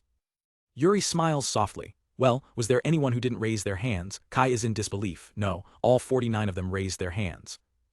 Kai is still hesitant. Are you sure? We don't know what kind of blessed people they have in the temple. If there's someone who can drop meteorites, we'll be destroyed in a single blow, but Yuri's resolve is firm. I know how scary the temple can be, but still, you saved us all. We want to live with you in your country. The others chime in, their voices filled with gratitude. I've had a much better life since I've been on this island. The food is delicious and the warrior kuns are adorable. Their determination is clear. There are seeds of battle in other lands as well. If the temple is going to attack us, we will fight. Overwhelmed by their unwavering loyalty, Kai finally breaks. That's enough. He looks at them, his eyes burning with a new fire. I'll do my best, but I can't guarantee it. Those who still want to follow me, follow me. The crowd erupts in cheers, their faith in their king solidified. Yuri turns to him. If you're a king, sometimes you have to be ready to do what it takes. There will come a time when you will be forced to make a ruthless choice. Kai nods, accepting the weight of his crown. Guess I was the one who was not prepared, huh? But all you have to do is follow your ideals, she says with a gentle smile. Kai's mind flashes back to his previous life, frail and bedridden. His only wish was for the simple, natural happiness of being alive. He clenches his fist, his resolve solidifying. I've decided to live my life to the fullest to make up for my past life too. I'll do what I can, no matter what. With their decision made, the meeting shifts to practical matters. So once again, the island's defenses. Kai brings up a holographic map. Fortunately, most of the island's coastline is made up of sheer cliffs. There are only a limited number of places where you might be able to land by boat. First, we secretly fortify the landing points in such a way that they cannot be seen from the outside. One of the winged residents asks when the enemy attacks, will we fight them there? If we're attacked before we're ready, we have no choice but to fight. Given the temple's organizational capacity, we ultimately have no choice but to flee, Kai admits. We need a stalling facility for that. We'll stick an exit stake somewhere safe to allow for an emergency exit. For now, we'll start working on the defensive facilities around the area where the temple ships always come in. And when that happens, he says thoughtfully, we'll need a detailed map of the island. Back in the village, he unrolls a massive piece of hide, preparing for the task. He turns to Abyss, who is holding 2 quills. Should I draw it here? She asks. Kai smiles, yes, the same way as last time, just draw it bigger. Abyss channels her energy, ready to begin her work. In no time she presents a perfect outline of the island. I drew it, master. Kai is pleased, thank you, Abyss. After this, I'll get the winged men to help me with the detailed topography. Looking at the map, an idea strikes him, and while we're at it, let's explore the untouched north side at the same time. He turns to her, what about you, Abyss? You said that the magic felt unpleasant on the north side. Abyss looks up, her expression serious. I'll come too. I woke up on the north side too, she says quietly. Kai's eyes widen as he connects the dots. Woke up, that means. Abyss places a hand on her chest. It's the place where I was made, replicant Abyss. The revelation hits Kai like a physical blow as an image of a high-tech facility flashes in his mind. Over 1,000 years old. Laboratory. The secrets of Abyss and the island itself are about to be uncovered. To uncover the secrets of her past, Kai and Ren accompany Abyss to the mountainous northern region of the island, the location of the ruins where she was created. As their makeshift lift descends over the dense forest, Kai gives the order, let us off near the middle of the forest, we'll walk the rest of the way. Abyss turns to him, her expression laced with concern. It's pretty broken down and deteriorated, it might be dangerous, do you still want to see it? But Kai's resolve is absolute. Yep, he says with a reassuring smile, I want to see it with my own eyes. They soon arrive at the entrance to a massive, man-made tunnel. Ren looks on in surprise, there was something like this here. Kai observes the stonework, this was definitely made by humans. Ren turns to Abyss, ready to plan their entry. What should we do? Should I go ahead first? Abai-chan, can you use fire magic too? She stops mid-sentence, noticing something is terribly wrong. Abai-chan. Without warning, Abyss collapses to her knees, clutching her head as a wave of pain washes over her. Kai cries out her name, rushing to her side in an instant. He catches her as she weakly tries to brush it off. I'm all right, I just feel a little under the weather. Kai holds her tight, his voice filled with worry, you're not okay. He realizes the cause instantly. She did say the magic here is in a mess, but I never thought it would be this bad. Kai makes a command decision. Ren, for now, take her back to the south side of the island, it's too dangerous here. Ren doesn't hesitate, scooping Abyss into her arms. Got it, I'll run with everything I got. In a sonic boom, Ren vanishes into the distance, carrying Abyss to safety at top speed. Just a few minutes later, she's already back. I'm back, Ren announces, leaving Kai stunned at her speed. Back at the village, a recovering Abyss looks downcast. I see, if I'm there, I'll just be a hindrance. You can let me down now, Ren. Once everyone is regrouped, Kai checks on her. Are you feeling better now, Abyss? She apologizes for the trouble as another villager confirms their fears, the cause was the ruins, huh? Abyss looks away, the gaps in her memory weighing on her. I don't really remember what happened 1,000 years ago. She stares towards the dark tunnel. I only remember that I was created in that place, and that I'm a replica of a magician named Abyss. That's all I can remember. Kai mulls this over. Amnesia, or maybe she never had memories from the start, like only installing the operating system of a new computer. Then, a horrifying realization dawns on him. Abyss said she was a doll created for battle. If those ruins create things like that, it wouldn't be strange for it to have security measures for intruders like us. He addresses the group with newfound caution. At any rate, we can still investigate the ruins without Abyss, but we will not do anything until we are properly prepared. Later, Ren playfully teases Abyss. To think Abai-chan would rely on this cutie. Abyss gives a small smile, sorry for making you work so hard back there, Ren. Ren just flexes with a grin, rest easy and leave it all to me. If anything appears, I'll burn them all to hell. Kai has to break the news to the fired-up fox girl. Sorry to put out your fire, but we're not going to investigate that ruin this year. We need to create a defense system first, and we also have plans to leave the island. Ren's battle cry turns into a deflated whine. With the investigation postponed, Kai shifts focus to the island's defense, gathering everyone on the shore with a detailed map.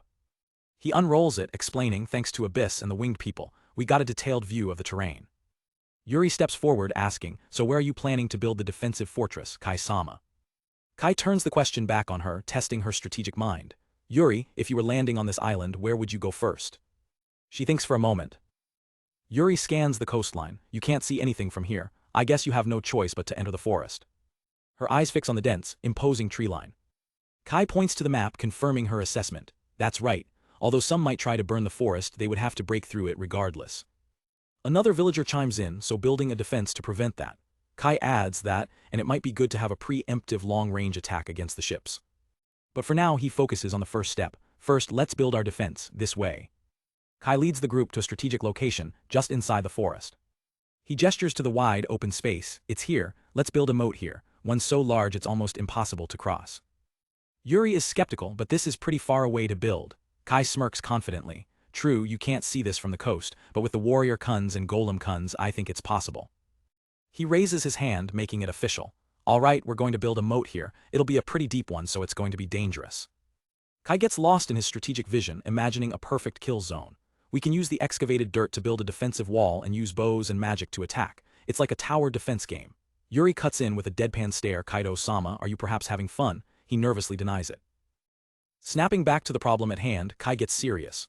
We need a new weapon, capable of covering the entire defensive line. He identifies their biggest weakness. That being said, we don't have enough mages to deploy in the first place. At the mention of creating new units, an elf girl's eyes light up with a gambler's intensity. A seed of creation, is it? What will you do? Will you wager all 72 of your red ones? Kai casually shoves her face away. I won't do anything like wagering. He holds up a few seeds. In the meantime, let's just keep creating. There are some I haven't planted yet anyways.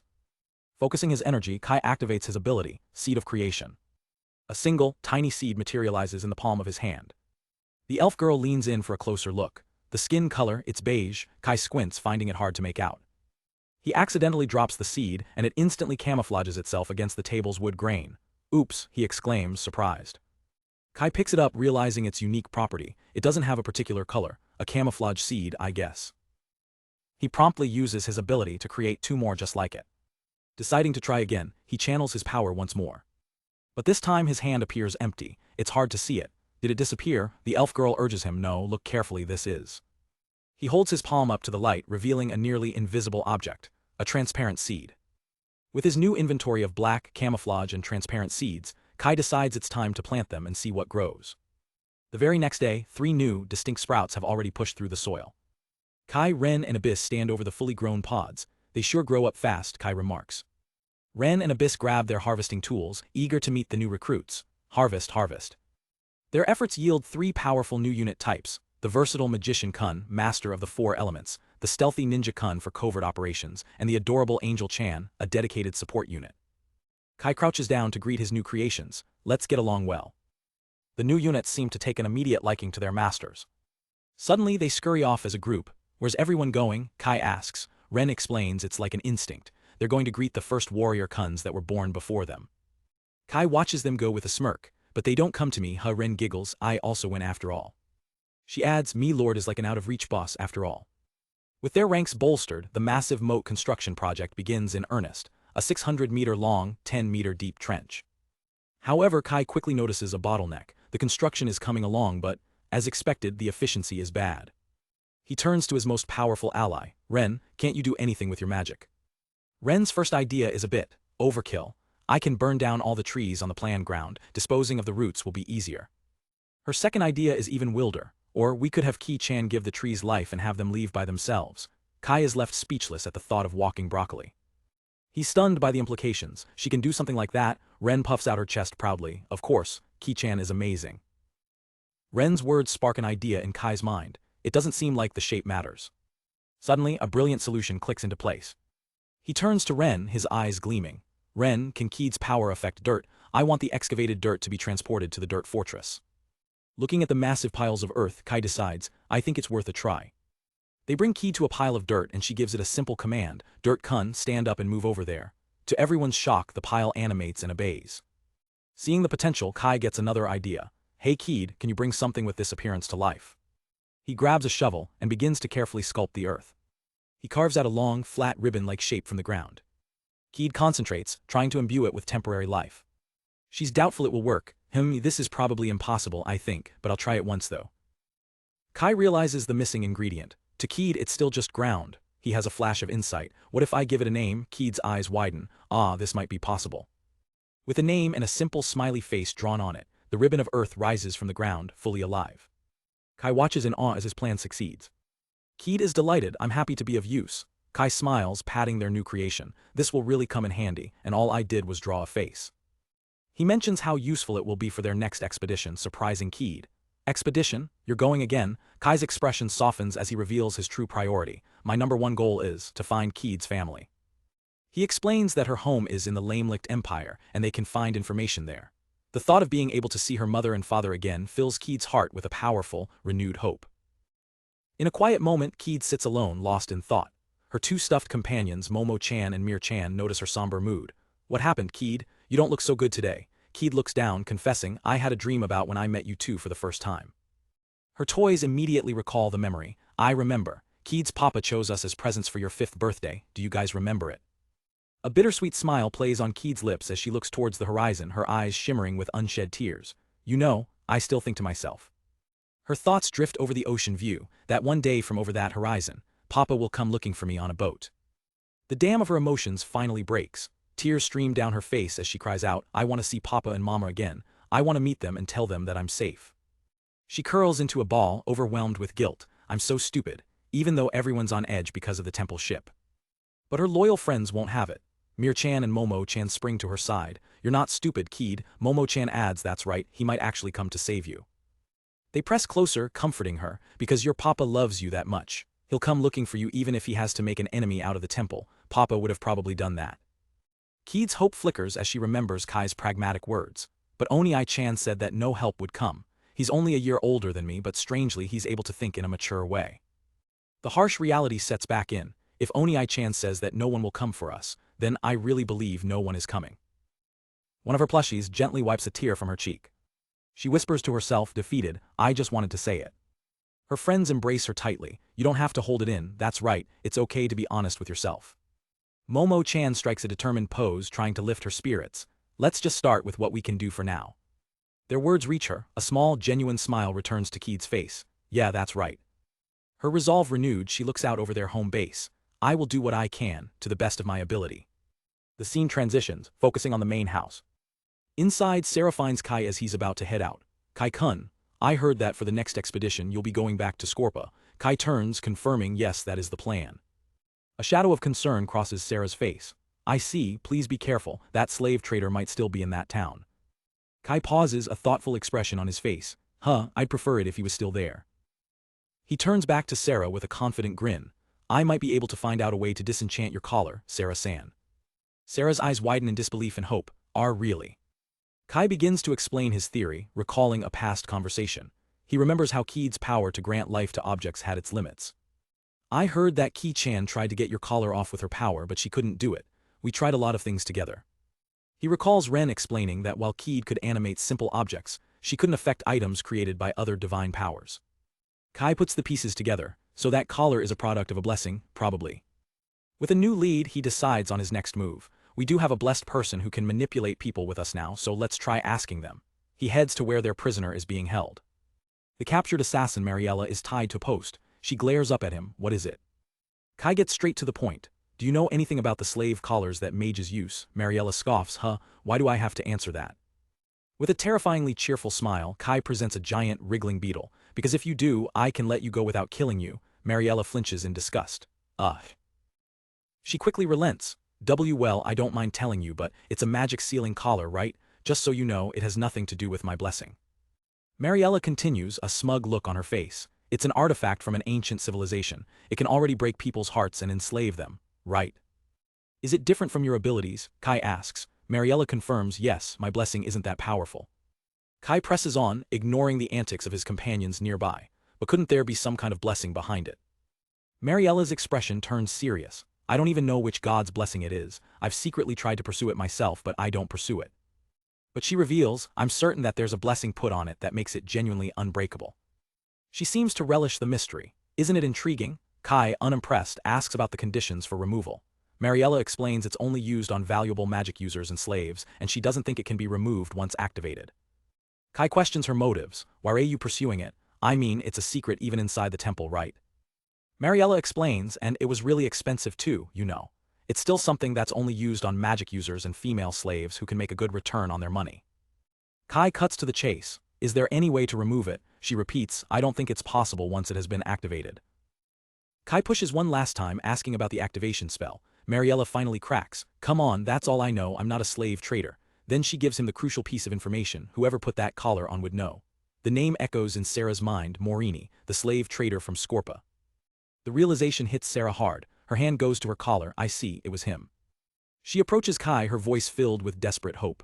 Kai-kun, can I ask you to help me with the collar? He nods without hesitation, of course while looking for Keed-chan's family. Of course I'll look for both, Kai says kindly, then notices her hesitation. Is something the matter? Sarah asks. If the temple attacks us we will fight, right? She stands tall, her resolve clear. Mages are a valuable asset. I too want to fight for this country. Kai's eyes light up. Ooh, I can finally see Sarah sans magic. Sarah gets flustered, insisting she's mediocre. Kai then adds, that's right, when you get your magic back maybe you could accompany me when I leave the island, just the two of us. The suggestion leaves her blushing and speechless. Suddenly Keed runs into the room, breaking the tension. Oni-chan. She runs up to him, full of energy. That thing you mentioned the other day, I want to try it. Meanwhile, Ren is gathering supply requests from the villagers for the upcoming expedition. Unsurprisingly, one of the top requests is alcohol. Ren sighs, remembering their last attempt. We did buy grapes before, but they didn't take root in the pioneer village. Nearby, one of the horses lets out a happy neigh. Ren observes the two female horses. I see, it looks like they want a groom. With the requests collected, Ren looks around. Well, we've collected the requests for now, so I wonder where Milord is right now. One of the others points out towards the sea, over there. In the distance, a small boat zips across the water. Ah, it's Keed-chan's experiment. On board, Kai and Keed are holding on for dear life as the boat, brought to life by Keed's power, speeds through the waves. Whoa, wow, it's so fast. Kai is amazed. The boat, which he playfully named Santa Maria-chan, is moving at a speed unimaginable with just oars. She's amazing. With the wind whipping through her hair, Keed feels a surge of confidence. She turns to Kai, a serious look on her face. That's why. Keed makes her demand. On your next outing I'll accompany you. When Kai protests that the sea is too dangerous, she retorts, I'll be fine. Besides, if you leave me the effect of the blessing will wear off, you know. Her expression is one of pure, unshakable determination. Seeing her resolve, Kai lets out a resigned sigh and a smile. He can't argue with her logic. Ah fine, he concedes, it's definitely better to have that kind of power with us. Keed erupts in a cheer. Yay. Wasting no time, she leans over the side of the boat. Then Santa Maria-chan, try putting in more power. Kai panics. Huh. From the shore, the others watch in alarm as the tiny boat lurches forward, nearly flipping over from the sudden burst of speed. But on the water, Keed is unstoppable. Having finally been honest with her feelings, she's filled with a new purpose. I'll do the best that I can right now, and meet my mama and papa. Back in Pioneer Village, one of the elves pops in with a bag of fruit. Hey, have Kai-san and the others left for their expedition already? Enel, sitting at a table, confirms with a smile, yup, they've just left the island. They watch the group's progress on a magical TV screen, where a terrified Kai is seen clinging on for dear life as the boat rockets through the water. One elf marvels at the speed, asking, isn't it almost as fast as a high-speed boat from Kai's past life? Enel explains, apparently it's a papier-mâché craft they modified with screws. She continues, but with Keed-chan's temporary life ability, the boat moves on its own. It looks like a very shaky ride. On screen, a green-faced Kai can't take it anymore. Keed, I'm going to take a small break, he groans, waving a weak goodbye. Enel's eyes widen in realization. Oh, he's coming to the Pioneer Village. Just as she says it, Kai warps directly in front of her, stumbling and looking completely wrecked from the trip. Welcome, she greets him cheerfully, I was watching you, Keed-chan is amazing. Still dizzy, Kai collapses onto the grass. How is she still okay after all that shaking? He groans dramatically, I just want to stay here forever, but Enel immediately shuts that down. Not forever, because I'll chase you out. She winks, softening her tone. Well, if you get really tired, then do come here. Koromo and I will comfort you with all we have. Kai sits up, managing a weak reply. I know already. Enel offers, do you want something to eat? Kai shakes his head. Right now my stomach is, if it's tea then please. She beams, pointing dramatically. Tea it is then. Koromo, please bring it. Kai deadpans, so you won't do it yourself. 4 days later, the turbulent journey is over. The group lands on the shores of the mainland. We got here really fast, Kai remarks. Last time it took us 11 days. Keed is full of energy. Since we could sleep at night in your Pioneer Village, I don't feel that tired. But Sarah points out the obvious, no, Oni-chan is still pretty tired. Kai turns to Abyss, who stares back with a questioning look, unsure of her role now that they've arrived. He gathers the group. Okay then, since we caused quite a ruckus in Scorpa last time, let's be a little bit cautious. He turns to Abyss, who looks shocked by his order. While we go to the market, Abyss, you stand guard here. Kai kneels down and places a small metal cylinder on the ground. I'll place an exit stake here in case we need a quick escape. I want you to take care of this. Abyss processes this. Is it an important role? Kai confirms it certainly is. Satisfied, she agrees, then I'm fine with it. Keed puffs out her chest proudly. It's fine, Abyss-chan, leave Oni-chan to us. But Kai quickly clarifies, actually, Keed will stay here for the time being too. He adds grimly, we're going to a slave trading house after all, so. The news hits Keed like a lightning bolt. With the guards assigned, Kai, Ren, and Sarah head towards the gates of Scorpa. They enter the city with their carts loaded with goods, ready to do business. A couple of merchants lounging nearby take notice. Oi, take a look at that. As Kai and Sarah, now cloaked for anonymity, navigate the bustling market, the merchants gossip. That's quite a lot for 2 kids. Maybe they're from some rich merchant? Sarah whispers nervously, it's really crowded, please don't get stabbed all of a sudden. Kai just tells her not to say things like that. A smarmy-looking merchant approaches their cart. How about this? I'll give you 4 big gold coins for it. Kai doesn't even blink. No, this cow is for 10 big gold coins. The merchant's jaw drops. Are you really selling it for that much? He tries to reason with him, it's not even a pair of cows, that price is, but Kai cuts him off, already bored, then we can't sell it to you, next please. The merchant panics, holding up his hands. Whoa there, please don't jump to conclusions like that. Kai thinks to himself, I know the price I sold it for last time, there's no point in prolonging the negotiations. Suddenly a different merchant steps forward. Young man, I'll buy it for what you're asking. The first merchant is furious, hold it, I was negotiating first. Kai just smiles, happy to close the deal. The 2 merchants begin to argue right in front of him. A cow of this size is only worth 4 or 5 gold coins, don't let the market price skyrocket. The first one yells, the buyer retorts, and I'd like you to not beat down the prices. If they do cheap business, other merchants won't come here. The argument devolves into desperate haggling. Please accept 6 big gold coins. No, 7 coins, I can't do anything more than that. Kai, completely done with the drama, sighs. Fine already, I'll sell it for 7. With the deal done, the merchants lead the cows away. Sarah looks concerned, you sure about that? Kai shrugs it off, they were probably in it together. It's okay, it was always priced higher, I'd prefer they don't take up our time. Holding a heavy pouch of coins, Kai grins. Alright, we're sold out. Now we just need to buy what we need and take it into the pioneer village. Their shopping spree begins, starting with the purchase of 2 strong male horses. They then visit a glassblower's workshop to acquire precious glassware. Kai also stocks up on barrels and other essential supplies for the village. Using his warp ability, Kai sends the massive haul of supplies directly to Pioneer Village. Enel, he calls out as the goods materialize. Enel is stunned. Oh, another big catch. Kai proudly lists his purchases. 2 male horses, cotton balls with seeds, glass, grapes, and barrels. I bought whatever I could find that wasn't in the village. Enel is thoroughly impressed. With a sly smile, Enel says, actually, I have one item that I'd like to show you, Grand Merchant Kai. Kai looks confused. What character are you playing? She reaches behind her back and dramatically pulls something from under a cloth. It's a large, beautifully crafted sword with a unique pattern etched into the blade. Kai is surprised. It's a sword. Enel corrects him proudly. It's not just any ordinary sword. It's a special shopping item. It's specially made. Kai inspects the blade, intrigued. What makes it so special? Enel just giggles mysteriously. With a flourish, she presents its special feature. The sword erupts in flames. Tada, it's called Fire Sword, she exclaims. Kai's immediate, unfiltered reaction, that name is lame. Enel dons a silly disguise to explain the details. The best blacksmith in the village put his magic into this item. The user's magic generates the flames, but the user themselves don't get burnt. The price is 5 gold coins. Kai mutters, that's expensive. Despite the price, he agrees, but I'll buy it anyway. Enel tosses her disguise aside, cheering, thank you for the business. Kai thinks she's making fun of him but decides to give it a shot. He closes his eyes, concentrates, and yells, new one. Flames come out. To his utter shock, the sword explodes with a massive burst of fire. Enel pumps her fist in the air. You did it. As expected, Kai stares at the intense flame, realizing its power. Is this magic? It's too harsh a weapon to use against humans. Enel asks about his next move. I'll take the horses and add the goods to the Pioneer Village later, Kai explains. For now, he says, looking towards the exit, I'll return to the island through the north exit and bring Sarah San. Kai warps back to the city and approaches the inn where Sarah is waiting. He finds her inside and waves, ready to set out on the next phase of their plan. As they walk through Scorpa, Sarah looks around. This town hasn't changed, she remarks. Kai adds, now that I think of it, Scorpa was originally Mondial territory. Abyss and Ren, now also cloaked, meet up with them. Master, Abyss says, getting his attention. Ren asks, is it fine for me to come along now? Kai nods, yeah. He pulls his hood up, a determined look on his face. We need more people on our side for this one.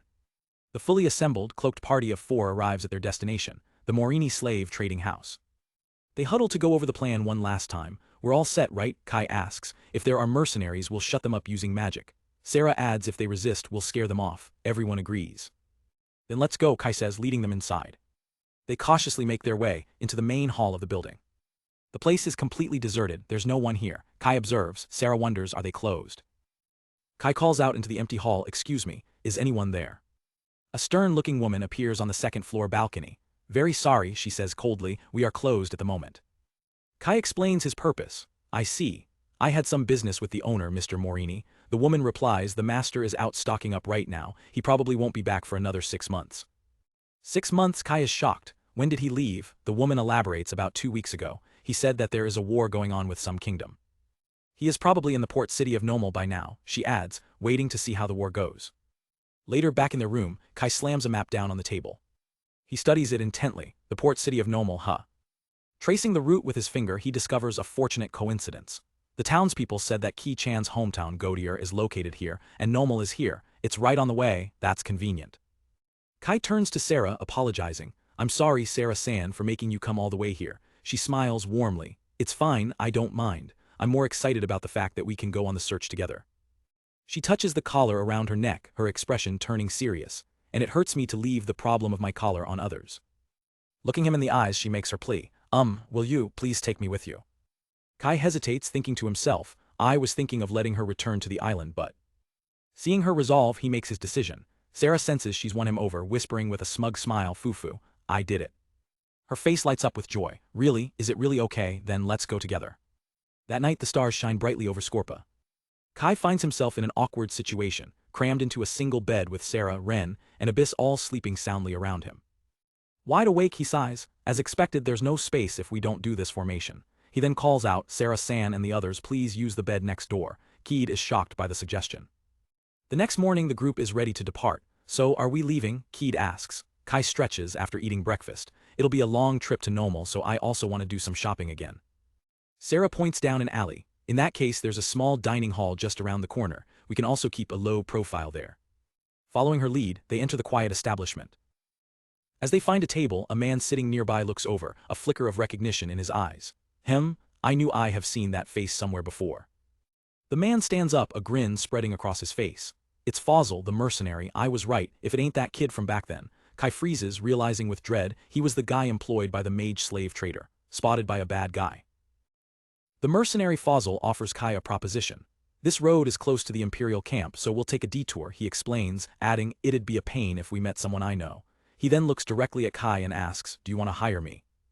Later, sitting down with Kai's group, Fosil elaborates. Well, the old man fired me. From the looks of it, you guys also have some special circumstances, right? I'll definitely be useful.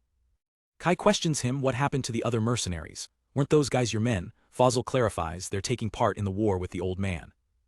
Fosil then reveals a crucial piece of his past. I might look like this, but I'm an ex-Empire mage, so I'd have to take a position in the war and I had to pass. Kai presses the issue, aren't mages supposed to be in high demand?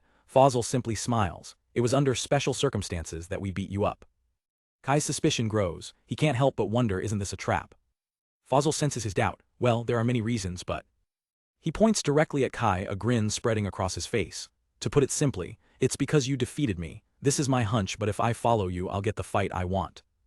Fosil clenches his fist with conviction. That's what I think. Kai turns to Ren, who gives her assessment of the mercenary. Ren, it looks like he's being serious. With Ren's confirmation, Kai weighs his options, a thoughtful expression on his face.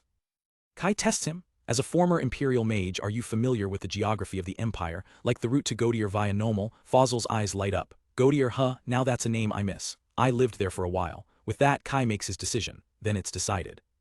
Sometime later, as they ride, Sarah calls out to Kai with a worried look. She voices her concerns. Are you sure about this? Hiring that guy as a guide, isn't there a lot he's not telling us about? Kai watches Fosil ride ahead. He's potentially dangerous, he admits, but I think this man is relatively trustworthy.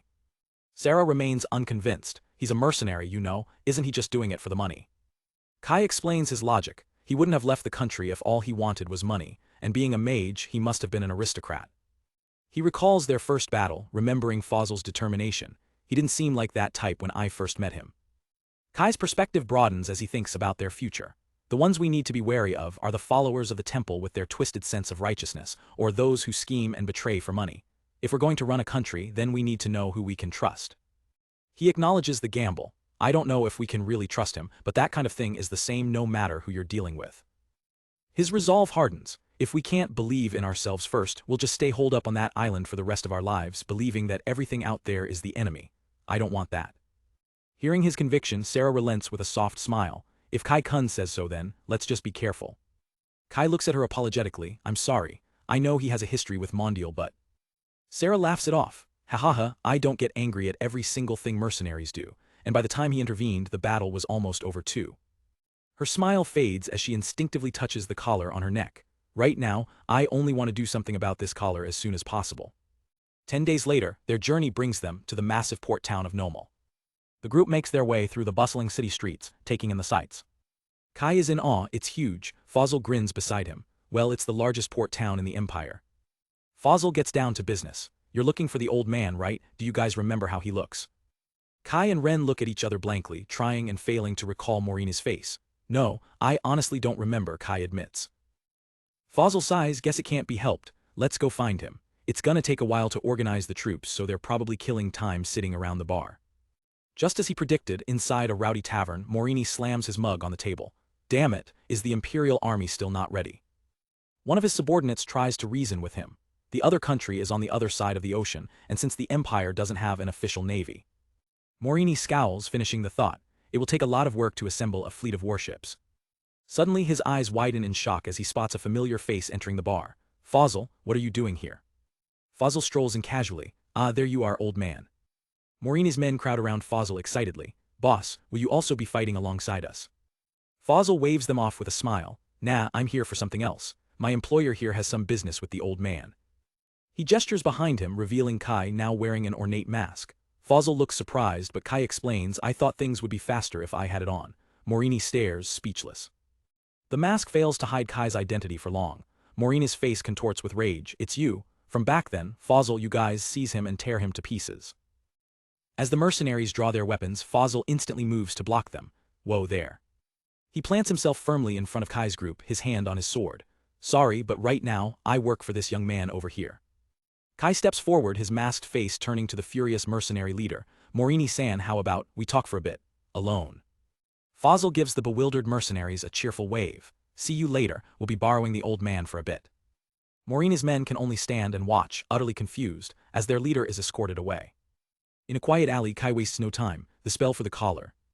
Morini smirks defiantly. What will I gain from telling you? Kai's voice drops, laced with menace. Maybe you should start worrying about what you stand to lose first. Morini tries to appeal to his former subordinate. Fosil, I'll pay you twice whatever this kid's paying, but Fosil leans against a railing, unmoved. Sorry, but I'm afraid prior contracts take priority. He adds with a shrug, besides, I can't win against that young lady over there.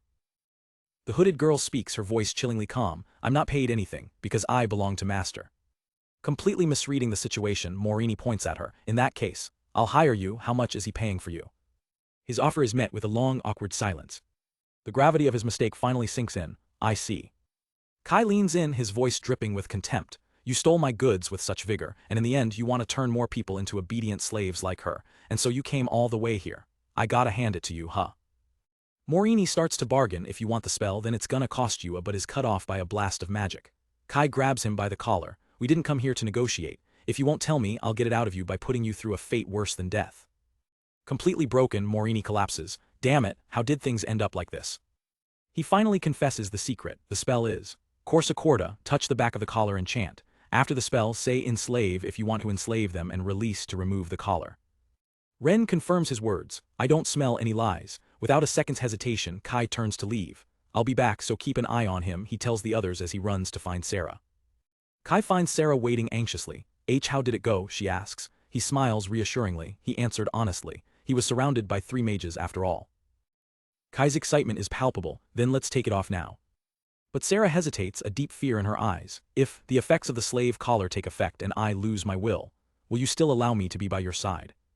She closes her eyes, her voice barely a whisper. I don't mind being Kai-kun's slave. Kai is shocked by her words. Sarah-san, don't say such things. Sarah clutches her head, overwhelmed by the possibility of losing herself. Seeing her distress, Kai's expression becomes one of absolute determination. He gently takes her hands in his. Don't worry. He makes a solemn promise. If something like that happens, I'll find a way to undo it. No matter how long it takes, I'll make sure of it.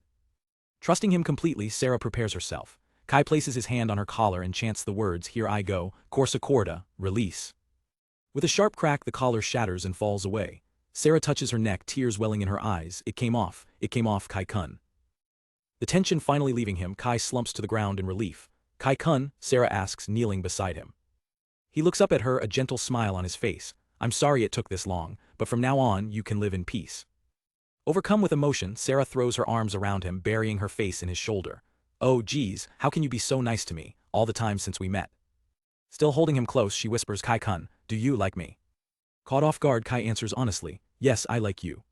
Sarah's heart soars, a blush spreading across her face. Realizing the misunderstanding, Kai panics. I like you, but I also like everyone, so I meant it like. But Sarah interrupts his frantic explanation, her voice thick with emotion. I also like Kai-kun. Tears of joy stream down her face as she makes her heartfelt confession. I've really fallen in love. I don't know what to do, it doesn't matter how you meant it, but right now, just saying you love me is more than enough. With Sarah's collar finally removed, Fosil smirks at the defeated slave trader Morini. Oh, looks like you got it off safely, he taunts, adding, well, aren't you two sticking together? Morini demands Kai hand him over, but Kai refuses flatly. I cannot hand him over to a slave trader, that's too dangerous. Enraged, Morini growls, then give me back my collar. Fosil just waves him off with a condescending smile. Well, that's too bad, old man, there are times in life like this too, take care now. As the group makes their way through the city of Nomel, Fosil looks around at their party. But man, this is scary, he muses aloud, to think that there are 3 mages right here. Ren pops up, correcting him with a grin.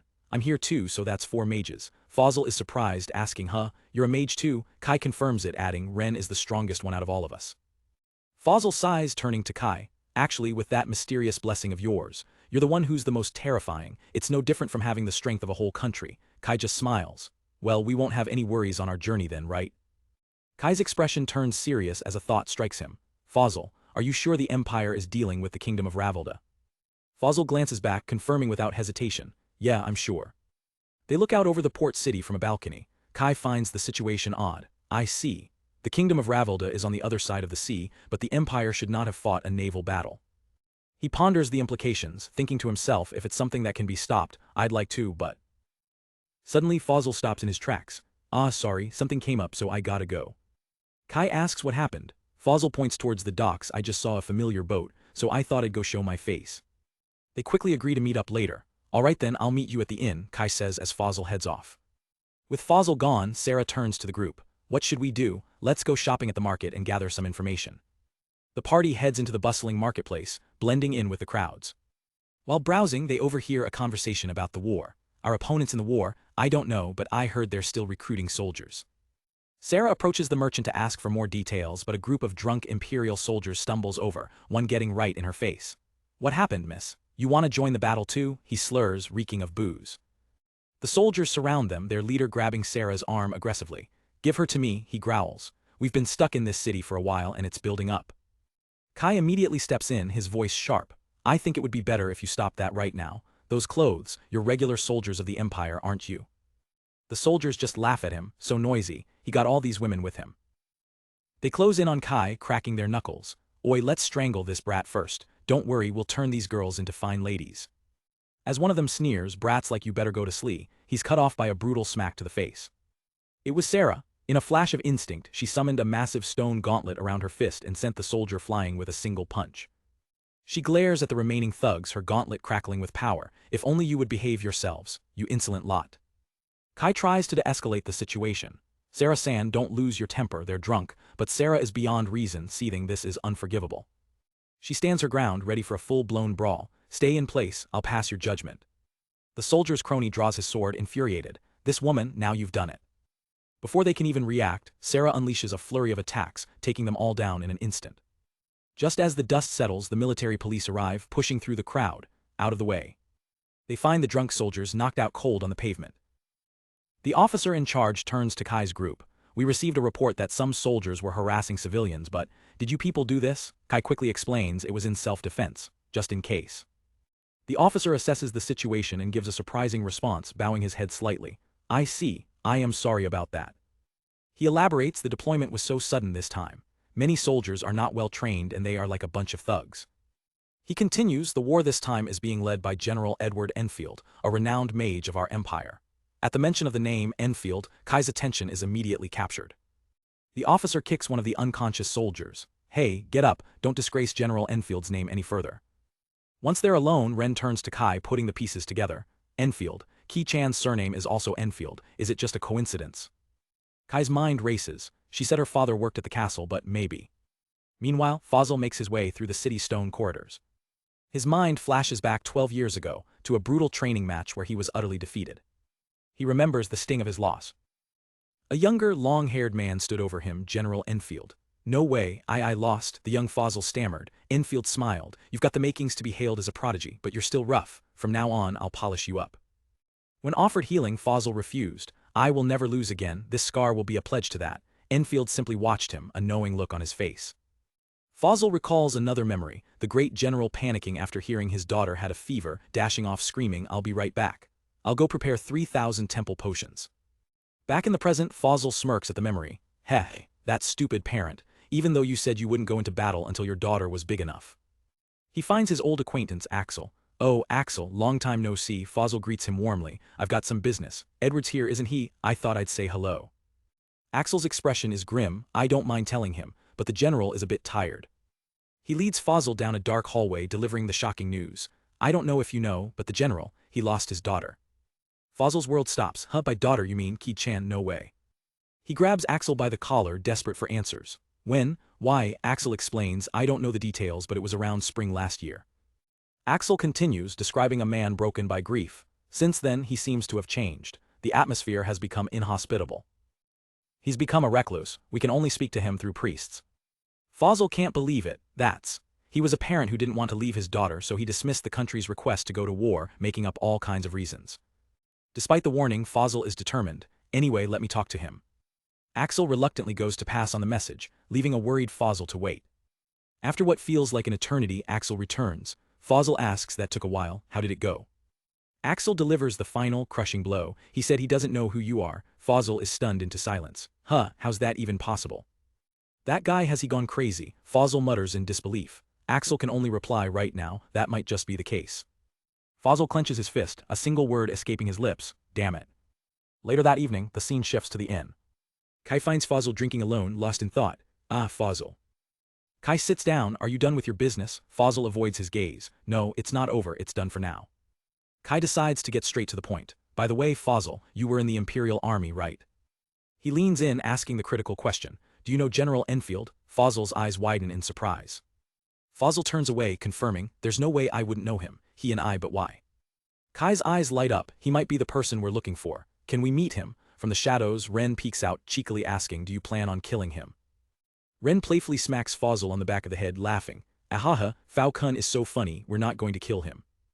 Fosil, now in a headlock, is completely exasperated. It's nothing to laugh about. You come all the way to Imperial territory with that kind of strength, looking for a general. It makes one wonder if you're plotting an assassination. And what the hell's up with calling me Falcon? Kai calmly clarifies their true intentions. I was wondering if he might be the father of a girl in our care. I just want to make sure. The mention of a girl makes Fosil freeze. Did you say, a girl? Kai presses on, that girl, do you know, no, have you met her? Fosil holds up a hand, his mind reeling. No, wait a minute. He connects the dots, his voice filled with disbelief. I just heard that she died. Is Keed-chan, is she still alive? Kai and Ren's knowing smirks are all the confirmation he needs. As Fosil sputters in shock, Kai holds up a hand. Hey, just wait for a bit. Ren continues her teasing. Aren't you glad, Falcon? Fosil snaps back, what do you mean, aren't I glad? Don't call me Falcon. A gentle voice drifts down from the staircase. Yeah, I know him. Fosil Nei-chan used to visit my house occasionally. He acts tough, but he's a kind person. Fosil looks up, his breath catching in his throat. Keed rushes down the stairs and leaps into his arms, hugging him tightly. It's been a long time, Fosil Nei-chan. Completely overwhelmed, Fosil stammers, is that you, Keed-chan? She pulls back, beaming, it's me, Keed Enfield. Tears welling in his eyes, Fosil covers his face, overcome with relief. You're still alive. After the emotional reunion, Fosil asks the question on his mind. But why is she with you? Kai puts a hand on his shoulder. Well, about that, Keed and I are both in a precarious situation. Kai explains the plan, we're still pretending to be dead. We can't let them know we're alive. I want her to meet her father as secretly as possible. Fosil listens intently, the pieces of the puzzle finally clicking into place. Kai looks him straight in the eye, making his request. Keed is a part of our precious family, will you help her out? A determined grin spreads across Fosil's face. All his earlier despair is gone, replaced by resolve. Heh, that's obvious. Keed smiles, full of hope. If he finds out that his daughter is alive, I'm sure he'll snap out of it. With their new ally on board, the plan to reunite a daughter with her grieving father is set in motion. Just you wait, Edward. In Normal, Keed hatches a plan. Oni-chan, she says to Kai, I should secretly write a letter to Papa, he'll know it's me for my handwriting. Kai's eyes light up. Keed, you're a genius, he'll come running when he knows we're alive. But Fosil, ever the pragmatist, cuts in, but how do we even get the letter to him? Fosil points out the obvious flaw. The priests will censor any letter I try to give him. You don't want the temple finding out about this, right? But Kai is unshakable. It doesn't matter where he is. As long as we know his name, we have people who can find him and deliver it. Fosil is stunned by Kai's mysterious connections. A blessed person, just who are you people? Before Kai can answer, Keed turns on the charm. If you decide to live with us, Fosil Niachin will tell you everything. Fosil can't help but be swayed, thinking to himself, she's a real heartbreaker, this one. With the plan set, Keed carefully pens the letter to her father, pouring all her hopes onto the parchment as the others look on. Under the cover of darkness, Ren and Angel-chan expertly infiltrate the heavily guarded building, delivering the precious letter directly into the hands of General Edward. Edward reads the letter, his daughter's familiar handwriting staring back at him. His response is not what she hoped for. He violently crumples the paper in his fist. The group waits at the appointed place, but the grand staircase remains empty. As hope dwindles, Keed whispers, he isn't coming, is he?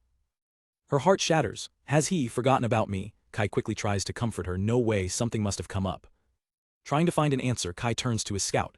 Libelle, where is Edward right now? Libelle's report is grim. Just like yesterday, he hasn't moved from that building at all. Seeing Keed's devastation, Sarah murmurs her name with deep concern, Ki-chan. Sarah pulls her into a tight hug. It's okay, I'll always be with you, I'm sure my lord will figure something out. Watching the heartbreaking scene, Fosil's expression hardens with grim determination. He's seen enough. Fosil decides to take matters into his own hands. He storms towards the temple headquarters, ready for a confrontation.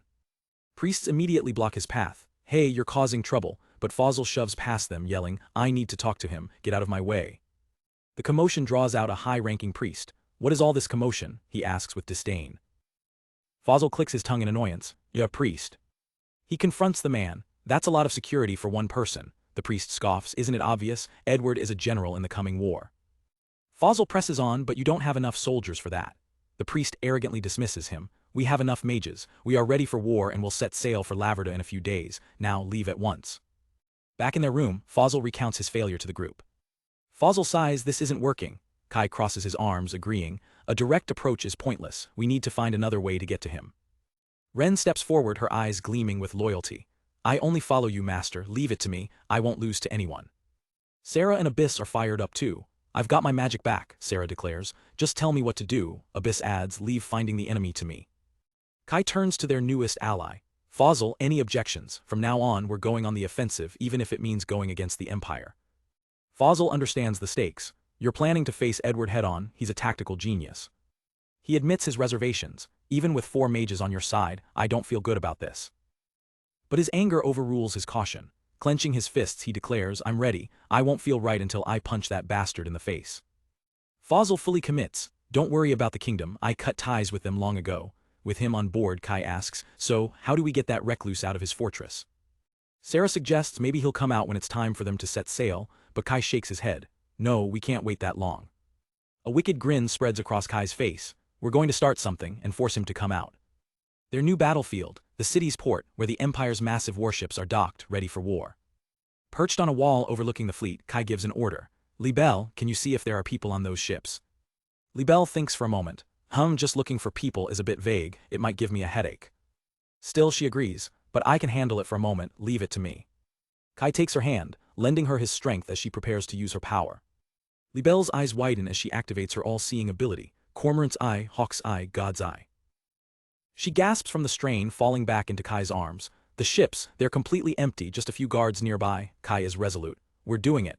He then summons his tiny but mighty warrior Kuns.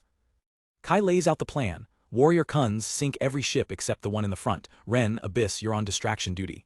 Both girls nod in agreement. The tiny army of warrior Kuns marches towards the docks, a comical but deadly sight. Grabbing a mooring rope from the last remaining ship, Kai activates his signature skill, Tenohira Pioneer Village. While the distraction team gets to work, the warrior Kuns begin their sabotage, drilling into the hulls of the warships from below. On the decks, another squad of warrior Kuns systematically dismantles the rigging, ensuring the fleet is going nowhere. Back on Kai's island, a colossal warship materializes out of thin air, shocking Enel. Whoa, that's a big ship, Kai waves casually, deal with anyone inside as you see fit. Enel is confused, but that's the way out of the island, Kai explains. Exactly, we'll need everyone's help for this. He reveals the master plan. We're going to lure Edward here. On this island, his magic will be useless. If it comes to a fight, our priority is protecting Keed and Libelle. Kai gives his final orders. Everyone but Abyss stays here. Enel, ever the gracious host, claps her hands. Visitors will prepare some tea. Meanwhile, back in Nomel, alarms blare as priests run through the halls in a panic. The head priests demand answers. What is the matter? Calm down and explain. A terrified guard bursts in shouting, the ships are on fire. The high priest's face contorts with pure rage. What? At the port, the entire war fleet is engulfed in a raging inferno, the pride of the empire reduced to ash and smoke. Watching the destruction from a rooftop, Ren thinks to herself, the distraction, maybe a little too flashy. But she knows it was necessary. With this, they can't go to war against Master's homeland. Suddenly, a blinding flare of magical energy erupts nearby. She's been found, a priest glares at her. I thought it was a mage, but to think it was a witch with the same silver hair as the devil, how ominous. As the dust settles, a powerful figure emerges from the light. Ren's eyes widen in recognition. It's General Edward himself. On the island, the group watches the chaos unfold on a monitor. Fosil, look at that person. They all crowd around the screen, their expressions tense. Fosil growls, no doubt about it, it's that bastard Edward. They analyze the feed. He's surrounded by priests and those 4 in the back are mages. He brought his entire force. Staring at the screen, Keed's voice is a fragile whisper filled with pain and longing. Papa. Overcome with emotion, she suddenly bolts from the room. Ah, Keed, Kai and the others shout in alarm. She runs frantically through the village, heading for the island's entrance. Realizing the danger, Kai rallies the group. This is bad, let's get going. They all rush after her. Keed reaches the outer wall, tears streaming down her face as she looks down. There, having just arrived on the island, stands her father, Edward, his face an unreadable mask of cold authority. The reunion she dreamed of has become a tense standoff. On the ramparts of Pioneer Village, Keed faces her father, Edward, and his legion of priests. Papa, she whispers, her voice filled with disbelief. Suddenly Kai and Fosil rush to her side. Keed, they shout, arriving just in time for the confrontation. Edward's expression is hard as stone, a flicker of pain in his eyes. But just as quickly, that flicker vanishes, replaced by a cold, unnerving emptiness. The man standing there is no longer her father. Seeing this, Fosil's face contorts with rage. That bastard, he roars, leaping over the wall and charging headfirst into the enemy lines. Kai can only watch in shock, realizing how reckless his friend can be. Fosil becomes a whirlwind of motion, effortlessly cutting through the soldiers. The priests are stunned. Fosil, what is the meaning of this? This is treason. Ignoring their accusations, Fosil screams at the man he once knew. Shut up, Edward, wake up. As Ren prepares to jump into the fray, Kai stops her, a dawning horror on his face. Wait, Edward is. Kai pieces it together instantly. He's being controlled by the priest. Is that the blessing of sleep's soul-binding puppet strings? He quickly forms a plan. Ren and I will go around and aim for the priest. Sarah, Fosil, Abyss, it's a showdown in numbers. The battle ignites. The enemy mages sneer, Fosil. Did you really think you could win against the 4 of us? But Ren is already moving, crackling lightning gathering in her hands. With a flick of her wrist, she unleashes a torrent of electrical energy. A powerful shield of lightning erupts in front of Fosil, deflecting the mage's initial volley. Before they can react, Sarah steps up, shattering another incoming spell with her bare hands. Wah, the priests cry out in shock. As another spell flies toward Fosil, the unthinkable happens. Edward steps forward and casually erases the magic with a wave of his hand. Fosil grits his teeth. Edward, you bastard, so you're really gonna do this. Having saved his own men, Edward turns his attack on Fosil. Fosil realizes he's the only one who can match him. Ladies, he yells to Sarah and Abyss, I'll hold Edward back. Can I leave the other 4 to you? They nod in grim agreement. Yeah, not a problem. The battlefield explodes as Sarah and Abyss engage the 4 enemy mages in a spectacular clash of magic. Watching from above, Ren grows anxious. My lord, at this rate. Kai finishes her thought, yeah, putting Abyss aside, I don't know how long the other 2 will last. Ren offers to intervene, but Kai holds her back. No, your firepower is too strong, they might die. I have another idea. He summons a familiar, Mage-kun, Osa. Kai issues his command, use earth magic to break their foothold and make room. Edward's magic nullification shouldn't work on something from another world just like yours. Mage-kun unleashes its power. The stone ground beneath the enemy mages shatters, completely disrupting their formation and throwing them off balance. Seizing the opening, Sarah and Abyss launch a powerful, coordinated blast of magic. But one of the priestesses raises a hand, erecting a powerful barrier. Battle Maiden's sanctuary, their attack is completely nullified. She then gathers a ball of dark energy, preparing a counterattack. Kai grits his teeth, so they've got people with blessed shields there too. The enemy priests still reeling from the ground attack search for the source. That earth magic, where did it come from? The priestess locks eyes with Kai, her target identified. She unleashes a massive sphere of destructive energy directly at him. In a flash, Ren tackles Kai, pulling him out of the blast's path just in the nick of time. Fosil sees the near miss and cries out, "Chief." But another mage seizes the moment, launching a volley of razor-sharp crystal shards at the now vulnerable pair. Without a second thought, Fosil throws himself in front of them, taking the full force of the attack. The crystals pierce his body as Kai and Ren look on in absolute horror. The enemy commander smirks, "Now barrage them and take control." Their forces unleash a torrent of spells, forcing Sarah and Abyss on the defensive. Just as the attacks are about to hit, Keed's mother appears, casting her own battle-maiden sanctuary to shield her daughter and the others. Kai immediately summons his angel Chans to heal Fosil. "Ren, buy us some time," he orders. Ren stands ready, "Leave it to me." Ren erects a powerful defensive wall, shielding the group as they tend to Fosil's wounds. Kai desperately searches for a way out. Now what? Even if we retreat, there's no opening to get everyone out. Keed's mother rushes to her side. "Are you hurt?" Keed shakes her head, still in shock. "No, thank you." But as her mother looks on with concern, Keed's expression darkens. A fire ignites in her eyes. She has reached her limit. She watches the chaos, the violence, her friends being hurt by her own father's hand. Tears of rage stream down her face as she screams, "Papa, you dummy, dummy, dummy. You Dumbo, I can't believe it." Her gaze falls on the unconscious Fosil. "You even hurt Fosil Niachin. Hurting everyone." Slamming her palms onto the stone floor, Keed unleashes a torrent of power, crying out the name of her ability, Temporary Life. The entire fortress trembles as a colossal stone golem erupts from the ground, its glowing eyes promising destruction. Everyone, friend and foe, stares in stunned silence. The golem towers over the battlefield, a monster born from a little girl's rage. It immediately goes on a rampage, swatting soldiers aside like toys. The remaining guards try to form a spear wall, but it's utterly useless against the behemoth. The priests can only stare in abject terror, and no way. Their ranks break as they scream in panic, "Don't face it, run."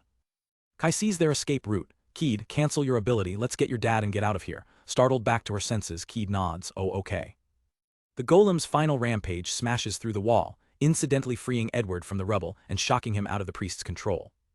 Dazed, Edward's first thought is of his daughter. "It's Keed. Am I seeing a dream? If we can be together again, I don't want to wake up." Keed rushes to his side and gives him a gentle slap. "Wake up." His eyes focus and he sees her clearly. "It's not a dream," she insists. They collapse into a tearful embrace. "I came back," she whispers. With newfound resolve, she pulls away slightly. "Come on, let's go and get Mom." Later, safely back in Pioneer Village, Fosil smirks from his sickbed. After letting out all that magic, having his daughter wake him up. Talk about luxury. Edward, finally lucid, looks from Fosil to the boy who helped save his family. "And you are?" Kai smiles. "My name is Kai." He gestures to the peaceful settlement around them. "This is Tenohira Pioneer Village." In a colored flashback, a young girl, Rukia, watches her brother Kai sleep. "I know everything about you, Oni-chan," she thinks. "Ever since I received the blessing of Idea, the god of truth, I've been secretly testing my ability, my eyes of truth." Gazing at her sleeping brother, she confirms a startling secret. "I knew it. We were abandoned children, and Oni-chan has memories that go back even further than when he was a baby." The truth settles in her young mind. Oni-chan is not like other people. Her resolve hardens. "More, I want to learn more about him." The scene shifts to a grand temple, the site of Rukia's own 12-year blessing ceremony. A priest stands at the doorway calling her forward. "Rukia Husqvarna, please enter." Looking nervous, the young Rukia replies, "Okay." As she walks through the halls, she worries about her brother. "Oni-chan, he underwent the ritual before me, but he still hasn't returned. I wonder where he is." The ceremony begins. A priest reaches towards her chest, preparing for the ritual. Now, the priest says with a smile, "Let me take the cloth." As the cloth is pulled away, it reveals a dark, intricate symbol branded on her skin. The priest and a mysterious hooded figure, a special inquisitor, stare in utter shock. The inquisitor shoves the priest aside, his eyes wide with disbelief and excitement. No, it can't be, show it to me." He leans in close, examining the mark on the startled and blushing Rukia. The inquisitor is thrown into a state of religious ecstasy. "Oh God, it can't be, to think such a day would come." The priest panics. "Inquisitor, it can't be two in a row," but the inquisitor silences him. "Keep your mouth shut, the god who dwells in her is incomparable to that one." He then reveals the unbelievable truth to Rukia, and what's more, she has 3 gods in her body. Rukia can only whisper 3. She clutches her chest, realizing her blessing was far more than just from Idea. The inquisitor turns to her, his voice filled with reverence. "Thank you for allowing me to meet you on this day." He reveals the name of the powerful entity within her. The The God that dwells in you is Idea Eterno Deadites. Now, call onto God's name. Rukia thinks fast. I've already received the blessing of Idea, but I might be able to trick them like this. Playing her part, she shouts the name with all her might. Idea Eterno Deadites. A brilliant light bursts forth from the symbol on her chest. The priest admonishes her, calling out the name of God in one breath. I know you understand, but please don't mention God's name from now on. The Inquisitor simply says, well, it's fine. Rukia sits quietly, taking in the strange turn of events. Gathering her courage, she decides to ask the question that's been weighing on her mind. Inquisitor, my brother, Kai Husqvarna, do you know where he is? The Inquisitor's friendly demeanor vanishes in an instant. He grabs her hands, his voice chillingly cold. Forget about him forever. His eyes, wide and intense, bore into hers as he repeats the command. Forget about him. Rukia is stunned into silence, the cruel words echoing in her mind. She feels trapped, surrounded by the stern, unfeeling faces of the temple officials. A priest tries to reassure her, now, there's a glorious path that lies ahead of you, but Rukia's mind is racing. Why? Her world shatters. Why, forget about him, Oni-chan, can I never see him again? As she breaks down, the Inquisitor grabs her, demanding, Rukia Husqvarna, this is just. In a desperate, instinctive move, she unleashes her power, shouting, Eyes of Truth. Her eye glows with a strange light as she peers into the Inquisitor's secrets. The Inquisitor recoils. What are you doing? Rukia quickly feigns ignorance. I'm sorry, I heard the voice of God, so I thought I'd use it. She continues the act, rubbing her eyes, but it was all messy and I didn't really understand. The Inquisitor seems to believe her. That's a given because without training you can't properly handle your blessing. The priest pats her head, warning, don't use your God-given power carelessly. Rukia smiles sweetly and agrees. But beneath her innocent facade, her mind is sharp and clear. I saw the gist of it. The truth she uncovered was horrifying. The God who blessed my brother is an evil God, and the temple is banishing people with the blessing of the evil God far away. She saw more. The other special Inquisitor who was in this room earlier took Oni-chan somewhere. This man was not told anything more than that. And most importantly, she learned there was still hope. They haven't killed him, they are afraid of killing blessed people for some reason. The Inquisitor lays out their plan for her. From now on you will live as a nun for 2 years, you will learn as an apprentice priest.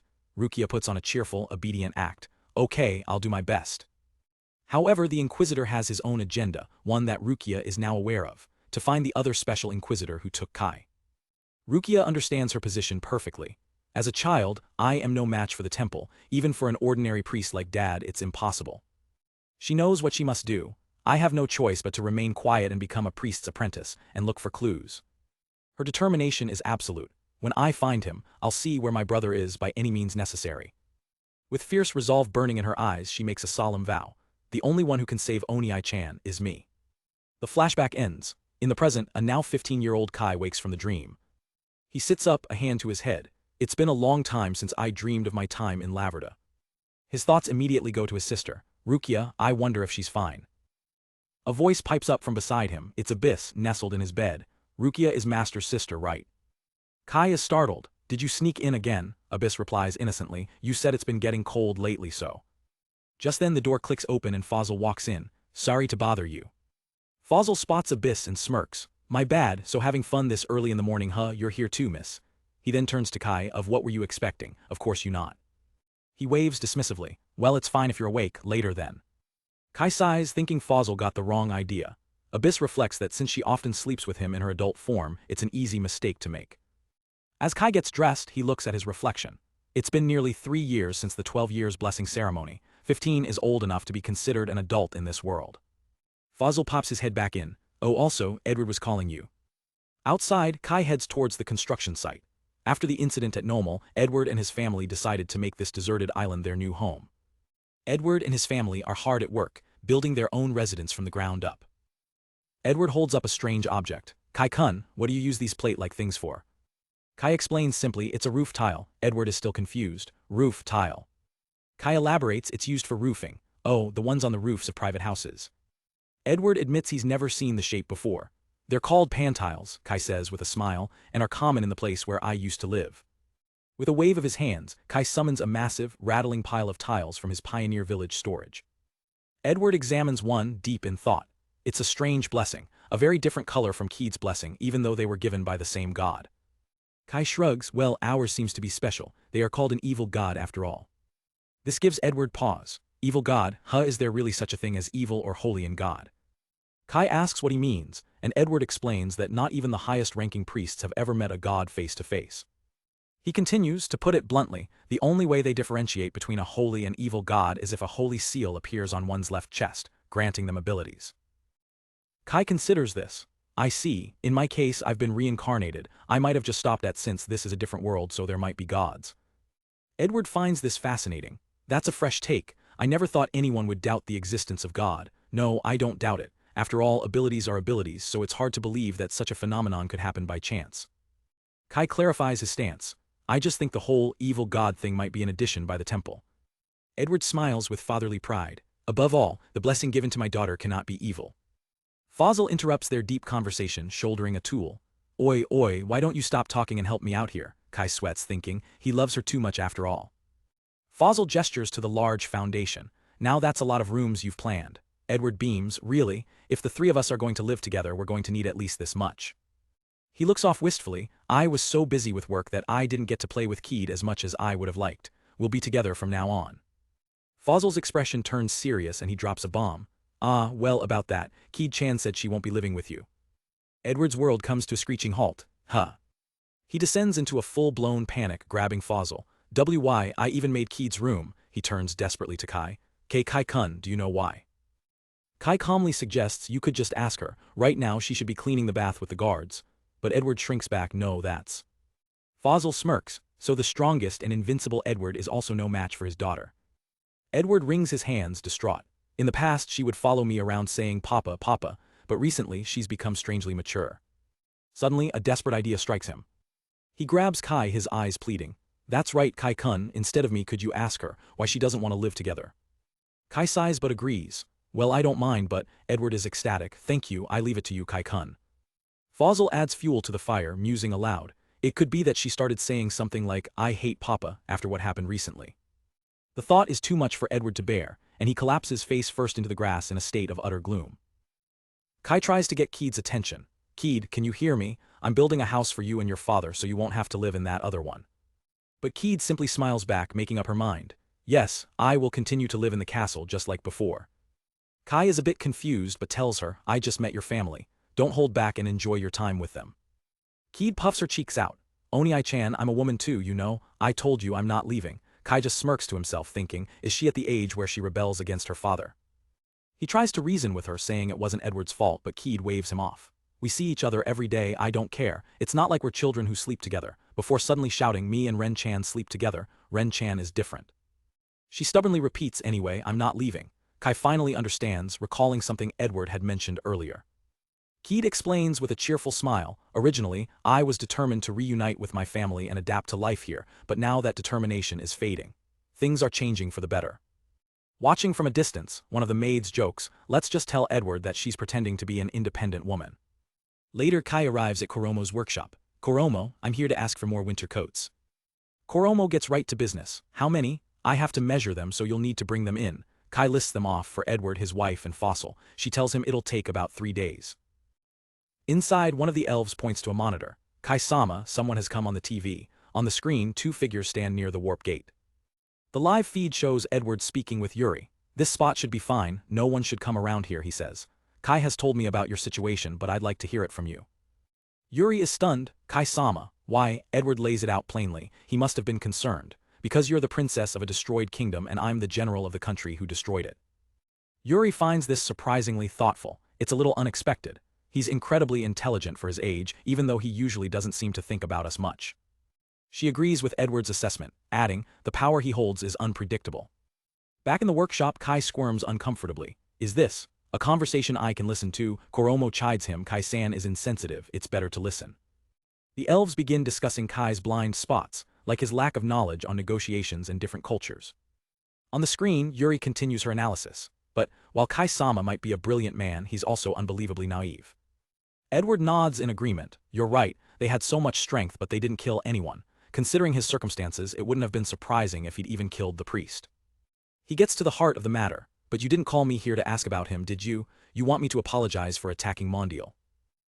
Yuri lets out a sad laugh. No way, you weren't even in that battle, were you? I wouldn't be happy to hear you apologize, I'm just trying to feel better by venting.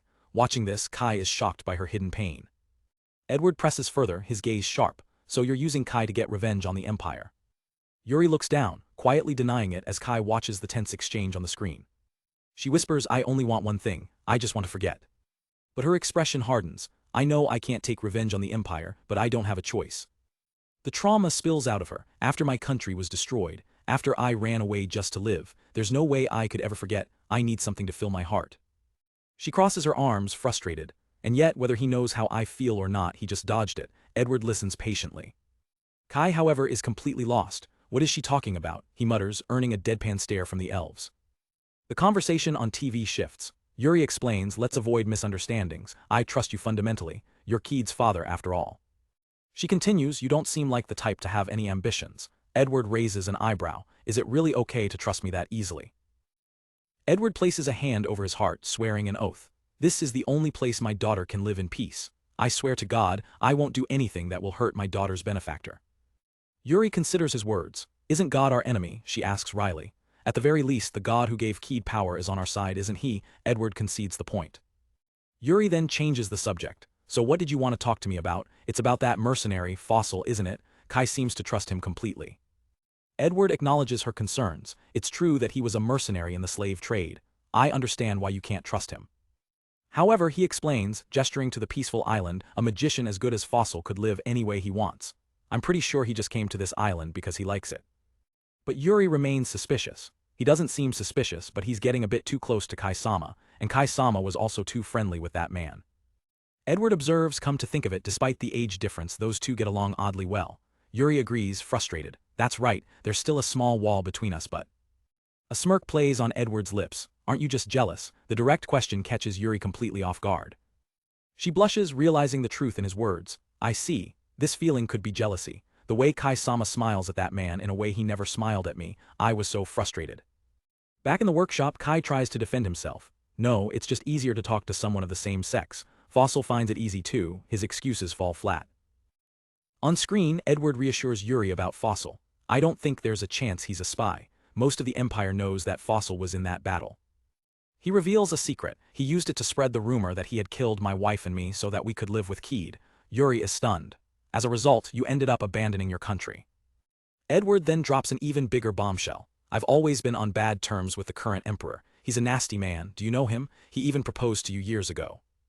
A flashback shows a younger, arrogant prince being rejected by Yuri. Edward recalls, yeah, I've heard about that. His Highness confessed to the Mondial's princess and went down. He was really mad. The horrifying realization dawns on Yuri. At the time, I thought it was funny. Could it be? I think I was the reason for the war. Edward's eyes narrow as the pieces fall into place. I see. So that's why we attacked Mondial, a longtime friend. I understand. Watching from the workshop, Kai is speechless. Edward continues his deduction. His Highness is a proud man. He wouldn't want it known that a single woman was the cause of the war, so I'm sure he instructed them to take the royal family prisoner. If the goal was to annihilate us, we wouldn't have been able to escape, Yuri realizes. Thanks to him, we were caught by a slave trader instead of falling into the hands of the Empire. She touches the ancient monument, her voice trembling, for such a reason. My country was destroyed, I don't want to believe it, but is he really the mastermind? Edward's expression is grim. If there is someone else, what should we do? Yuri looks down, defeated. Kai-sama told me not to think about revenge, that's just how he is. But her sorrow instantly turns to rage. However, the demon inside me talks to me. It told me that the person who gave the order must be held accountable. I will never forgive them. Kai watches, his face a mask of shock and concern. As their conversation ends, Yuri asks Edward, please keep this a secret. He replies, I'm aware of that. I understand how you feel, but it's a long way ahead. With a click, Kai turns off the monitor, the heavy silence filling the room. He slumps over the table. Maybe I saw something I shouldn't have. One of the elves remarks, should I say I'm glad I eavesdropped? The other states the grim reality, she hasn't given up on revenge at all. Kai sighs, well, I already knew, but his expression hardens with newfound resolve. He knows he can't just tell her to forget it. I should have a proper discussion with her, not just Yuri but with everyone from Mondial too. In the castle hall, Kai holds a meeting with the villagers to hear their requests. The needs are clear. One woman wants booze for cooking and drinking, another points out the lack of building materials and a skilled craftsman. Finally, a man voices a different concern also. The one who worries me the most is Yuri-sama. He explains that Yuri has been working tirelessly to keep everyone occupied, and it's taking a toll on her. The image of her, looking utterly exhausted while surrounded by scrolls, proves his point. Kai smiles, grateful for the feedback. Thanks, I'm glad I got everyone's opinions, he says, promising. I'll see if there's a solution. I'll try some things in Tenohira village. With the villagers' needs fresh in his mind, Kai walks through the village, pondering his next move. Suddenly, Enel runs up to him holding a basket of freshly picked grapes. Kai, we've got grapes in the village, these were grown just the other day. Before Kai can even react, he sees Koromo already munching on them. Can we harvest it already? He asks. Enel nods enthusiastically. Yes, we can do it, they taste pretty good. Kai tries one himself, noting its rich, bittersweet flavor but also the thick skin and hard seeds. Enel, however, is just happy he finds them delicious. An idea sparks in Kai's mind. Can you make wine out of these grapes? Enel seems confident. I think we can. Wine is pretty simple, isn't it? We just crush it and ferment the juice, right? With a plan in place, Kai, Enel, and Koromo are ready for their new project. We have a big barrel, so let's give it a try, Enel declares. To Kai's confusion, the elf sisters announce they're changing clothes first, quickly swapping their usual gear for simpler village dresses. The reason becomes clear as they hop into a large wooden vat filled with grapes. Enel eagerly starts stomping, shouting, "Take this," while Koromo hesitates. Doesn't it feel better to dress like a village girl? Enel teases. The grape stomping quickly devolves into playful chaos. Hey sis, be more gentle, Koromo yelps. It tickles more than I thought. Kai watches from the side, deadpan, wondering if any of this is actually necessary. The sisters continue their work, crushing the grapes underfoot to extract the juice. Moments later, a beaming Enel offers Kai a cup of the freshly stomped, still dripping juice. Kai here, taste it. Kai hesitates, his face a mask of doubt. It's the elf sisters' grape juice. He thinks aloud. Enel just smiles, don't worry, it's clean. He takes a sip. Well, it's warm, he says diplomatically, so it doesn't taste as good as it should. Koromo suggests adding more sugar, but Kai decides to press on. Well, let's put it in the barrel and see how it goes. I guess there's no problem if we make it into wine. As they seal the barrel, Enel gets a strange feeling. I feel like I'm forgetting something important. A few weeks later, Kai and Enel head to the shed to check on their creation. I wonder if it's going well, Kai says, though he worries it might have just rotted. Enel instructs a small warrior creature, okay warrior Kun, unplug it. The moment the plug is removed, the barrel explodes with violent force. The pressure sends Koromo, who was relaxing nearby, flying. Soaked and furious, she yells while Enel finally remembers their critical mistake. Staring at the wreckage, Kai realizes it too. When you just put it in a barrel, the fermentation builds up gas and pressure, and this happens. Despite the explosive failure, Kai remains optimistic. Well, this is a prototype. Failure leads to success. Enel agrees, while a miserable, drenched Koromo mutters about her own weakness. Learning from their mistake, they try again. This time, they ferment the juice in an open container first, allowing the gas to escape, before carefully transferring it to a barrel for aging. Their second attempt is a resounding success. The elf sisters proudly sample their finished product, a perfectly crafted wine. Everyone is delighted with the result, especially a tipsy Koromo, who is clearly enjoying the fruits of their labor. As they celebrate, Enel suddenly remembers. Oh, that's right, Kai, the village leveled up again.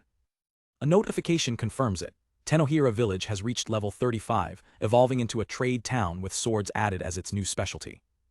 Kai is stunned. Level 35, Enel explains, ever since you came here with a knife, blade making has become popular. Swords have been added as our specialty. She points out another major upgrade, a new ability called Outside Trip, which allows villagers to venture into the world to learn new skills on their own. Kai can't believe it. Looking at the village status, Kai notices another change. Hey Koromo, it says a new elf was added. Koromo confirms, yeah, looks like another is finally here. We're 3 elf sisters. Enel explains their roles. She is the eldest, in charge of food, Koromo is the second, in charge of clothing, and the third sister, Seal, is in charge of shelter. Is she here yet? Kai asks. Enel smirks, she's a so-called hikikomori, I don't think she'll come if you're here. Kai looks thoroughly unimpressed. He questions how Enel appeared then, but she just smiles mysteriously. Well, I'll introduce you to her when the time comes. The very next day, Kai and Yuri head towards the advisor elf's home, but they stop in their tracks, their faces a mixture of shock and disbelief. Where a humble dwelling once stood, there is now a massive, ornate mansion. Seriously, Kai gasps. This is Enel's mansion. Yuri is just as stunned, confirming it wasn't nearly this impressive before. They cautiously approach the entrance. Hey, are you there? Kai calls out. I heard you had a new sister and came to say hi. From inside, they hear the faint, frantic sounds of button mashing. Peeking inside, Kai's brain short-circuits. Hey, come on, what is this? The scene is surreal. Enel and Koromo are sitting on a couch, completely absorbed in a retro video game playing on a large-screen TV. Distracted by their arrival, Enel loses her game. Ah, he got me, she cries out in frustration. She sheepishly apologizes for the poor welcome. Things were getting exciting. Kai is baffled. That's fine and all, but how do you have video games? Enel gestures towards a sleepy figure curled up on the couch. Seal brought it. Seal, introduce yourself. The third sister Seal slowly opens her eyes. Hello, nice to meet you Kai, I'm Seal, the advisor elf in charge of housing. She politely thanks him for looking after her sisters. Kai formally introduces himself and Yuri. Putting the pieces together, Kai asks, is it because of Seal's ability that the house got bigger? Seal gives a sleepy nod. She clarifies, to be precise, I sent a flying gnome to make it, as two tiny, bearded spirits appear in her hand. Seal calls them spirits, comparing them to funnels, an analogy that completely flies over Kai's head. She explains that while she can renovate her personal mansion, she can't interfere with the village itself. And what about the game? Kai asks. This is my personal belonging, Seal replies. Then comes the bombshell. It was created by reconstructing Kai's memories, she reveals, holding out a controller. Do you want to play? Kai's eyes light up. Yes. The game's title screen boots up, revealing a classic pixel art strategy game. Kai turns to Yuri, who has been watching silently. Do you want to try it too, Yuri? We can play at the same time. Yuri just looks confused. Kai tries his best to explain the foreign concept. The picture is moving. How are we going to play with this? Yuri asks, bewildered. Kai shows her the controller, explaining how it works. Yuri is curious. Kai-sama, have you ever done it before? He grins. I like simulation games though. Seal offers some advice for the newcomer. If you're a beginner, you should just play with Guan Yu. Kai decides, well, I guess I'll be Zhang Fei. The game begins and their two chosen warriors appear on horseback, ready for battle. Yuri is completely lost, clutching the controller. What am I supposed to do with this? Which one is me? Kai patiently explains the controls for movement and attacking. Her first few moments are pure chaos as she struggles with the controls and the game's logic. But after a few minutes of frantic confusion, something inside her snaps. With a fierce cry, Yuri pumps her fist in the air, her competitive spirit ignited. I'll destroy the enemy generals. Kai watches with a smirk, impressed. You adapted quickly. Now fully immersed, Yuri is ready for more. I get it now, come on, round 2 is about to start, she yells, ready to lead Guan Yu to victory. On the island, Fosil is putting Sarah and Abyss through some intense training, with Edward watching from the sidelines. With a smirk, Fosil unleashes a blast of water magic. Sarah, I'll get you again this time, he shouts as the two girls brace for the incoming attack. A massive wave of water slams into them head-on. Drenched and defeated, Sarah sighs, another loss. This is so hard. Just then Ren dashes over, full of energy. A water battle, I want to play too. Fosil explains, I'm teaching them a magic nullification technique. Using water is much safer than fire or ice. Ren seems disappointed but then puffs out her chest. I don't understand magic, but I'm strong even without it, so I'm fine. Suddenly Sarah and Abyss share a look of grim determination. Let's switch to offense, Abyss declares. Sarah cracks her knuckles. Alright then, let me show you how it's done. Fosil's face pales. As they power up, Fosil panics. Wait, 2 against 1 isn't fair. Edward, help me out here, bud. But Edward just watches with a smug grin, offering no help at all. Just as the friendly battle is about to escalate, Kai arrives, interrupting the chaos. Master, Abyss says. Kai announces winter preparations are complete. I think it's time we check out that place.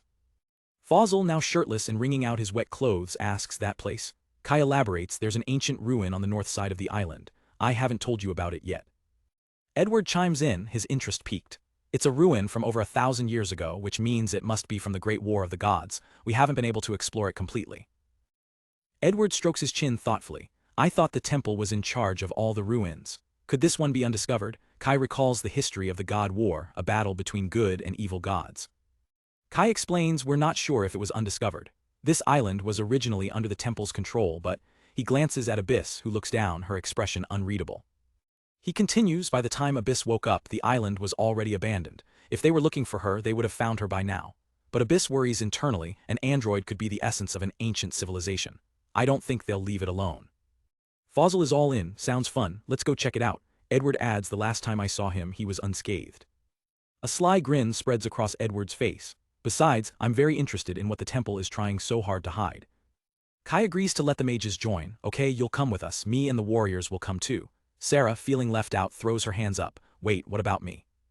Kai turns to her, his tone suddenly serious. There's no telling what dangers we'll face. Sarah, if anything happens to me, I'd like you to take care of everything. Sarah is completely stunned. Why me?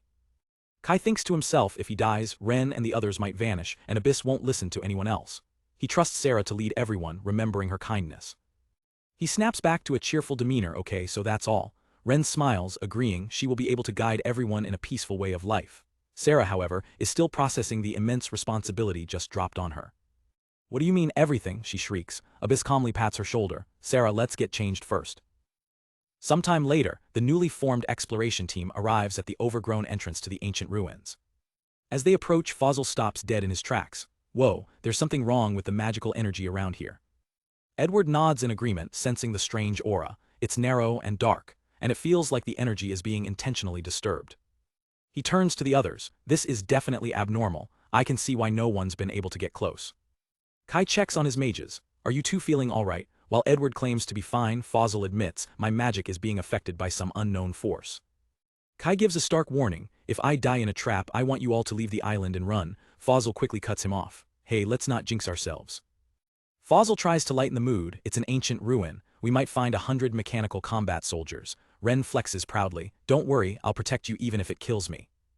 Peering into the strange, metallic hallway, Kai's mind races. Abyss called herself a war doll. If this is a laboratory, there's no way they would have just made one. He imagines the worst-case scenario, an army of Abyss like androids. If a horde of them attacked, even with Ren, it would be too much for us to handle. Edward smirks, I'll do everything in my power to protect you, but if I die, take care of my family. Ren deadpans, isn't that a death flag? Kai just smiles, it's important to talk about these things. Inside, they find the air is breathable. Kai's knowledge from his past life impresses Fosil as he explains the principles of combustion. A call from up ahead grabs their attention. My lord, there's a room in the back. The group steps into a cavernous chamber that looks nothing like a ruin. It's a futuristic laboratory, filled with bizarre technology and machinery far beyond their time. They stare in awe. What is this place? An experimental facility? Ren observes it doesn't feel like a military base. Fosil touches a strange, smooth surface, wondering what it's made of. Kai examines the wall. It's like vinyl, temper-proof. This place has survived 1,000 years in the mountains without any signs of flooding. They were using some pretty advanced technology. His torchlight falls upon a stack of perfectly preserved, modern-looking suitcases. Fosil finds their path blocked by rubble. Looks like we can't go any further, it might collapse. He then notices the strange objects Kai is looking at. A suitcase. As Kai cautiously approaches, a figure suddenly materializes behind him. It looks exactly like Abyss. Kai-kun, behind you, Edward screams. Kai's instincts take over. He spins and throws a punch, knocking the figure to the ground. He stares down at the unconscious girl. Abyss, he quickly realizes it's a look-alike. No, she's similar, but who is she? Without hesitation, Kai warps himself and the mysterious android out of the ruins. He reappears in Tenohira village, dropping the android at the feet of a startled Enel. Who is that? What's going on? Kai explains quickly, found her in the ruins. She has no mana, so I figured it was safe to bring her here. Enel leans down to inspect the girl's face. I see. Kai asks the obvious question, how do I wake her up? After a brief examination, Enel delivers her verdict. She's a doll, a prototype, in other words, just a vessel. She explains that all living things, even androids like Abyss, emit life energy, but this girl doesn't have any at all. Kai processes this new information. So is it possible she's just out of energy in this mode? Trusting Enel to handle it, Kai prepares to leave. I'll leave her with you. Enel smiles confidently. I'll never miss anything in Tenohira village. I'll hold on to her for now. Kai then warps back to the ruins. Back in the lab, the others are examining the strange artifacts, unable to identify the materials. Fosil notes the lack of records. For a research facility, there's nothing here about their civilization. Kai theorizes maybe they were using digital data. Their attention turns back to the mysterious suitcases. What should we do with these? Ren sniffs one carefully. It's all right, I don't smell any traps, I'll open it. She flips the latches and inside they find a set of perfectly folded maid clothes. This is maid clothes. Ren holds up the outfit and the realization dawns on them. This is the same one the doll was wearing. Edward confirms the other cases are filled with the same thing. Fosil chuckles, perfect for the young lady, wasn't it? Kai marvels at the state of the clothes. Thanks to some mysterious technology, they're not even dirty. The mood turns serious again. That girl definitely has a connection to this place, Fosil says. Who the hell is she? Kai can only shrug, she doesn't seem to remember anything. Fosil speculates maybe she's an ancient being who was sealed away. Edward agrees, after 1,000 years of sleep, it's not surprising they'd have advanced magic and tools. They look out over the vast, alien laboratory, a place of impossible technology frozen in time. It looks like these ruins are still ahead of our time. The mystery deepens, casting a shadow over the entire island. It's clear that this place holds a secret far greater than any of them could have imagined. After exploring the ruins, winter finally came to the island. But the cold did little to dampen the spirits of Kai's growing family, who filled the days with laughter and snowball fights. The seasons turned and winter gave way to a vibrant spring. Life on the island flourished as the community grew stronger and more skilled. As the time for the temple's annual visit approached, Kai and Abyss stood watch. The ship that belongs to the temple. I wonder if it'll come this year, Abyss mused aloud. She turned to Kai, her gaze soft. If another child comes along, are you going to look for their family like you did for Keed? Without hesitation, Kai smiled. Of course I'll look, if that's what they want. Abyss's expression grew more serious. What about you, master? Don't you miss your family? Kai looked away, his cheerful demeanor fading. It's been 3 whole years. They wouldn't think I was alive, would they? Even if I show my face this year, nothing will change next year. But Abyss saw through his facade. Master, you're lying. She gently took his hand as he tried to brush it off, so there's no need to rush. Abyss held his hand tighter, her voice soft. I know what you mean. Kai finally met her gaze, his heart open. It's not a lie, half of it is true, I want to see my family too, but if a new person comes, I'll prioritize them. In that moment of vulnerability, Abyss leaned in and kissed him. Then, if a new person doesn't come this year, let's go look for Master's family. Kai was deeply moved by her promise. You're right, I want to introduce you to my family, Abyss. I want to meet your family too. A radiant smile spread across Abyss's face. Then, it's a promise. Kai thought of the new, sprawling family he had built here and how much they had all grown. He couldn't help but wonder what his father and Rukia would say if they could see him now. A few days later, the peaceful routine of the island was about to be broken. High in the sky, a lookout spotted a familiar silhouette on the horizon. It's here. Landing in a flurry of feathers, she shouted to get Kai's attention. Kai, here it comes, the ship is coming. From their hiding spot in the trees, they watched as the temple ship docked, but their anticipation turned to shock. That's not a child, an adult, what is going on? Abyss was just as stunned. I don't know. In the 60 years I've been here, there was never an adult abandoned. Kai quickly took charge. What should we do, Sir Kai? One of the harpies asked. For now, let's just stay on standby. Ren and I will go when the ship leaves. Ren cracked her knuckles with a grin. If they make any weird moves, I'll go bonk. Kai quickly shut that down. No, you don't have to attack. The ship departed, leaving a lone figure on the shore, bound, gagged, and struggling against her restraints. Once the coast was clear, Kai and Ren approached the mysterious woman. It's all right now, Kai said calmly.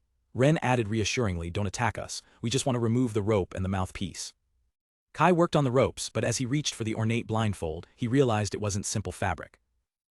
The woman spoke, her voice steady. It won't work. This is a magic tool, so it can't be removed. She then dropped a bombshell. More importantly, isn't this the taboo island that sealed away the witches? Who are you? Kai froze. Taboo island, sealed witches. The words sent a chill down his spine. He immediately ordered Ren check the mark. The woman cried out in protest as Ren moved towards her. Ren exposed a blessing mark on the woman's chest. It's different from yours, my lord. Kai's tone became demanding. What kind of blessing is that? What is the god's name? Answer me. The woman replied, I am blessed by the god of time, Eterno. Kai was baffled. He'd never heard of such a god and couldn't understand why someone not blessed by an evil god would be exiled here. In a flash, she recalled the moment her fate was sealed. After a long mission, her superior told her a successor had been found. She was ecstatic, believing she was finally free after centuries of service. The memory faded, replaced by the bitter reality. So you were exiled to this island, Kai concluded. The woman crumpled to the ground, the weight of her betrayal crushing her. Forever. I've always worked for the temple, again and again, and yet. Her despair erupted into a comical, full-blown tantrum. Ah, I've been working so hard for 500 years, you know. Kai and Ren could only stare, dumbfounded. This is the end of it all, why. After her outburst, the woman collected herself. Ren whispered to Kai, she doesn't smell like she's lying. The woman looked around, confused. There's a village on the island of sealed witches. Kai confirmed, well, it's not such a bad thing. She was still in disbelief. A village? I heard this is a place where you die if you step foot. Are you guys even humans? Kai ignored her question, cutting straight to the point. You won't get an answer from me. More importantly, what do you mean, island of sealed witches? Having nothing left to lose, the woman threw her hands up in surrender. All right, I'll answer you whatever it is. I'm done anyway. Kai and Ren exchanged an amused glance at her dramatic shift in attitude. She began to explain the island's dark history. Witches are what you'd call demons. They were here about 700 years ago, and they threw the whole world into a whirlpool of confusion. They had the power to share their abilities, giving blessings to anyone who wanted them. The temple declared this an imitation of a god's right and used all its strength to capture and seal them away. Kai's mind raced, connecting the dots. Why the seal? Why doesn't the temple take direct action against us? They didn't kill me or you, they just threw us away here. The woman looked at him as if the answer was obvious. Isn't it because they're afraid of God's revenge? Kai was still lost. The gods. She sighed, you really don't know much about it, do you? This is important. There is an ironclad rule that those with strong blessings must never be killed. When someone with a blessing is killed, their hatred and power are unleashed upon the world. Kai needed a clearer picture. What would happen if I tried to kill you? She puffed out her chest. Hey, you shouldn't kill me, I'm blessed by time, my full power would be unleashed and I'd freeze an entire city, probably. The thought of an entire city frozen in time horrified Kai. He was beginning to understand the scale of the power the temple feared. He pushed for more details. What happens if a monster kills you? She considered it. It might work, but the effect would be weaker against a monster than a human. The final piece of the puzzle clicked into place. A look of dawning horror crossed Kai's face. I see, so this is why the temple doesn't kill the children directly. The woman elaborated. For example, a golem user's grudge would cause their creation to go berserk upon their death, fueled by their life energy. By abandoning children whose abilities haven't activated yet on a remote island, the temple minimizes the risk. Even if divine intervention occurs, the damage is contained. Ren asked the obvious question, so where are the witches sealed? The woman shrugged. Who knows? Kai grimaced, realizing just how carefully the temple had planned everything. But she added, offering a single clue, the cathedrals are still sending power somewhere. If there's a place monsters can't get close to, it's there. Having answered all their questions, she turned the interrogation back on them. More importantly, it's time you answered my question. Who are you people? Kai offered a simple, humble reply. I'm not someone important, just an islander, I'm Kai. Ren, however, was far more cheerful. My name is Ren, what about you? For the first time the woman smiled genuinely. Oh me, I'm Rosalind, but you can call me Rosa. Leading the blindfolded woman, Rosa, by the hand, Kai guides her through the forest. She's hesitant. Hey, are you sure it's okay? I heard this island's magical energy is so messed up that even normal people get sick, not to mention all the strong monsters. Kai gives her a reassuring smile. Don't worry, we've been living on this island for almost 3 years now. Abyss-chan and I have already defeated most of the monsters. His curiosity piqued. Kai asks, about that blindfold. You said it was a magic tool, right? Rosa touches the ornate mask over her eyes. Oh, this. Her voice grows quiet, tinged with a deep sadness. It's been a long time since it was put on me, they never took it off. She continues, it's been 500 years so no one knows how to remove it anymore. Kai is stunned. 500 years, how irresponsible, he thinks to himself. If it's like a slave collar there must be a password, but it's been lost for centuries. As they continue their walk, Kai probes further. Rosa, are you a follower of the Farley religion? She explains vaguely. Let's see. The priests are in charge of practical matters no matter what. Kai scoffs. Aren't the inquisitors the annoying ones when it comes to the religion? The thought triggers a faint memory. If I remember correctly, my dad also. Rosa smiles faintly. Well, I've been doing it for 500 years. The bishops were all older but they treated me like a saint. Kai stops, completely baffled. Wait, you've been working for the temple for 500 years, then how? Why do you look so young? She laughs brightly. Oh yeah, it's all thanks to my blessing from the god of time. I can stop my own aging. Kai puts the pieces together. So you stop time on your body? Good guess, Rosa confirms. I used it in my job as well. I was there preserving the saints sleeping in the temple. The group walks through an open field. A saint, Kai asks. Rosa clarifies, I used to call him the man who sleeps forever. The memory is clearly a painful one. I cast a spell to stop time on the saint, but I was also sleeping in a way. It was 500 years, you know, it was so depressing. One of Kai's companions asks a sharp question. If time stopped, wasn't it just a blink of an eye? Rosa shakes her head. The caster has a faint sense of consciousness. Her voice trembles slightly. The moment I cast the spell, I'd be awake. It's not like sleeping. For me, I'd be awake for the entire time. Kai listens, a look of sympathy on his face. That's really tough. He has to know more. Why would you do this? Who is this saint? Rosa sighs. Who knows? Apparently it's top secret. She shares the little she was told. I heard that he is a saint who protects the world while sleeping. But when I asked about him, she adds, I never got a detailed explanation. Rosa changes the subject, a note of finality in her voice. Well, I was abandoned by the temple anyway. You asked me who I was. Kai stops before a large, welcoming house, a proud look on his face. I'm a country on this island. We're here to help people who have been exiled from the temple. He turns to her, extending a hand in a gesture of welcome. Rosa, if you don't have anywhere else to go, we welcome you. Rosa is then introduced to the diverse and friendly residents of Kai's island nation, who all greet her with open arms. For the first time in a long while, Rosa gets to relax, enjoying a warm bath in the company of her new friends. Sometime later, one of the fox girls runs up to Kai. My lord, I brought Keed-chan and Monk-chan. Kai explains his idea. Remember how Sarah-san's collar couldn't be removed because of the blessing applied to it? I think I might be able to do something similar with Rosa's blindfold. He then turns to the tiny, adorable healers. Monk-chan, I need you to be ready to heal her eyes. They haven't been used in a very long time. The little angels cheer, ready for action. Kai finds Rosa among the others. Rosa, can I talk to you for a minute? She turns, recognizing his voice instantly. Her face lights up with adoration. Oh, Kai-sama, Yuri told me a lot of things, you're the king of this island and saved so many people. Another girl chimes in, Kai-sama is great, isn't that right? Rosa agrees enthusiastically, that's amazing, you're so cool. Kai just looks embarrassed. I mean, I didn't do much. Kai cuts through the praise. By the way, there's something I'd like to try, I'm afraid it might get your hopes up, but… Rosa's mind immediately jumps to a wild conclusion. Huh, what is it? Are you going to have sex with me or something? What kind of person do you think I am? Kai deadpans, pointing at her face. I'm going to try to remove your blindfold now. Rosa is left speechless. Panic sets in, she clutches the mask desperately. No, if you try to force it off, I'll die. Kai smiles calmly. It's all right, we're not going to use force, we'll ask it to get off of you peacefully. He gestures to Keed. Okay, Keed, Rosa, close your eyes. Keed steps behind the nervous Rosa, her hand glowing with power as she activates her unique ability. Temporary life. The magic flows into the blindfold, granting it a momentary consciousness.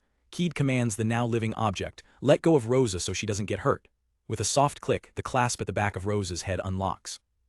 The blindfold falls away. As light hits Rosa's atrophied eyes for the first time in centuries, a sharp pain shoots through them. But before she can even cry out, the angel Chans are there, blanketing her in warm, healing light. Slowly, hesitantly, Rosa opens her eyes. The world, once just a collection of sounds and feelings, floods her senses with color and light. Tears of pure, unadulterated joy stream down her face. Her gaze finds Kai and a tearful laugh escapes her. I can see you, Kai, ahaha, you're younger than I thought. She looks around at the crowd of smiling faces, overwhelmed. I could hear a lot of voices, but I never knew there were this many people here. Kai smiles back warmly. Once again, welcome to our country. To celebrate, the islanders throw a massive feast. For Rosa, who hasn't seen, let alone tasted, fresh food in 500 years, the sight is breathtaking. Tasting the warm food, she's overcome with emotion. Ah, it's delicious. I was in the underground ruins, so any food I got was always cold. She smiles, a single tear rolling down her cheek. I was freed from my duties, you took off my blindfold, I can eat delicious food and make friends, I have to thank Rukia-chan. At the mention of that name, Kai freezes mid-bite. His entire world comes to a screeching halt. Rosa continues, completely unaware. My successor. She's the long-awaited blessing of the god of time, the first in 500 years. She has 3 blessings too, but Kai's mind is racing. Wait, Rukia is. He slams his hands on the table, his voice filled with a desperate urgency that shocks everyone. What's her full name? Where did she come from? How old is she? Just answer me. The joyous celebration grinds to a halt, all eyes fixed on Kai's frantic expression. Startled, Rosa stammers, Rukia. Husqvarna, I think. She said she came from Rebirth. As for her age, she's probably about 15 years old right now. The blood drains from Kai's face as the horrifying implications crash down on him. If she's succeeding you, does that mean she's going to be the next guardian saint, blindfolded, and put in a cold underground ruin for hundreds of years? Well, I guess so, Rosa confirms, confused by his reaction. Kai's voice drops to a low, intense whisper. Which cathedral is it? He rises from his seat, his eyes burning with a newfound purpose. Rukia, I'm going to save her. Wait a minute, Rosa exclaims. Why are you talking like this? Kai turns to her, his expression grim. Because Rukia is my sister. Rosa gasps, the realization hitting her like a physical blow. You're the one who the big brother Rukia always talked about. Kai leans forward, his focus entirely on Rosa. Do you know where it is? She nods. Yes, I was told in secret. She reveals that Rukia had been searching for him. That girl. She said the temple knew where her brother disappeared during the ceremony. She's been looking for clues, even using the blessing of the truth god on me. It was pretty reckless. Rosa explains the impossible odds. The cathedral is the head temple of Farley, and once you enter the underground room, you can't open it from the inside. The image of his sister, sealed in darkness, flashes in his mind. If Rukia-chan is already sleeping, Rosa finishes the thought, it won't open for 2 years. Kai looks at Rosa, seeing the same pain in her eyes he now feels. Hey Rosa, did you want to run away? Remembering her own past, being forced into that blindfold, she whispers, of course. I wanted to run away, she cries, but it was an important role, someone had to do it, no one told me I could. Kai's resolve hardens. I can't just leave her to cry looking for me, that's why we have to help. He slams his hand down on a map spread across the table, his decision made. His voice rings out, filled with absolute conviction. The only one who can save my sister is me. Aboard a magically animated ship, Kai and his crew slice through the waves, heading for the holy city of Milwaukee. A girl proudly tells Kai, it's comfy, ain't it? I named her Golden Hind Chan, she's big enough for everyone. On deck, Abyss calculates their journey. How long will it take? Kai asks. She replies, at this speed we should make it in about 7 days. During the voyage, Kai approaches Rosa with a serious expression. Rosa, I want to ask you something important, it's about your blessing. Kai presses for details. It's the power to stop time, right? Rosa clarifies more precisely it's the ability to manipulate the flow of time, making it faster or slower. But I can't go to the past or future. Wanting a demonstration, Kai looks for something fragile and spots a clay figure. Let's use this. Koromo yelps, ah, that's mine. Ignoring her protest, Rosa places her hand on the figure, her body glowing with golden energy as she chants, Eternal Law. The spell completes and the clay figure transforms into a solid gold statue. Wow, it turned gold, Kai exclaims. Abyss explains, an object that has been stopped by time can no longer be destroyed. Rosa beams with pride. Isn't that amazing? When you use it on a weapon, it becomes unbreakable. The others look on, stunned by the sheer power of her ability.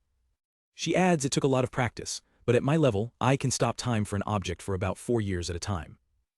Suddenly, Kai's expression darkens. He pulls out a familiar metal ring, a slave collar. It's really unbreakable, he mutters, a horrifying realization dawning on him.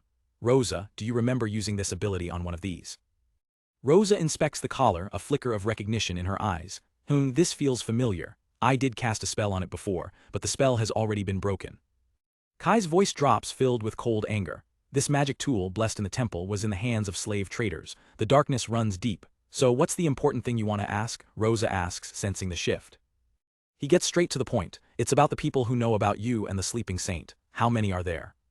Rosa counts on her fingers. Not that many. The Pope, the Archbishop, the Cardinal, and the Special Inquisitor and his bodyguard. The title catches Kai's attention. Special Inquisitor, huh? So you're deep in the temple's inner circle after all. And there's only one Special Inquisitor, Rosa adds. Kai looks up, surprised. Only one. A sense of dread fills him as he asks that guy's name. Is it B? Rosa looks at him, curious. Oh, you know him, he must be famous. As Rosa confirms the full name, B. Clauser, Kai's face twists into a mask of pure, unadulterated rage.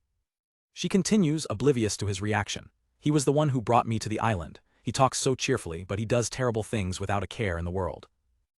Kai forces himself to stay calm. What kind of blessing does he have? Rosa admits, I don't know, but the higher-ups called him the Star Reader's child. Kai pieces it together. Stargazing, an astrologer, you think he's in Milwaukee too? Rosa nods. Yes, I think he's there. She explains he's in charge of searching for time-related blessings. I'm sure he's there to see Rukia-chan enter that room and stop time. Kai probes further. Is there anyone else you know in Milwaukee? Rosa shakes her head sadly. I didn't have much contact with the outside world. I was blindfolded most of the time. She recalls her bleak existence. I've been sleeping and waking up for years. It's been 20 years since I last saw the girl I was close to. Before I knew it, I was replaced. With a resigned smile, she says I had given up, saying it was fate. Kai looks away, a pang of guilt hitting him. I see, sorry to ask. But her words echo in his mind. Given up, huh? A flash of his past life, weak, helpless, hooked up to machines in a hospital bed. He remembers the feeling of being beyond control, of how easy it would have been to give up. But now, he clenches his fist. His eyes burn with renewed purpose. I won't give up, not like my previous life. There's a child there that I can reach, that I can help. To find any clues, we'll have to find him first. Kai turns to the open sea and makes a solemn vow. Just you wait, Rukia. 7 days later, their ship finally reaches the shores of the mainland. Gathered around a map, they confirm their destination. Milwaukee really is just to the east. They go over the regional politics. The Marni Federation to the south, Imperial Territory to the west, and the Northern Union to the north, with the Rukia Cathedral at the center of it all. Because the Holy City is neutral territory, pilgrims from all nations are free to come and go as they please. One of the girls connects the dots. Is that why you asked Koromo-chan to tailor clothes for pilgrims? Kai confirms with a nod. He explains the strategy. The checkpoints use a god of search blessing to lure out spies. Our disguises are essential. Kai continues, if Mariella and the divine soldiers informed Bee about us, they might be looking for us as wanted criminals, targeting our unique blessings. He briefs the entire crew. Our main goal is to gather the bare minimum of info. We're going in blind.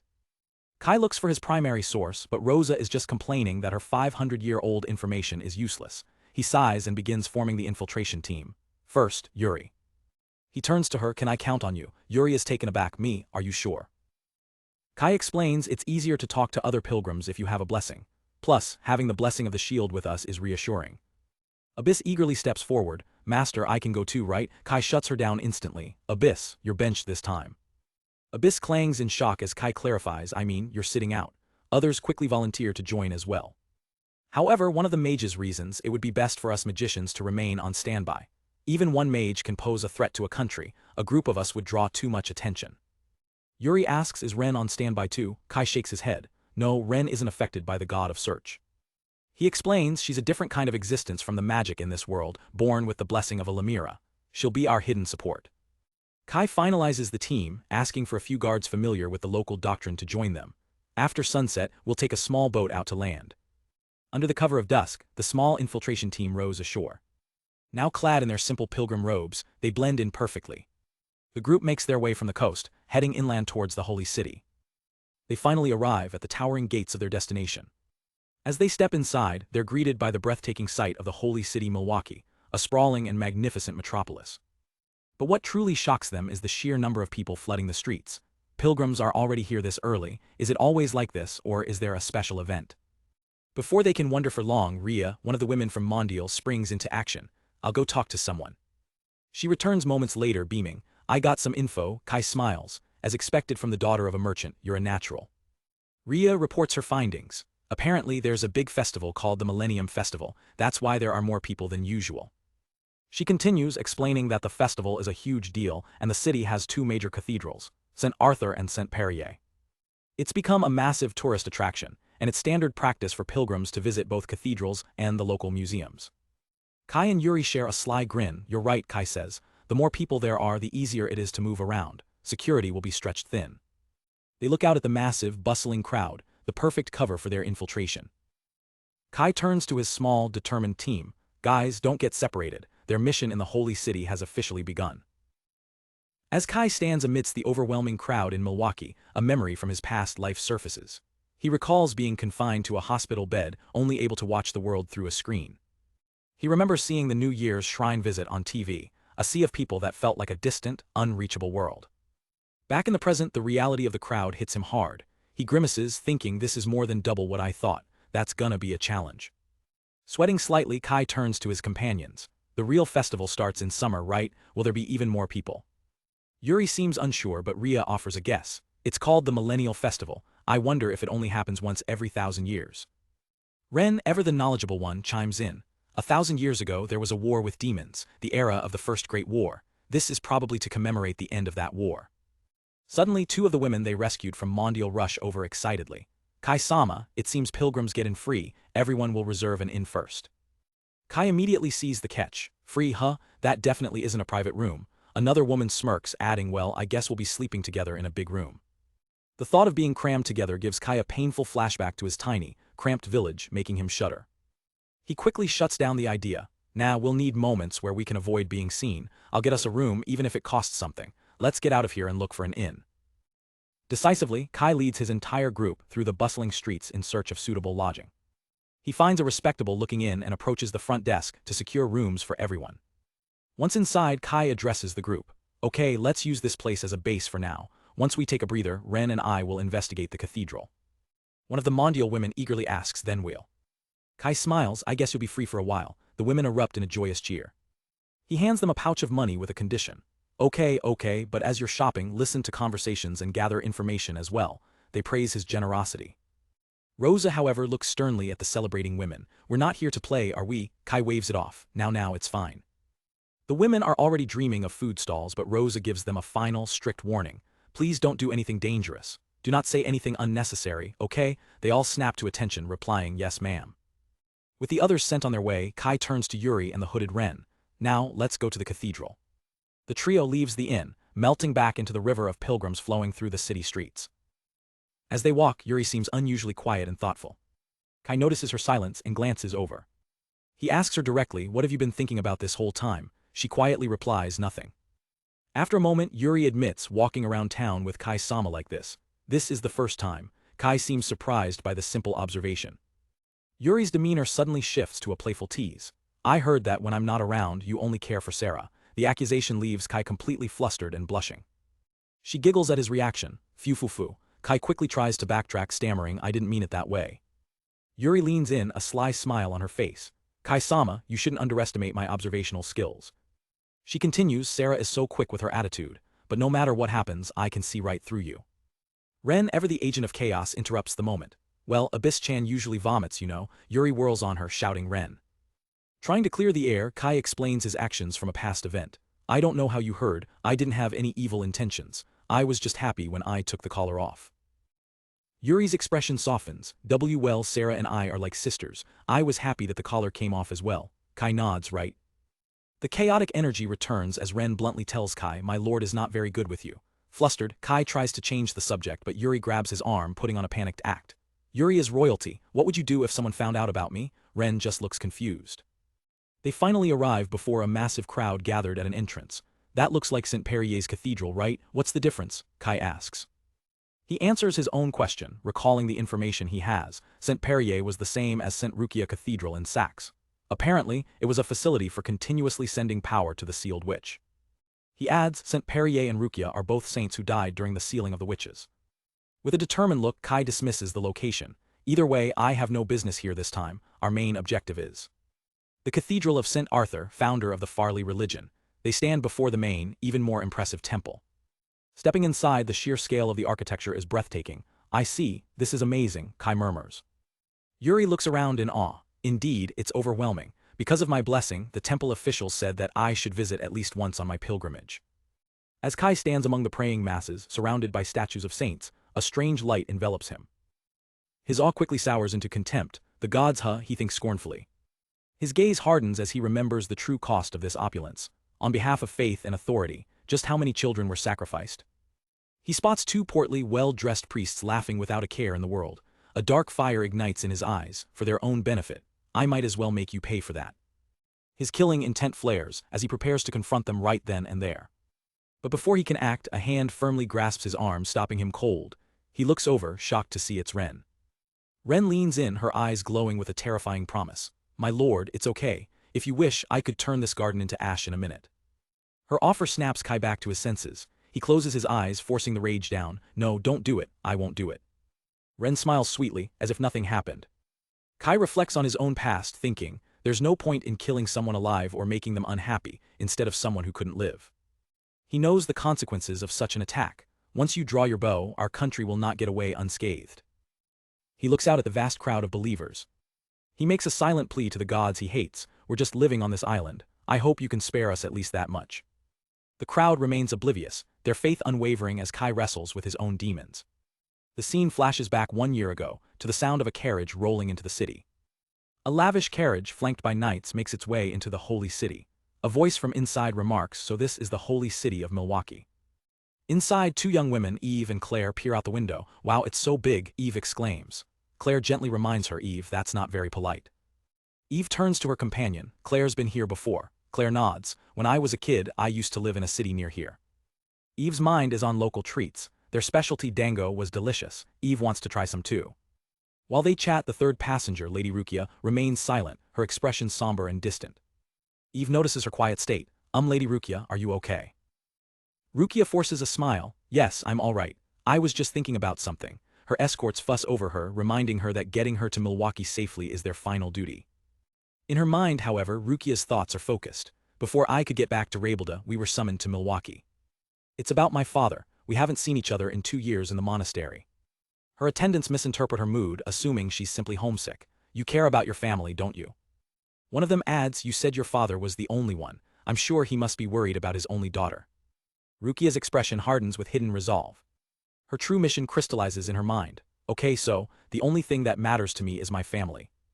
And here in Milwaukee, the head temple of Farley, I'm sure I'll be able to find that man who knows where my brother is. Her target is revealed, a smirking, arrogant man known as Special Inquisitor B. Clauser. 1 year ago in the bustling city of Milwaukee, Rukia stands with her friends, lost in thought. Her escort, Eve, notices her distant expression. Lady Rukia, is something wrong? She asks, while Claire looks on with concern. Eve playfully scolds her, isn't it a bit cold-hearted for a farewell scene? Claire chimes in, teasing Lady Rukia, you've always been quick to retreat into your own world, haven't you? Their tone softens. If you're worried about something, please tell me, Claire insists. Why, yeah, we're friends after all. Their genuine concern for Lady Rukia is clear on their faces. Rukia offers a gentle smile, touching her cheek. Fufu, thank you. It's sad to say goodbye to you. Her friends pull her into a tight hug. I'll definitely come see you, Claire promises. Eve adds, if I say I'm on a pilgrimage, I think I can come every year. Take care, Lady Rukia. But as they embrace, Rukia's smile fades, her eyes hardening with a hidden resolve. She pulls back, her expression now serene but distant. I was called here to receive a mission directly from the Archbishop, so I won't be here next year. Claire is devastated. Rukia quickly adds, no, you don't have to come. She forces another smile, trying to soften the blow. I can go see you myself, if I go to your hometown. The implication dawns on Claire. No way, then we'll never see each other again. Despite the sad news, they force bright smiles, waving goodbye. Then it's a promise, Claire shouts. I'll be waiting for you, Eve adds. As her carriage pulls away, Rukia watches her friends and her old life shrink in the distance.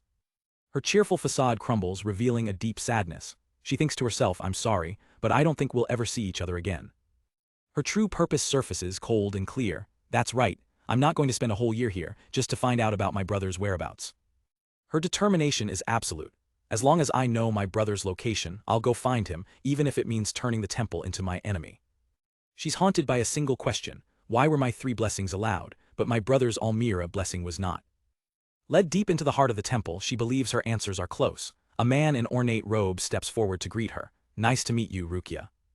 He introduces himself with a disarming smile. I'm B. Clauser. I'm the special inquisitor who will be overseeing your work. Rukia stares, the title sending a chill down her spine. B holds up a black cloth. Wrap this around your face. Rukia is taken aback. Why? Ignoring her question, B gestures for her to follow. Let me explain what you'll be doing here. This way, please. Rukia has no choice but to comply. Yes, sir. He leans in, his voice low and conspiratorial. We're going to a place no one knows about. Never take this off on your own. And of course, you're not allowed to talk about it. With that, he ties the blindfold securely over her eyes. B leads the blindfolded Rukia on a seemingly endless descent, down spiraling staircases that plunge deep into the earth, far below the holy city. Lost in the darkness, Rukia feels a sense of unease. How far down is this thing, she wonders. I can't use eyes of truth when I'm blindfolded. They finally stop before a massive sealed door. B places his hand on a panel. It's B. You're awake, right? Please open the door. With a heavy hiss, the circular stone gate slides open, revealing a dark chamber beyond. From within, a woman in a mask and elegant robes emerges. B, have you finished your journey around the 4 cathedrals? B smiles pleasantly. I'm sorry, there was a little trouble. I've been purging the bishops of Rukia Cathedral. He gestures to the girl beside him. Now I've brought the long-awaited rookie. It's a coincidence, but she has the same name as Saint Rukia. The woman, Rosa, gasps with delight, rushing forward to take Rukia's hands. Ah, this girl, I've been waiting for you to come. She introduces herself warmly. Nice to meet you. I'm Rosalind, but you can call me Rosa. Rukia replies, I'm Rukia Husqvarna. Rosa beams. I can't believe my successor would actually come. B smirks. I haven't seen any person with the blessing of time since you. The words hit Rukia like a physical blow. Successor, does it have something to do with the blessing of time? No way. Rosa laughs, completely oblivious to Rukia's growing horror. I've been working hard for 500 years. 500. The number echoes in Rukia's mind, a terrifying premonition. B finally reveals the nature of her mission. The guardian saint is sleeping in the depths of this room. You'll be responsible for putting him to sleep with the blessing of time. He lays out the horrifyingly simple routine. You need to cast a spell on the guardian saint, and cast a spell on yourself to sleep. You'll wake up before the spell on the guardian saint runs out and cast it again and again. He turns to Rosa. Rosalind will be training you. You need to be able to stop time for at least a year. Rosa looks on, her expression unreadable behind her mask. The full weight of her fate crashes down on Rukia, locked in this basement. For 500 years, of course, you'll have to wear a blindfold when coming here. I didn't expect this to happen. A year passes. Bound to the holy city under the temple's watchful eye, Rukia finds no leads on her brother. She spends her days practicing her eternal law spell. After 2 years of training, Rosa praises her progress. Wow, that's amazing, you've just stopped time for about 2 years, nice progress. Rukia, still blindfolded, asks a practical question. Why would you also cast a spell on the Pope's clothes? Rosa explains this is also the work of a time blesser. To preserve clothes for bishops and high clergy, other high-class works of art. There are ancient magic tools and other stuff too. Then she drops the news. From now on, Rukia-chan will do this job. Rukia can only respond with a confused huh. Rosa claps her hands together, overjoyed. B came by the other day, he's finally going to let me go. But as she says this, her internal thoughts betray a darker reality. This time, Rukia-chan will have to stay here forever. Rukia remains silent, processing the news from behind her blindfold. Rosa offers some final, cryptic advice. It's in Farley's teachings. Only those who live fully in the present will obtain the key to open the door of tomorrow. But that's only until we find a next-time blesser. If you are alive, you can always start your life all over again. She takes Rukia's hands. I finally got the key, so good luck, Rukia. Trapped and powerless, Rukia can only whisper, yes. A short while later, B leads a cheerfully waving Rosa away to her supposed freedom. Watching them go, Rukia's resolve hardens into a desperate plan. I can't afford to wait for such a key. It's okay if the temple finds out I'm looking for my brother, at the very least before we enter that place. That man. Later, as rain streaks down a window pane, the time for confrontation arrives. B returns holding out a piece of paper. Lady Rukia, take this. Rukia eyes it suspiciously. A piece of paper. He instructs her, to your father. I am honored to be entrusted with a great ministry. Therefore, I want you to forget about me since we won't be seeing each other again. Please write it down. Rukia's eyes narrow with suspicion and anger. This is her chance. As she reaches for the paper, B urges her on, completely unaware of her true intent. Instead of taking the paper, she lunges forward, her hand glowing as she unleashes her power. Eyes of truth. A torrent of visions overwhelms her. B's past actions, her brother Kai on a distant island and Rosa being led not to freedom but to exile. B stumbles back, shocked. Huh. He recovers with a twisted grin. Did you see that? That was a surprise. Rukia stares in horror, unable to comprehend what she's just witnessed. She stammers, why, my brother, even Rosa. B simply remarks, to be able to read that much in that moment is remarkable talent. The friendly mask shatters completely, revealing the monster beneath. That's right, the evil god's blesser from 3 years ago. Your brother is long dead. Rukia screams, why, how could you? B cuts her off coldly. Blessers of the evil god create great calamity, we can't let them live. He adds another layer to his cruelty, showing a vision of a happy Rosa, and Rosalind knew too much. Rukia collapses against a chair, whispering, that's terrible. B is unmoved. Either way, you can't abandon your job. He grabs her chin, forcing her to look at him as tears stream down her face. He lays out his final, unbreakable trap. If the guardian saint awakens, this world will be destroyed. Your father, your friends, all of the innocent believers will be thrown into hell. It's all up to you. A sadistic, triumphant smirk spreads across his face. Rukia's world shatters. She is utterly broken, trapped by an impossible choice. As he turns to leave, B delivers one last, chilling promise. When you're officially on the job, you won't be blindfolded by a cloth. I'll use a magic tool to steal the light from your eyes. He pauses in the doorway, his final command echoing in the silent room. The letter, write it down. The door slams shut, plunging the room into darkness and sealing Rukia's fate. She collapses to the floor of her new prison, the unwritten letter beside her. He's already been taken away. She whispers to the empty room, a world without my brother. In the suffocating darkness of her despair, a single horrifying realization dawns. For me, there's no more light.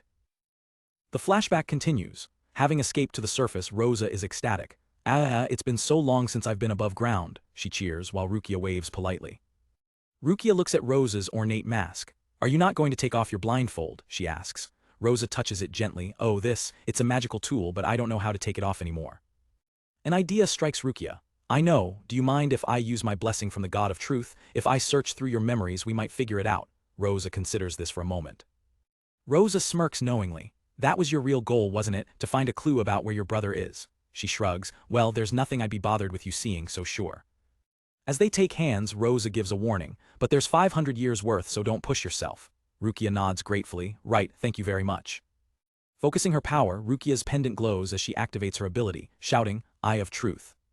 Instantly, an overwhelming torrent of memories floods Rukia's mind. The sheer volume of 5 centuries of experience is too much for her to process. The connection breaks. How'd it go? Rosa asks. Rukia looks down, defeated. I'm sorry, I couldn't do either. With a heavy heart, Rukia admits, I didn't see any leads for bro. Rosa tries to comfort her. It's fine, don't worry about it. Sorry I couldn't be of any use to you myself.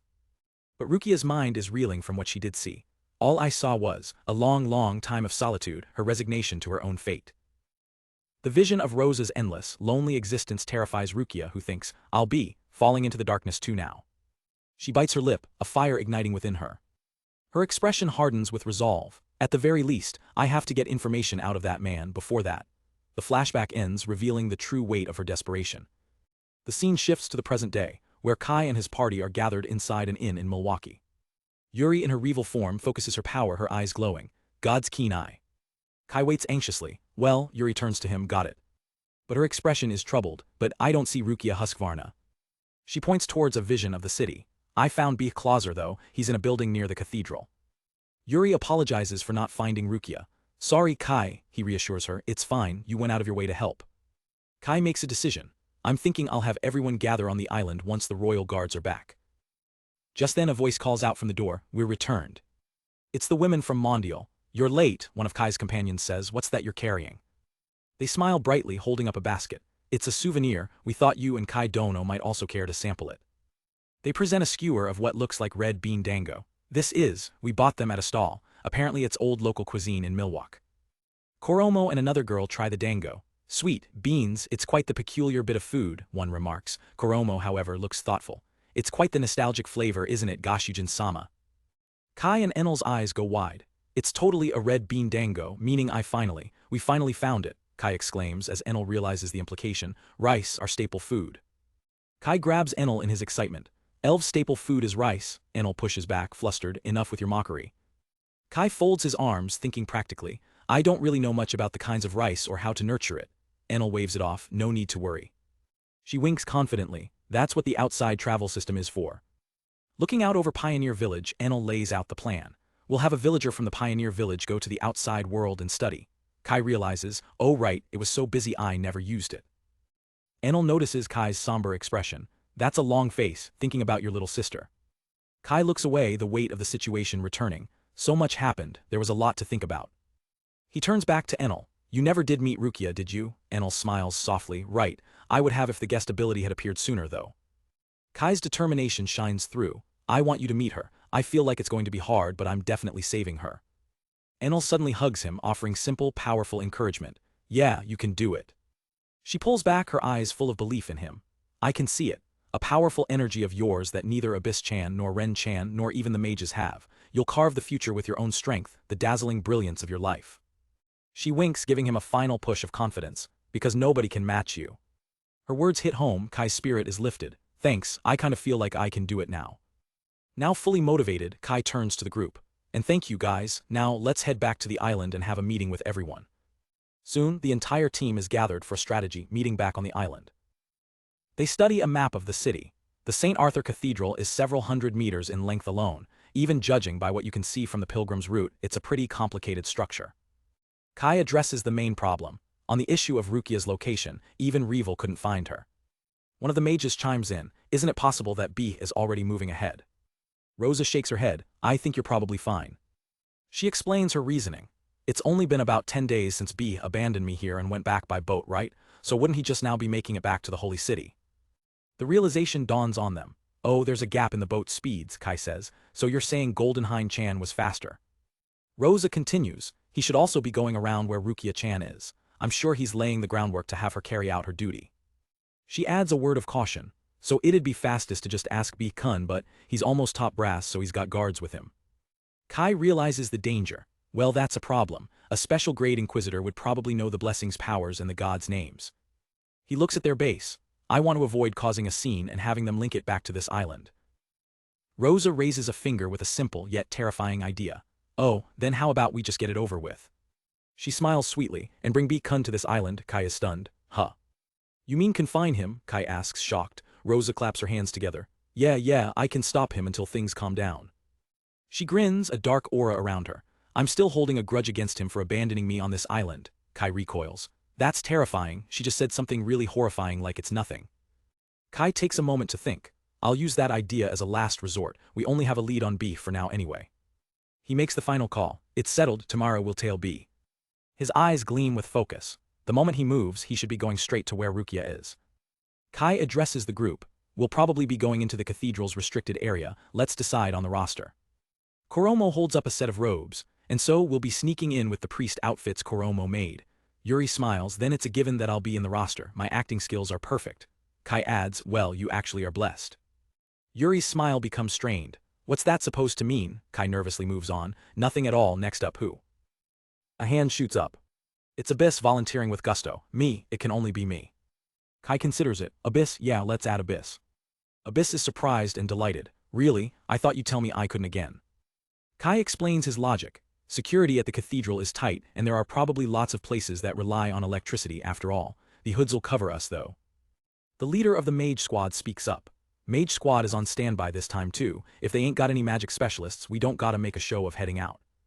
Ren points to herself. What about little old me? Kai turns to her. Blessings don't work on you, so I'd like you to be there. Finally, Kai turns to Yuri. You don't have to tail him with us, I'd like you to confirm B's whereabouts before we head out. Yuri gives a thumbs up. Leave it to me. With the team and plan decided, Kai announces, all right, we're doing it tomorrow. Night falls over the rainy city of Milwaukee, and the team rests for the mission ahead. The next morning, Ren finds Kai still asleep. Goshujin-sama, it seems it's dawn already. Kai groans, RGH, forgive me, it looks like I'm still tired from the boat trip. He sits up noticing Ren is already fully dressed. Oh, and you're already changed. The whole infiltration team is assembled in their priest disguises. We're all ready to go, Ren cheers. Abyss, however, looks uncomfortable. I'm not used to these clothes, they feel weird. Kai gets straight to business. Okay, reveal B's whereabouts please. Yuri activates her skill. She reports back instantly, looking concerned. Kai, it looks like he's at the cathedral's eastern temple. Seriously, he's already on the move. Kai's mind races. We don't have time to be standing in line with the pilgrims. He summons a small ninja familiar. I'll have Shinobi-kun put an exit stake near the cathedral. He grabs Yuri's hand. Meanwhile, I'll take Revel to the island. Kai activates his teleportation skill, handheld Pioneer Village. In a flash, he and Yuri appear inside the village. Before he can even get his bearings, an excited Enel leaps towards him. Kai. Kai instinctively dodges and Enel tumbles past him, landing in a heap. She pops back up annoyed. Why would you dodge? I have the best news for you. Kai sweats. I mean. Enel strikes a pose, a notification board appearing beside her. Congrats, you finally made it to level 40.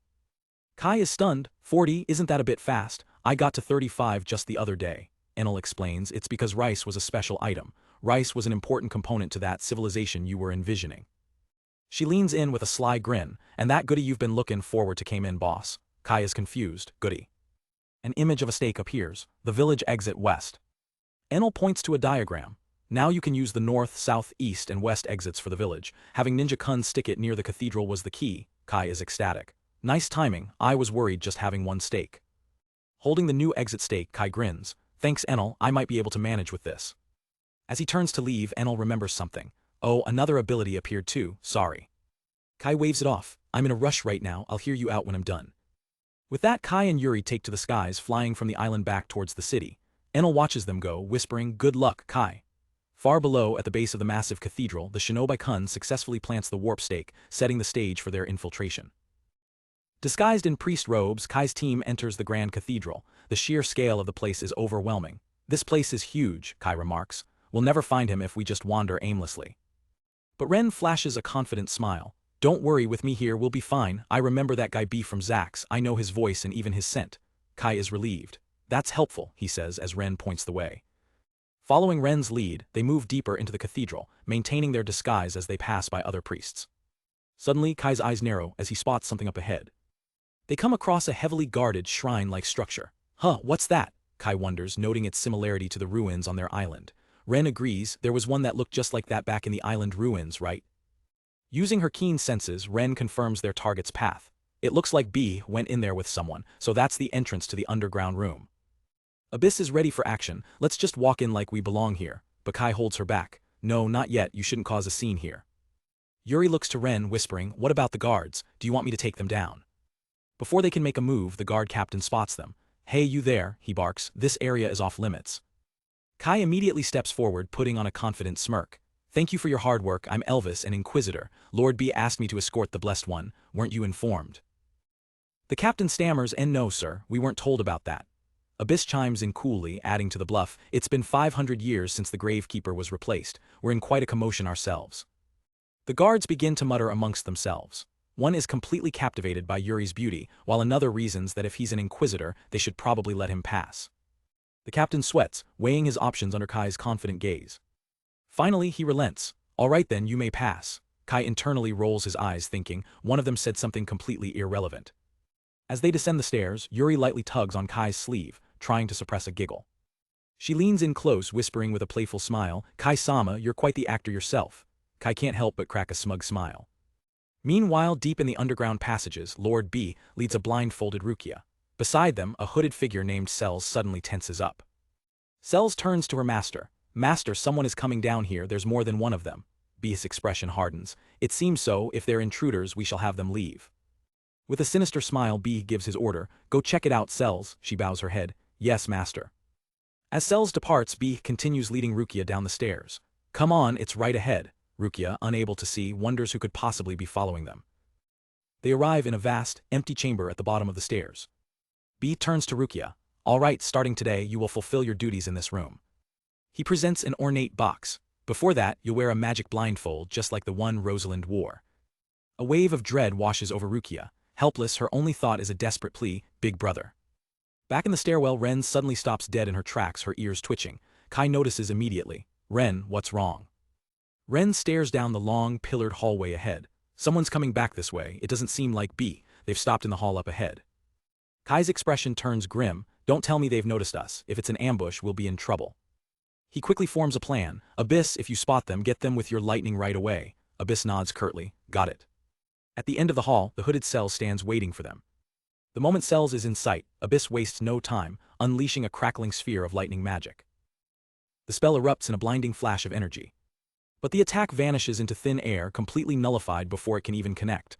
What? Kai exclaims in disbelief. Abyss is stunned. The magic cancelled out.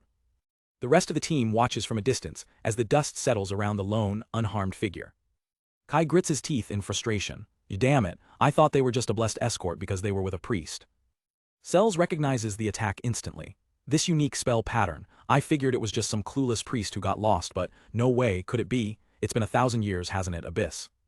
She throws back her hood, revealing a horned, android-like girl with a mocking smile. Kai freezes. This girl is the mock-up model that was in the ruins. Cell's eyes lock onto Abyss. Heh, it's been a long time, hasn't it? You remember who I am, don't you? Abyss can only whisper the name in shock. Replicant, Celestial. The two ancient beings face each other across the hall. So some of you survived intact, Abyss says grimly. Cells smirks. That's my line. Cells continues her taunts. You are all supposed to have been destroyed on the day of ruin. Abyss glares back. I wouldn't know, yet I'm still alive. Cells turns her attention back to Kai. Very well then, by the orders of my master, I'm not letting any outsiders pass. Kai steps forward. Master, don't tell me, is it B. Crosser?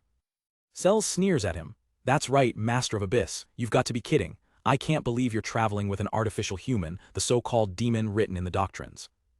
The tension snaps. You really think an outdated, all-purpose model like you can beat me? Cells boasts. I'm a replicant built for war. But Abyss stands firm. We're coming through, Celestial, even if we have to use force. Kai tries to de-escalate. There are 4 of us here, why not just let us through peacefully? Cells looks at him like he's an idiot. There's no way I'm letting you pass. Are you insane? With a wild grin, Cells unleashes a massive wave of energy. And besides, I'm strong. As the blast rushes towards them, Kai yells, Yuri, who immediately casts Sanctuary of the Valkyrie, erecting a powerful shield. Behind the barrier, Kai issues his orders. Ren, can you handle it? Go all out and finish this quickly. Ren's eyes gleam with excitement. Heh, this is the first time my lord has given me such an order. He then turns to Abyss. Abyss, can you pull off that nullification again? Let's give this girl a real scare. She smiles slightly. Yeah. Cells prepares another blast, scoffing. You can't just hide behind your shield forever, you know. But this time Abyss steps out from the shield, her own energy swirling around her. Cells watches in horror as her attack is completely erased by Abyss's power. What? My magic, you completely nullified it. The two replicants are locked in a battle of wills, their raw power clashing. Abyss successfully cancels out Cell's magic, leaving her wide open. As Cells reels in shock, Ren appears in a blur right beside her. What the heck was that? Since when could you control mana like that? Ren grins savagely. You really think you've got time to be shocked right now? Ren's body erupts in flames. Behold the power of yours truly, the great Magus of infernal flames, witness it well. Cells scoffs, Great Magus, don't make me laugh, and lunges forward to strike back, shouting, now die. But Ren is faster, unleashing a brutal fiery combo that slams into Cells. A final explosive punch connects, sending the replicant flying.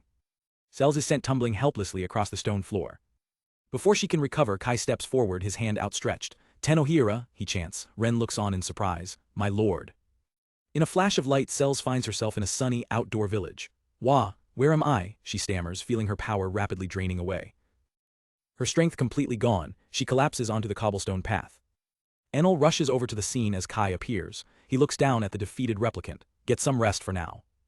Enel examines Cells with childlike curiosity. As expected, the living ones are cuter. Kai can't help but laugh. That's your first impression. Kai turns to Enel with a serious request. Anyway, Enel, can you hold on to this one for a while, here in Tenohira?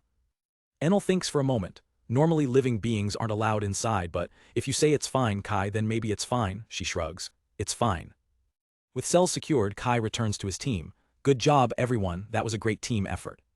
His expression becomes serious again. All right, we've wasted enough time, let's move. The group proceeds down the hall and arrives at their destination, a massive, ornate circular door. Up ahead should be what Rosa was talking about, Kai says grimly. The room with a door that can only be opened from the inside. In a fading memory, B prepares a blindfold for Rukia. Her thoughts drift to a happier time, a time with her brother.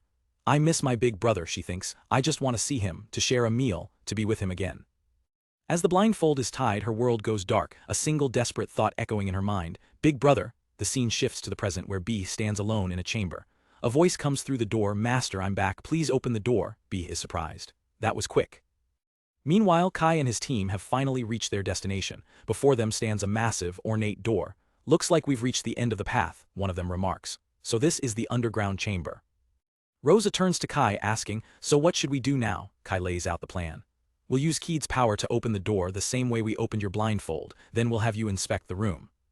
Keed steps forward, preparing to unleash her ability. She notices that Rosa, the former guardian, has been brought along with them. Keed places her hands on the door and chants temporary life, but instead of opening, her power is violently repelled, shattering into nothing. It bounced off. Kai realizes immediately there must be a protective blessing cast on it. Abyss offers a suggestion. How about we use Replicant Celestial? She explains her logic. Celestial was ordered by B to drive us away. After that, she'll probably return here, right? Rosa seems doubtful, but do you think she'll actually help us? Kai's expression shifts. He's just had a better idea. He deactivates the Replicant Celestial, letting her slump to the ground. Kai grins. We don't need her to be the one here. Let's use the mock-up version we found in the ruins. He introduces the non-combat prototype android, cheerfully naming her V. Abyss looks completely unimpressed. Keed asks what they should call her, but Kai has already decided. Let's go with Cells for now. Then, Cells-chan, can you ask them to open that door for us? The android V snaps a comical salute. Understood, V. Kai sweats, surprised. She spoke normally. He quickly coaches her on the exact words to use. Master, I'm back. Please open the door. That should work. They discover an intercom system next to the door. Rosa points it out. Oh, you need to press the button on that console to talk, otherwise they won't hear you. Edward chimes in with a crucial point. Maybe we shouldn't let them find out Rosa is still alive. Kai agrees, telling Rosa to stay hidden while V takes the lead. V steps up to the intercom and, mimicking Cell's voice, says, Master, I'm back. Please open the door. With a heavy groan, the ancient lock disengages and the door begins to swing open. Inside, B waits, a hint of suspicion on his face. You took your time, didn't you? Did something happen? The moment the door is open wide enough, Kai gives the signal. Abyss now. Abyss thrusts her hand forward, unleashing a devastating blast of magic. The attack slams directly into B. But it deflects off an invisible shield, leaving him completely unharmed. Abyss is shocked. B just smirks. I had a feeling something was off, so there really were intruders. His eyes lock onto Kai. You are the person I met back at Cathedral. Kai stands his ground, ready for a fight. But before B can react, Ren and Edward appear, flanking him from both sides. The trap is sprung. Seeing he's hopelessly outnumbered, B's demeanor changes instantly. He smiles disarmingly. What will you do? Of course, I will surrender. After all, I'm not ready to die just yet. With B tied up, the group finally enters the chamber. Their prisoner remains silent, bound and blindfolded. Rosa looks around the familiar room with a sinking feeling. The room's layout is still the same, but Rukia is not here. Suddenly, Ren's ears twitch. My lord, I sense someone else in this room. She points to a set of ornate double doors. Rosa gasps, oh, that room is. Kai doesn't wait, lunging for the doors and shouting Rukia's name. Are you there? He throws them open and stops dead in his tracks. Someone is inside, but it's not Rukia. On a stone bed sits a man with long, unkempt hair and a beard, slowly waking as if from a centuries-long sleep. His sharp eyes fix on Kai. After locking me up in a place like this, why ask me who I am now? Kai can only stare back in confusion. Who are you? The man rises, his presence filling the room. Who are you people? Rosa's face contorts in pure shock. You're awake, how? We flash back to a short while ago. Cells had just returned to the chamber, reporting to B. B was puzzled by her quick return, sensing something was amiss. But before he could question her, he was interrupted by the arrival of the Pope himself. Your Holiness, I didn't expect to find you here. The Pope's smile was unsettling. The Bi Council has made its decision. We're going to awaken the Guardian Saint. B was stunned. That plan, are you serious about it? The legends say the god will awaken someday, but is that really something we need to do? Yes, the Pope confirmed. We finally figured out how to operate that device. Nearby, a blindfolded Rukia overheard their conversation. Then, my powers, I suppose my duties won't be needed anymore then. The Pope's true, sinister ambition was then revealed. As the highlight of the Millennium Festival, will break the witch's seal and destroy her. He sneered, maintaining the 4 great cathedrals that seal her requires people and money. Awakening the Guardian Saint is more of an afterthought. B was still confused. But how do you plan to do that? Where could we possibly find enough power to defeat her? A dark realization began to dawn on him. The Pope revealed his horrific trump card. That's right, we'll use the divine recoil of the triple blessed one. Rukia realized with horror what he meant, the rampaging divine power that erupts when a blessed one dies. She was to be a living weapon. Rukia's voice was cold with fury. I was told to be locked away in a prison where one does not die. Now you're taking that back and want to use my life to slay the witch. The Pope waved off her protest. Don't say that, this is just a righteous martyrdom. He then ordered them to bring Rukia to the guardian saint's chamber. Rukia was led forward, her face a mask of simmering rage. Standing over the sleeping saint, she was ordered to undo the time freeze. The Pope's condescending tone was the final straw. Don't call me a priestess, she seethed. Don't insult me any further.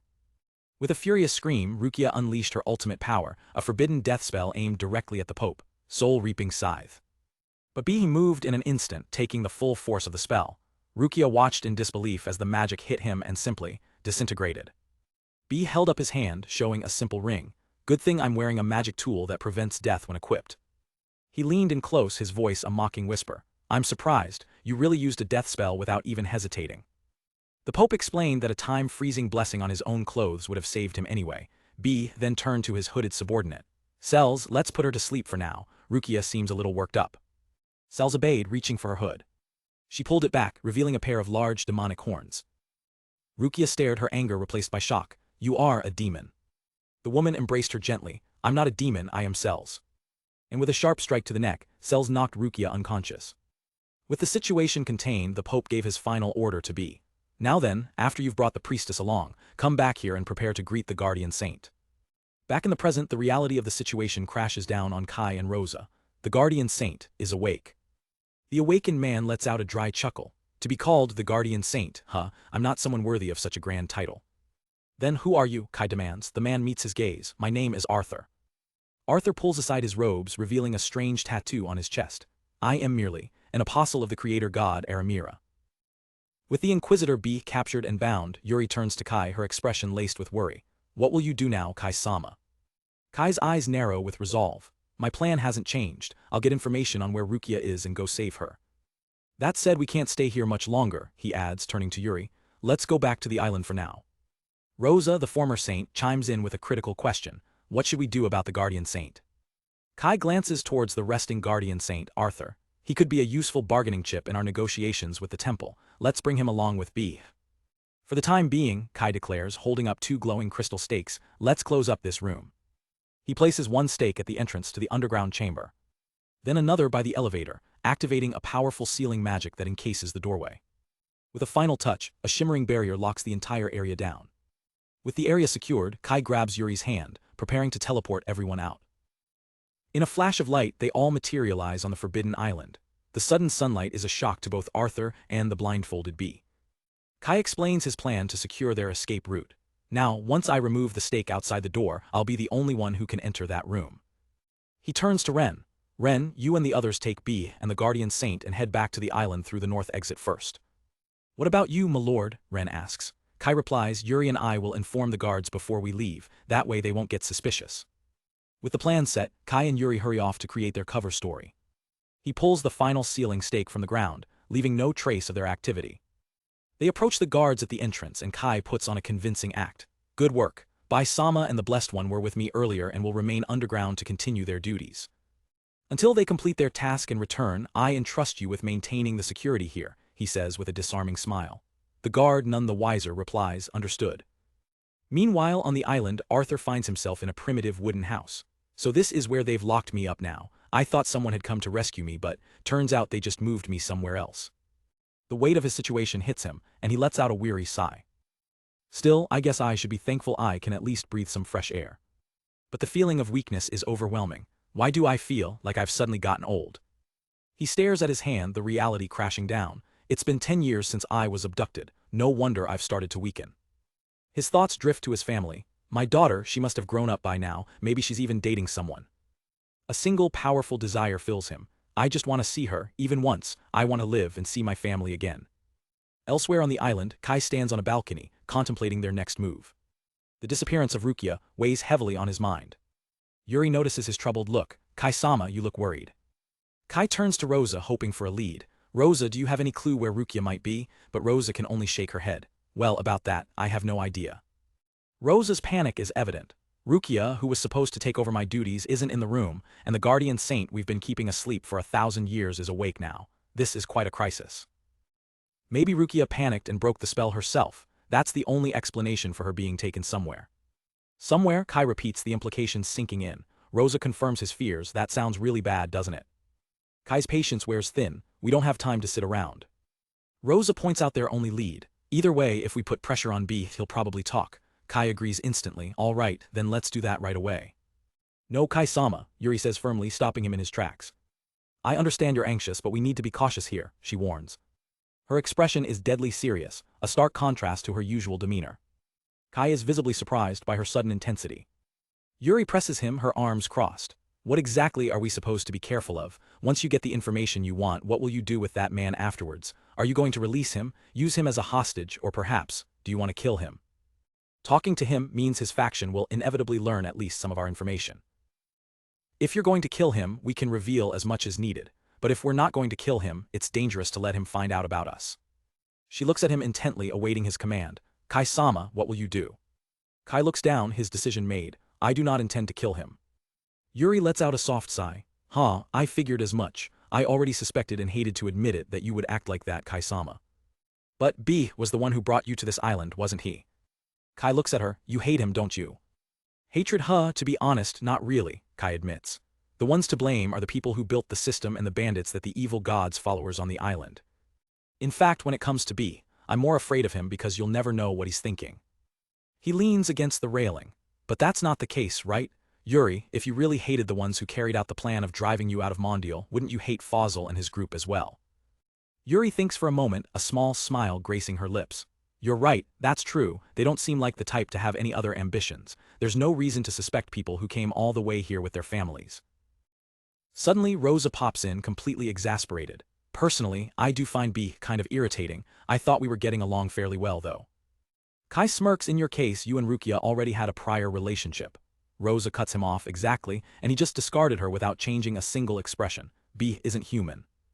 Kai chuckles. The reason it only gets written off as a little annoying might be, in a way, because of experience that comes with age. Rosa just closes her eyes, trying to keep her cool. In any case, let's decide what to do with B from here, Kai says, getting back on track. We might have to put him to sleep for several years using a time stop, or if a hostage swap could bring Rukia back, we can let him go. Rosa pops up behind him again, eager to help. Anyway, let's question B and hear what he has to say. I'll keep an eye on things too. If B is lying, I'll tell you right away. Rosa is ecstatic. Leave it to me, I got this. But Kai turns to a worried Yuri and gives a stern order. Fine, but under any circumstances, don't speak. They head to the small stone shed, where B is being held captive. Inside, B lies bound and blindfolded, guarded by the small island spirits. Kai enters the room. How is he? He asks one of the spirits, who salutes him with a cheerful osa. Ren is also present, standing guard silently. Hearing them, B begins to stir. Kai takes a seat, cool and in charge. You will only answer our questions. I won't be answering any of yours. First, state your name and affiliation. A smirk plays on B's lips. HMPH, it doesn't look like I'm allowed to ask anything. My name is B. Crosser, he states calmly.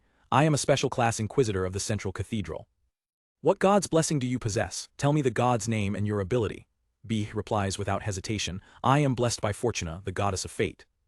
His smile widens. My ability is the power to see the world's future. Kai's mind races. The future, then, he already knew about the current situation beforehand. I can only see grand tides that shape the world, B explains. I can't see small, personal things like what happens to me, only that kind of future, that's all. Is that really true? Kai asks skeptically. B just smiles. Not many people would knowingly end up in a situation like this, right? From the corner, Ren watches the exchange, her ears twitching. Kai changes the subject to Arthur. No other person was in the room. Who is he? B feigns surprise. Did you come into contact with him? What's his situation now? Don't tell me you actually took him out of there. Kai's voice is ice. Answer the question. B's tone becomes grave. He is the keystone that keeps this world in balance. I don't know the details myself, but without him this world would fall out of balance. You haven't done anything cruel to him, have you? Kai leans back, a confident smirk on his face. If you can really see the world's future, then you should also know what will happen to that keystone, shouldn't you? B deftly changes the subject. By the way, where exactly are we? Based on bodily sensation, we haven't really moved much. We're still inside the cathedral. Though for being inside the cathedral, this is a pretty shabby sleeping spot. Kai snaps, don't blab on your own. B ignores him, his logic sharp as a razor. It doesn't make sense. That place contains secrets of the Farley religion. Besides, only a very small number of people should even know about the keystone. If you're gathering troops to launch an attack at this moment, there must be an insider who's helping you. One of the spirits shouts, "Hey," in protest, but the damage is done. A terrifying grin spreads across B's face as he puts it all together. So you're saying Rosa somehow leaked some information to you, and that there are people living on the Forbidden Island. Is that it? Kai is completely stunned.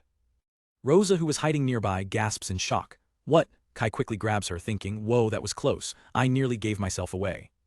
As Rosa panics behind him, Kai can only sweat, thinking, how did you figure that out? Rosa, who was supposed to be hiding, bursts out in a panic. How did you figure that out? Can you see the future or something? Inside the interrogation room, B simply smiles. Oh, so it's really you, Rosa. I'm just glad you're alive.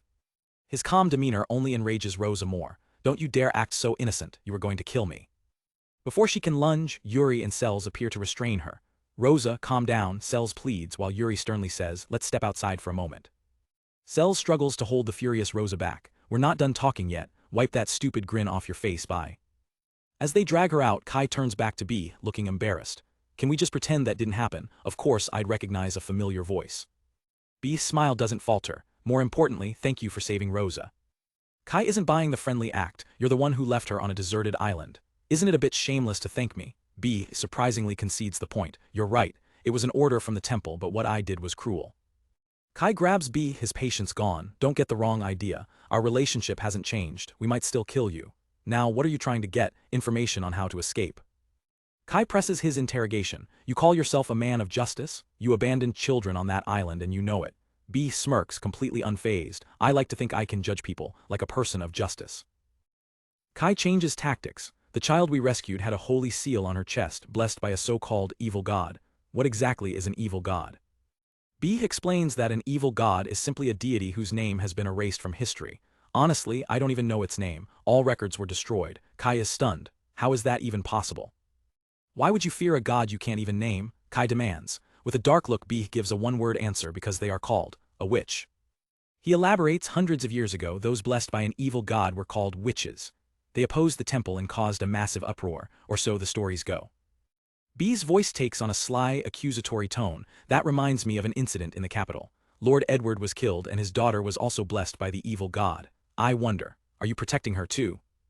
He then drops a bombshell. If you've built a base on the Forbidden Island, you need to leave. Now, didn't Rosa tell you? The witch is sealed there, and the temple has changed its policy. They're going to take her down. Kai is in disbelief. Take down the witch. She's been sealed for centuries. How could you possibly? A chilling smile spreads across B's face. Fine, I'll tell you. It's not like the information will matter to most people anyway.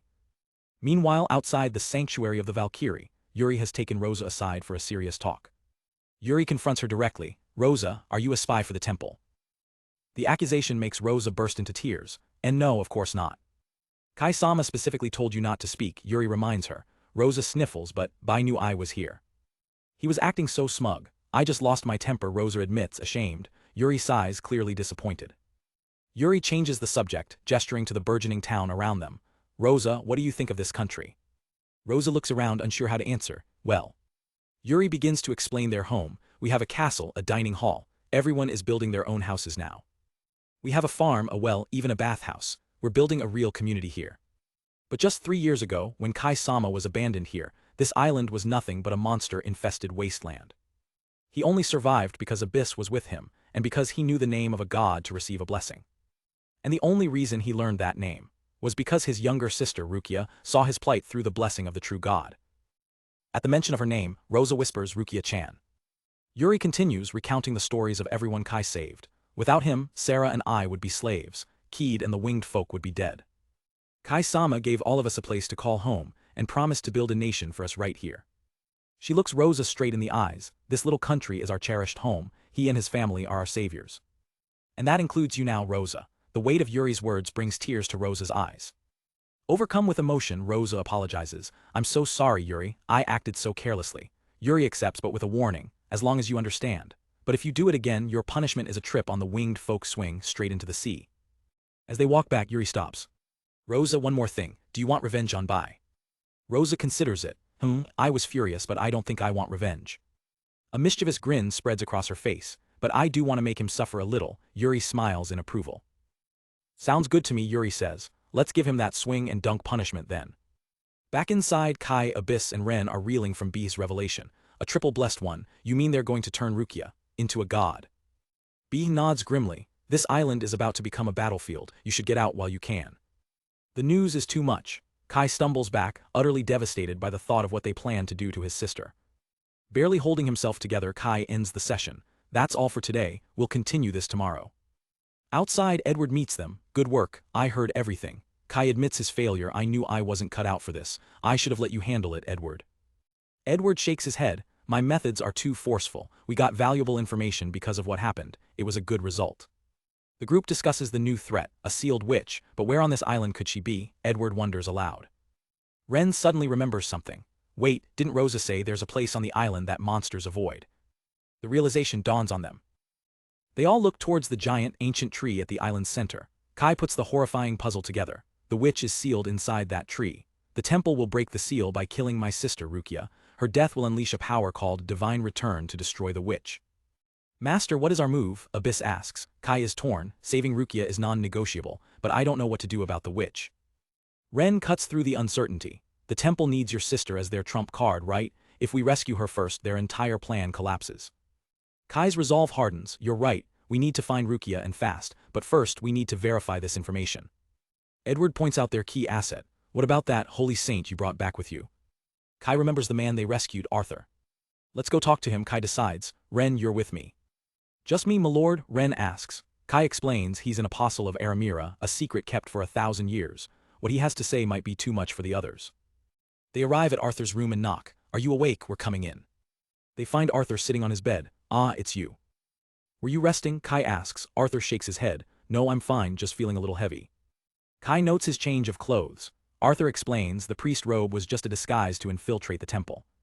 Arthur gets straight to business. Why did you rescue me, and more importantly, is my family safe? Kai realizes they've skipped the formalities. Right, we never properly introduced ourselves. May I have your name? The man stands, his presence suddenly immense. My name is Arthur Williams Farley. I am the apostle of the creator god, Aramira. Kai freezes. Farley. That's the name of the chief deity his people worship. Arthur continues, my divine ability is called the Gods of Colors. I've never heard of it, Kai stammers. Arthur seems surprised. Really? I've explained it to many nations. I assumed it was common knowledge. He struggles to find the words. It's a rather strange ability, hard to explain. He holds up his hand as if holding a sacred text. It works like Aramira's power to create apostles. But instead, the gods I create in my own mind can bestow power upon random people. To differentiate them from true apostles, I call them blessed ones, though I've never met one myself. Have you? Arthur asks. So far, I have imagined 13 gods. Kai's world shatters as the impossible truth slams into him. Arthur reveals the final piece of the puzzle. The gods he imagined, the gods he created, are none other than the chief deity, Farley, and his 13 divine followers. Arthur begins to recount his tale, a story from a distant past. It was about 1,000 years ago, he starts. What I created was merely a manifestation of my own fantasies. He explains, in those days, there were only a few dozen apostles of the god Aramira in the world. We used our special abilities to help humanity advance. A younger Arthur reflects with a heavy heart, but even with our power we weren't enough to make everyone happy. I just wished there were more of us. His narration takes a dark turn. That wish was granted, though in a somewhat twisted way. The scene shifts to Arthur preparing for a journey. A woman asks, Arthur, are you going on another trip? He nods. Yes, the new gods I created. It will still be some time before the blessed one is born from them. Arthur continues, I'm off to brief the leaders of each nation and secure their cooperation. The woman smiles. In the meantime, I'll make sure preparations are in place to receive the blessed one. But her expression fills with worry. Will that be okay? I've heard a terrorist group called Eridoro has been operating in secret lately. Suddenly she senses a presence behind her, turning in alarm. Later they check on Arthur's young daughter who is just waking up. Oh, you're awake, the woman says softly. Arthur leans in to reassure her. Don't worry, security is tight, you're completely safe. Before leaving, Arthur kneels down and makes a promise to his little girl. I will return by your 5th birthday. But that promise would be broken. Arthur's airship is rocked by a massive explosion. In the end, his voice narrates, I was attacked while traveling and abducted. He's shown captured and defeated, surrounded by robed figures. It was the work of the organization called Eridoro. He was thrown into a sterile, white room. They kept me alive, captive for 10 years, then one day. Staring at his own reflection, Arthur recalls the confusion. I don't know what they wanted, but I wasn't killed, I was imprisoned. A man who would one day become the Pope entered his cell presenting a young girl. This is the one, the man declared. Arthur, weakened, could only ask, "What are you doing?" before his consciousness faded, sinking into an enchanted, endless sleep. Back in the present, Arthur finishes his story for Kai and Ren. When I woke up, I was in that room and you brought me here, that's what happened. Kai and Ren are completely floored, their minds reeling from the 1,000-year-old tale. Kai stammers, we only found you by coincidence. I actually thought you came to rescue me, but... Arthur looks out the window, a hint of sadness in his eyes. I see. Well, that can't be helped. Still, this is my first time seeing the outside world in over a decade. Kai's mind races, connecting the dots. A decade? No, that can't be right. If he's really the one who created the Blessed Ones, he must have been put to sleep over 1,000 years ago. Arthur turns back to them. Seeing how you all live, I assumed you were part of Eridoro as well. What kind of group is that anyway? He explains they're a terrorist group that declared war on the world's magical stabilization devices, attacking several cities. They're a cult that despises science and sorcery, preaching nature worship as the only truth. Kai is baffled. Magical stabilization, what's that? You don't know about it. Now it's Arthur's turn to be intrigued. Even if you live in the middle of nowhere, that's common knowledge. You're really starting to make me curious. Kai explains the modern world to him. Thanks to that device, anyone can use magic now, even kids know about it. Arthur clarifies his own past. I was an apostle of Aramira, so I never practiced magic myself, but back in my day, only those born with the talent could use it.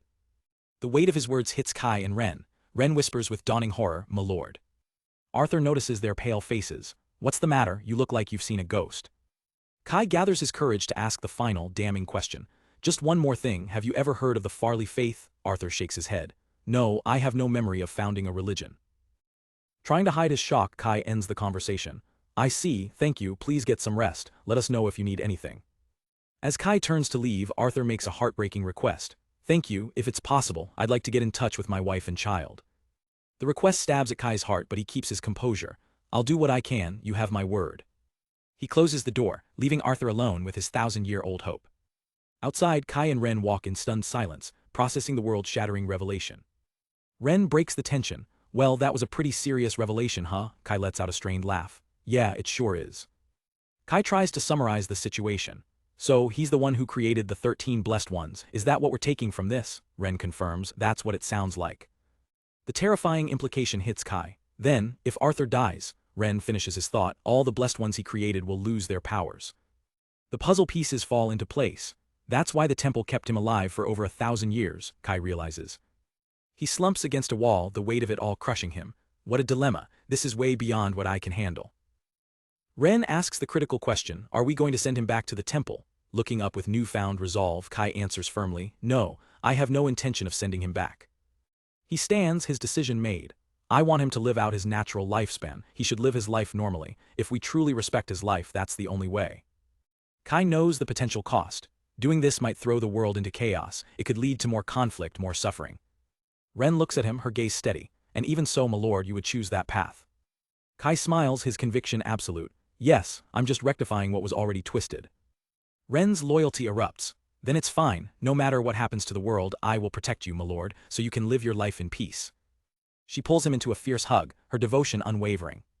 Her words make Kai realize a parallel to his own situation. I see, if I die, Ren, Enel, and the others would cease to exist. He gently pats her head. Arthur's story got me thinking some sad thoughts. Shaking off the melancholy, Kai refocuses on their immediate goal. All right then, first, let's hold the strategy meeting to rescue Rukia. Ren agrees the information about Arthur is serious, but it's something everyone here needs to know. Especially, Kai adds, if we're going to consider him a member of this island. Soon after, Kai gathers all the island's key members around a large table to share the truth. As Kai explains Arthur's story, the room fills with shock. The faces around the table are a mixture of disbelief and horror. The revelation that their entire faith is built on one man's power is too much for some to handle. One of them breathes out the collective thought, no way, he's the source of all the blessings, the god of the gods. Kai brings them back to reality. For now, there's nothing we can do about it, he's just an ordinary human now, unable to use the powers he created. He slams his hands on the table, taking charge. Right, the main topic is the operation to rescue Rukia. Kai lays out his initial plan. It's pretty straightforward, just like last time, I'll use the search god's power to find her in the holy city. But Fosil cuts in. Kai, hold on, he says. I'm on board with the plan, but what's our backup if we fail? Kai explains the two main contingencies. If we fail, we retreat. From there, we either negotiate with the temple or we wait for them to bring Rukia to the island and handle the witch ourselves. Those are our options. Someone questions the second option. The witch, can we really defeat her with our current forces? Kai shakes his head. Too many unknowns. If we kill her, it could trigger divine retribution. Fosil nods grimly. The fact that they had to seal her back then means we can't take any risks, so negotiation it is. Yuri raises a hand, her expression doubtful. Kai-sama, is that really all right? How do you plan to negotiate? She asks. The temple sees Rukia as their trump card against the witch. They'll never willingly hand her over. Kai admits that depends on how the negotiation goes. But Yuri presses on. No, they won't listen to demands from a group of unknowns like us. She puts a finger to her lips. Negotiations only work between equals who trust each other. We're in a weak position. Fosil scoffs. I wouldn't say that, you're too uptight, princess. He turns to Kai with a sly grin. They don't know anything about us, right? That means we have plenty of ways to play this. Kai looks intrigued. Got any ideas? Fosil taps his temple. We don't have to be honest, we just need to make them think they can use us.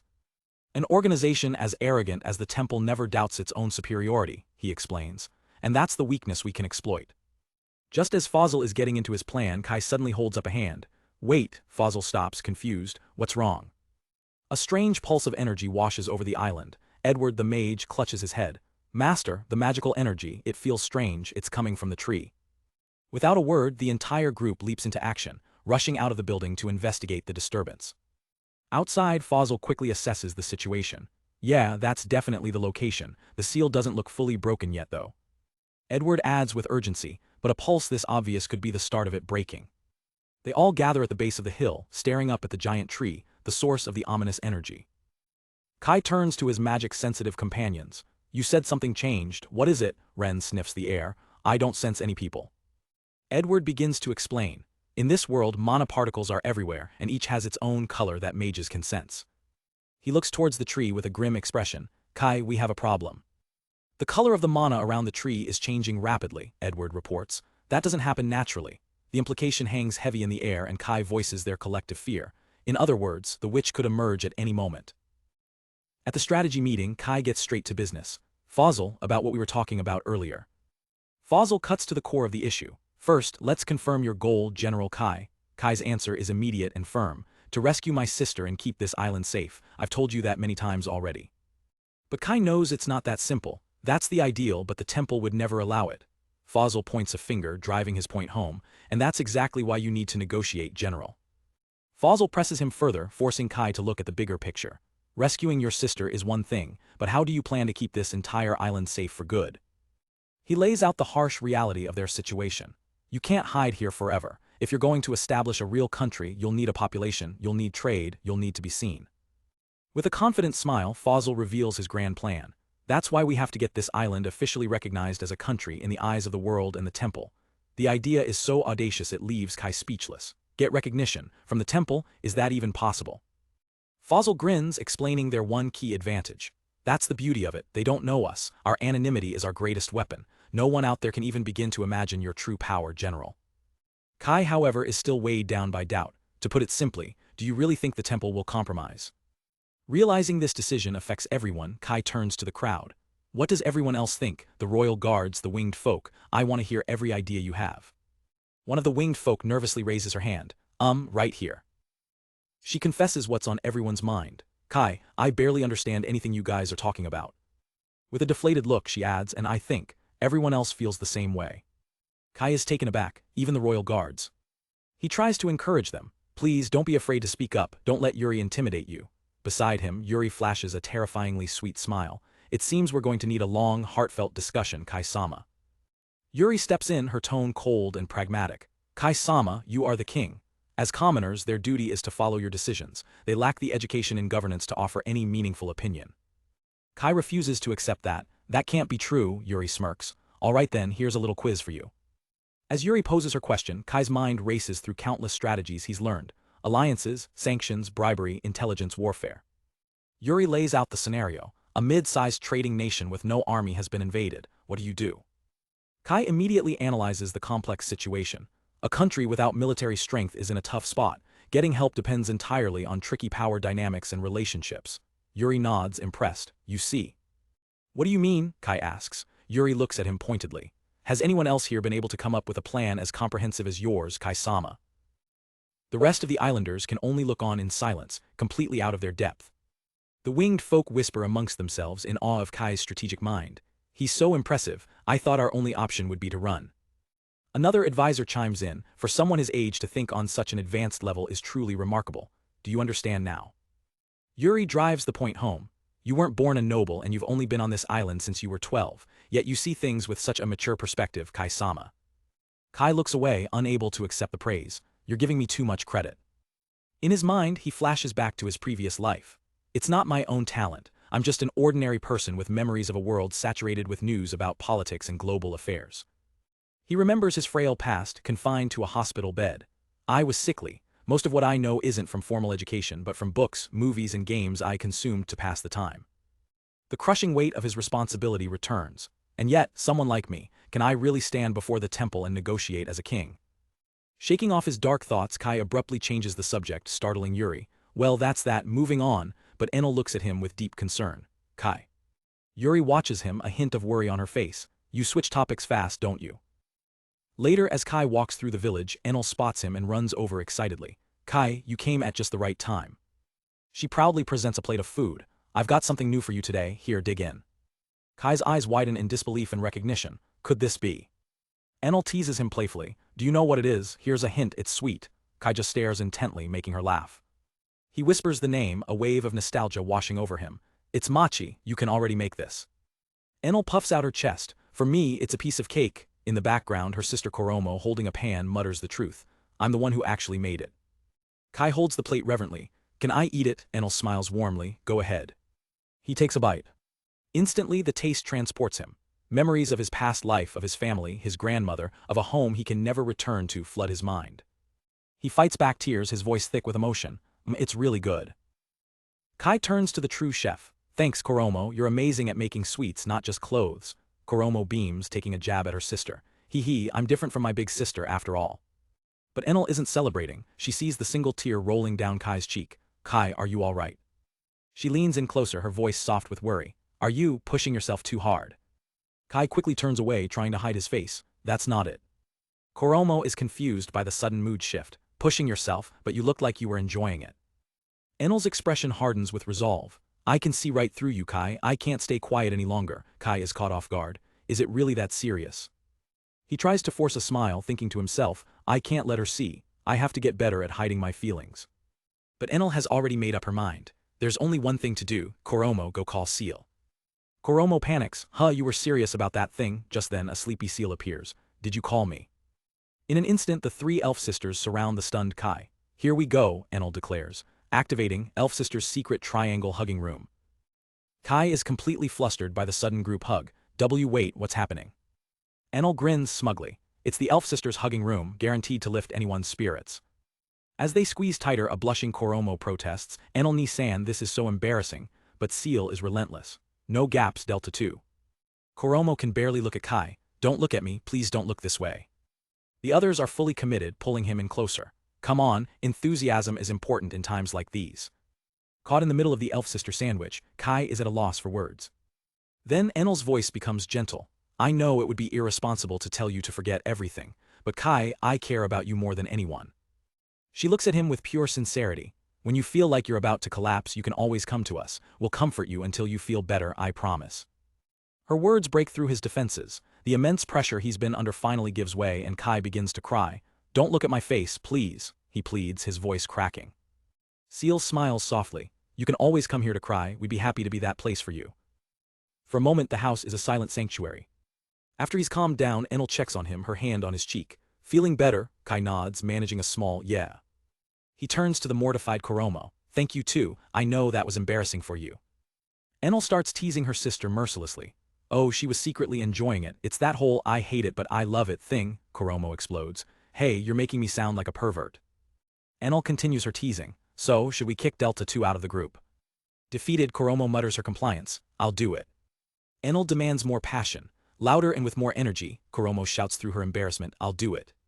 After the emotional roller coaster, Kai's attention is caught by the familiars on the stairs.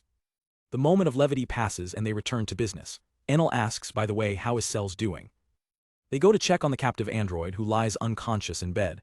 It's a pitiful sight, she's barely breathing but can't seem to fully pass out. Cells remains perfectly still, trapped in a state of limbo. Enel and Kai watch over her, contemplating their next move. So, what do we do with her? The android gives no sign of waking, her face a motionless mask. Kai strategizes aloud. If we could control her, maybe we could stop by from attacking, but I don't know how an android's command structure really works. As if on cue, Cells murmurs in her sleep, "Master, are you alive?" The words send a chill down Kai's spine. We can't leave her like this. If we could just restrict her magic, we might be able to manage her. His words spark an idea in Enel's mind. Ah, maybe this could work. She quickly dashes to a storage cabinet and begins rummaging through it. A moment later, she pulls out a metallic ring, her eyes wide with discovery. This, the magic sealing collar. To deal with the captured android Cells, Fosil's wife presents a magic sealing collar. She admits, yeah, I don't really know much about androids, but for any magic user this collar will stop you from using magic. She offers it to Kai, guaranteeing its effectiveness. I've worn this collar for over a year myself. You'll still sense magical energy, but you won't be able to use it. Kai, convinced, replies, then it's safe. Inside, Ren approaches the unconscious Cells, collar in hand. All right, I'll put it on her now. With a sharp click, the collar is secured around Cells' neck, sealing her powers. Kai gathers the group to head outside. All right, let's go. If Celestial wakes up and tries anything funny, I'm counting on you, Ren. Ren nods confidently, got it. The team moves out, with Ren carrying the now subdued Cells. Cells awakens in Ren's arms, restrained and powerless. She glares ahead, defiant even in defeat. As they stop to look out over the island, Cells breaks the silence with a single question. Why didn't you destroy me? Kai turns to face her, his expression serious. I still have questions for you, and it seems you're an acquaintance of Abyss. Cells confirms their connection with a detached tone. Well, yeah, I suppose so. We were both mass-produced in the same lab. She clarifies, but I wasn't like the old general-purpose model like Abyss. My data has no record of it. Suddenly, Cells recognizes her surroundings. More importantly, isn't this the Forbidden Island? When did we get here? Kai notes that the island's magic dampening field seems to have worn off. Cells glares at Kai, making a demand of her own. Is my master safe? Answer me first and I'll answer your questions. Kai cuts straight to the chase, his voice firm. Do you know Rukia Haskburna? Her eyes narrow in recognition. Rukia, the new blessed one of time. Cells demands to know how he knows that name. Kai states plainly, she's my little sister. I'm looking for her. The android scoffs at the idea. Sister, you don't even look alike. Kai crosses his arms, unfazed. We're siblings, but we don't look alike. Cells decides to cooperate, delivering grim news. I see, fine, Rukia, she was taken away to be used as a sacrifice. She's not in the holy city anymore. Kai's expression hardens. So where is she? Cells explains that girl did something reckless. She's probably being confined somewhere right now. Kai presses her, what do you mean? In a flash of memory, Cells recalls Rukia's desperate act. She tried to kill my master using the power of the god of death, unleashing her soul-reaping scythe. Kai is stunned, unable to believe it. The power of death. Rukia has an ability that terrifying. I can't picture her doing that. Kai leans in, his tone turning into a threat. Let me make sure of something. You're not lying, are you? Because if you are, your master's life is as good as gone. Cells' cold demeanor cracks, a flicker of hope in her eyes. So that means he's still alive, right? Kai confirms it. Overcome with relief, Cells whispers, thank goodness, master. Later, Kai rests in his room as Abyss watches over him. You actually let Celestial out, she asks. Kai reassures her, yeah, her magic is sealed and the warriors are watching her. It's fine. Abyss looks down, her concern evident. When will you start looking for your sister? Kai's reply is unexpected. I'm not going right now. Abyss jolts in surprise, why not? Lying back, Kai reveals his strategy. I'm planning to negotiate with the temple. Abyss can only whisper his name, worried about his decision. Master. Kai explains his logic. It's not like I was influenced by Fosil. The fact is, we don't know where Rukia is right now. He continues, if the temple agrees to hand her over through negotiation, it's the most peaceful way to resolve this. And he has a contingency plan. If negotiations fail, we can protect Rukia the moment they bring her to this island for the sacrifice. But another, larger problem looms over them. Besides, there's also the matter of the witch. Kai explains the difficult choice. Saving Rukia would mean using up the resources we need to defeat the witch. The weight of his responsibility is heavy. I don't know what kind of disaster the witch could unleash, but we can't just leave her uncontrolled. We'll have to be the ones to deal with it. Abyss gently questions him. Why are you worrying about the whole world, master? She tries to ease his burden. Even if the witch is revived, the temple can deal with it. You don't have to take that on yourself. But Kai feels it's his duty. I'm the one who brought everyone to the island where the witch is. As its king, I have to come up with countermeasures. Abyss kneels beside him, her loyalty unwavering, even if the world falls apart. I will definitely protect you, Master. I'm sure everyone else will help as well. Kai remains hesitant, the doubts still swirling in his mind, but... In a flash, Abyss moves, embracing him to silence his worries. Abyss, he asks, surprised. She whispers, as long as I have you, Master, that's all I need.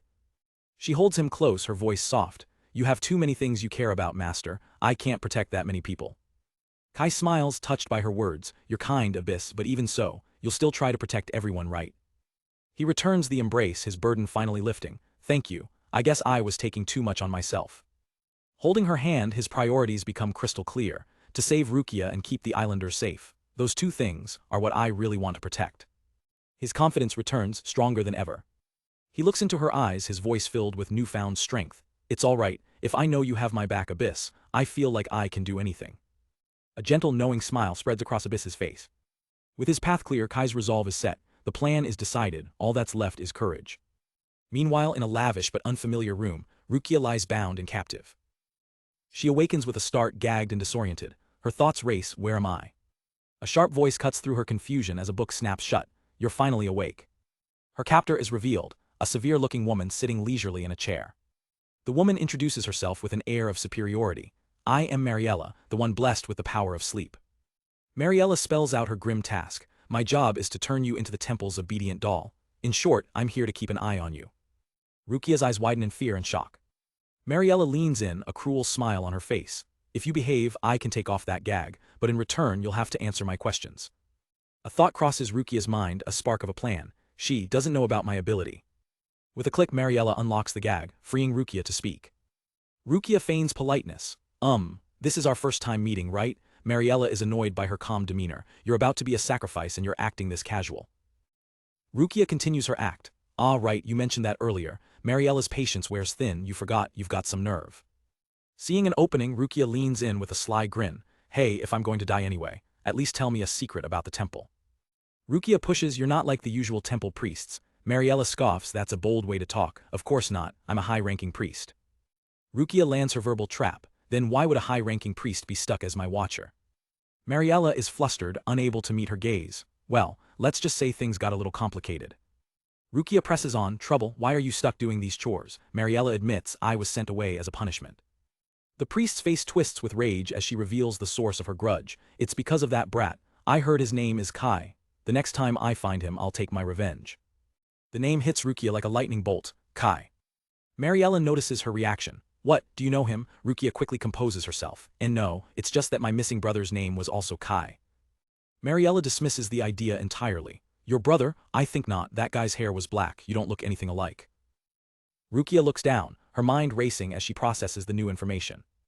She changes her tone, now in control of the conversation. Mariella, I'll tell you about my blessing, but in return, can I ask for one favor? Before Mariella can react, Rukia grabs her face, unleashing her power. Eye of truth. In a flash, she peers into the priest's mind, seeing a blurry silhouette. It looks like my brother, but I can't be sure. The faint image of a young Kai solidifies her resolve. If there's even a chance it's him, I still can't die yet.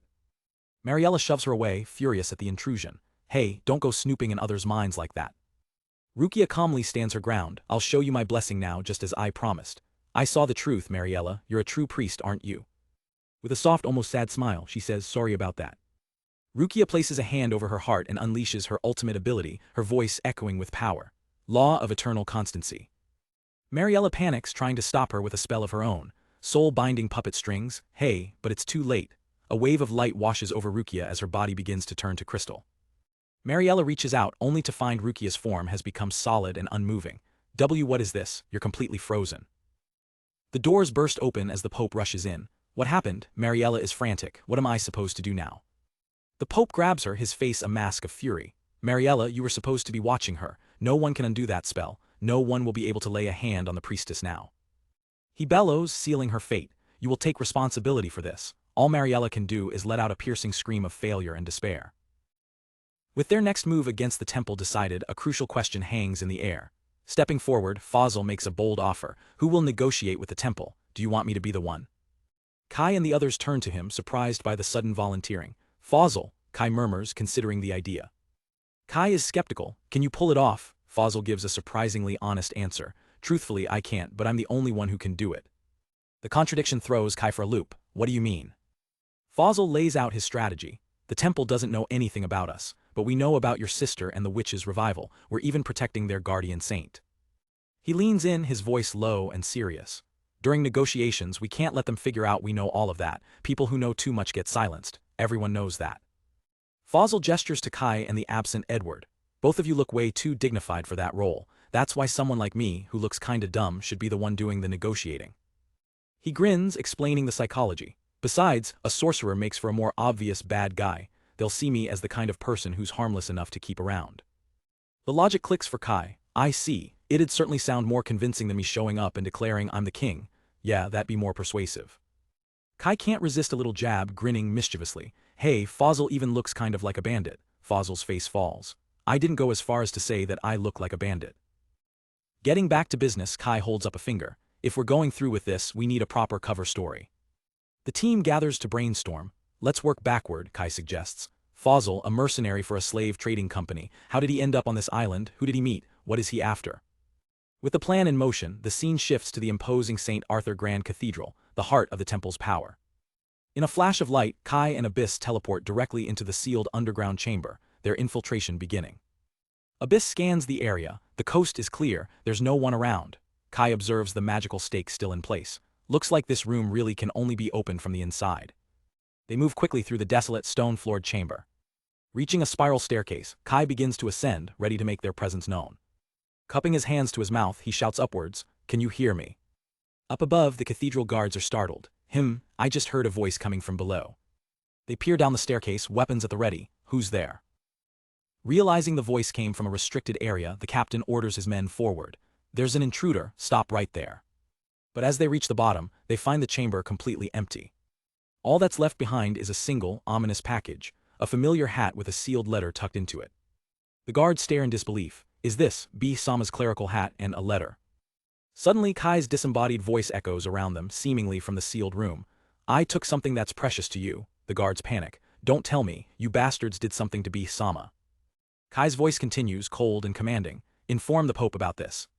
He delivers the ultimatum with a chilling smile. I want to negotiate with you at the date and time written in the letter. If you don't comply, both B and the guardian saint will be killed. The guard captain sweats, the threat sinking in. Negotiation, you say. Kai gives his final, cheerful warning. You have 5 days to decide, farewell. The guards are left frozen in shock and confusion. The captain snaps out of it, realizing the intruders are headed for a dead end. Wait, where could you possibly go? He charges towards the massive, magically sealed door at the end of the hall. But when they arrive, there's no one there. The intruders have vanished into thin air. They're gone. Falling perfectly into the trap, the captain comes to the only logical conclusion. Don't tell me, the intruders locked themselves inside this room. Miles away, Kai and Abyss reappear in a flash of teleportation magic. They've successfully returned to their island base, the first phase of their plan complete. Meanwhile, Yuri looks out from the balcony, her thoughts consumed by their leader. Kai-sama, what are you really? Later, as Kai drafts their plans, Yuri approaches him with a heavy heart. What is it? He asks. She looks down, confessing, I had been full of myself. All my life people have treated me like some delicate butterfly or flower, she explains. So I tried to learn and grow in my own way. I didn't want people to think that's all I am. But I couldn't really contribute much at the meeting, she admits sadly. It felt like you, Fosil, and Edward made nearly all the decisions yourselves. Kai immediately refutes her. That's not true, your opinions really helped us a lot too, Yuri. But his kindness only makes her feel worse. You're even good at saying things like that, it makes me feel kind of inadequate. She turns away, trying to hide her disappointment. Yuri looks back at him. You're definitely not an ordinary person, Kai, he just smiles. Again with that, I'm just an average guy you can find anywhere. She leans in, her expression sincere. No, Kai-sama, out of all the people I've ever met, you're the smartest and most charming one. Kai is stunned speechless while Fosil laughs in the background, ruffling his hair. You sure are popular, General Kai. Kai deflects the attention back to Fosil. By the way, are you really fine with this, about you taking the lead in the negotiations? Won't that bring any trouble to your family? Fosil just scoffs. You don't need to worry about that.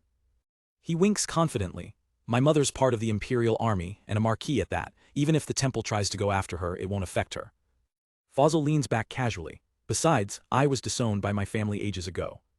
Kai nods, remembering a key detail. Oh right, mages come from noble families, don't they? With all the details ironed out, Kai puts the finishing touches on the document. He hands the papers to Fosil. Got it. Fosil, I've put together the character background we talked about earlier today. Starting tomorrow, we're going to practice every day until the day of the negotiation, Kai declares. Fosil looks confused. Practice? For what exactly?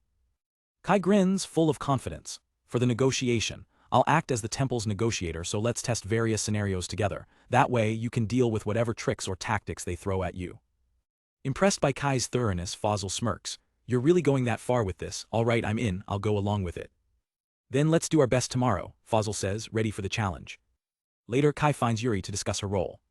He uses an old saying, it's like the die has been rolled, huh? Yuri looks at him blankly. Die, as in dice, are you saying this negotiation is a game of chance?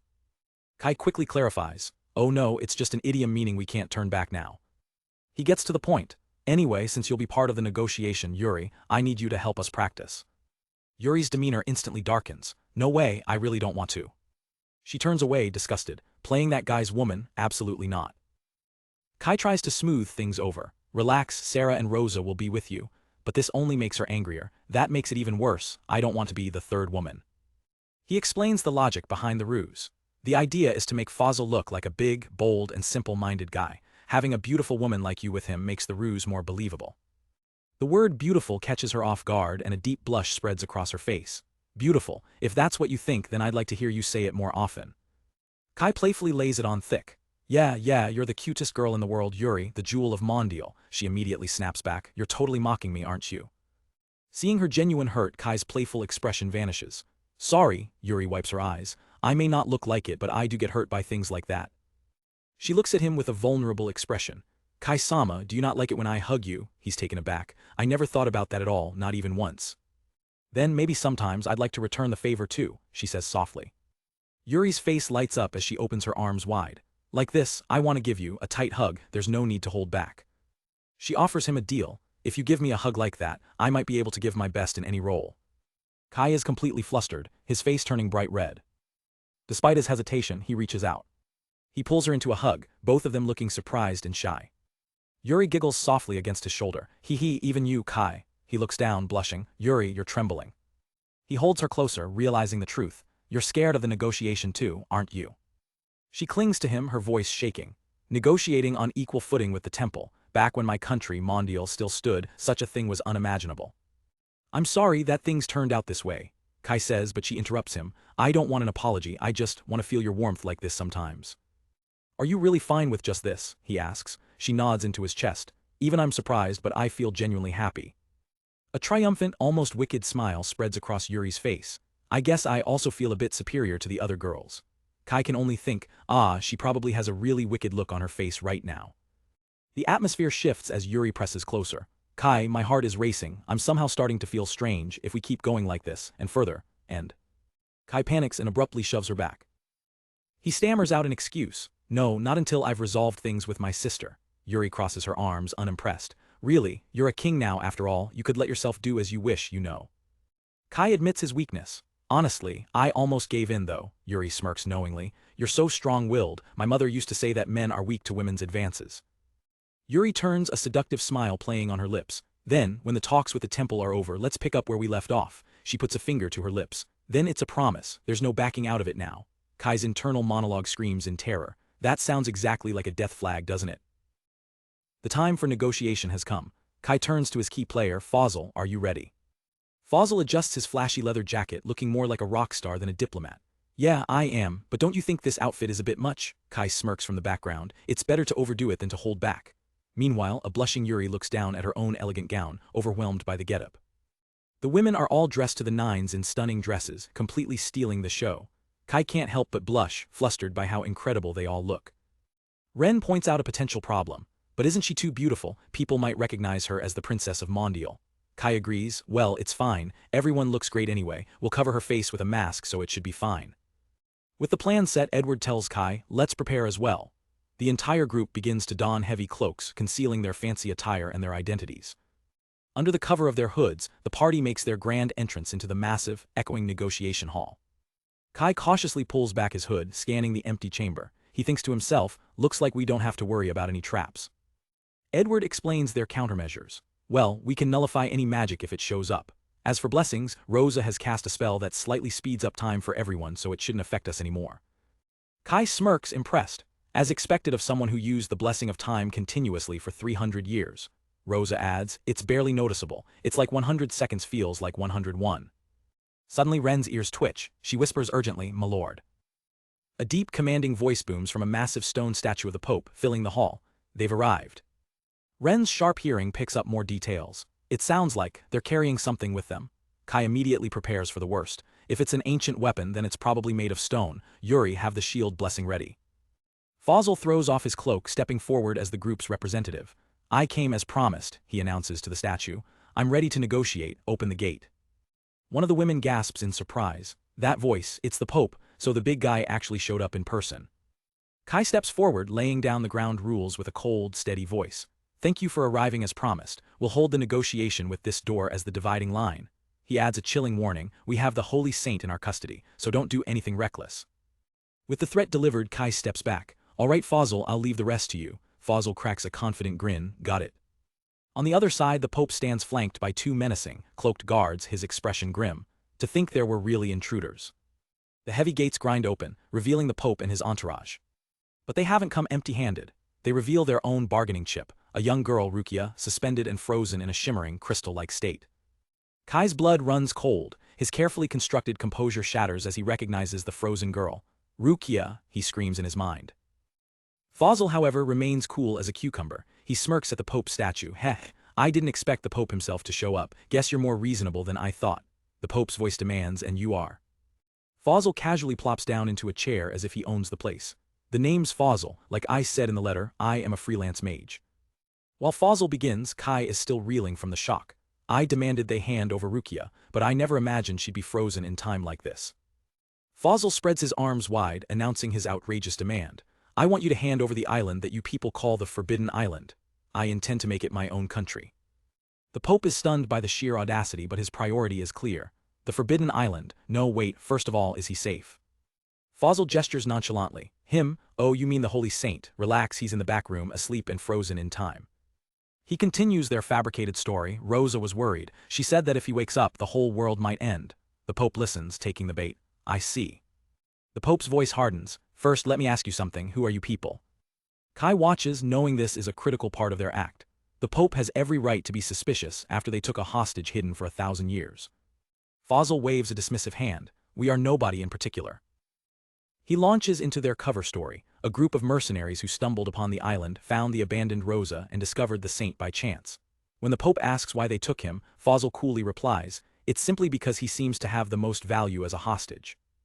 The Pope tries to categorize them. You're not with the anti-temple faction, are you? Fosil scoffs. No, I'm a mage, I don't worship the gods of Farley anyway.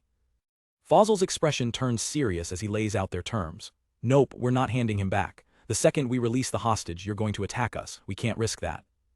The Pope presses him, a bead of sweat on his brow. If we hand the island over, will you give the Holy Saint back to us? A sly grin spreads across Fosil's face. Instead of you, we'll be the ones to keep him frozen. We can handle that on our end. He glances at a masked woman. Right, Rosa? She nods. Yes. The woman, Yuri in disguise as Rosa, steps forward and removes her mask. Greetings, Your Holiness. This must be the second time we've met, correct? The Pope's face contorts with rage as he recognizes her. Rosa, why did you leak the secret of the Holy Saint? He reminds her of how his man-bee cast her away on his orders, his voice dripping with venom. So this is revenge, then? Fosil just laughs it off. Guess this is your karma catching up to you. But Yuri, playing her part, gently stops him. No. She looks at Fosil with genuine gratitude. You saved me, Fosil. I decided to forgive the temple. Turning back to the Pope, her facade begins to crumble under the pressure. So, this really isn't about revenge. She struggles with the lie, her voice trembling. It's not revenge, I have forgiven them. And then her mind goes completely blank. Crap, I forgot my line. The entire high-stakes negotiation grinds to a halt, leaving the Pope utterly bewildered. Before the situation can completely collapse, another masked woman steps in, comforting the panicked Yuri. You don't have to force yourself to forgive, Rosa. She turns to the Pope, her voice firm and steady, salvaging the moment. However, rest assured, our aim isn't revenge. She confidently takes over.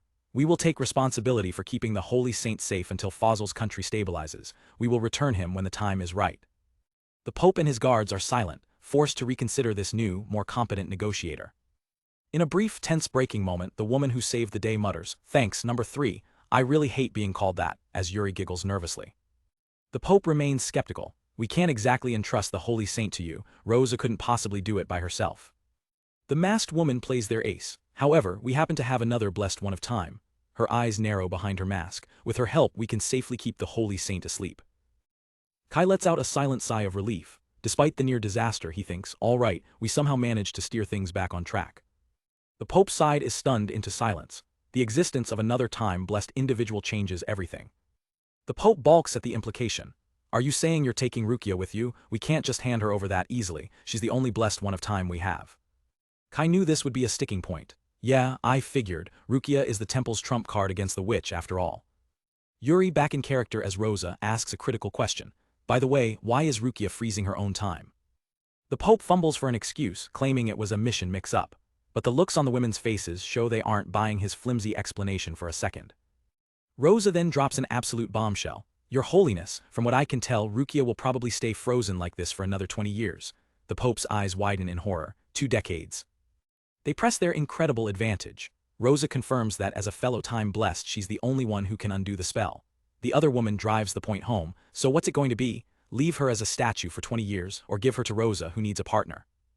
The Pope's mind races. This unexpected offer could actually accelerate his own plans. If they undo Rukia's spell and bring her to the island, that actually works in our favor. If the witch's seal breaks, we can finally take her out.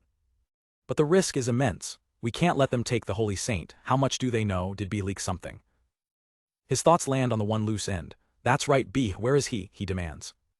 Fosil leans back in his chair, a cold look in his eyes. He slowly raises his hand, forms a gun with his fingers and points it at his own temple. Sorry, we killed him. The Pope is speechless. The final, shocking piece of the puzzle clicks into place.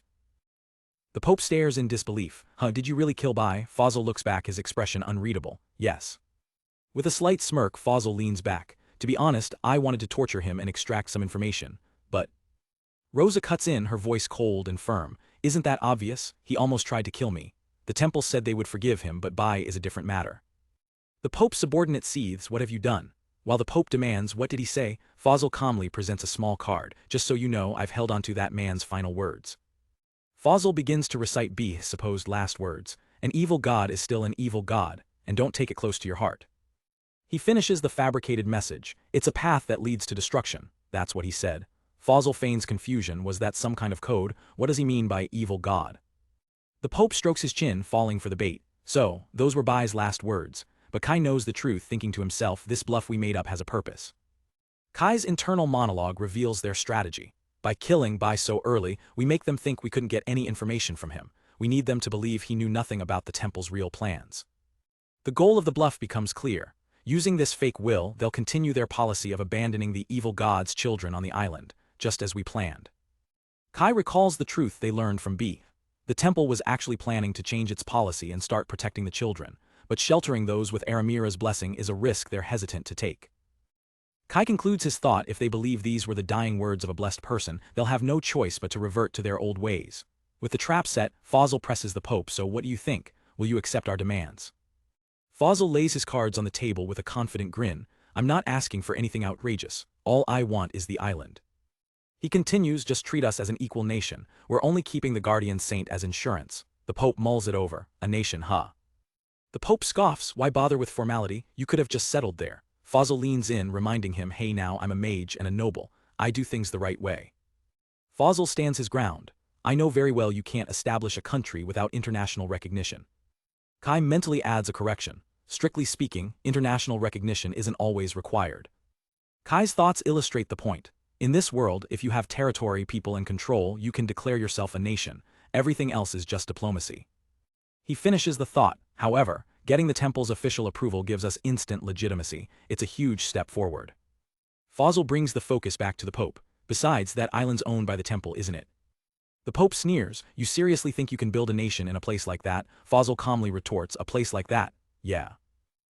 Fosil points out the obvious. You gave it the name, the Forbidden Island. If we just seized it, there'd be trouble later. This is cleaner.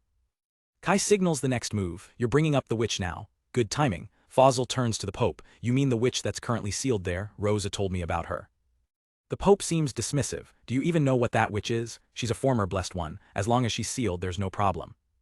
The Pope tests him. Are you sure? That seal might break someday. Fosil laughs confidently. If that happens, I'll kill the witch myself. A slow, cunning smile spreads across the Pope's face. Is that so? The Pope makes his decision. All right, you can have the island, we'll even recognize you as a nation. Fosil slams his fist on the armrest, sealing the deal. All right, the deal's done. As they discuss the details, Fosil adds, being recognized by the temple carries a lot of weight. The Pope laughs, I can't tell if you're bold or modest. Fosil explains, without your recognition, no merchants would ever come to such a remote island. Fosil smirks, I'm a mage, I can get most things myself, but this is just the first step. Rosa brings up their other objective. So does that mean we can have Rukia? She's not much use to you in her current state anyway. The Pope confers with his advisors for a moment. He turns back, his expression suddenly serious. About that, I have a request of my own. The Pope points to the ornate door behind them. I want the guardian saint to be kept in this room. That's our condition for giving you the island. Fosil is instantly furious. What, don't be ridiculous, then we wouldn't have a hostage. With a sly grin, the Pope makes a shocking counteroffer. Why would you need a hostage? We don't need the island, and you can take Rukia with you as well. He reveals his reasoning, but the guardian saint must remain awake. There's something I need him to do. The group is thrown, wake him up. Weren't we told not to? Fosil realizes he was awake when we first got here. The Pope offers a cryptic explanation. It's in the old legends. They say now is the time for him to awaken. Rosa turns to Fosil, asking, hey, what should we do? Suddenly, Rosa flashes a peace sign and winks. Understood, sounds good to me. Kai breaks out in a cold sweat. That's the signal for Plan C, the one we practice the most. Are we really going through with this? Fosil accepts the new terms. All right, we'll leave the guardian saint here. In return, I'm counting on you to take care of the island. As they turn to leave, the Pope asks casually, by the way, how are you planning to get back to the island? Fosil replies, we'll just walk back like normal. In a flash, Fosil's demeanor shifts. Magic crackles in his hand as he challenges the Pope. Wait, you're not saying you won't let us go back, are you? Is that your scheme? Fosil grins, ready for a fight. How about it, want to go for a round? The Pope calmly declines, no, let's not. Rosa steps forward, waving to the others. All right then, I'll go and do the guardian saint's spell. You guys go on ahead. Fosil nods in agreement. As the group heads down the stairs, Rosa walks alone toward the sealed chamber. She places her hand on the door's control panel. With a deafening boom, the massive door slams shut, sealing itself. Fosil whips around. Hey Rosa, why'd you close the door? A recorded message crackles from a speaker. I'm sorry. A horrible realization dawns on Fosil's face. Rosa. The recording of Rosa's voice plays. I knew it, I can't be with you. Fosil and Kai rush to the door. Rosa, what are you talking about? Kai asks, but Fosil screams, Rosa, quit fooling around. Her voice echoes from the speaker, filled with sorrow. I was so happy when you saved me. You shared so many dreams with someone who only knew a cold, dark underground. The recording continues with a shocking confession. But I let my anger take over, and I killed Bai. Her voice cracks. I don't deserve to stand next to you. Fosil roars back at the unfeeling door, you idiot. Weren't you supposed to live happily in the outside world? He gestures desperately towards Rukia. What about this kid? You're the only one who can break that spell, right? Rosa's recording reveals the final, devastating truth. I'm sorry, I lied. The spell's effects will fade in about 10 days. Please, make her happy for my sake. I'll stay behind and fulfill my duty. As memories of her flash through his mind, her voice continues, the light you showed me will keep shining on me for hundreds of years. Fosil breaks down, pounding the door. You idiot, you don't have to sacrifice yourself. Her voice delivers a final, gentle goodbye. Our time together was short, but I was truly happy, just go. The recording ends with a whisper, if we meet again in another life, let's have fun together again, okay? Farewell. Fosil lets out a raw, agonized scream. Rosa. He smashes his fist against the door in a fit of rage and grief. Slumped against the cold metal, he whispers, does that mean you're seriously going back to that dark world again? One of his companions asks a guard, is there a way to open the door from this side? The guard shakes his head. Unfortunately, there is not. As his friends look on in concern, Fosil slowly picks himself up from the floor, a new resolve forming in his eyes. He stands tall and declares, Rosa will come back someday. He then turns to the Pope, whose smug expression hasn't wavered. Our agreement for the island still stands, right? The Pope grins, of course. The Pope celebrates his victory internally. Perfect. The guardian saint and Rosa have returned. In 10 days, Rukia can be used as a divine return bomb against the witch. He watches Fosil's group depart, his plan laid bare in his mind. Once they return to the island, they can be eliminated. All that's left is to kill Rukia and unleash the bomb. A truly evil grin spreads across his face. Everything is going exactly as planned. However, as Kai walks away, he thinks to himself, that's probably what you think. He reveals the true plan to his companions. I left a teleportation stake inside the room. We'll get Rosa back later. A flashback shows Rosa cleverly placing the stake just before sealing the door. Kai reassures them, a determined look in his eyes. After that we can go home. Their path is now clear. Now all that's left is to take out the assassin and the witch. This won't be easy, but our next tasks are crystal clear. With the swift stroke of a quill, a monumental deal is finalized. The Pope presents the official document to Fosil. With this, the island is officially yours. Go ahead and check it for yourself. Fosil grins, clutching the scroll. As long as the paperwork is official, he'll do business with anyone. Kai unrolls the document, reading its contents. So this island was originally called Windmill Island. The Pope confirms that's right. These days, no one even remembers that name. From now on, you can call it whatever you want, the Pope says dismissively. Fosil isn't worried about it, telling Kai he'll decide on a name for their new country later. Just as the deal concludes, a temple priest interjects. In that case, we'll escort Rukia-sama to the island. Fosil's expression hardens instantly. What? He points accusingly at the priest. Hey, Rosa personally asked us to look after this kid. We can't just say sure, okay, and be done with it. The priest remains calm, laying out his argument. But don't we still need to arrange a ship first? It takes 10 days to get to the island from here, and there are no navigational markers along the way. A sinister smile creeps across his face. We have the sea charts, but regular ships wouldn't be able to find the island, and if something were to happen, like the ship capsizing, well, such a scenario isn't impossible. Fosil fires back, refusing to be intimidated. We've got our own ship as well. It's a military vessel we stole from the Empire, and we know where the island is. But the priest won't back down. The blessing of time is important to us too. At least let us be the ones to escort her to the island. Fosil scoffs, clearly not buying their excuse. That's what you claim. Sensing the stalemate, Kai pulls Fosil close for a hushed conversation. What the hell are they thinking? Fosil mutters. Kai reveals their true motive. They're trying to sync Rukia's arrival with the witch's resurrection. If we don't do something, the whole plan falls apart. What do we do, boss? Fosil asks, the pressure mounting. Kai steps forward, taking control. I'll try talking to them. Kai addresses the priest with a calm, diplomatic tone. Regarding the ship, we do have our own vessel, but I understand why you wouldn't trust us. He then proposes a clever compromise. So we'll have a few of our people ride on your ship. Would that be acceptable? The priest is taken aback by the reasonable offer. Please give us a moment. The temple officials quickly huddle together, whispering and debating the proposal. After a brief discussion, they turn back to Kai's group. We'll agree to those terms. Then we'll set sail tomorrow, the priest declares. A priest will come for you after sunrise. Until then, please stay at the end we've prepared. Fosil, ever the showman, casually accepts. Well then, we'll gladly accept your hospitality. The group is escorted to the quarters provided by the temple. Once inside and away from prying eyes, the team finally gets a moment to themselves. The relaxed facade drops, replaced by the serious reality of their situation. Suddenly the tension breaks as Fosil and Kai erupt in celebration. Fosil, that went smoothly, Kai exclaims. Fosil pumps his fist in the air, hell yeah. Their crew watches on, amused by their antics now that the coast is clear. Kai turns to his comrades, his expression grateful. Everyone, good work. We can't let our guard down yet, but thanks to you all, it worked out.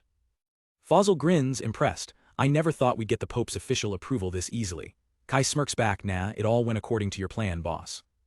The team debriefs with Hino questioning Fosil's over-the-top performance.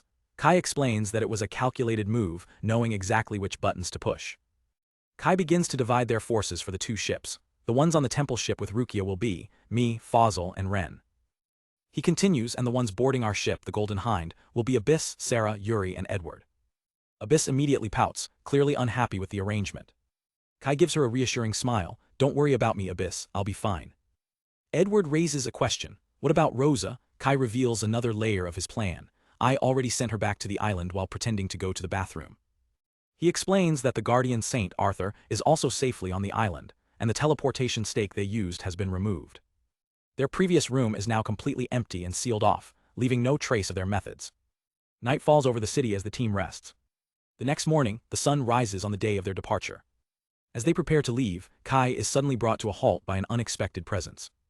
It's Mariella, the priestess from Libel's old village, and she's here to escort them. Fosil notices Kai's sudden tension. What's wrong, boss? Kai whispers an urgent warning. Watch out for that priestess. She's a priestess of sleep. She uses hypnosis. She used it on Edward before, Kai adds. Rosa's spell can cancel their blessing, but we still need to stay alert. Kai issues a final command. You, Abyss, and Ren's faces are known. We'll wear masks in public but avoid saying our names. Fosil nods in understanding. Got it. With their strategy in place, the two teams head for the docks and board the massive temple ship. A priest leads Kai, Fosil, and Ren below deck. This way, please. Kai cautiously peers into the room they're being shown to. Inside, he sees her. his sister Rukia encased in a shimmering, crystal-like stasis. A wave of emotion hits him as he looks upon her face. Rukia, you've grown. Fosil tries to lighten the heavy atmosphere. I never thought the boss's little sister would be this gorgeous. Kai immediately gets defensive. Hey, stop giving me those flirty looks. Fosil just laughs. Hee hee, you're such a doting brother. Don't worry, I prefer older women. Ignoring the teasing, Kai speaks quietly to his sister, making a solemn promise. Hang tight, Rukia, it won't be long. Trapped within her timeless prison, Rukia's consciousness is adrift. She floats in a dark, silent void, completely unaware of the passage of time. But through the endless cold, she senses something faint, almost imperceptible. Maybe I'm imagining it. As Kai gently touches her cheek on the outside, a flicker of warmth reaches her soul. I feel like I touched something warm. Meanwhile, aboard the Golden Hind, the rest of the crew prepares for their part of the mission. Libelle stands at the prow, unleashing her power, temporary life. With a powerful cry, she imbues the ship itself with a consciousness. Back in their quarters, Kai had explained the linchpin of his plan, a 3-point teleportation system using special stakes. With one stake on the Golden Hind, one on the temple ship, and one on the island, they can instantly travel between all 3 locations. From the deck of the temple ship, Kai shouts his final orders to Libelle. I'll leave the direction of the temple ship to you. She signals back, got it. He explains the deceptive tactic, deliberately steer the ship so you slowly fall behind. I want them to think you lost sight of us due to clumsy sailing. After a couple of days, he instructs, bring the ship back to Tenohira and let everyone return to the island first. Kai momentarily wonders if he's being overly cautious. Maybe this isn't really necessary, but... Abyss sees through his hesitation, her eyes full of admiration. But you are considering every possible risk, Master. You're looking after everyone, right? Including me, she says softly. Thank you. The others voice their agreement, their faith in their king unwavering. There's no king like you, Kai. With you in charge, that island will definitely become the greatest kingdom.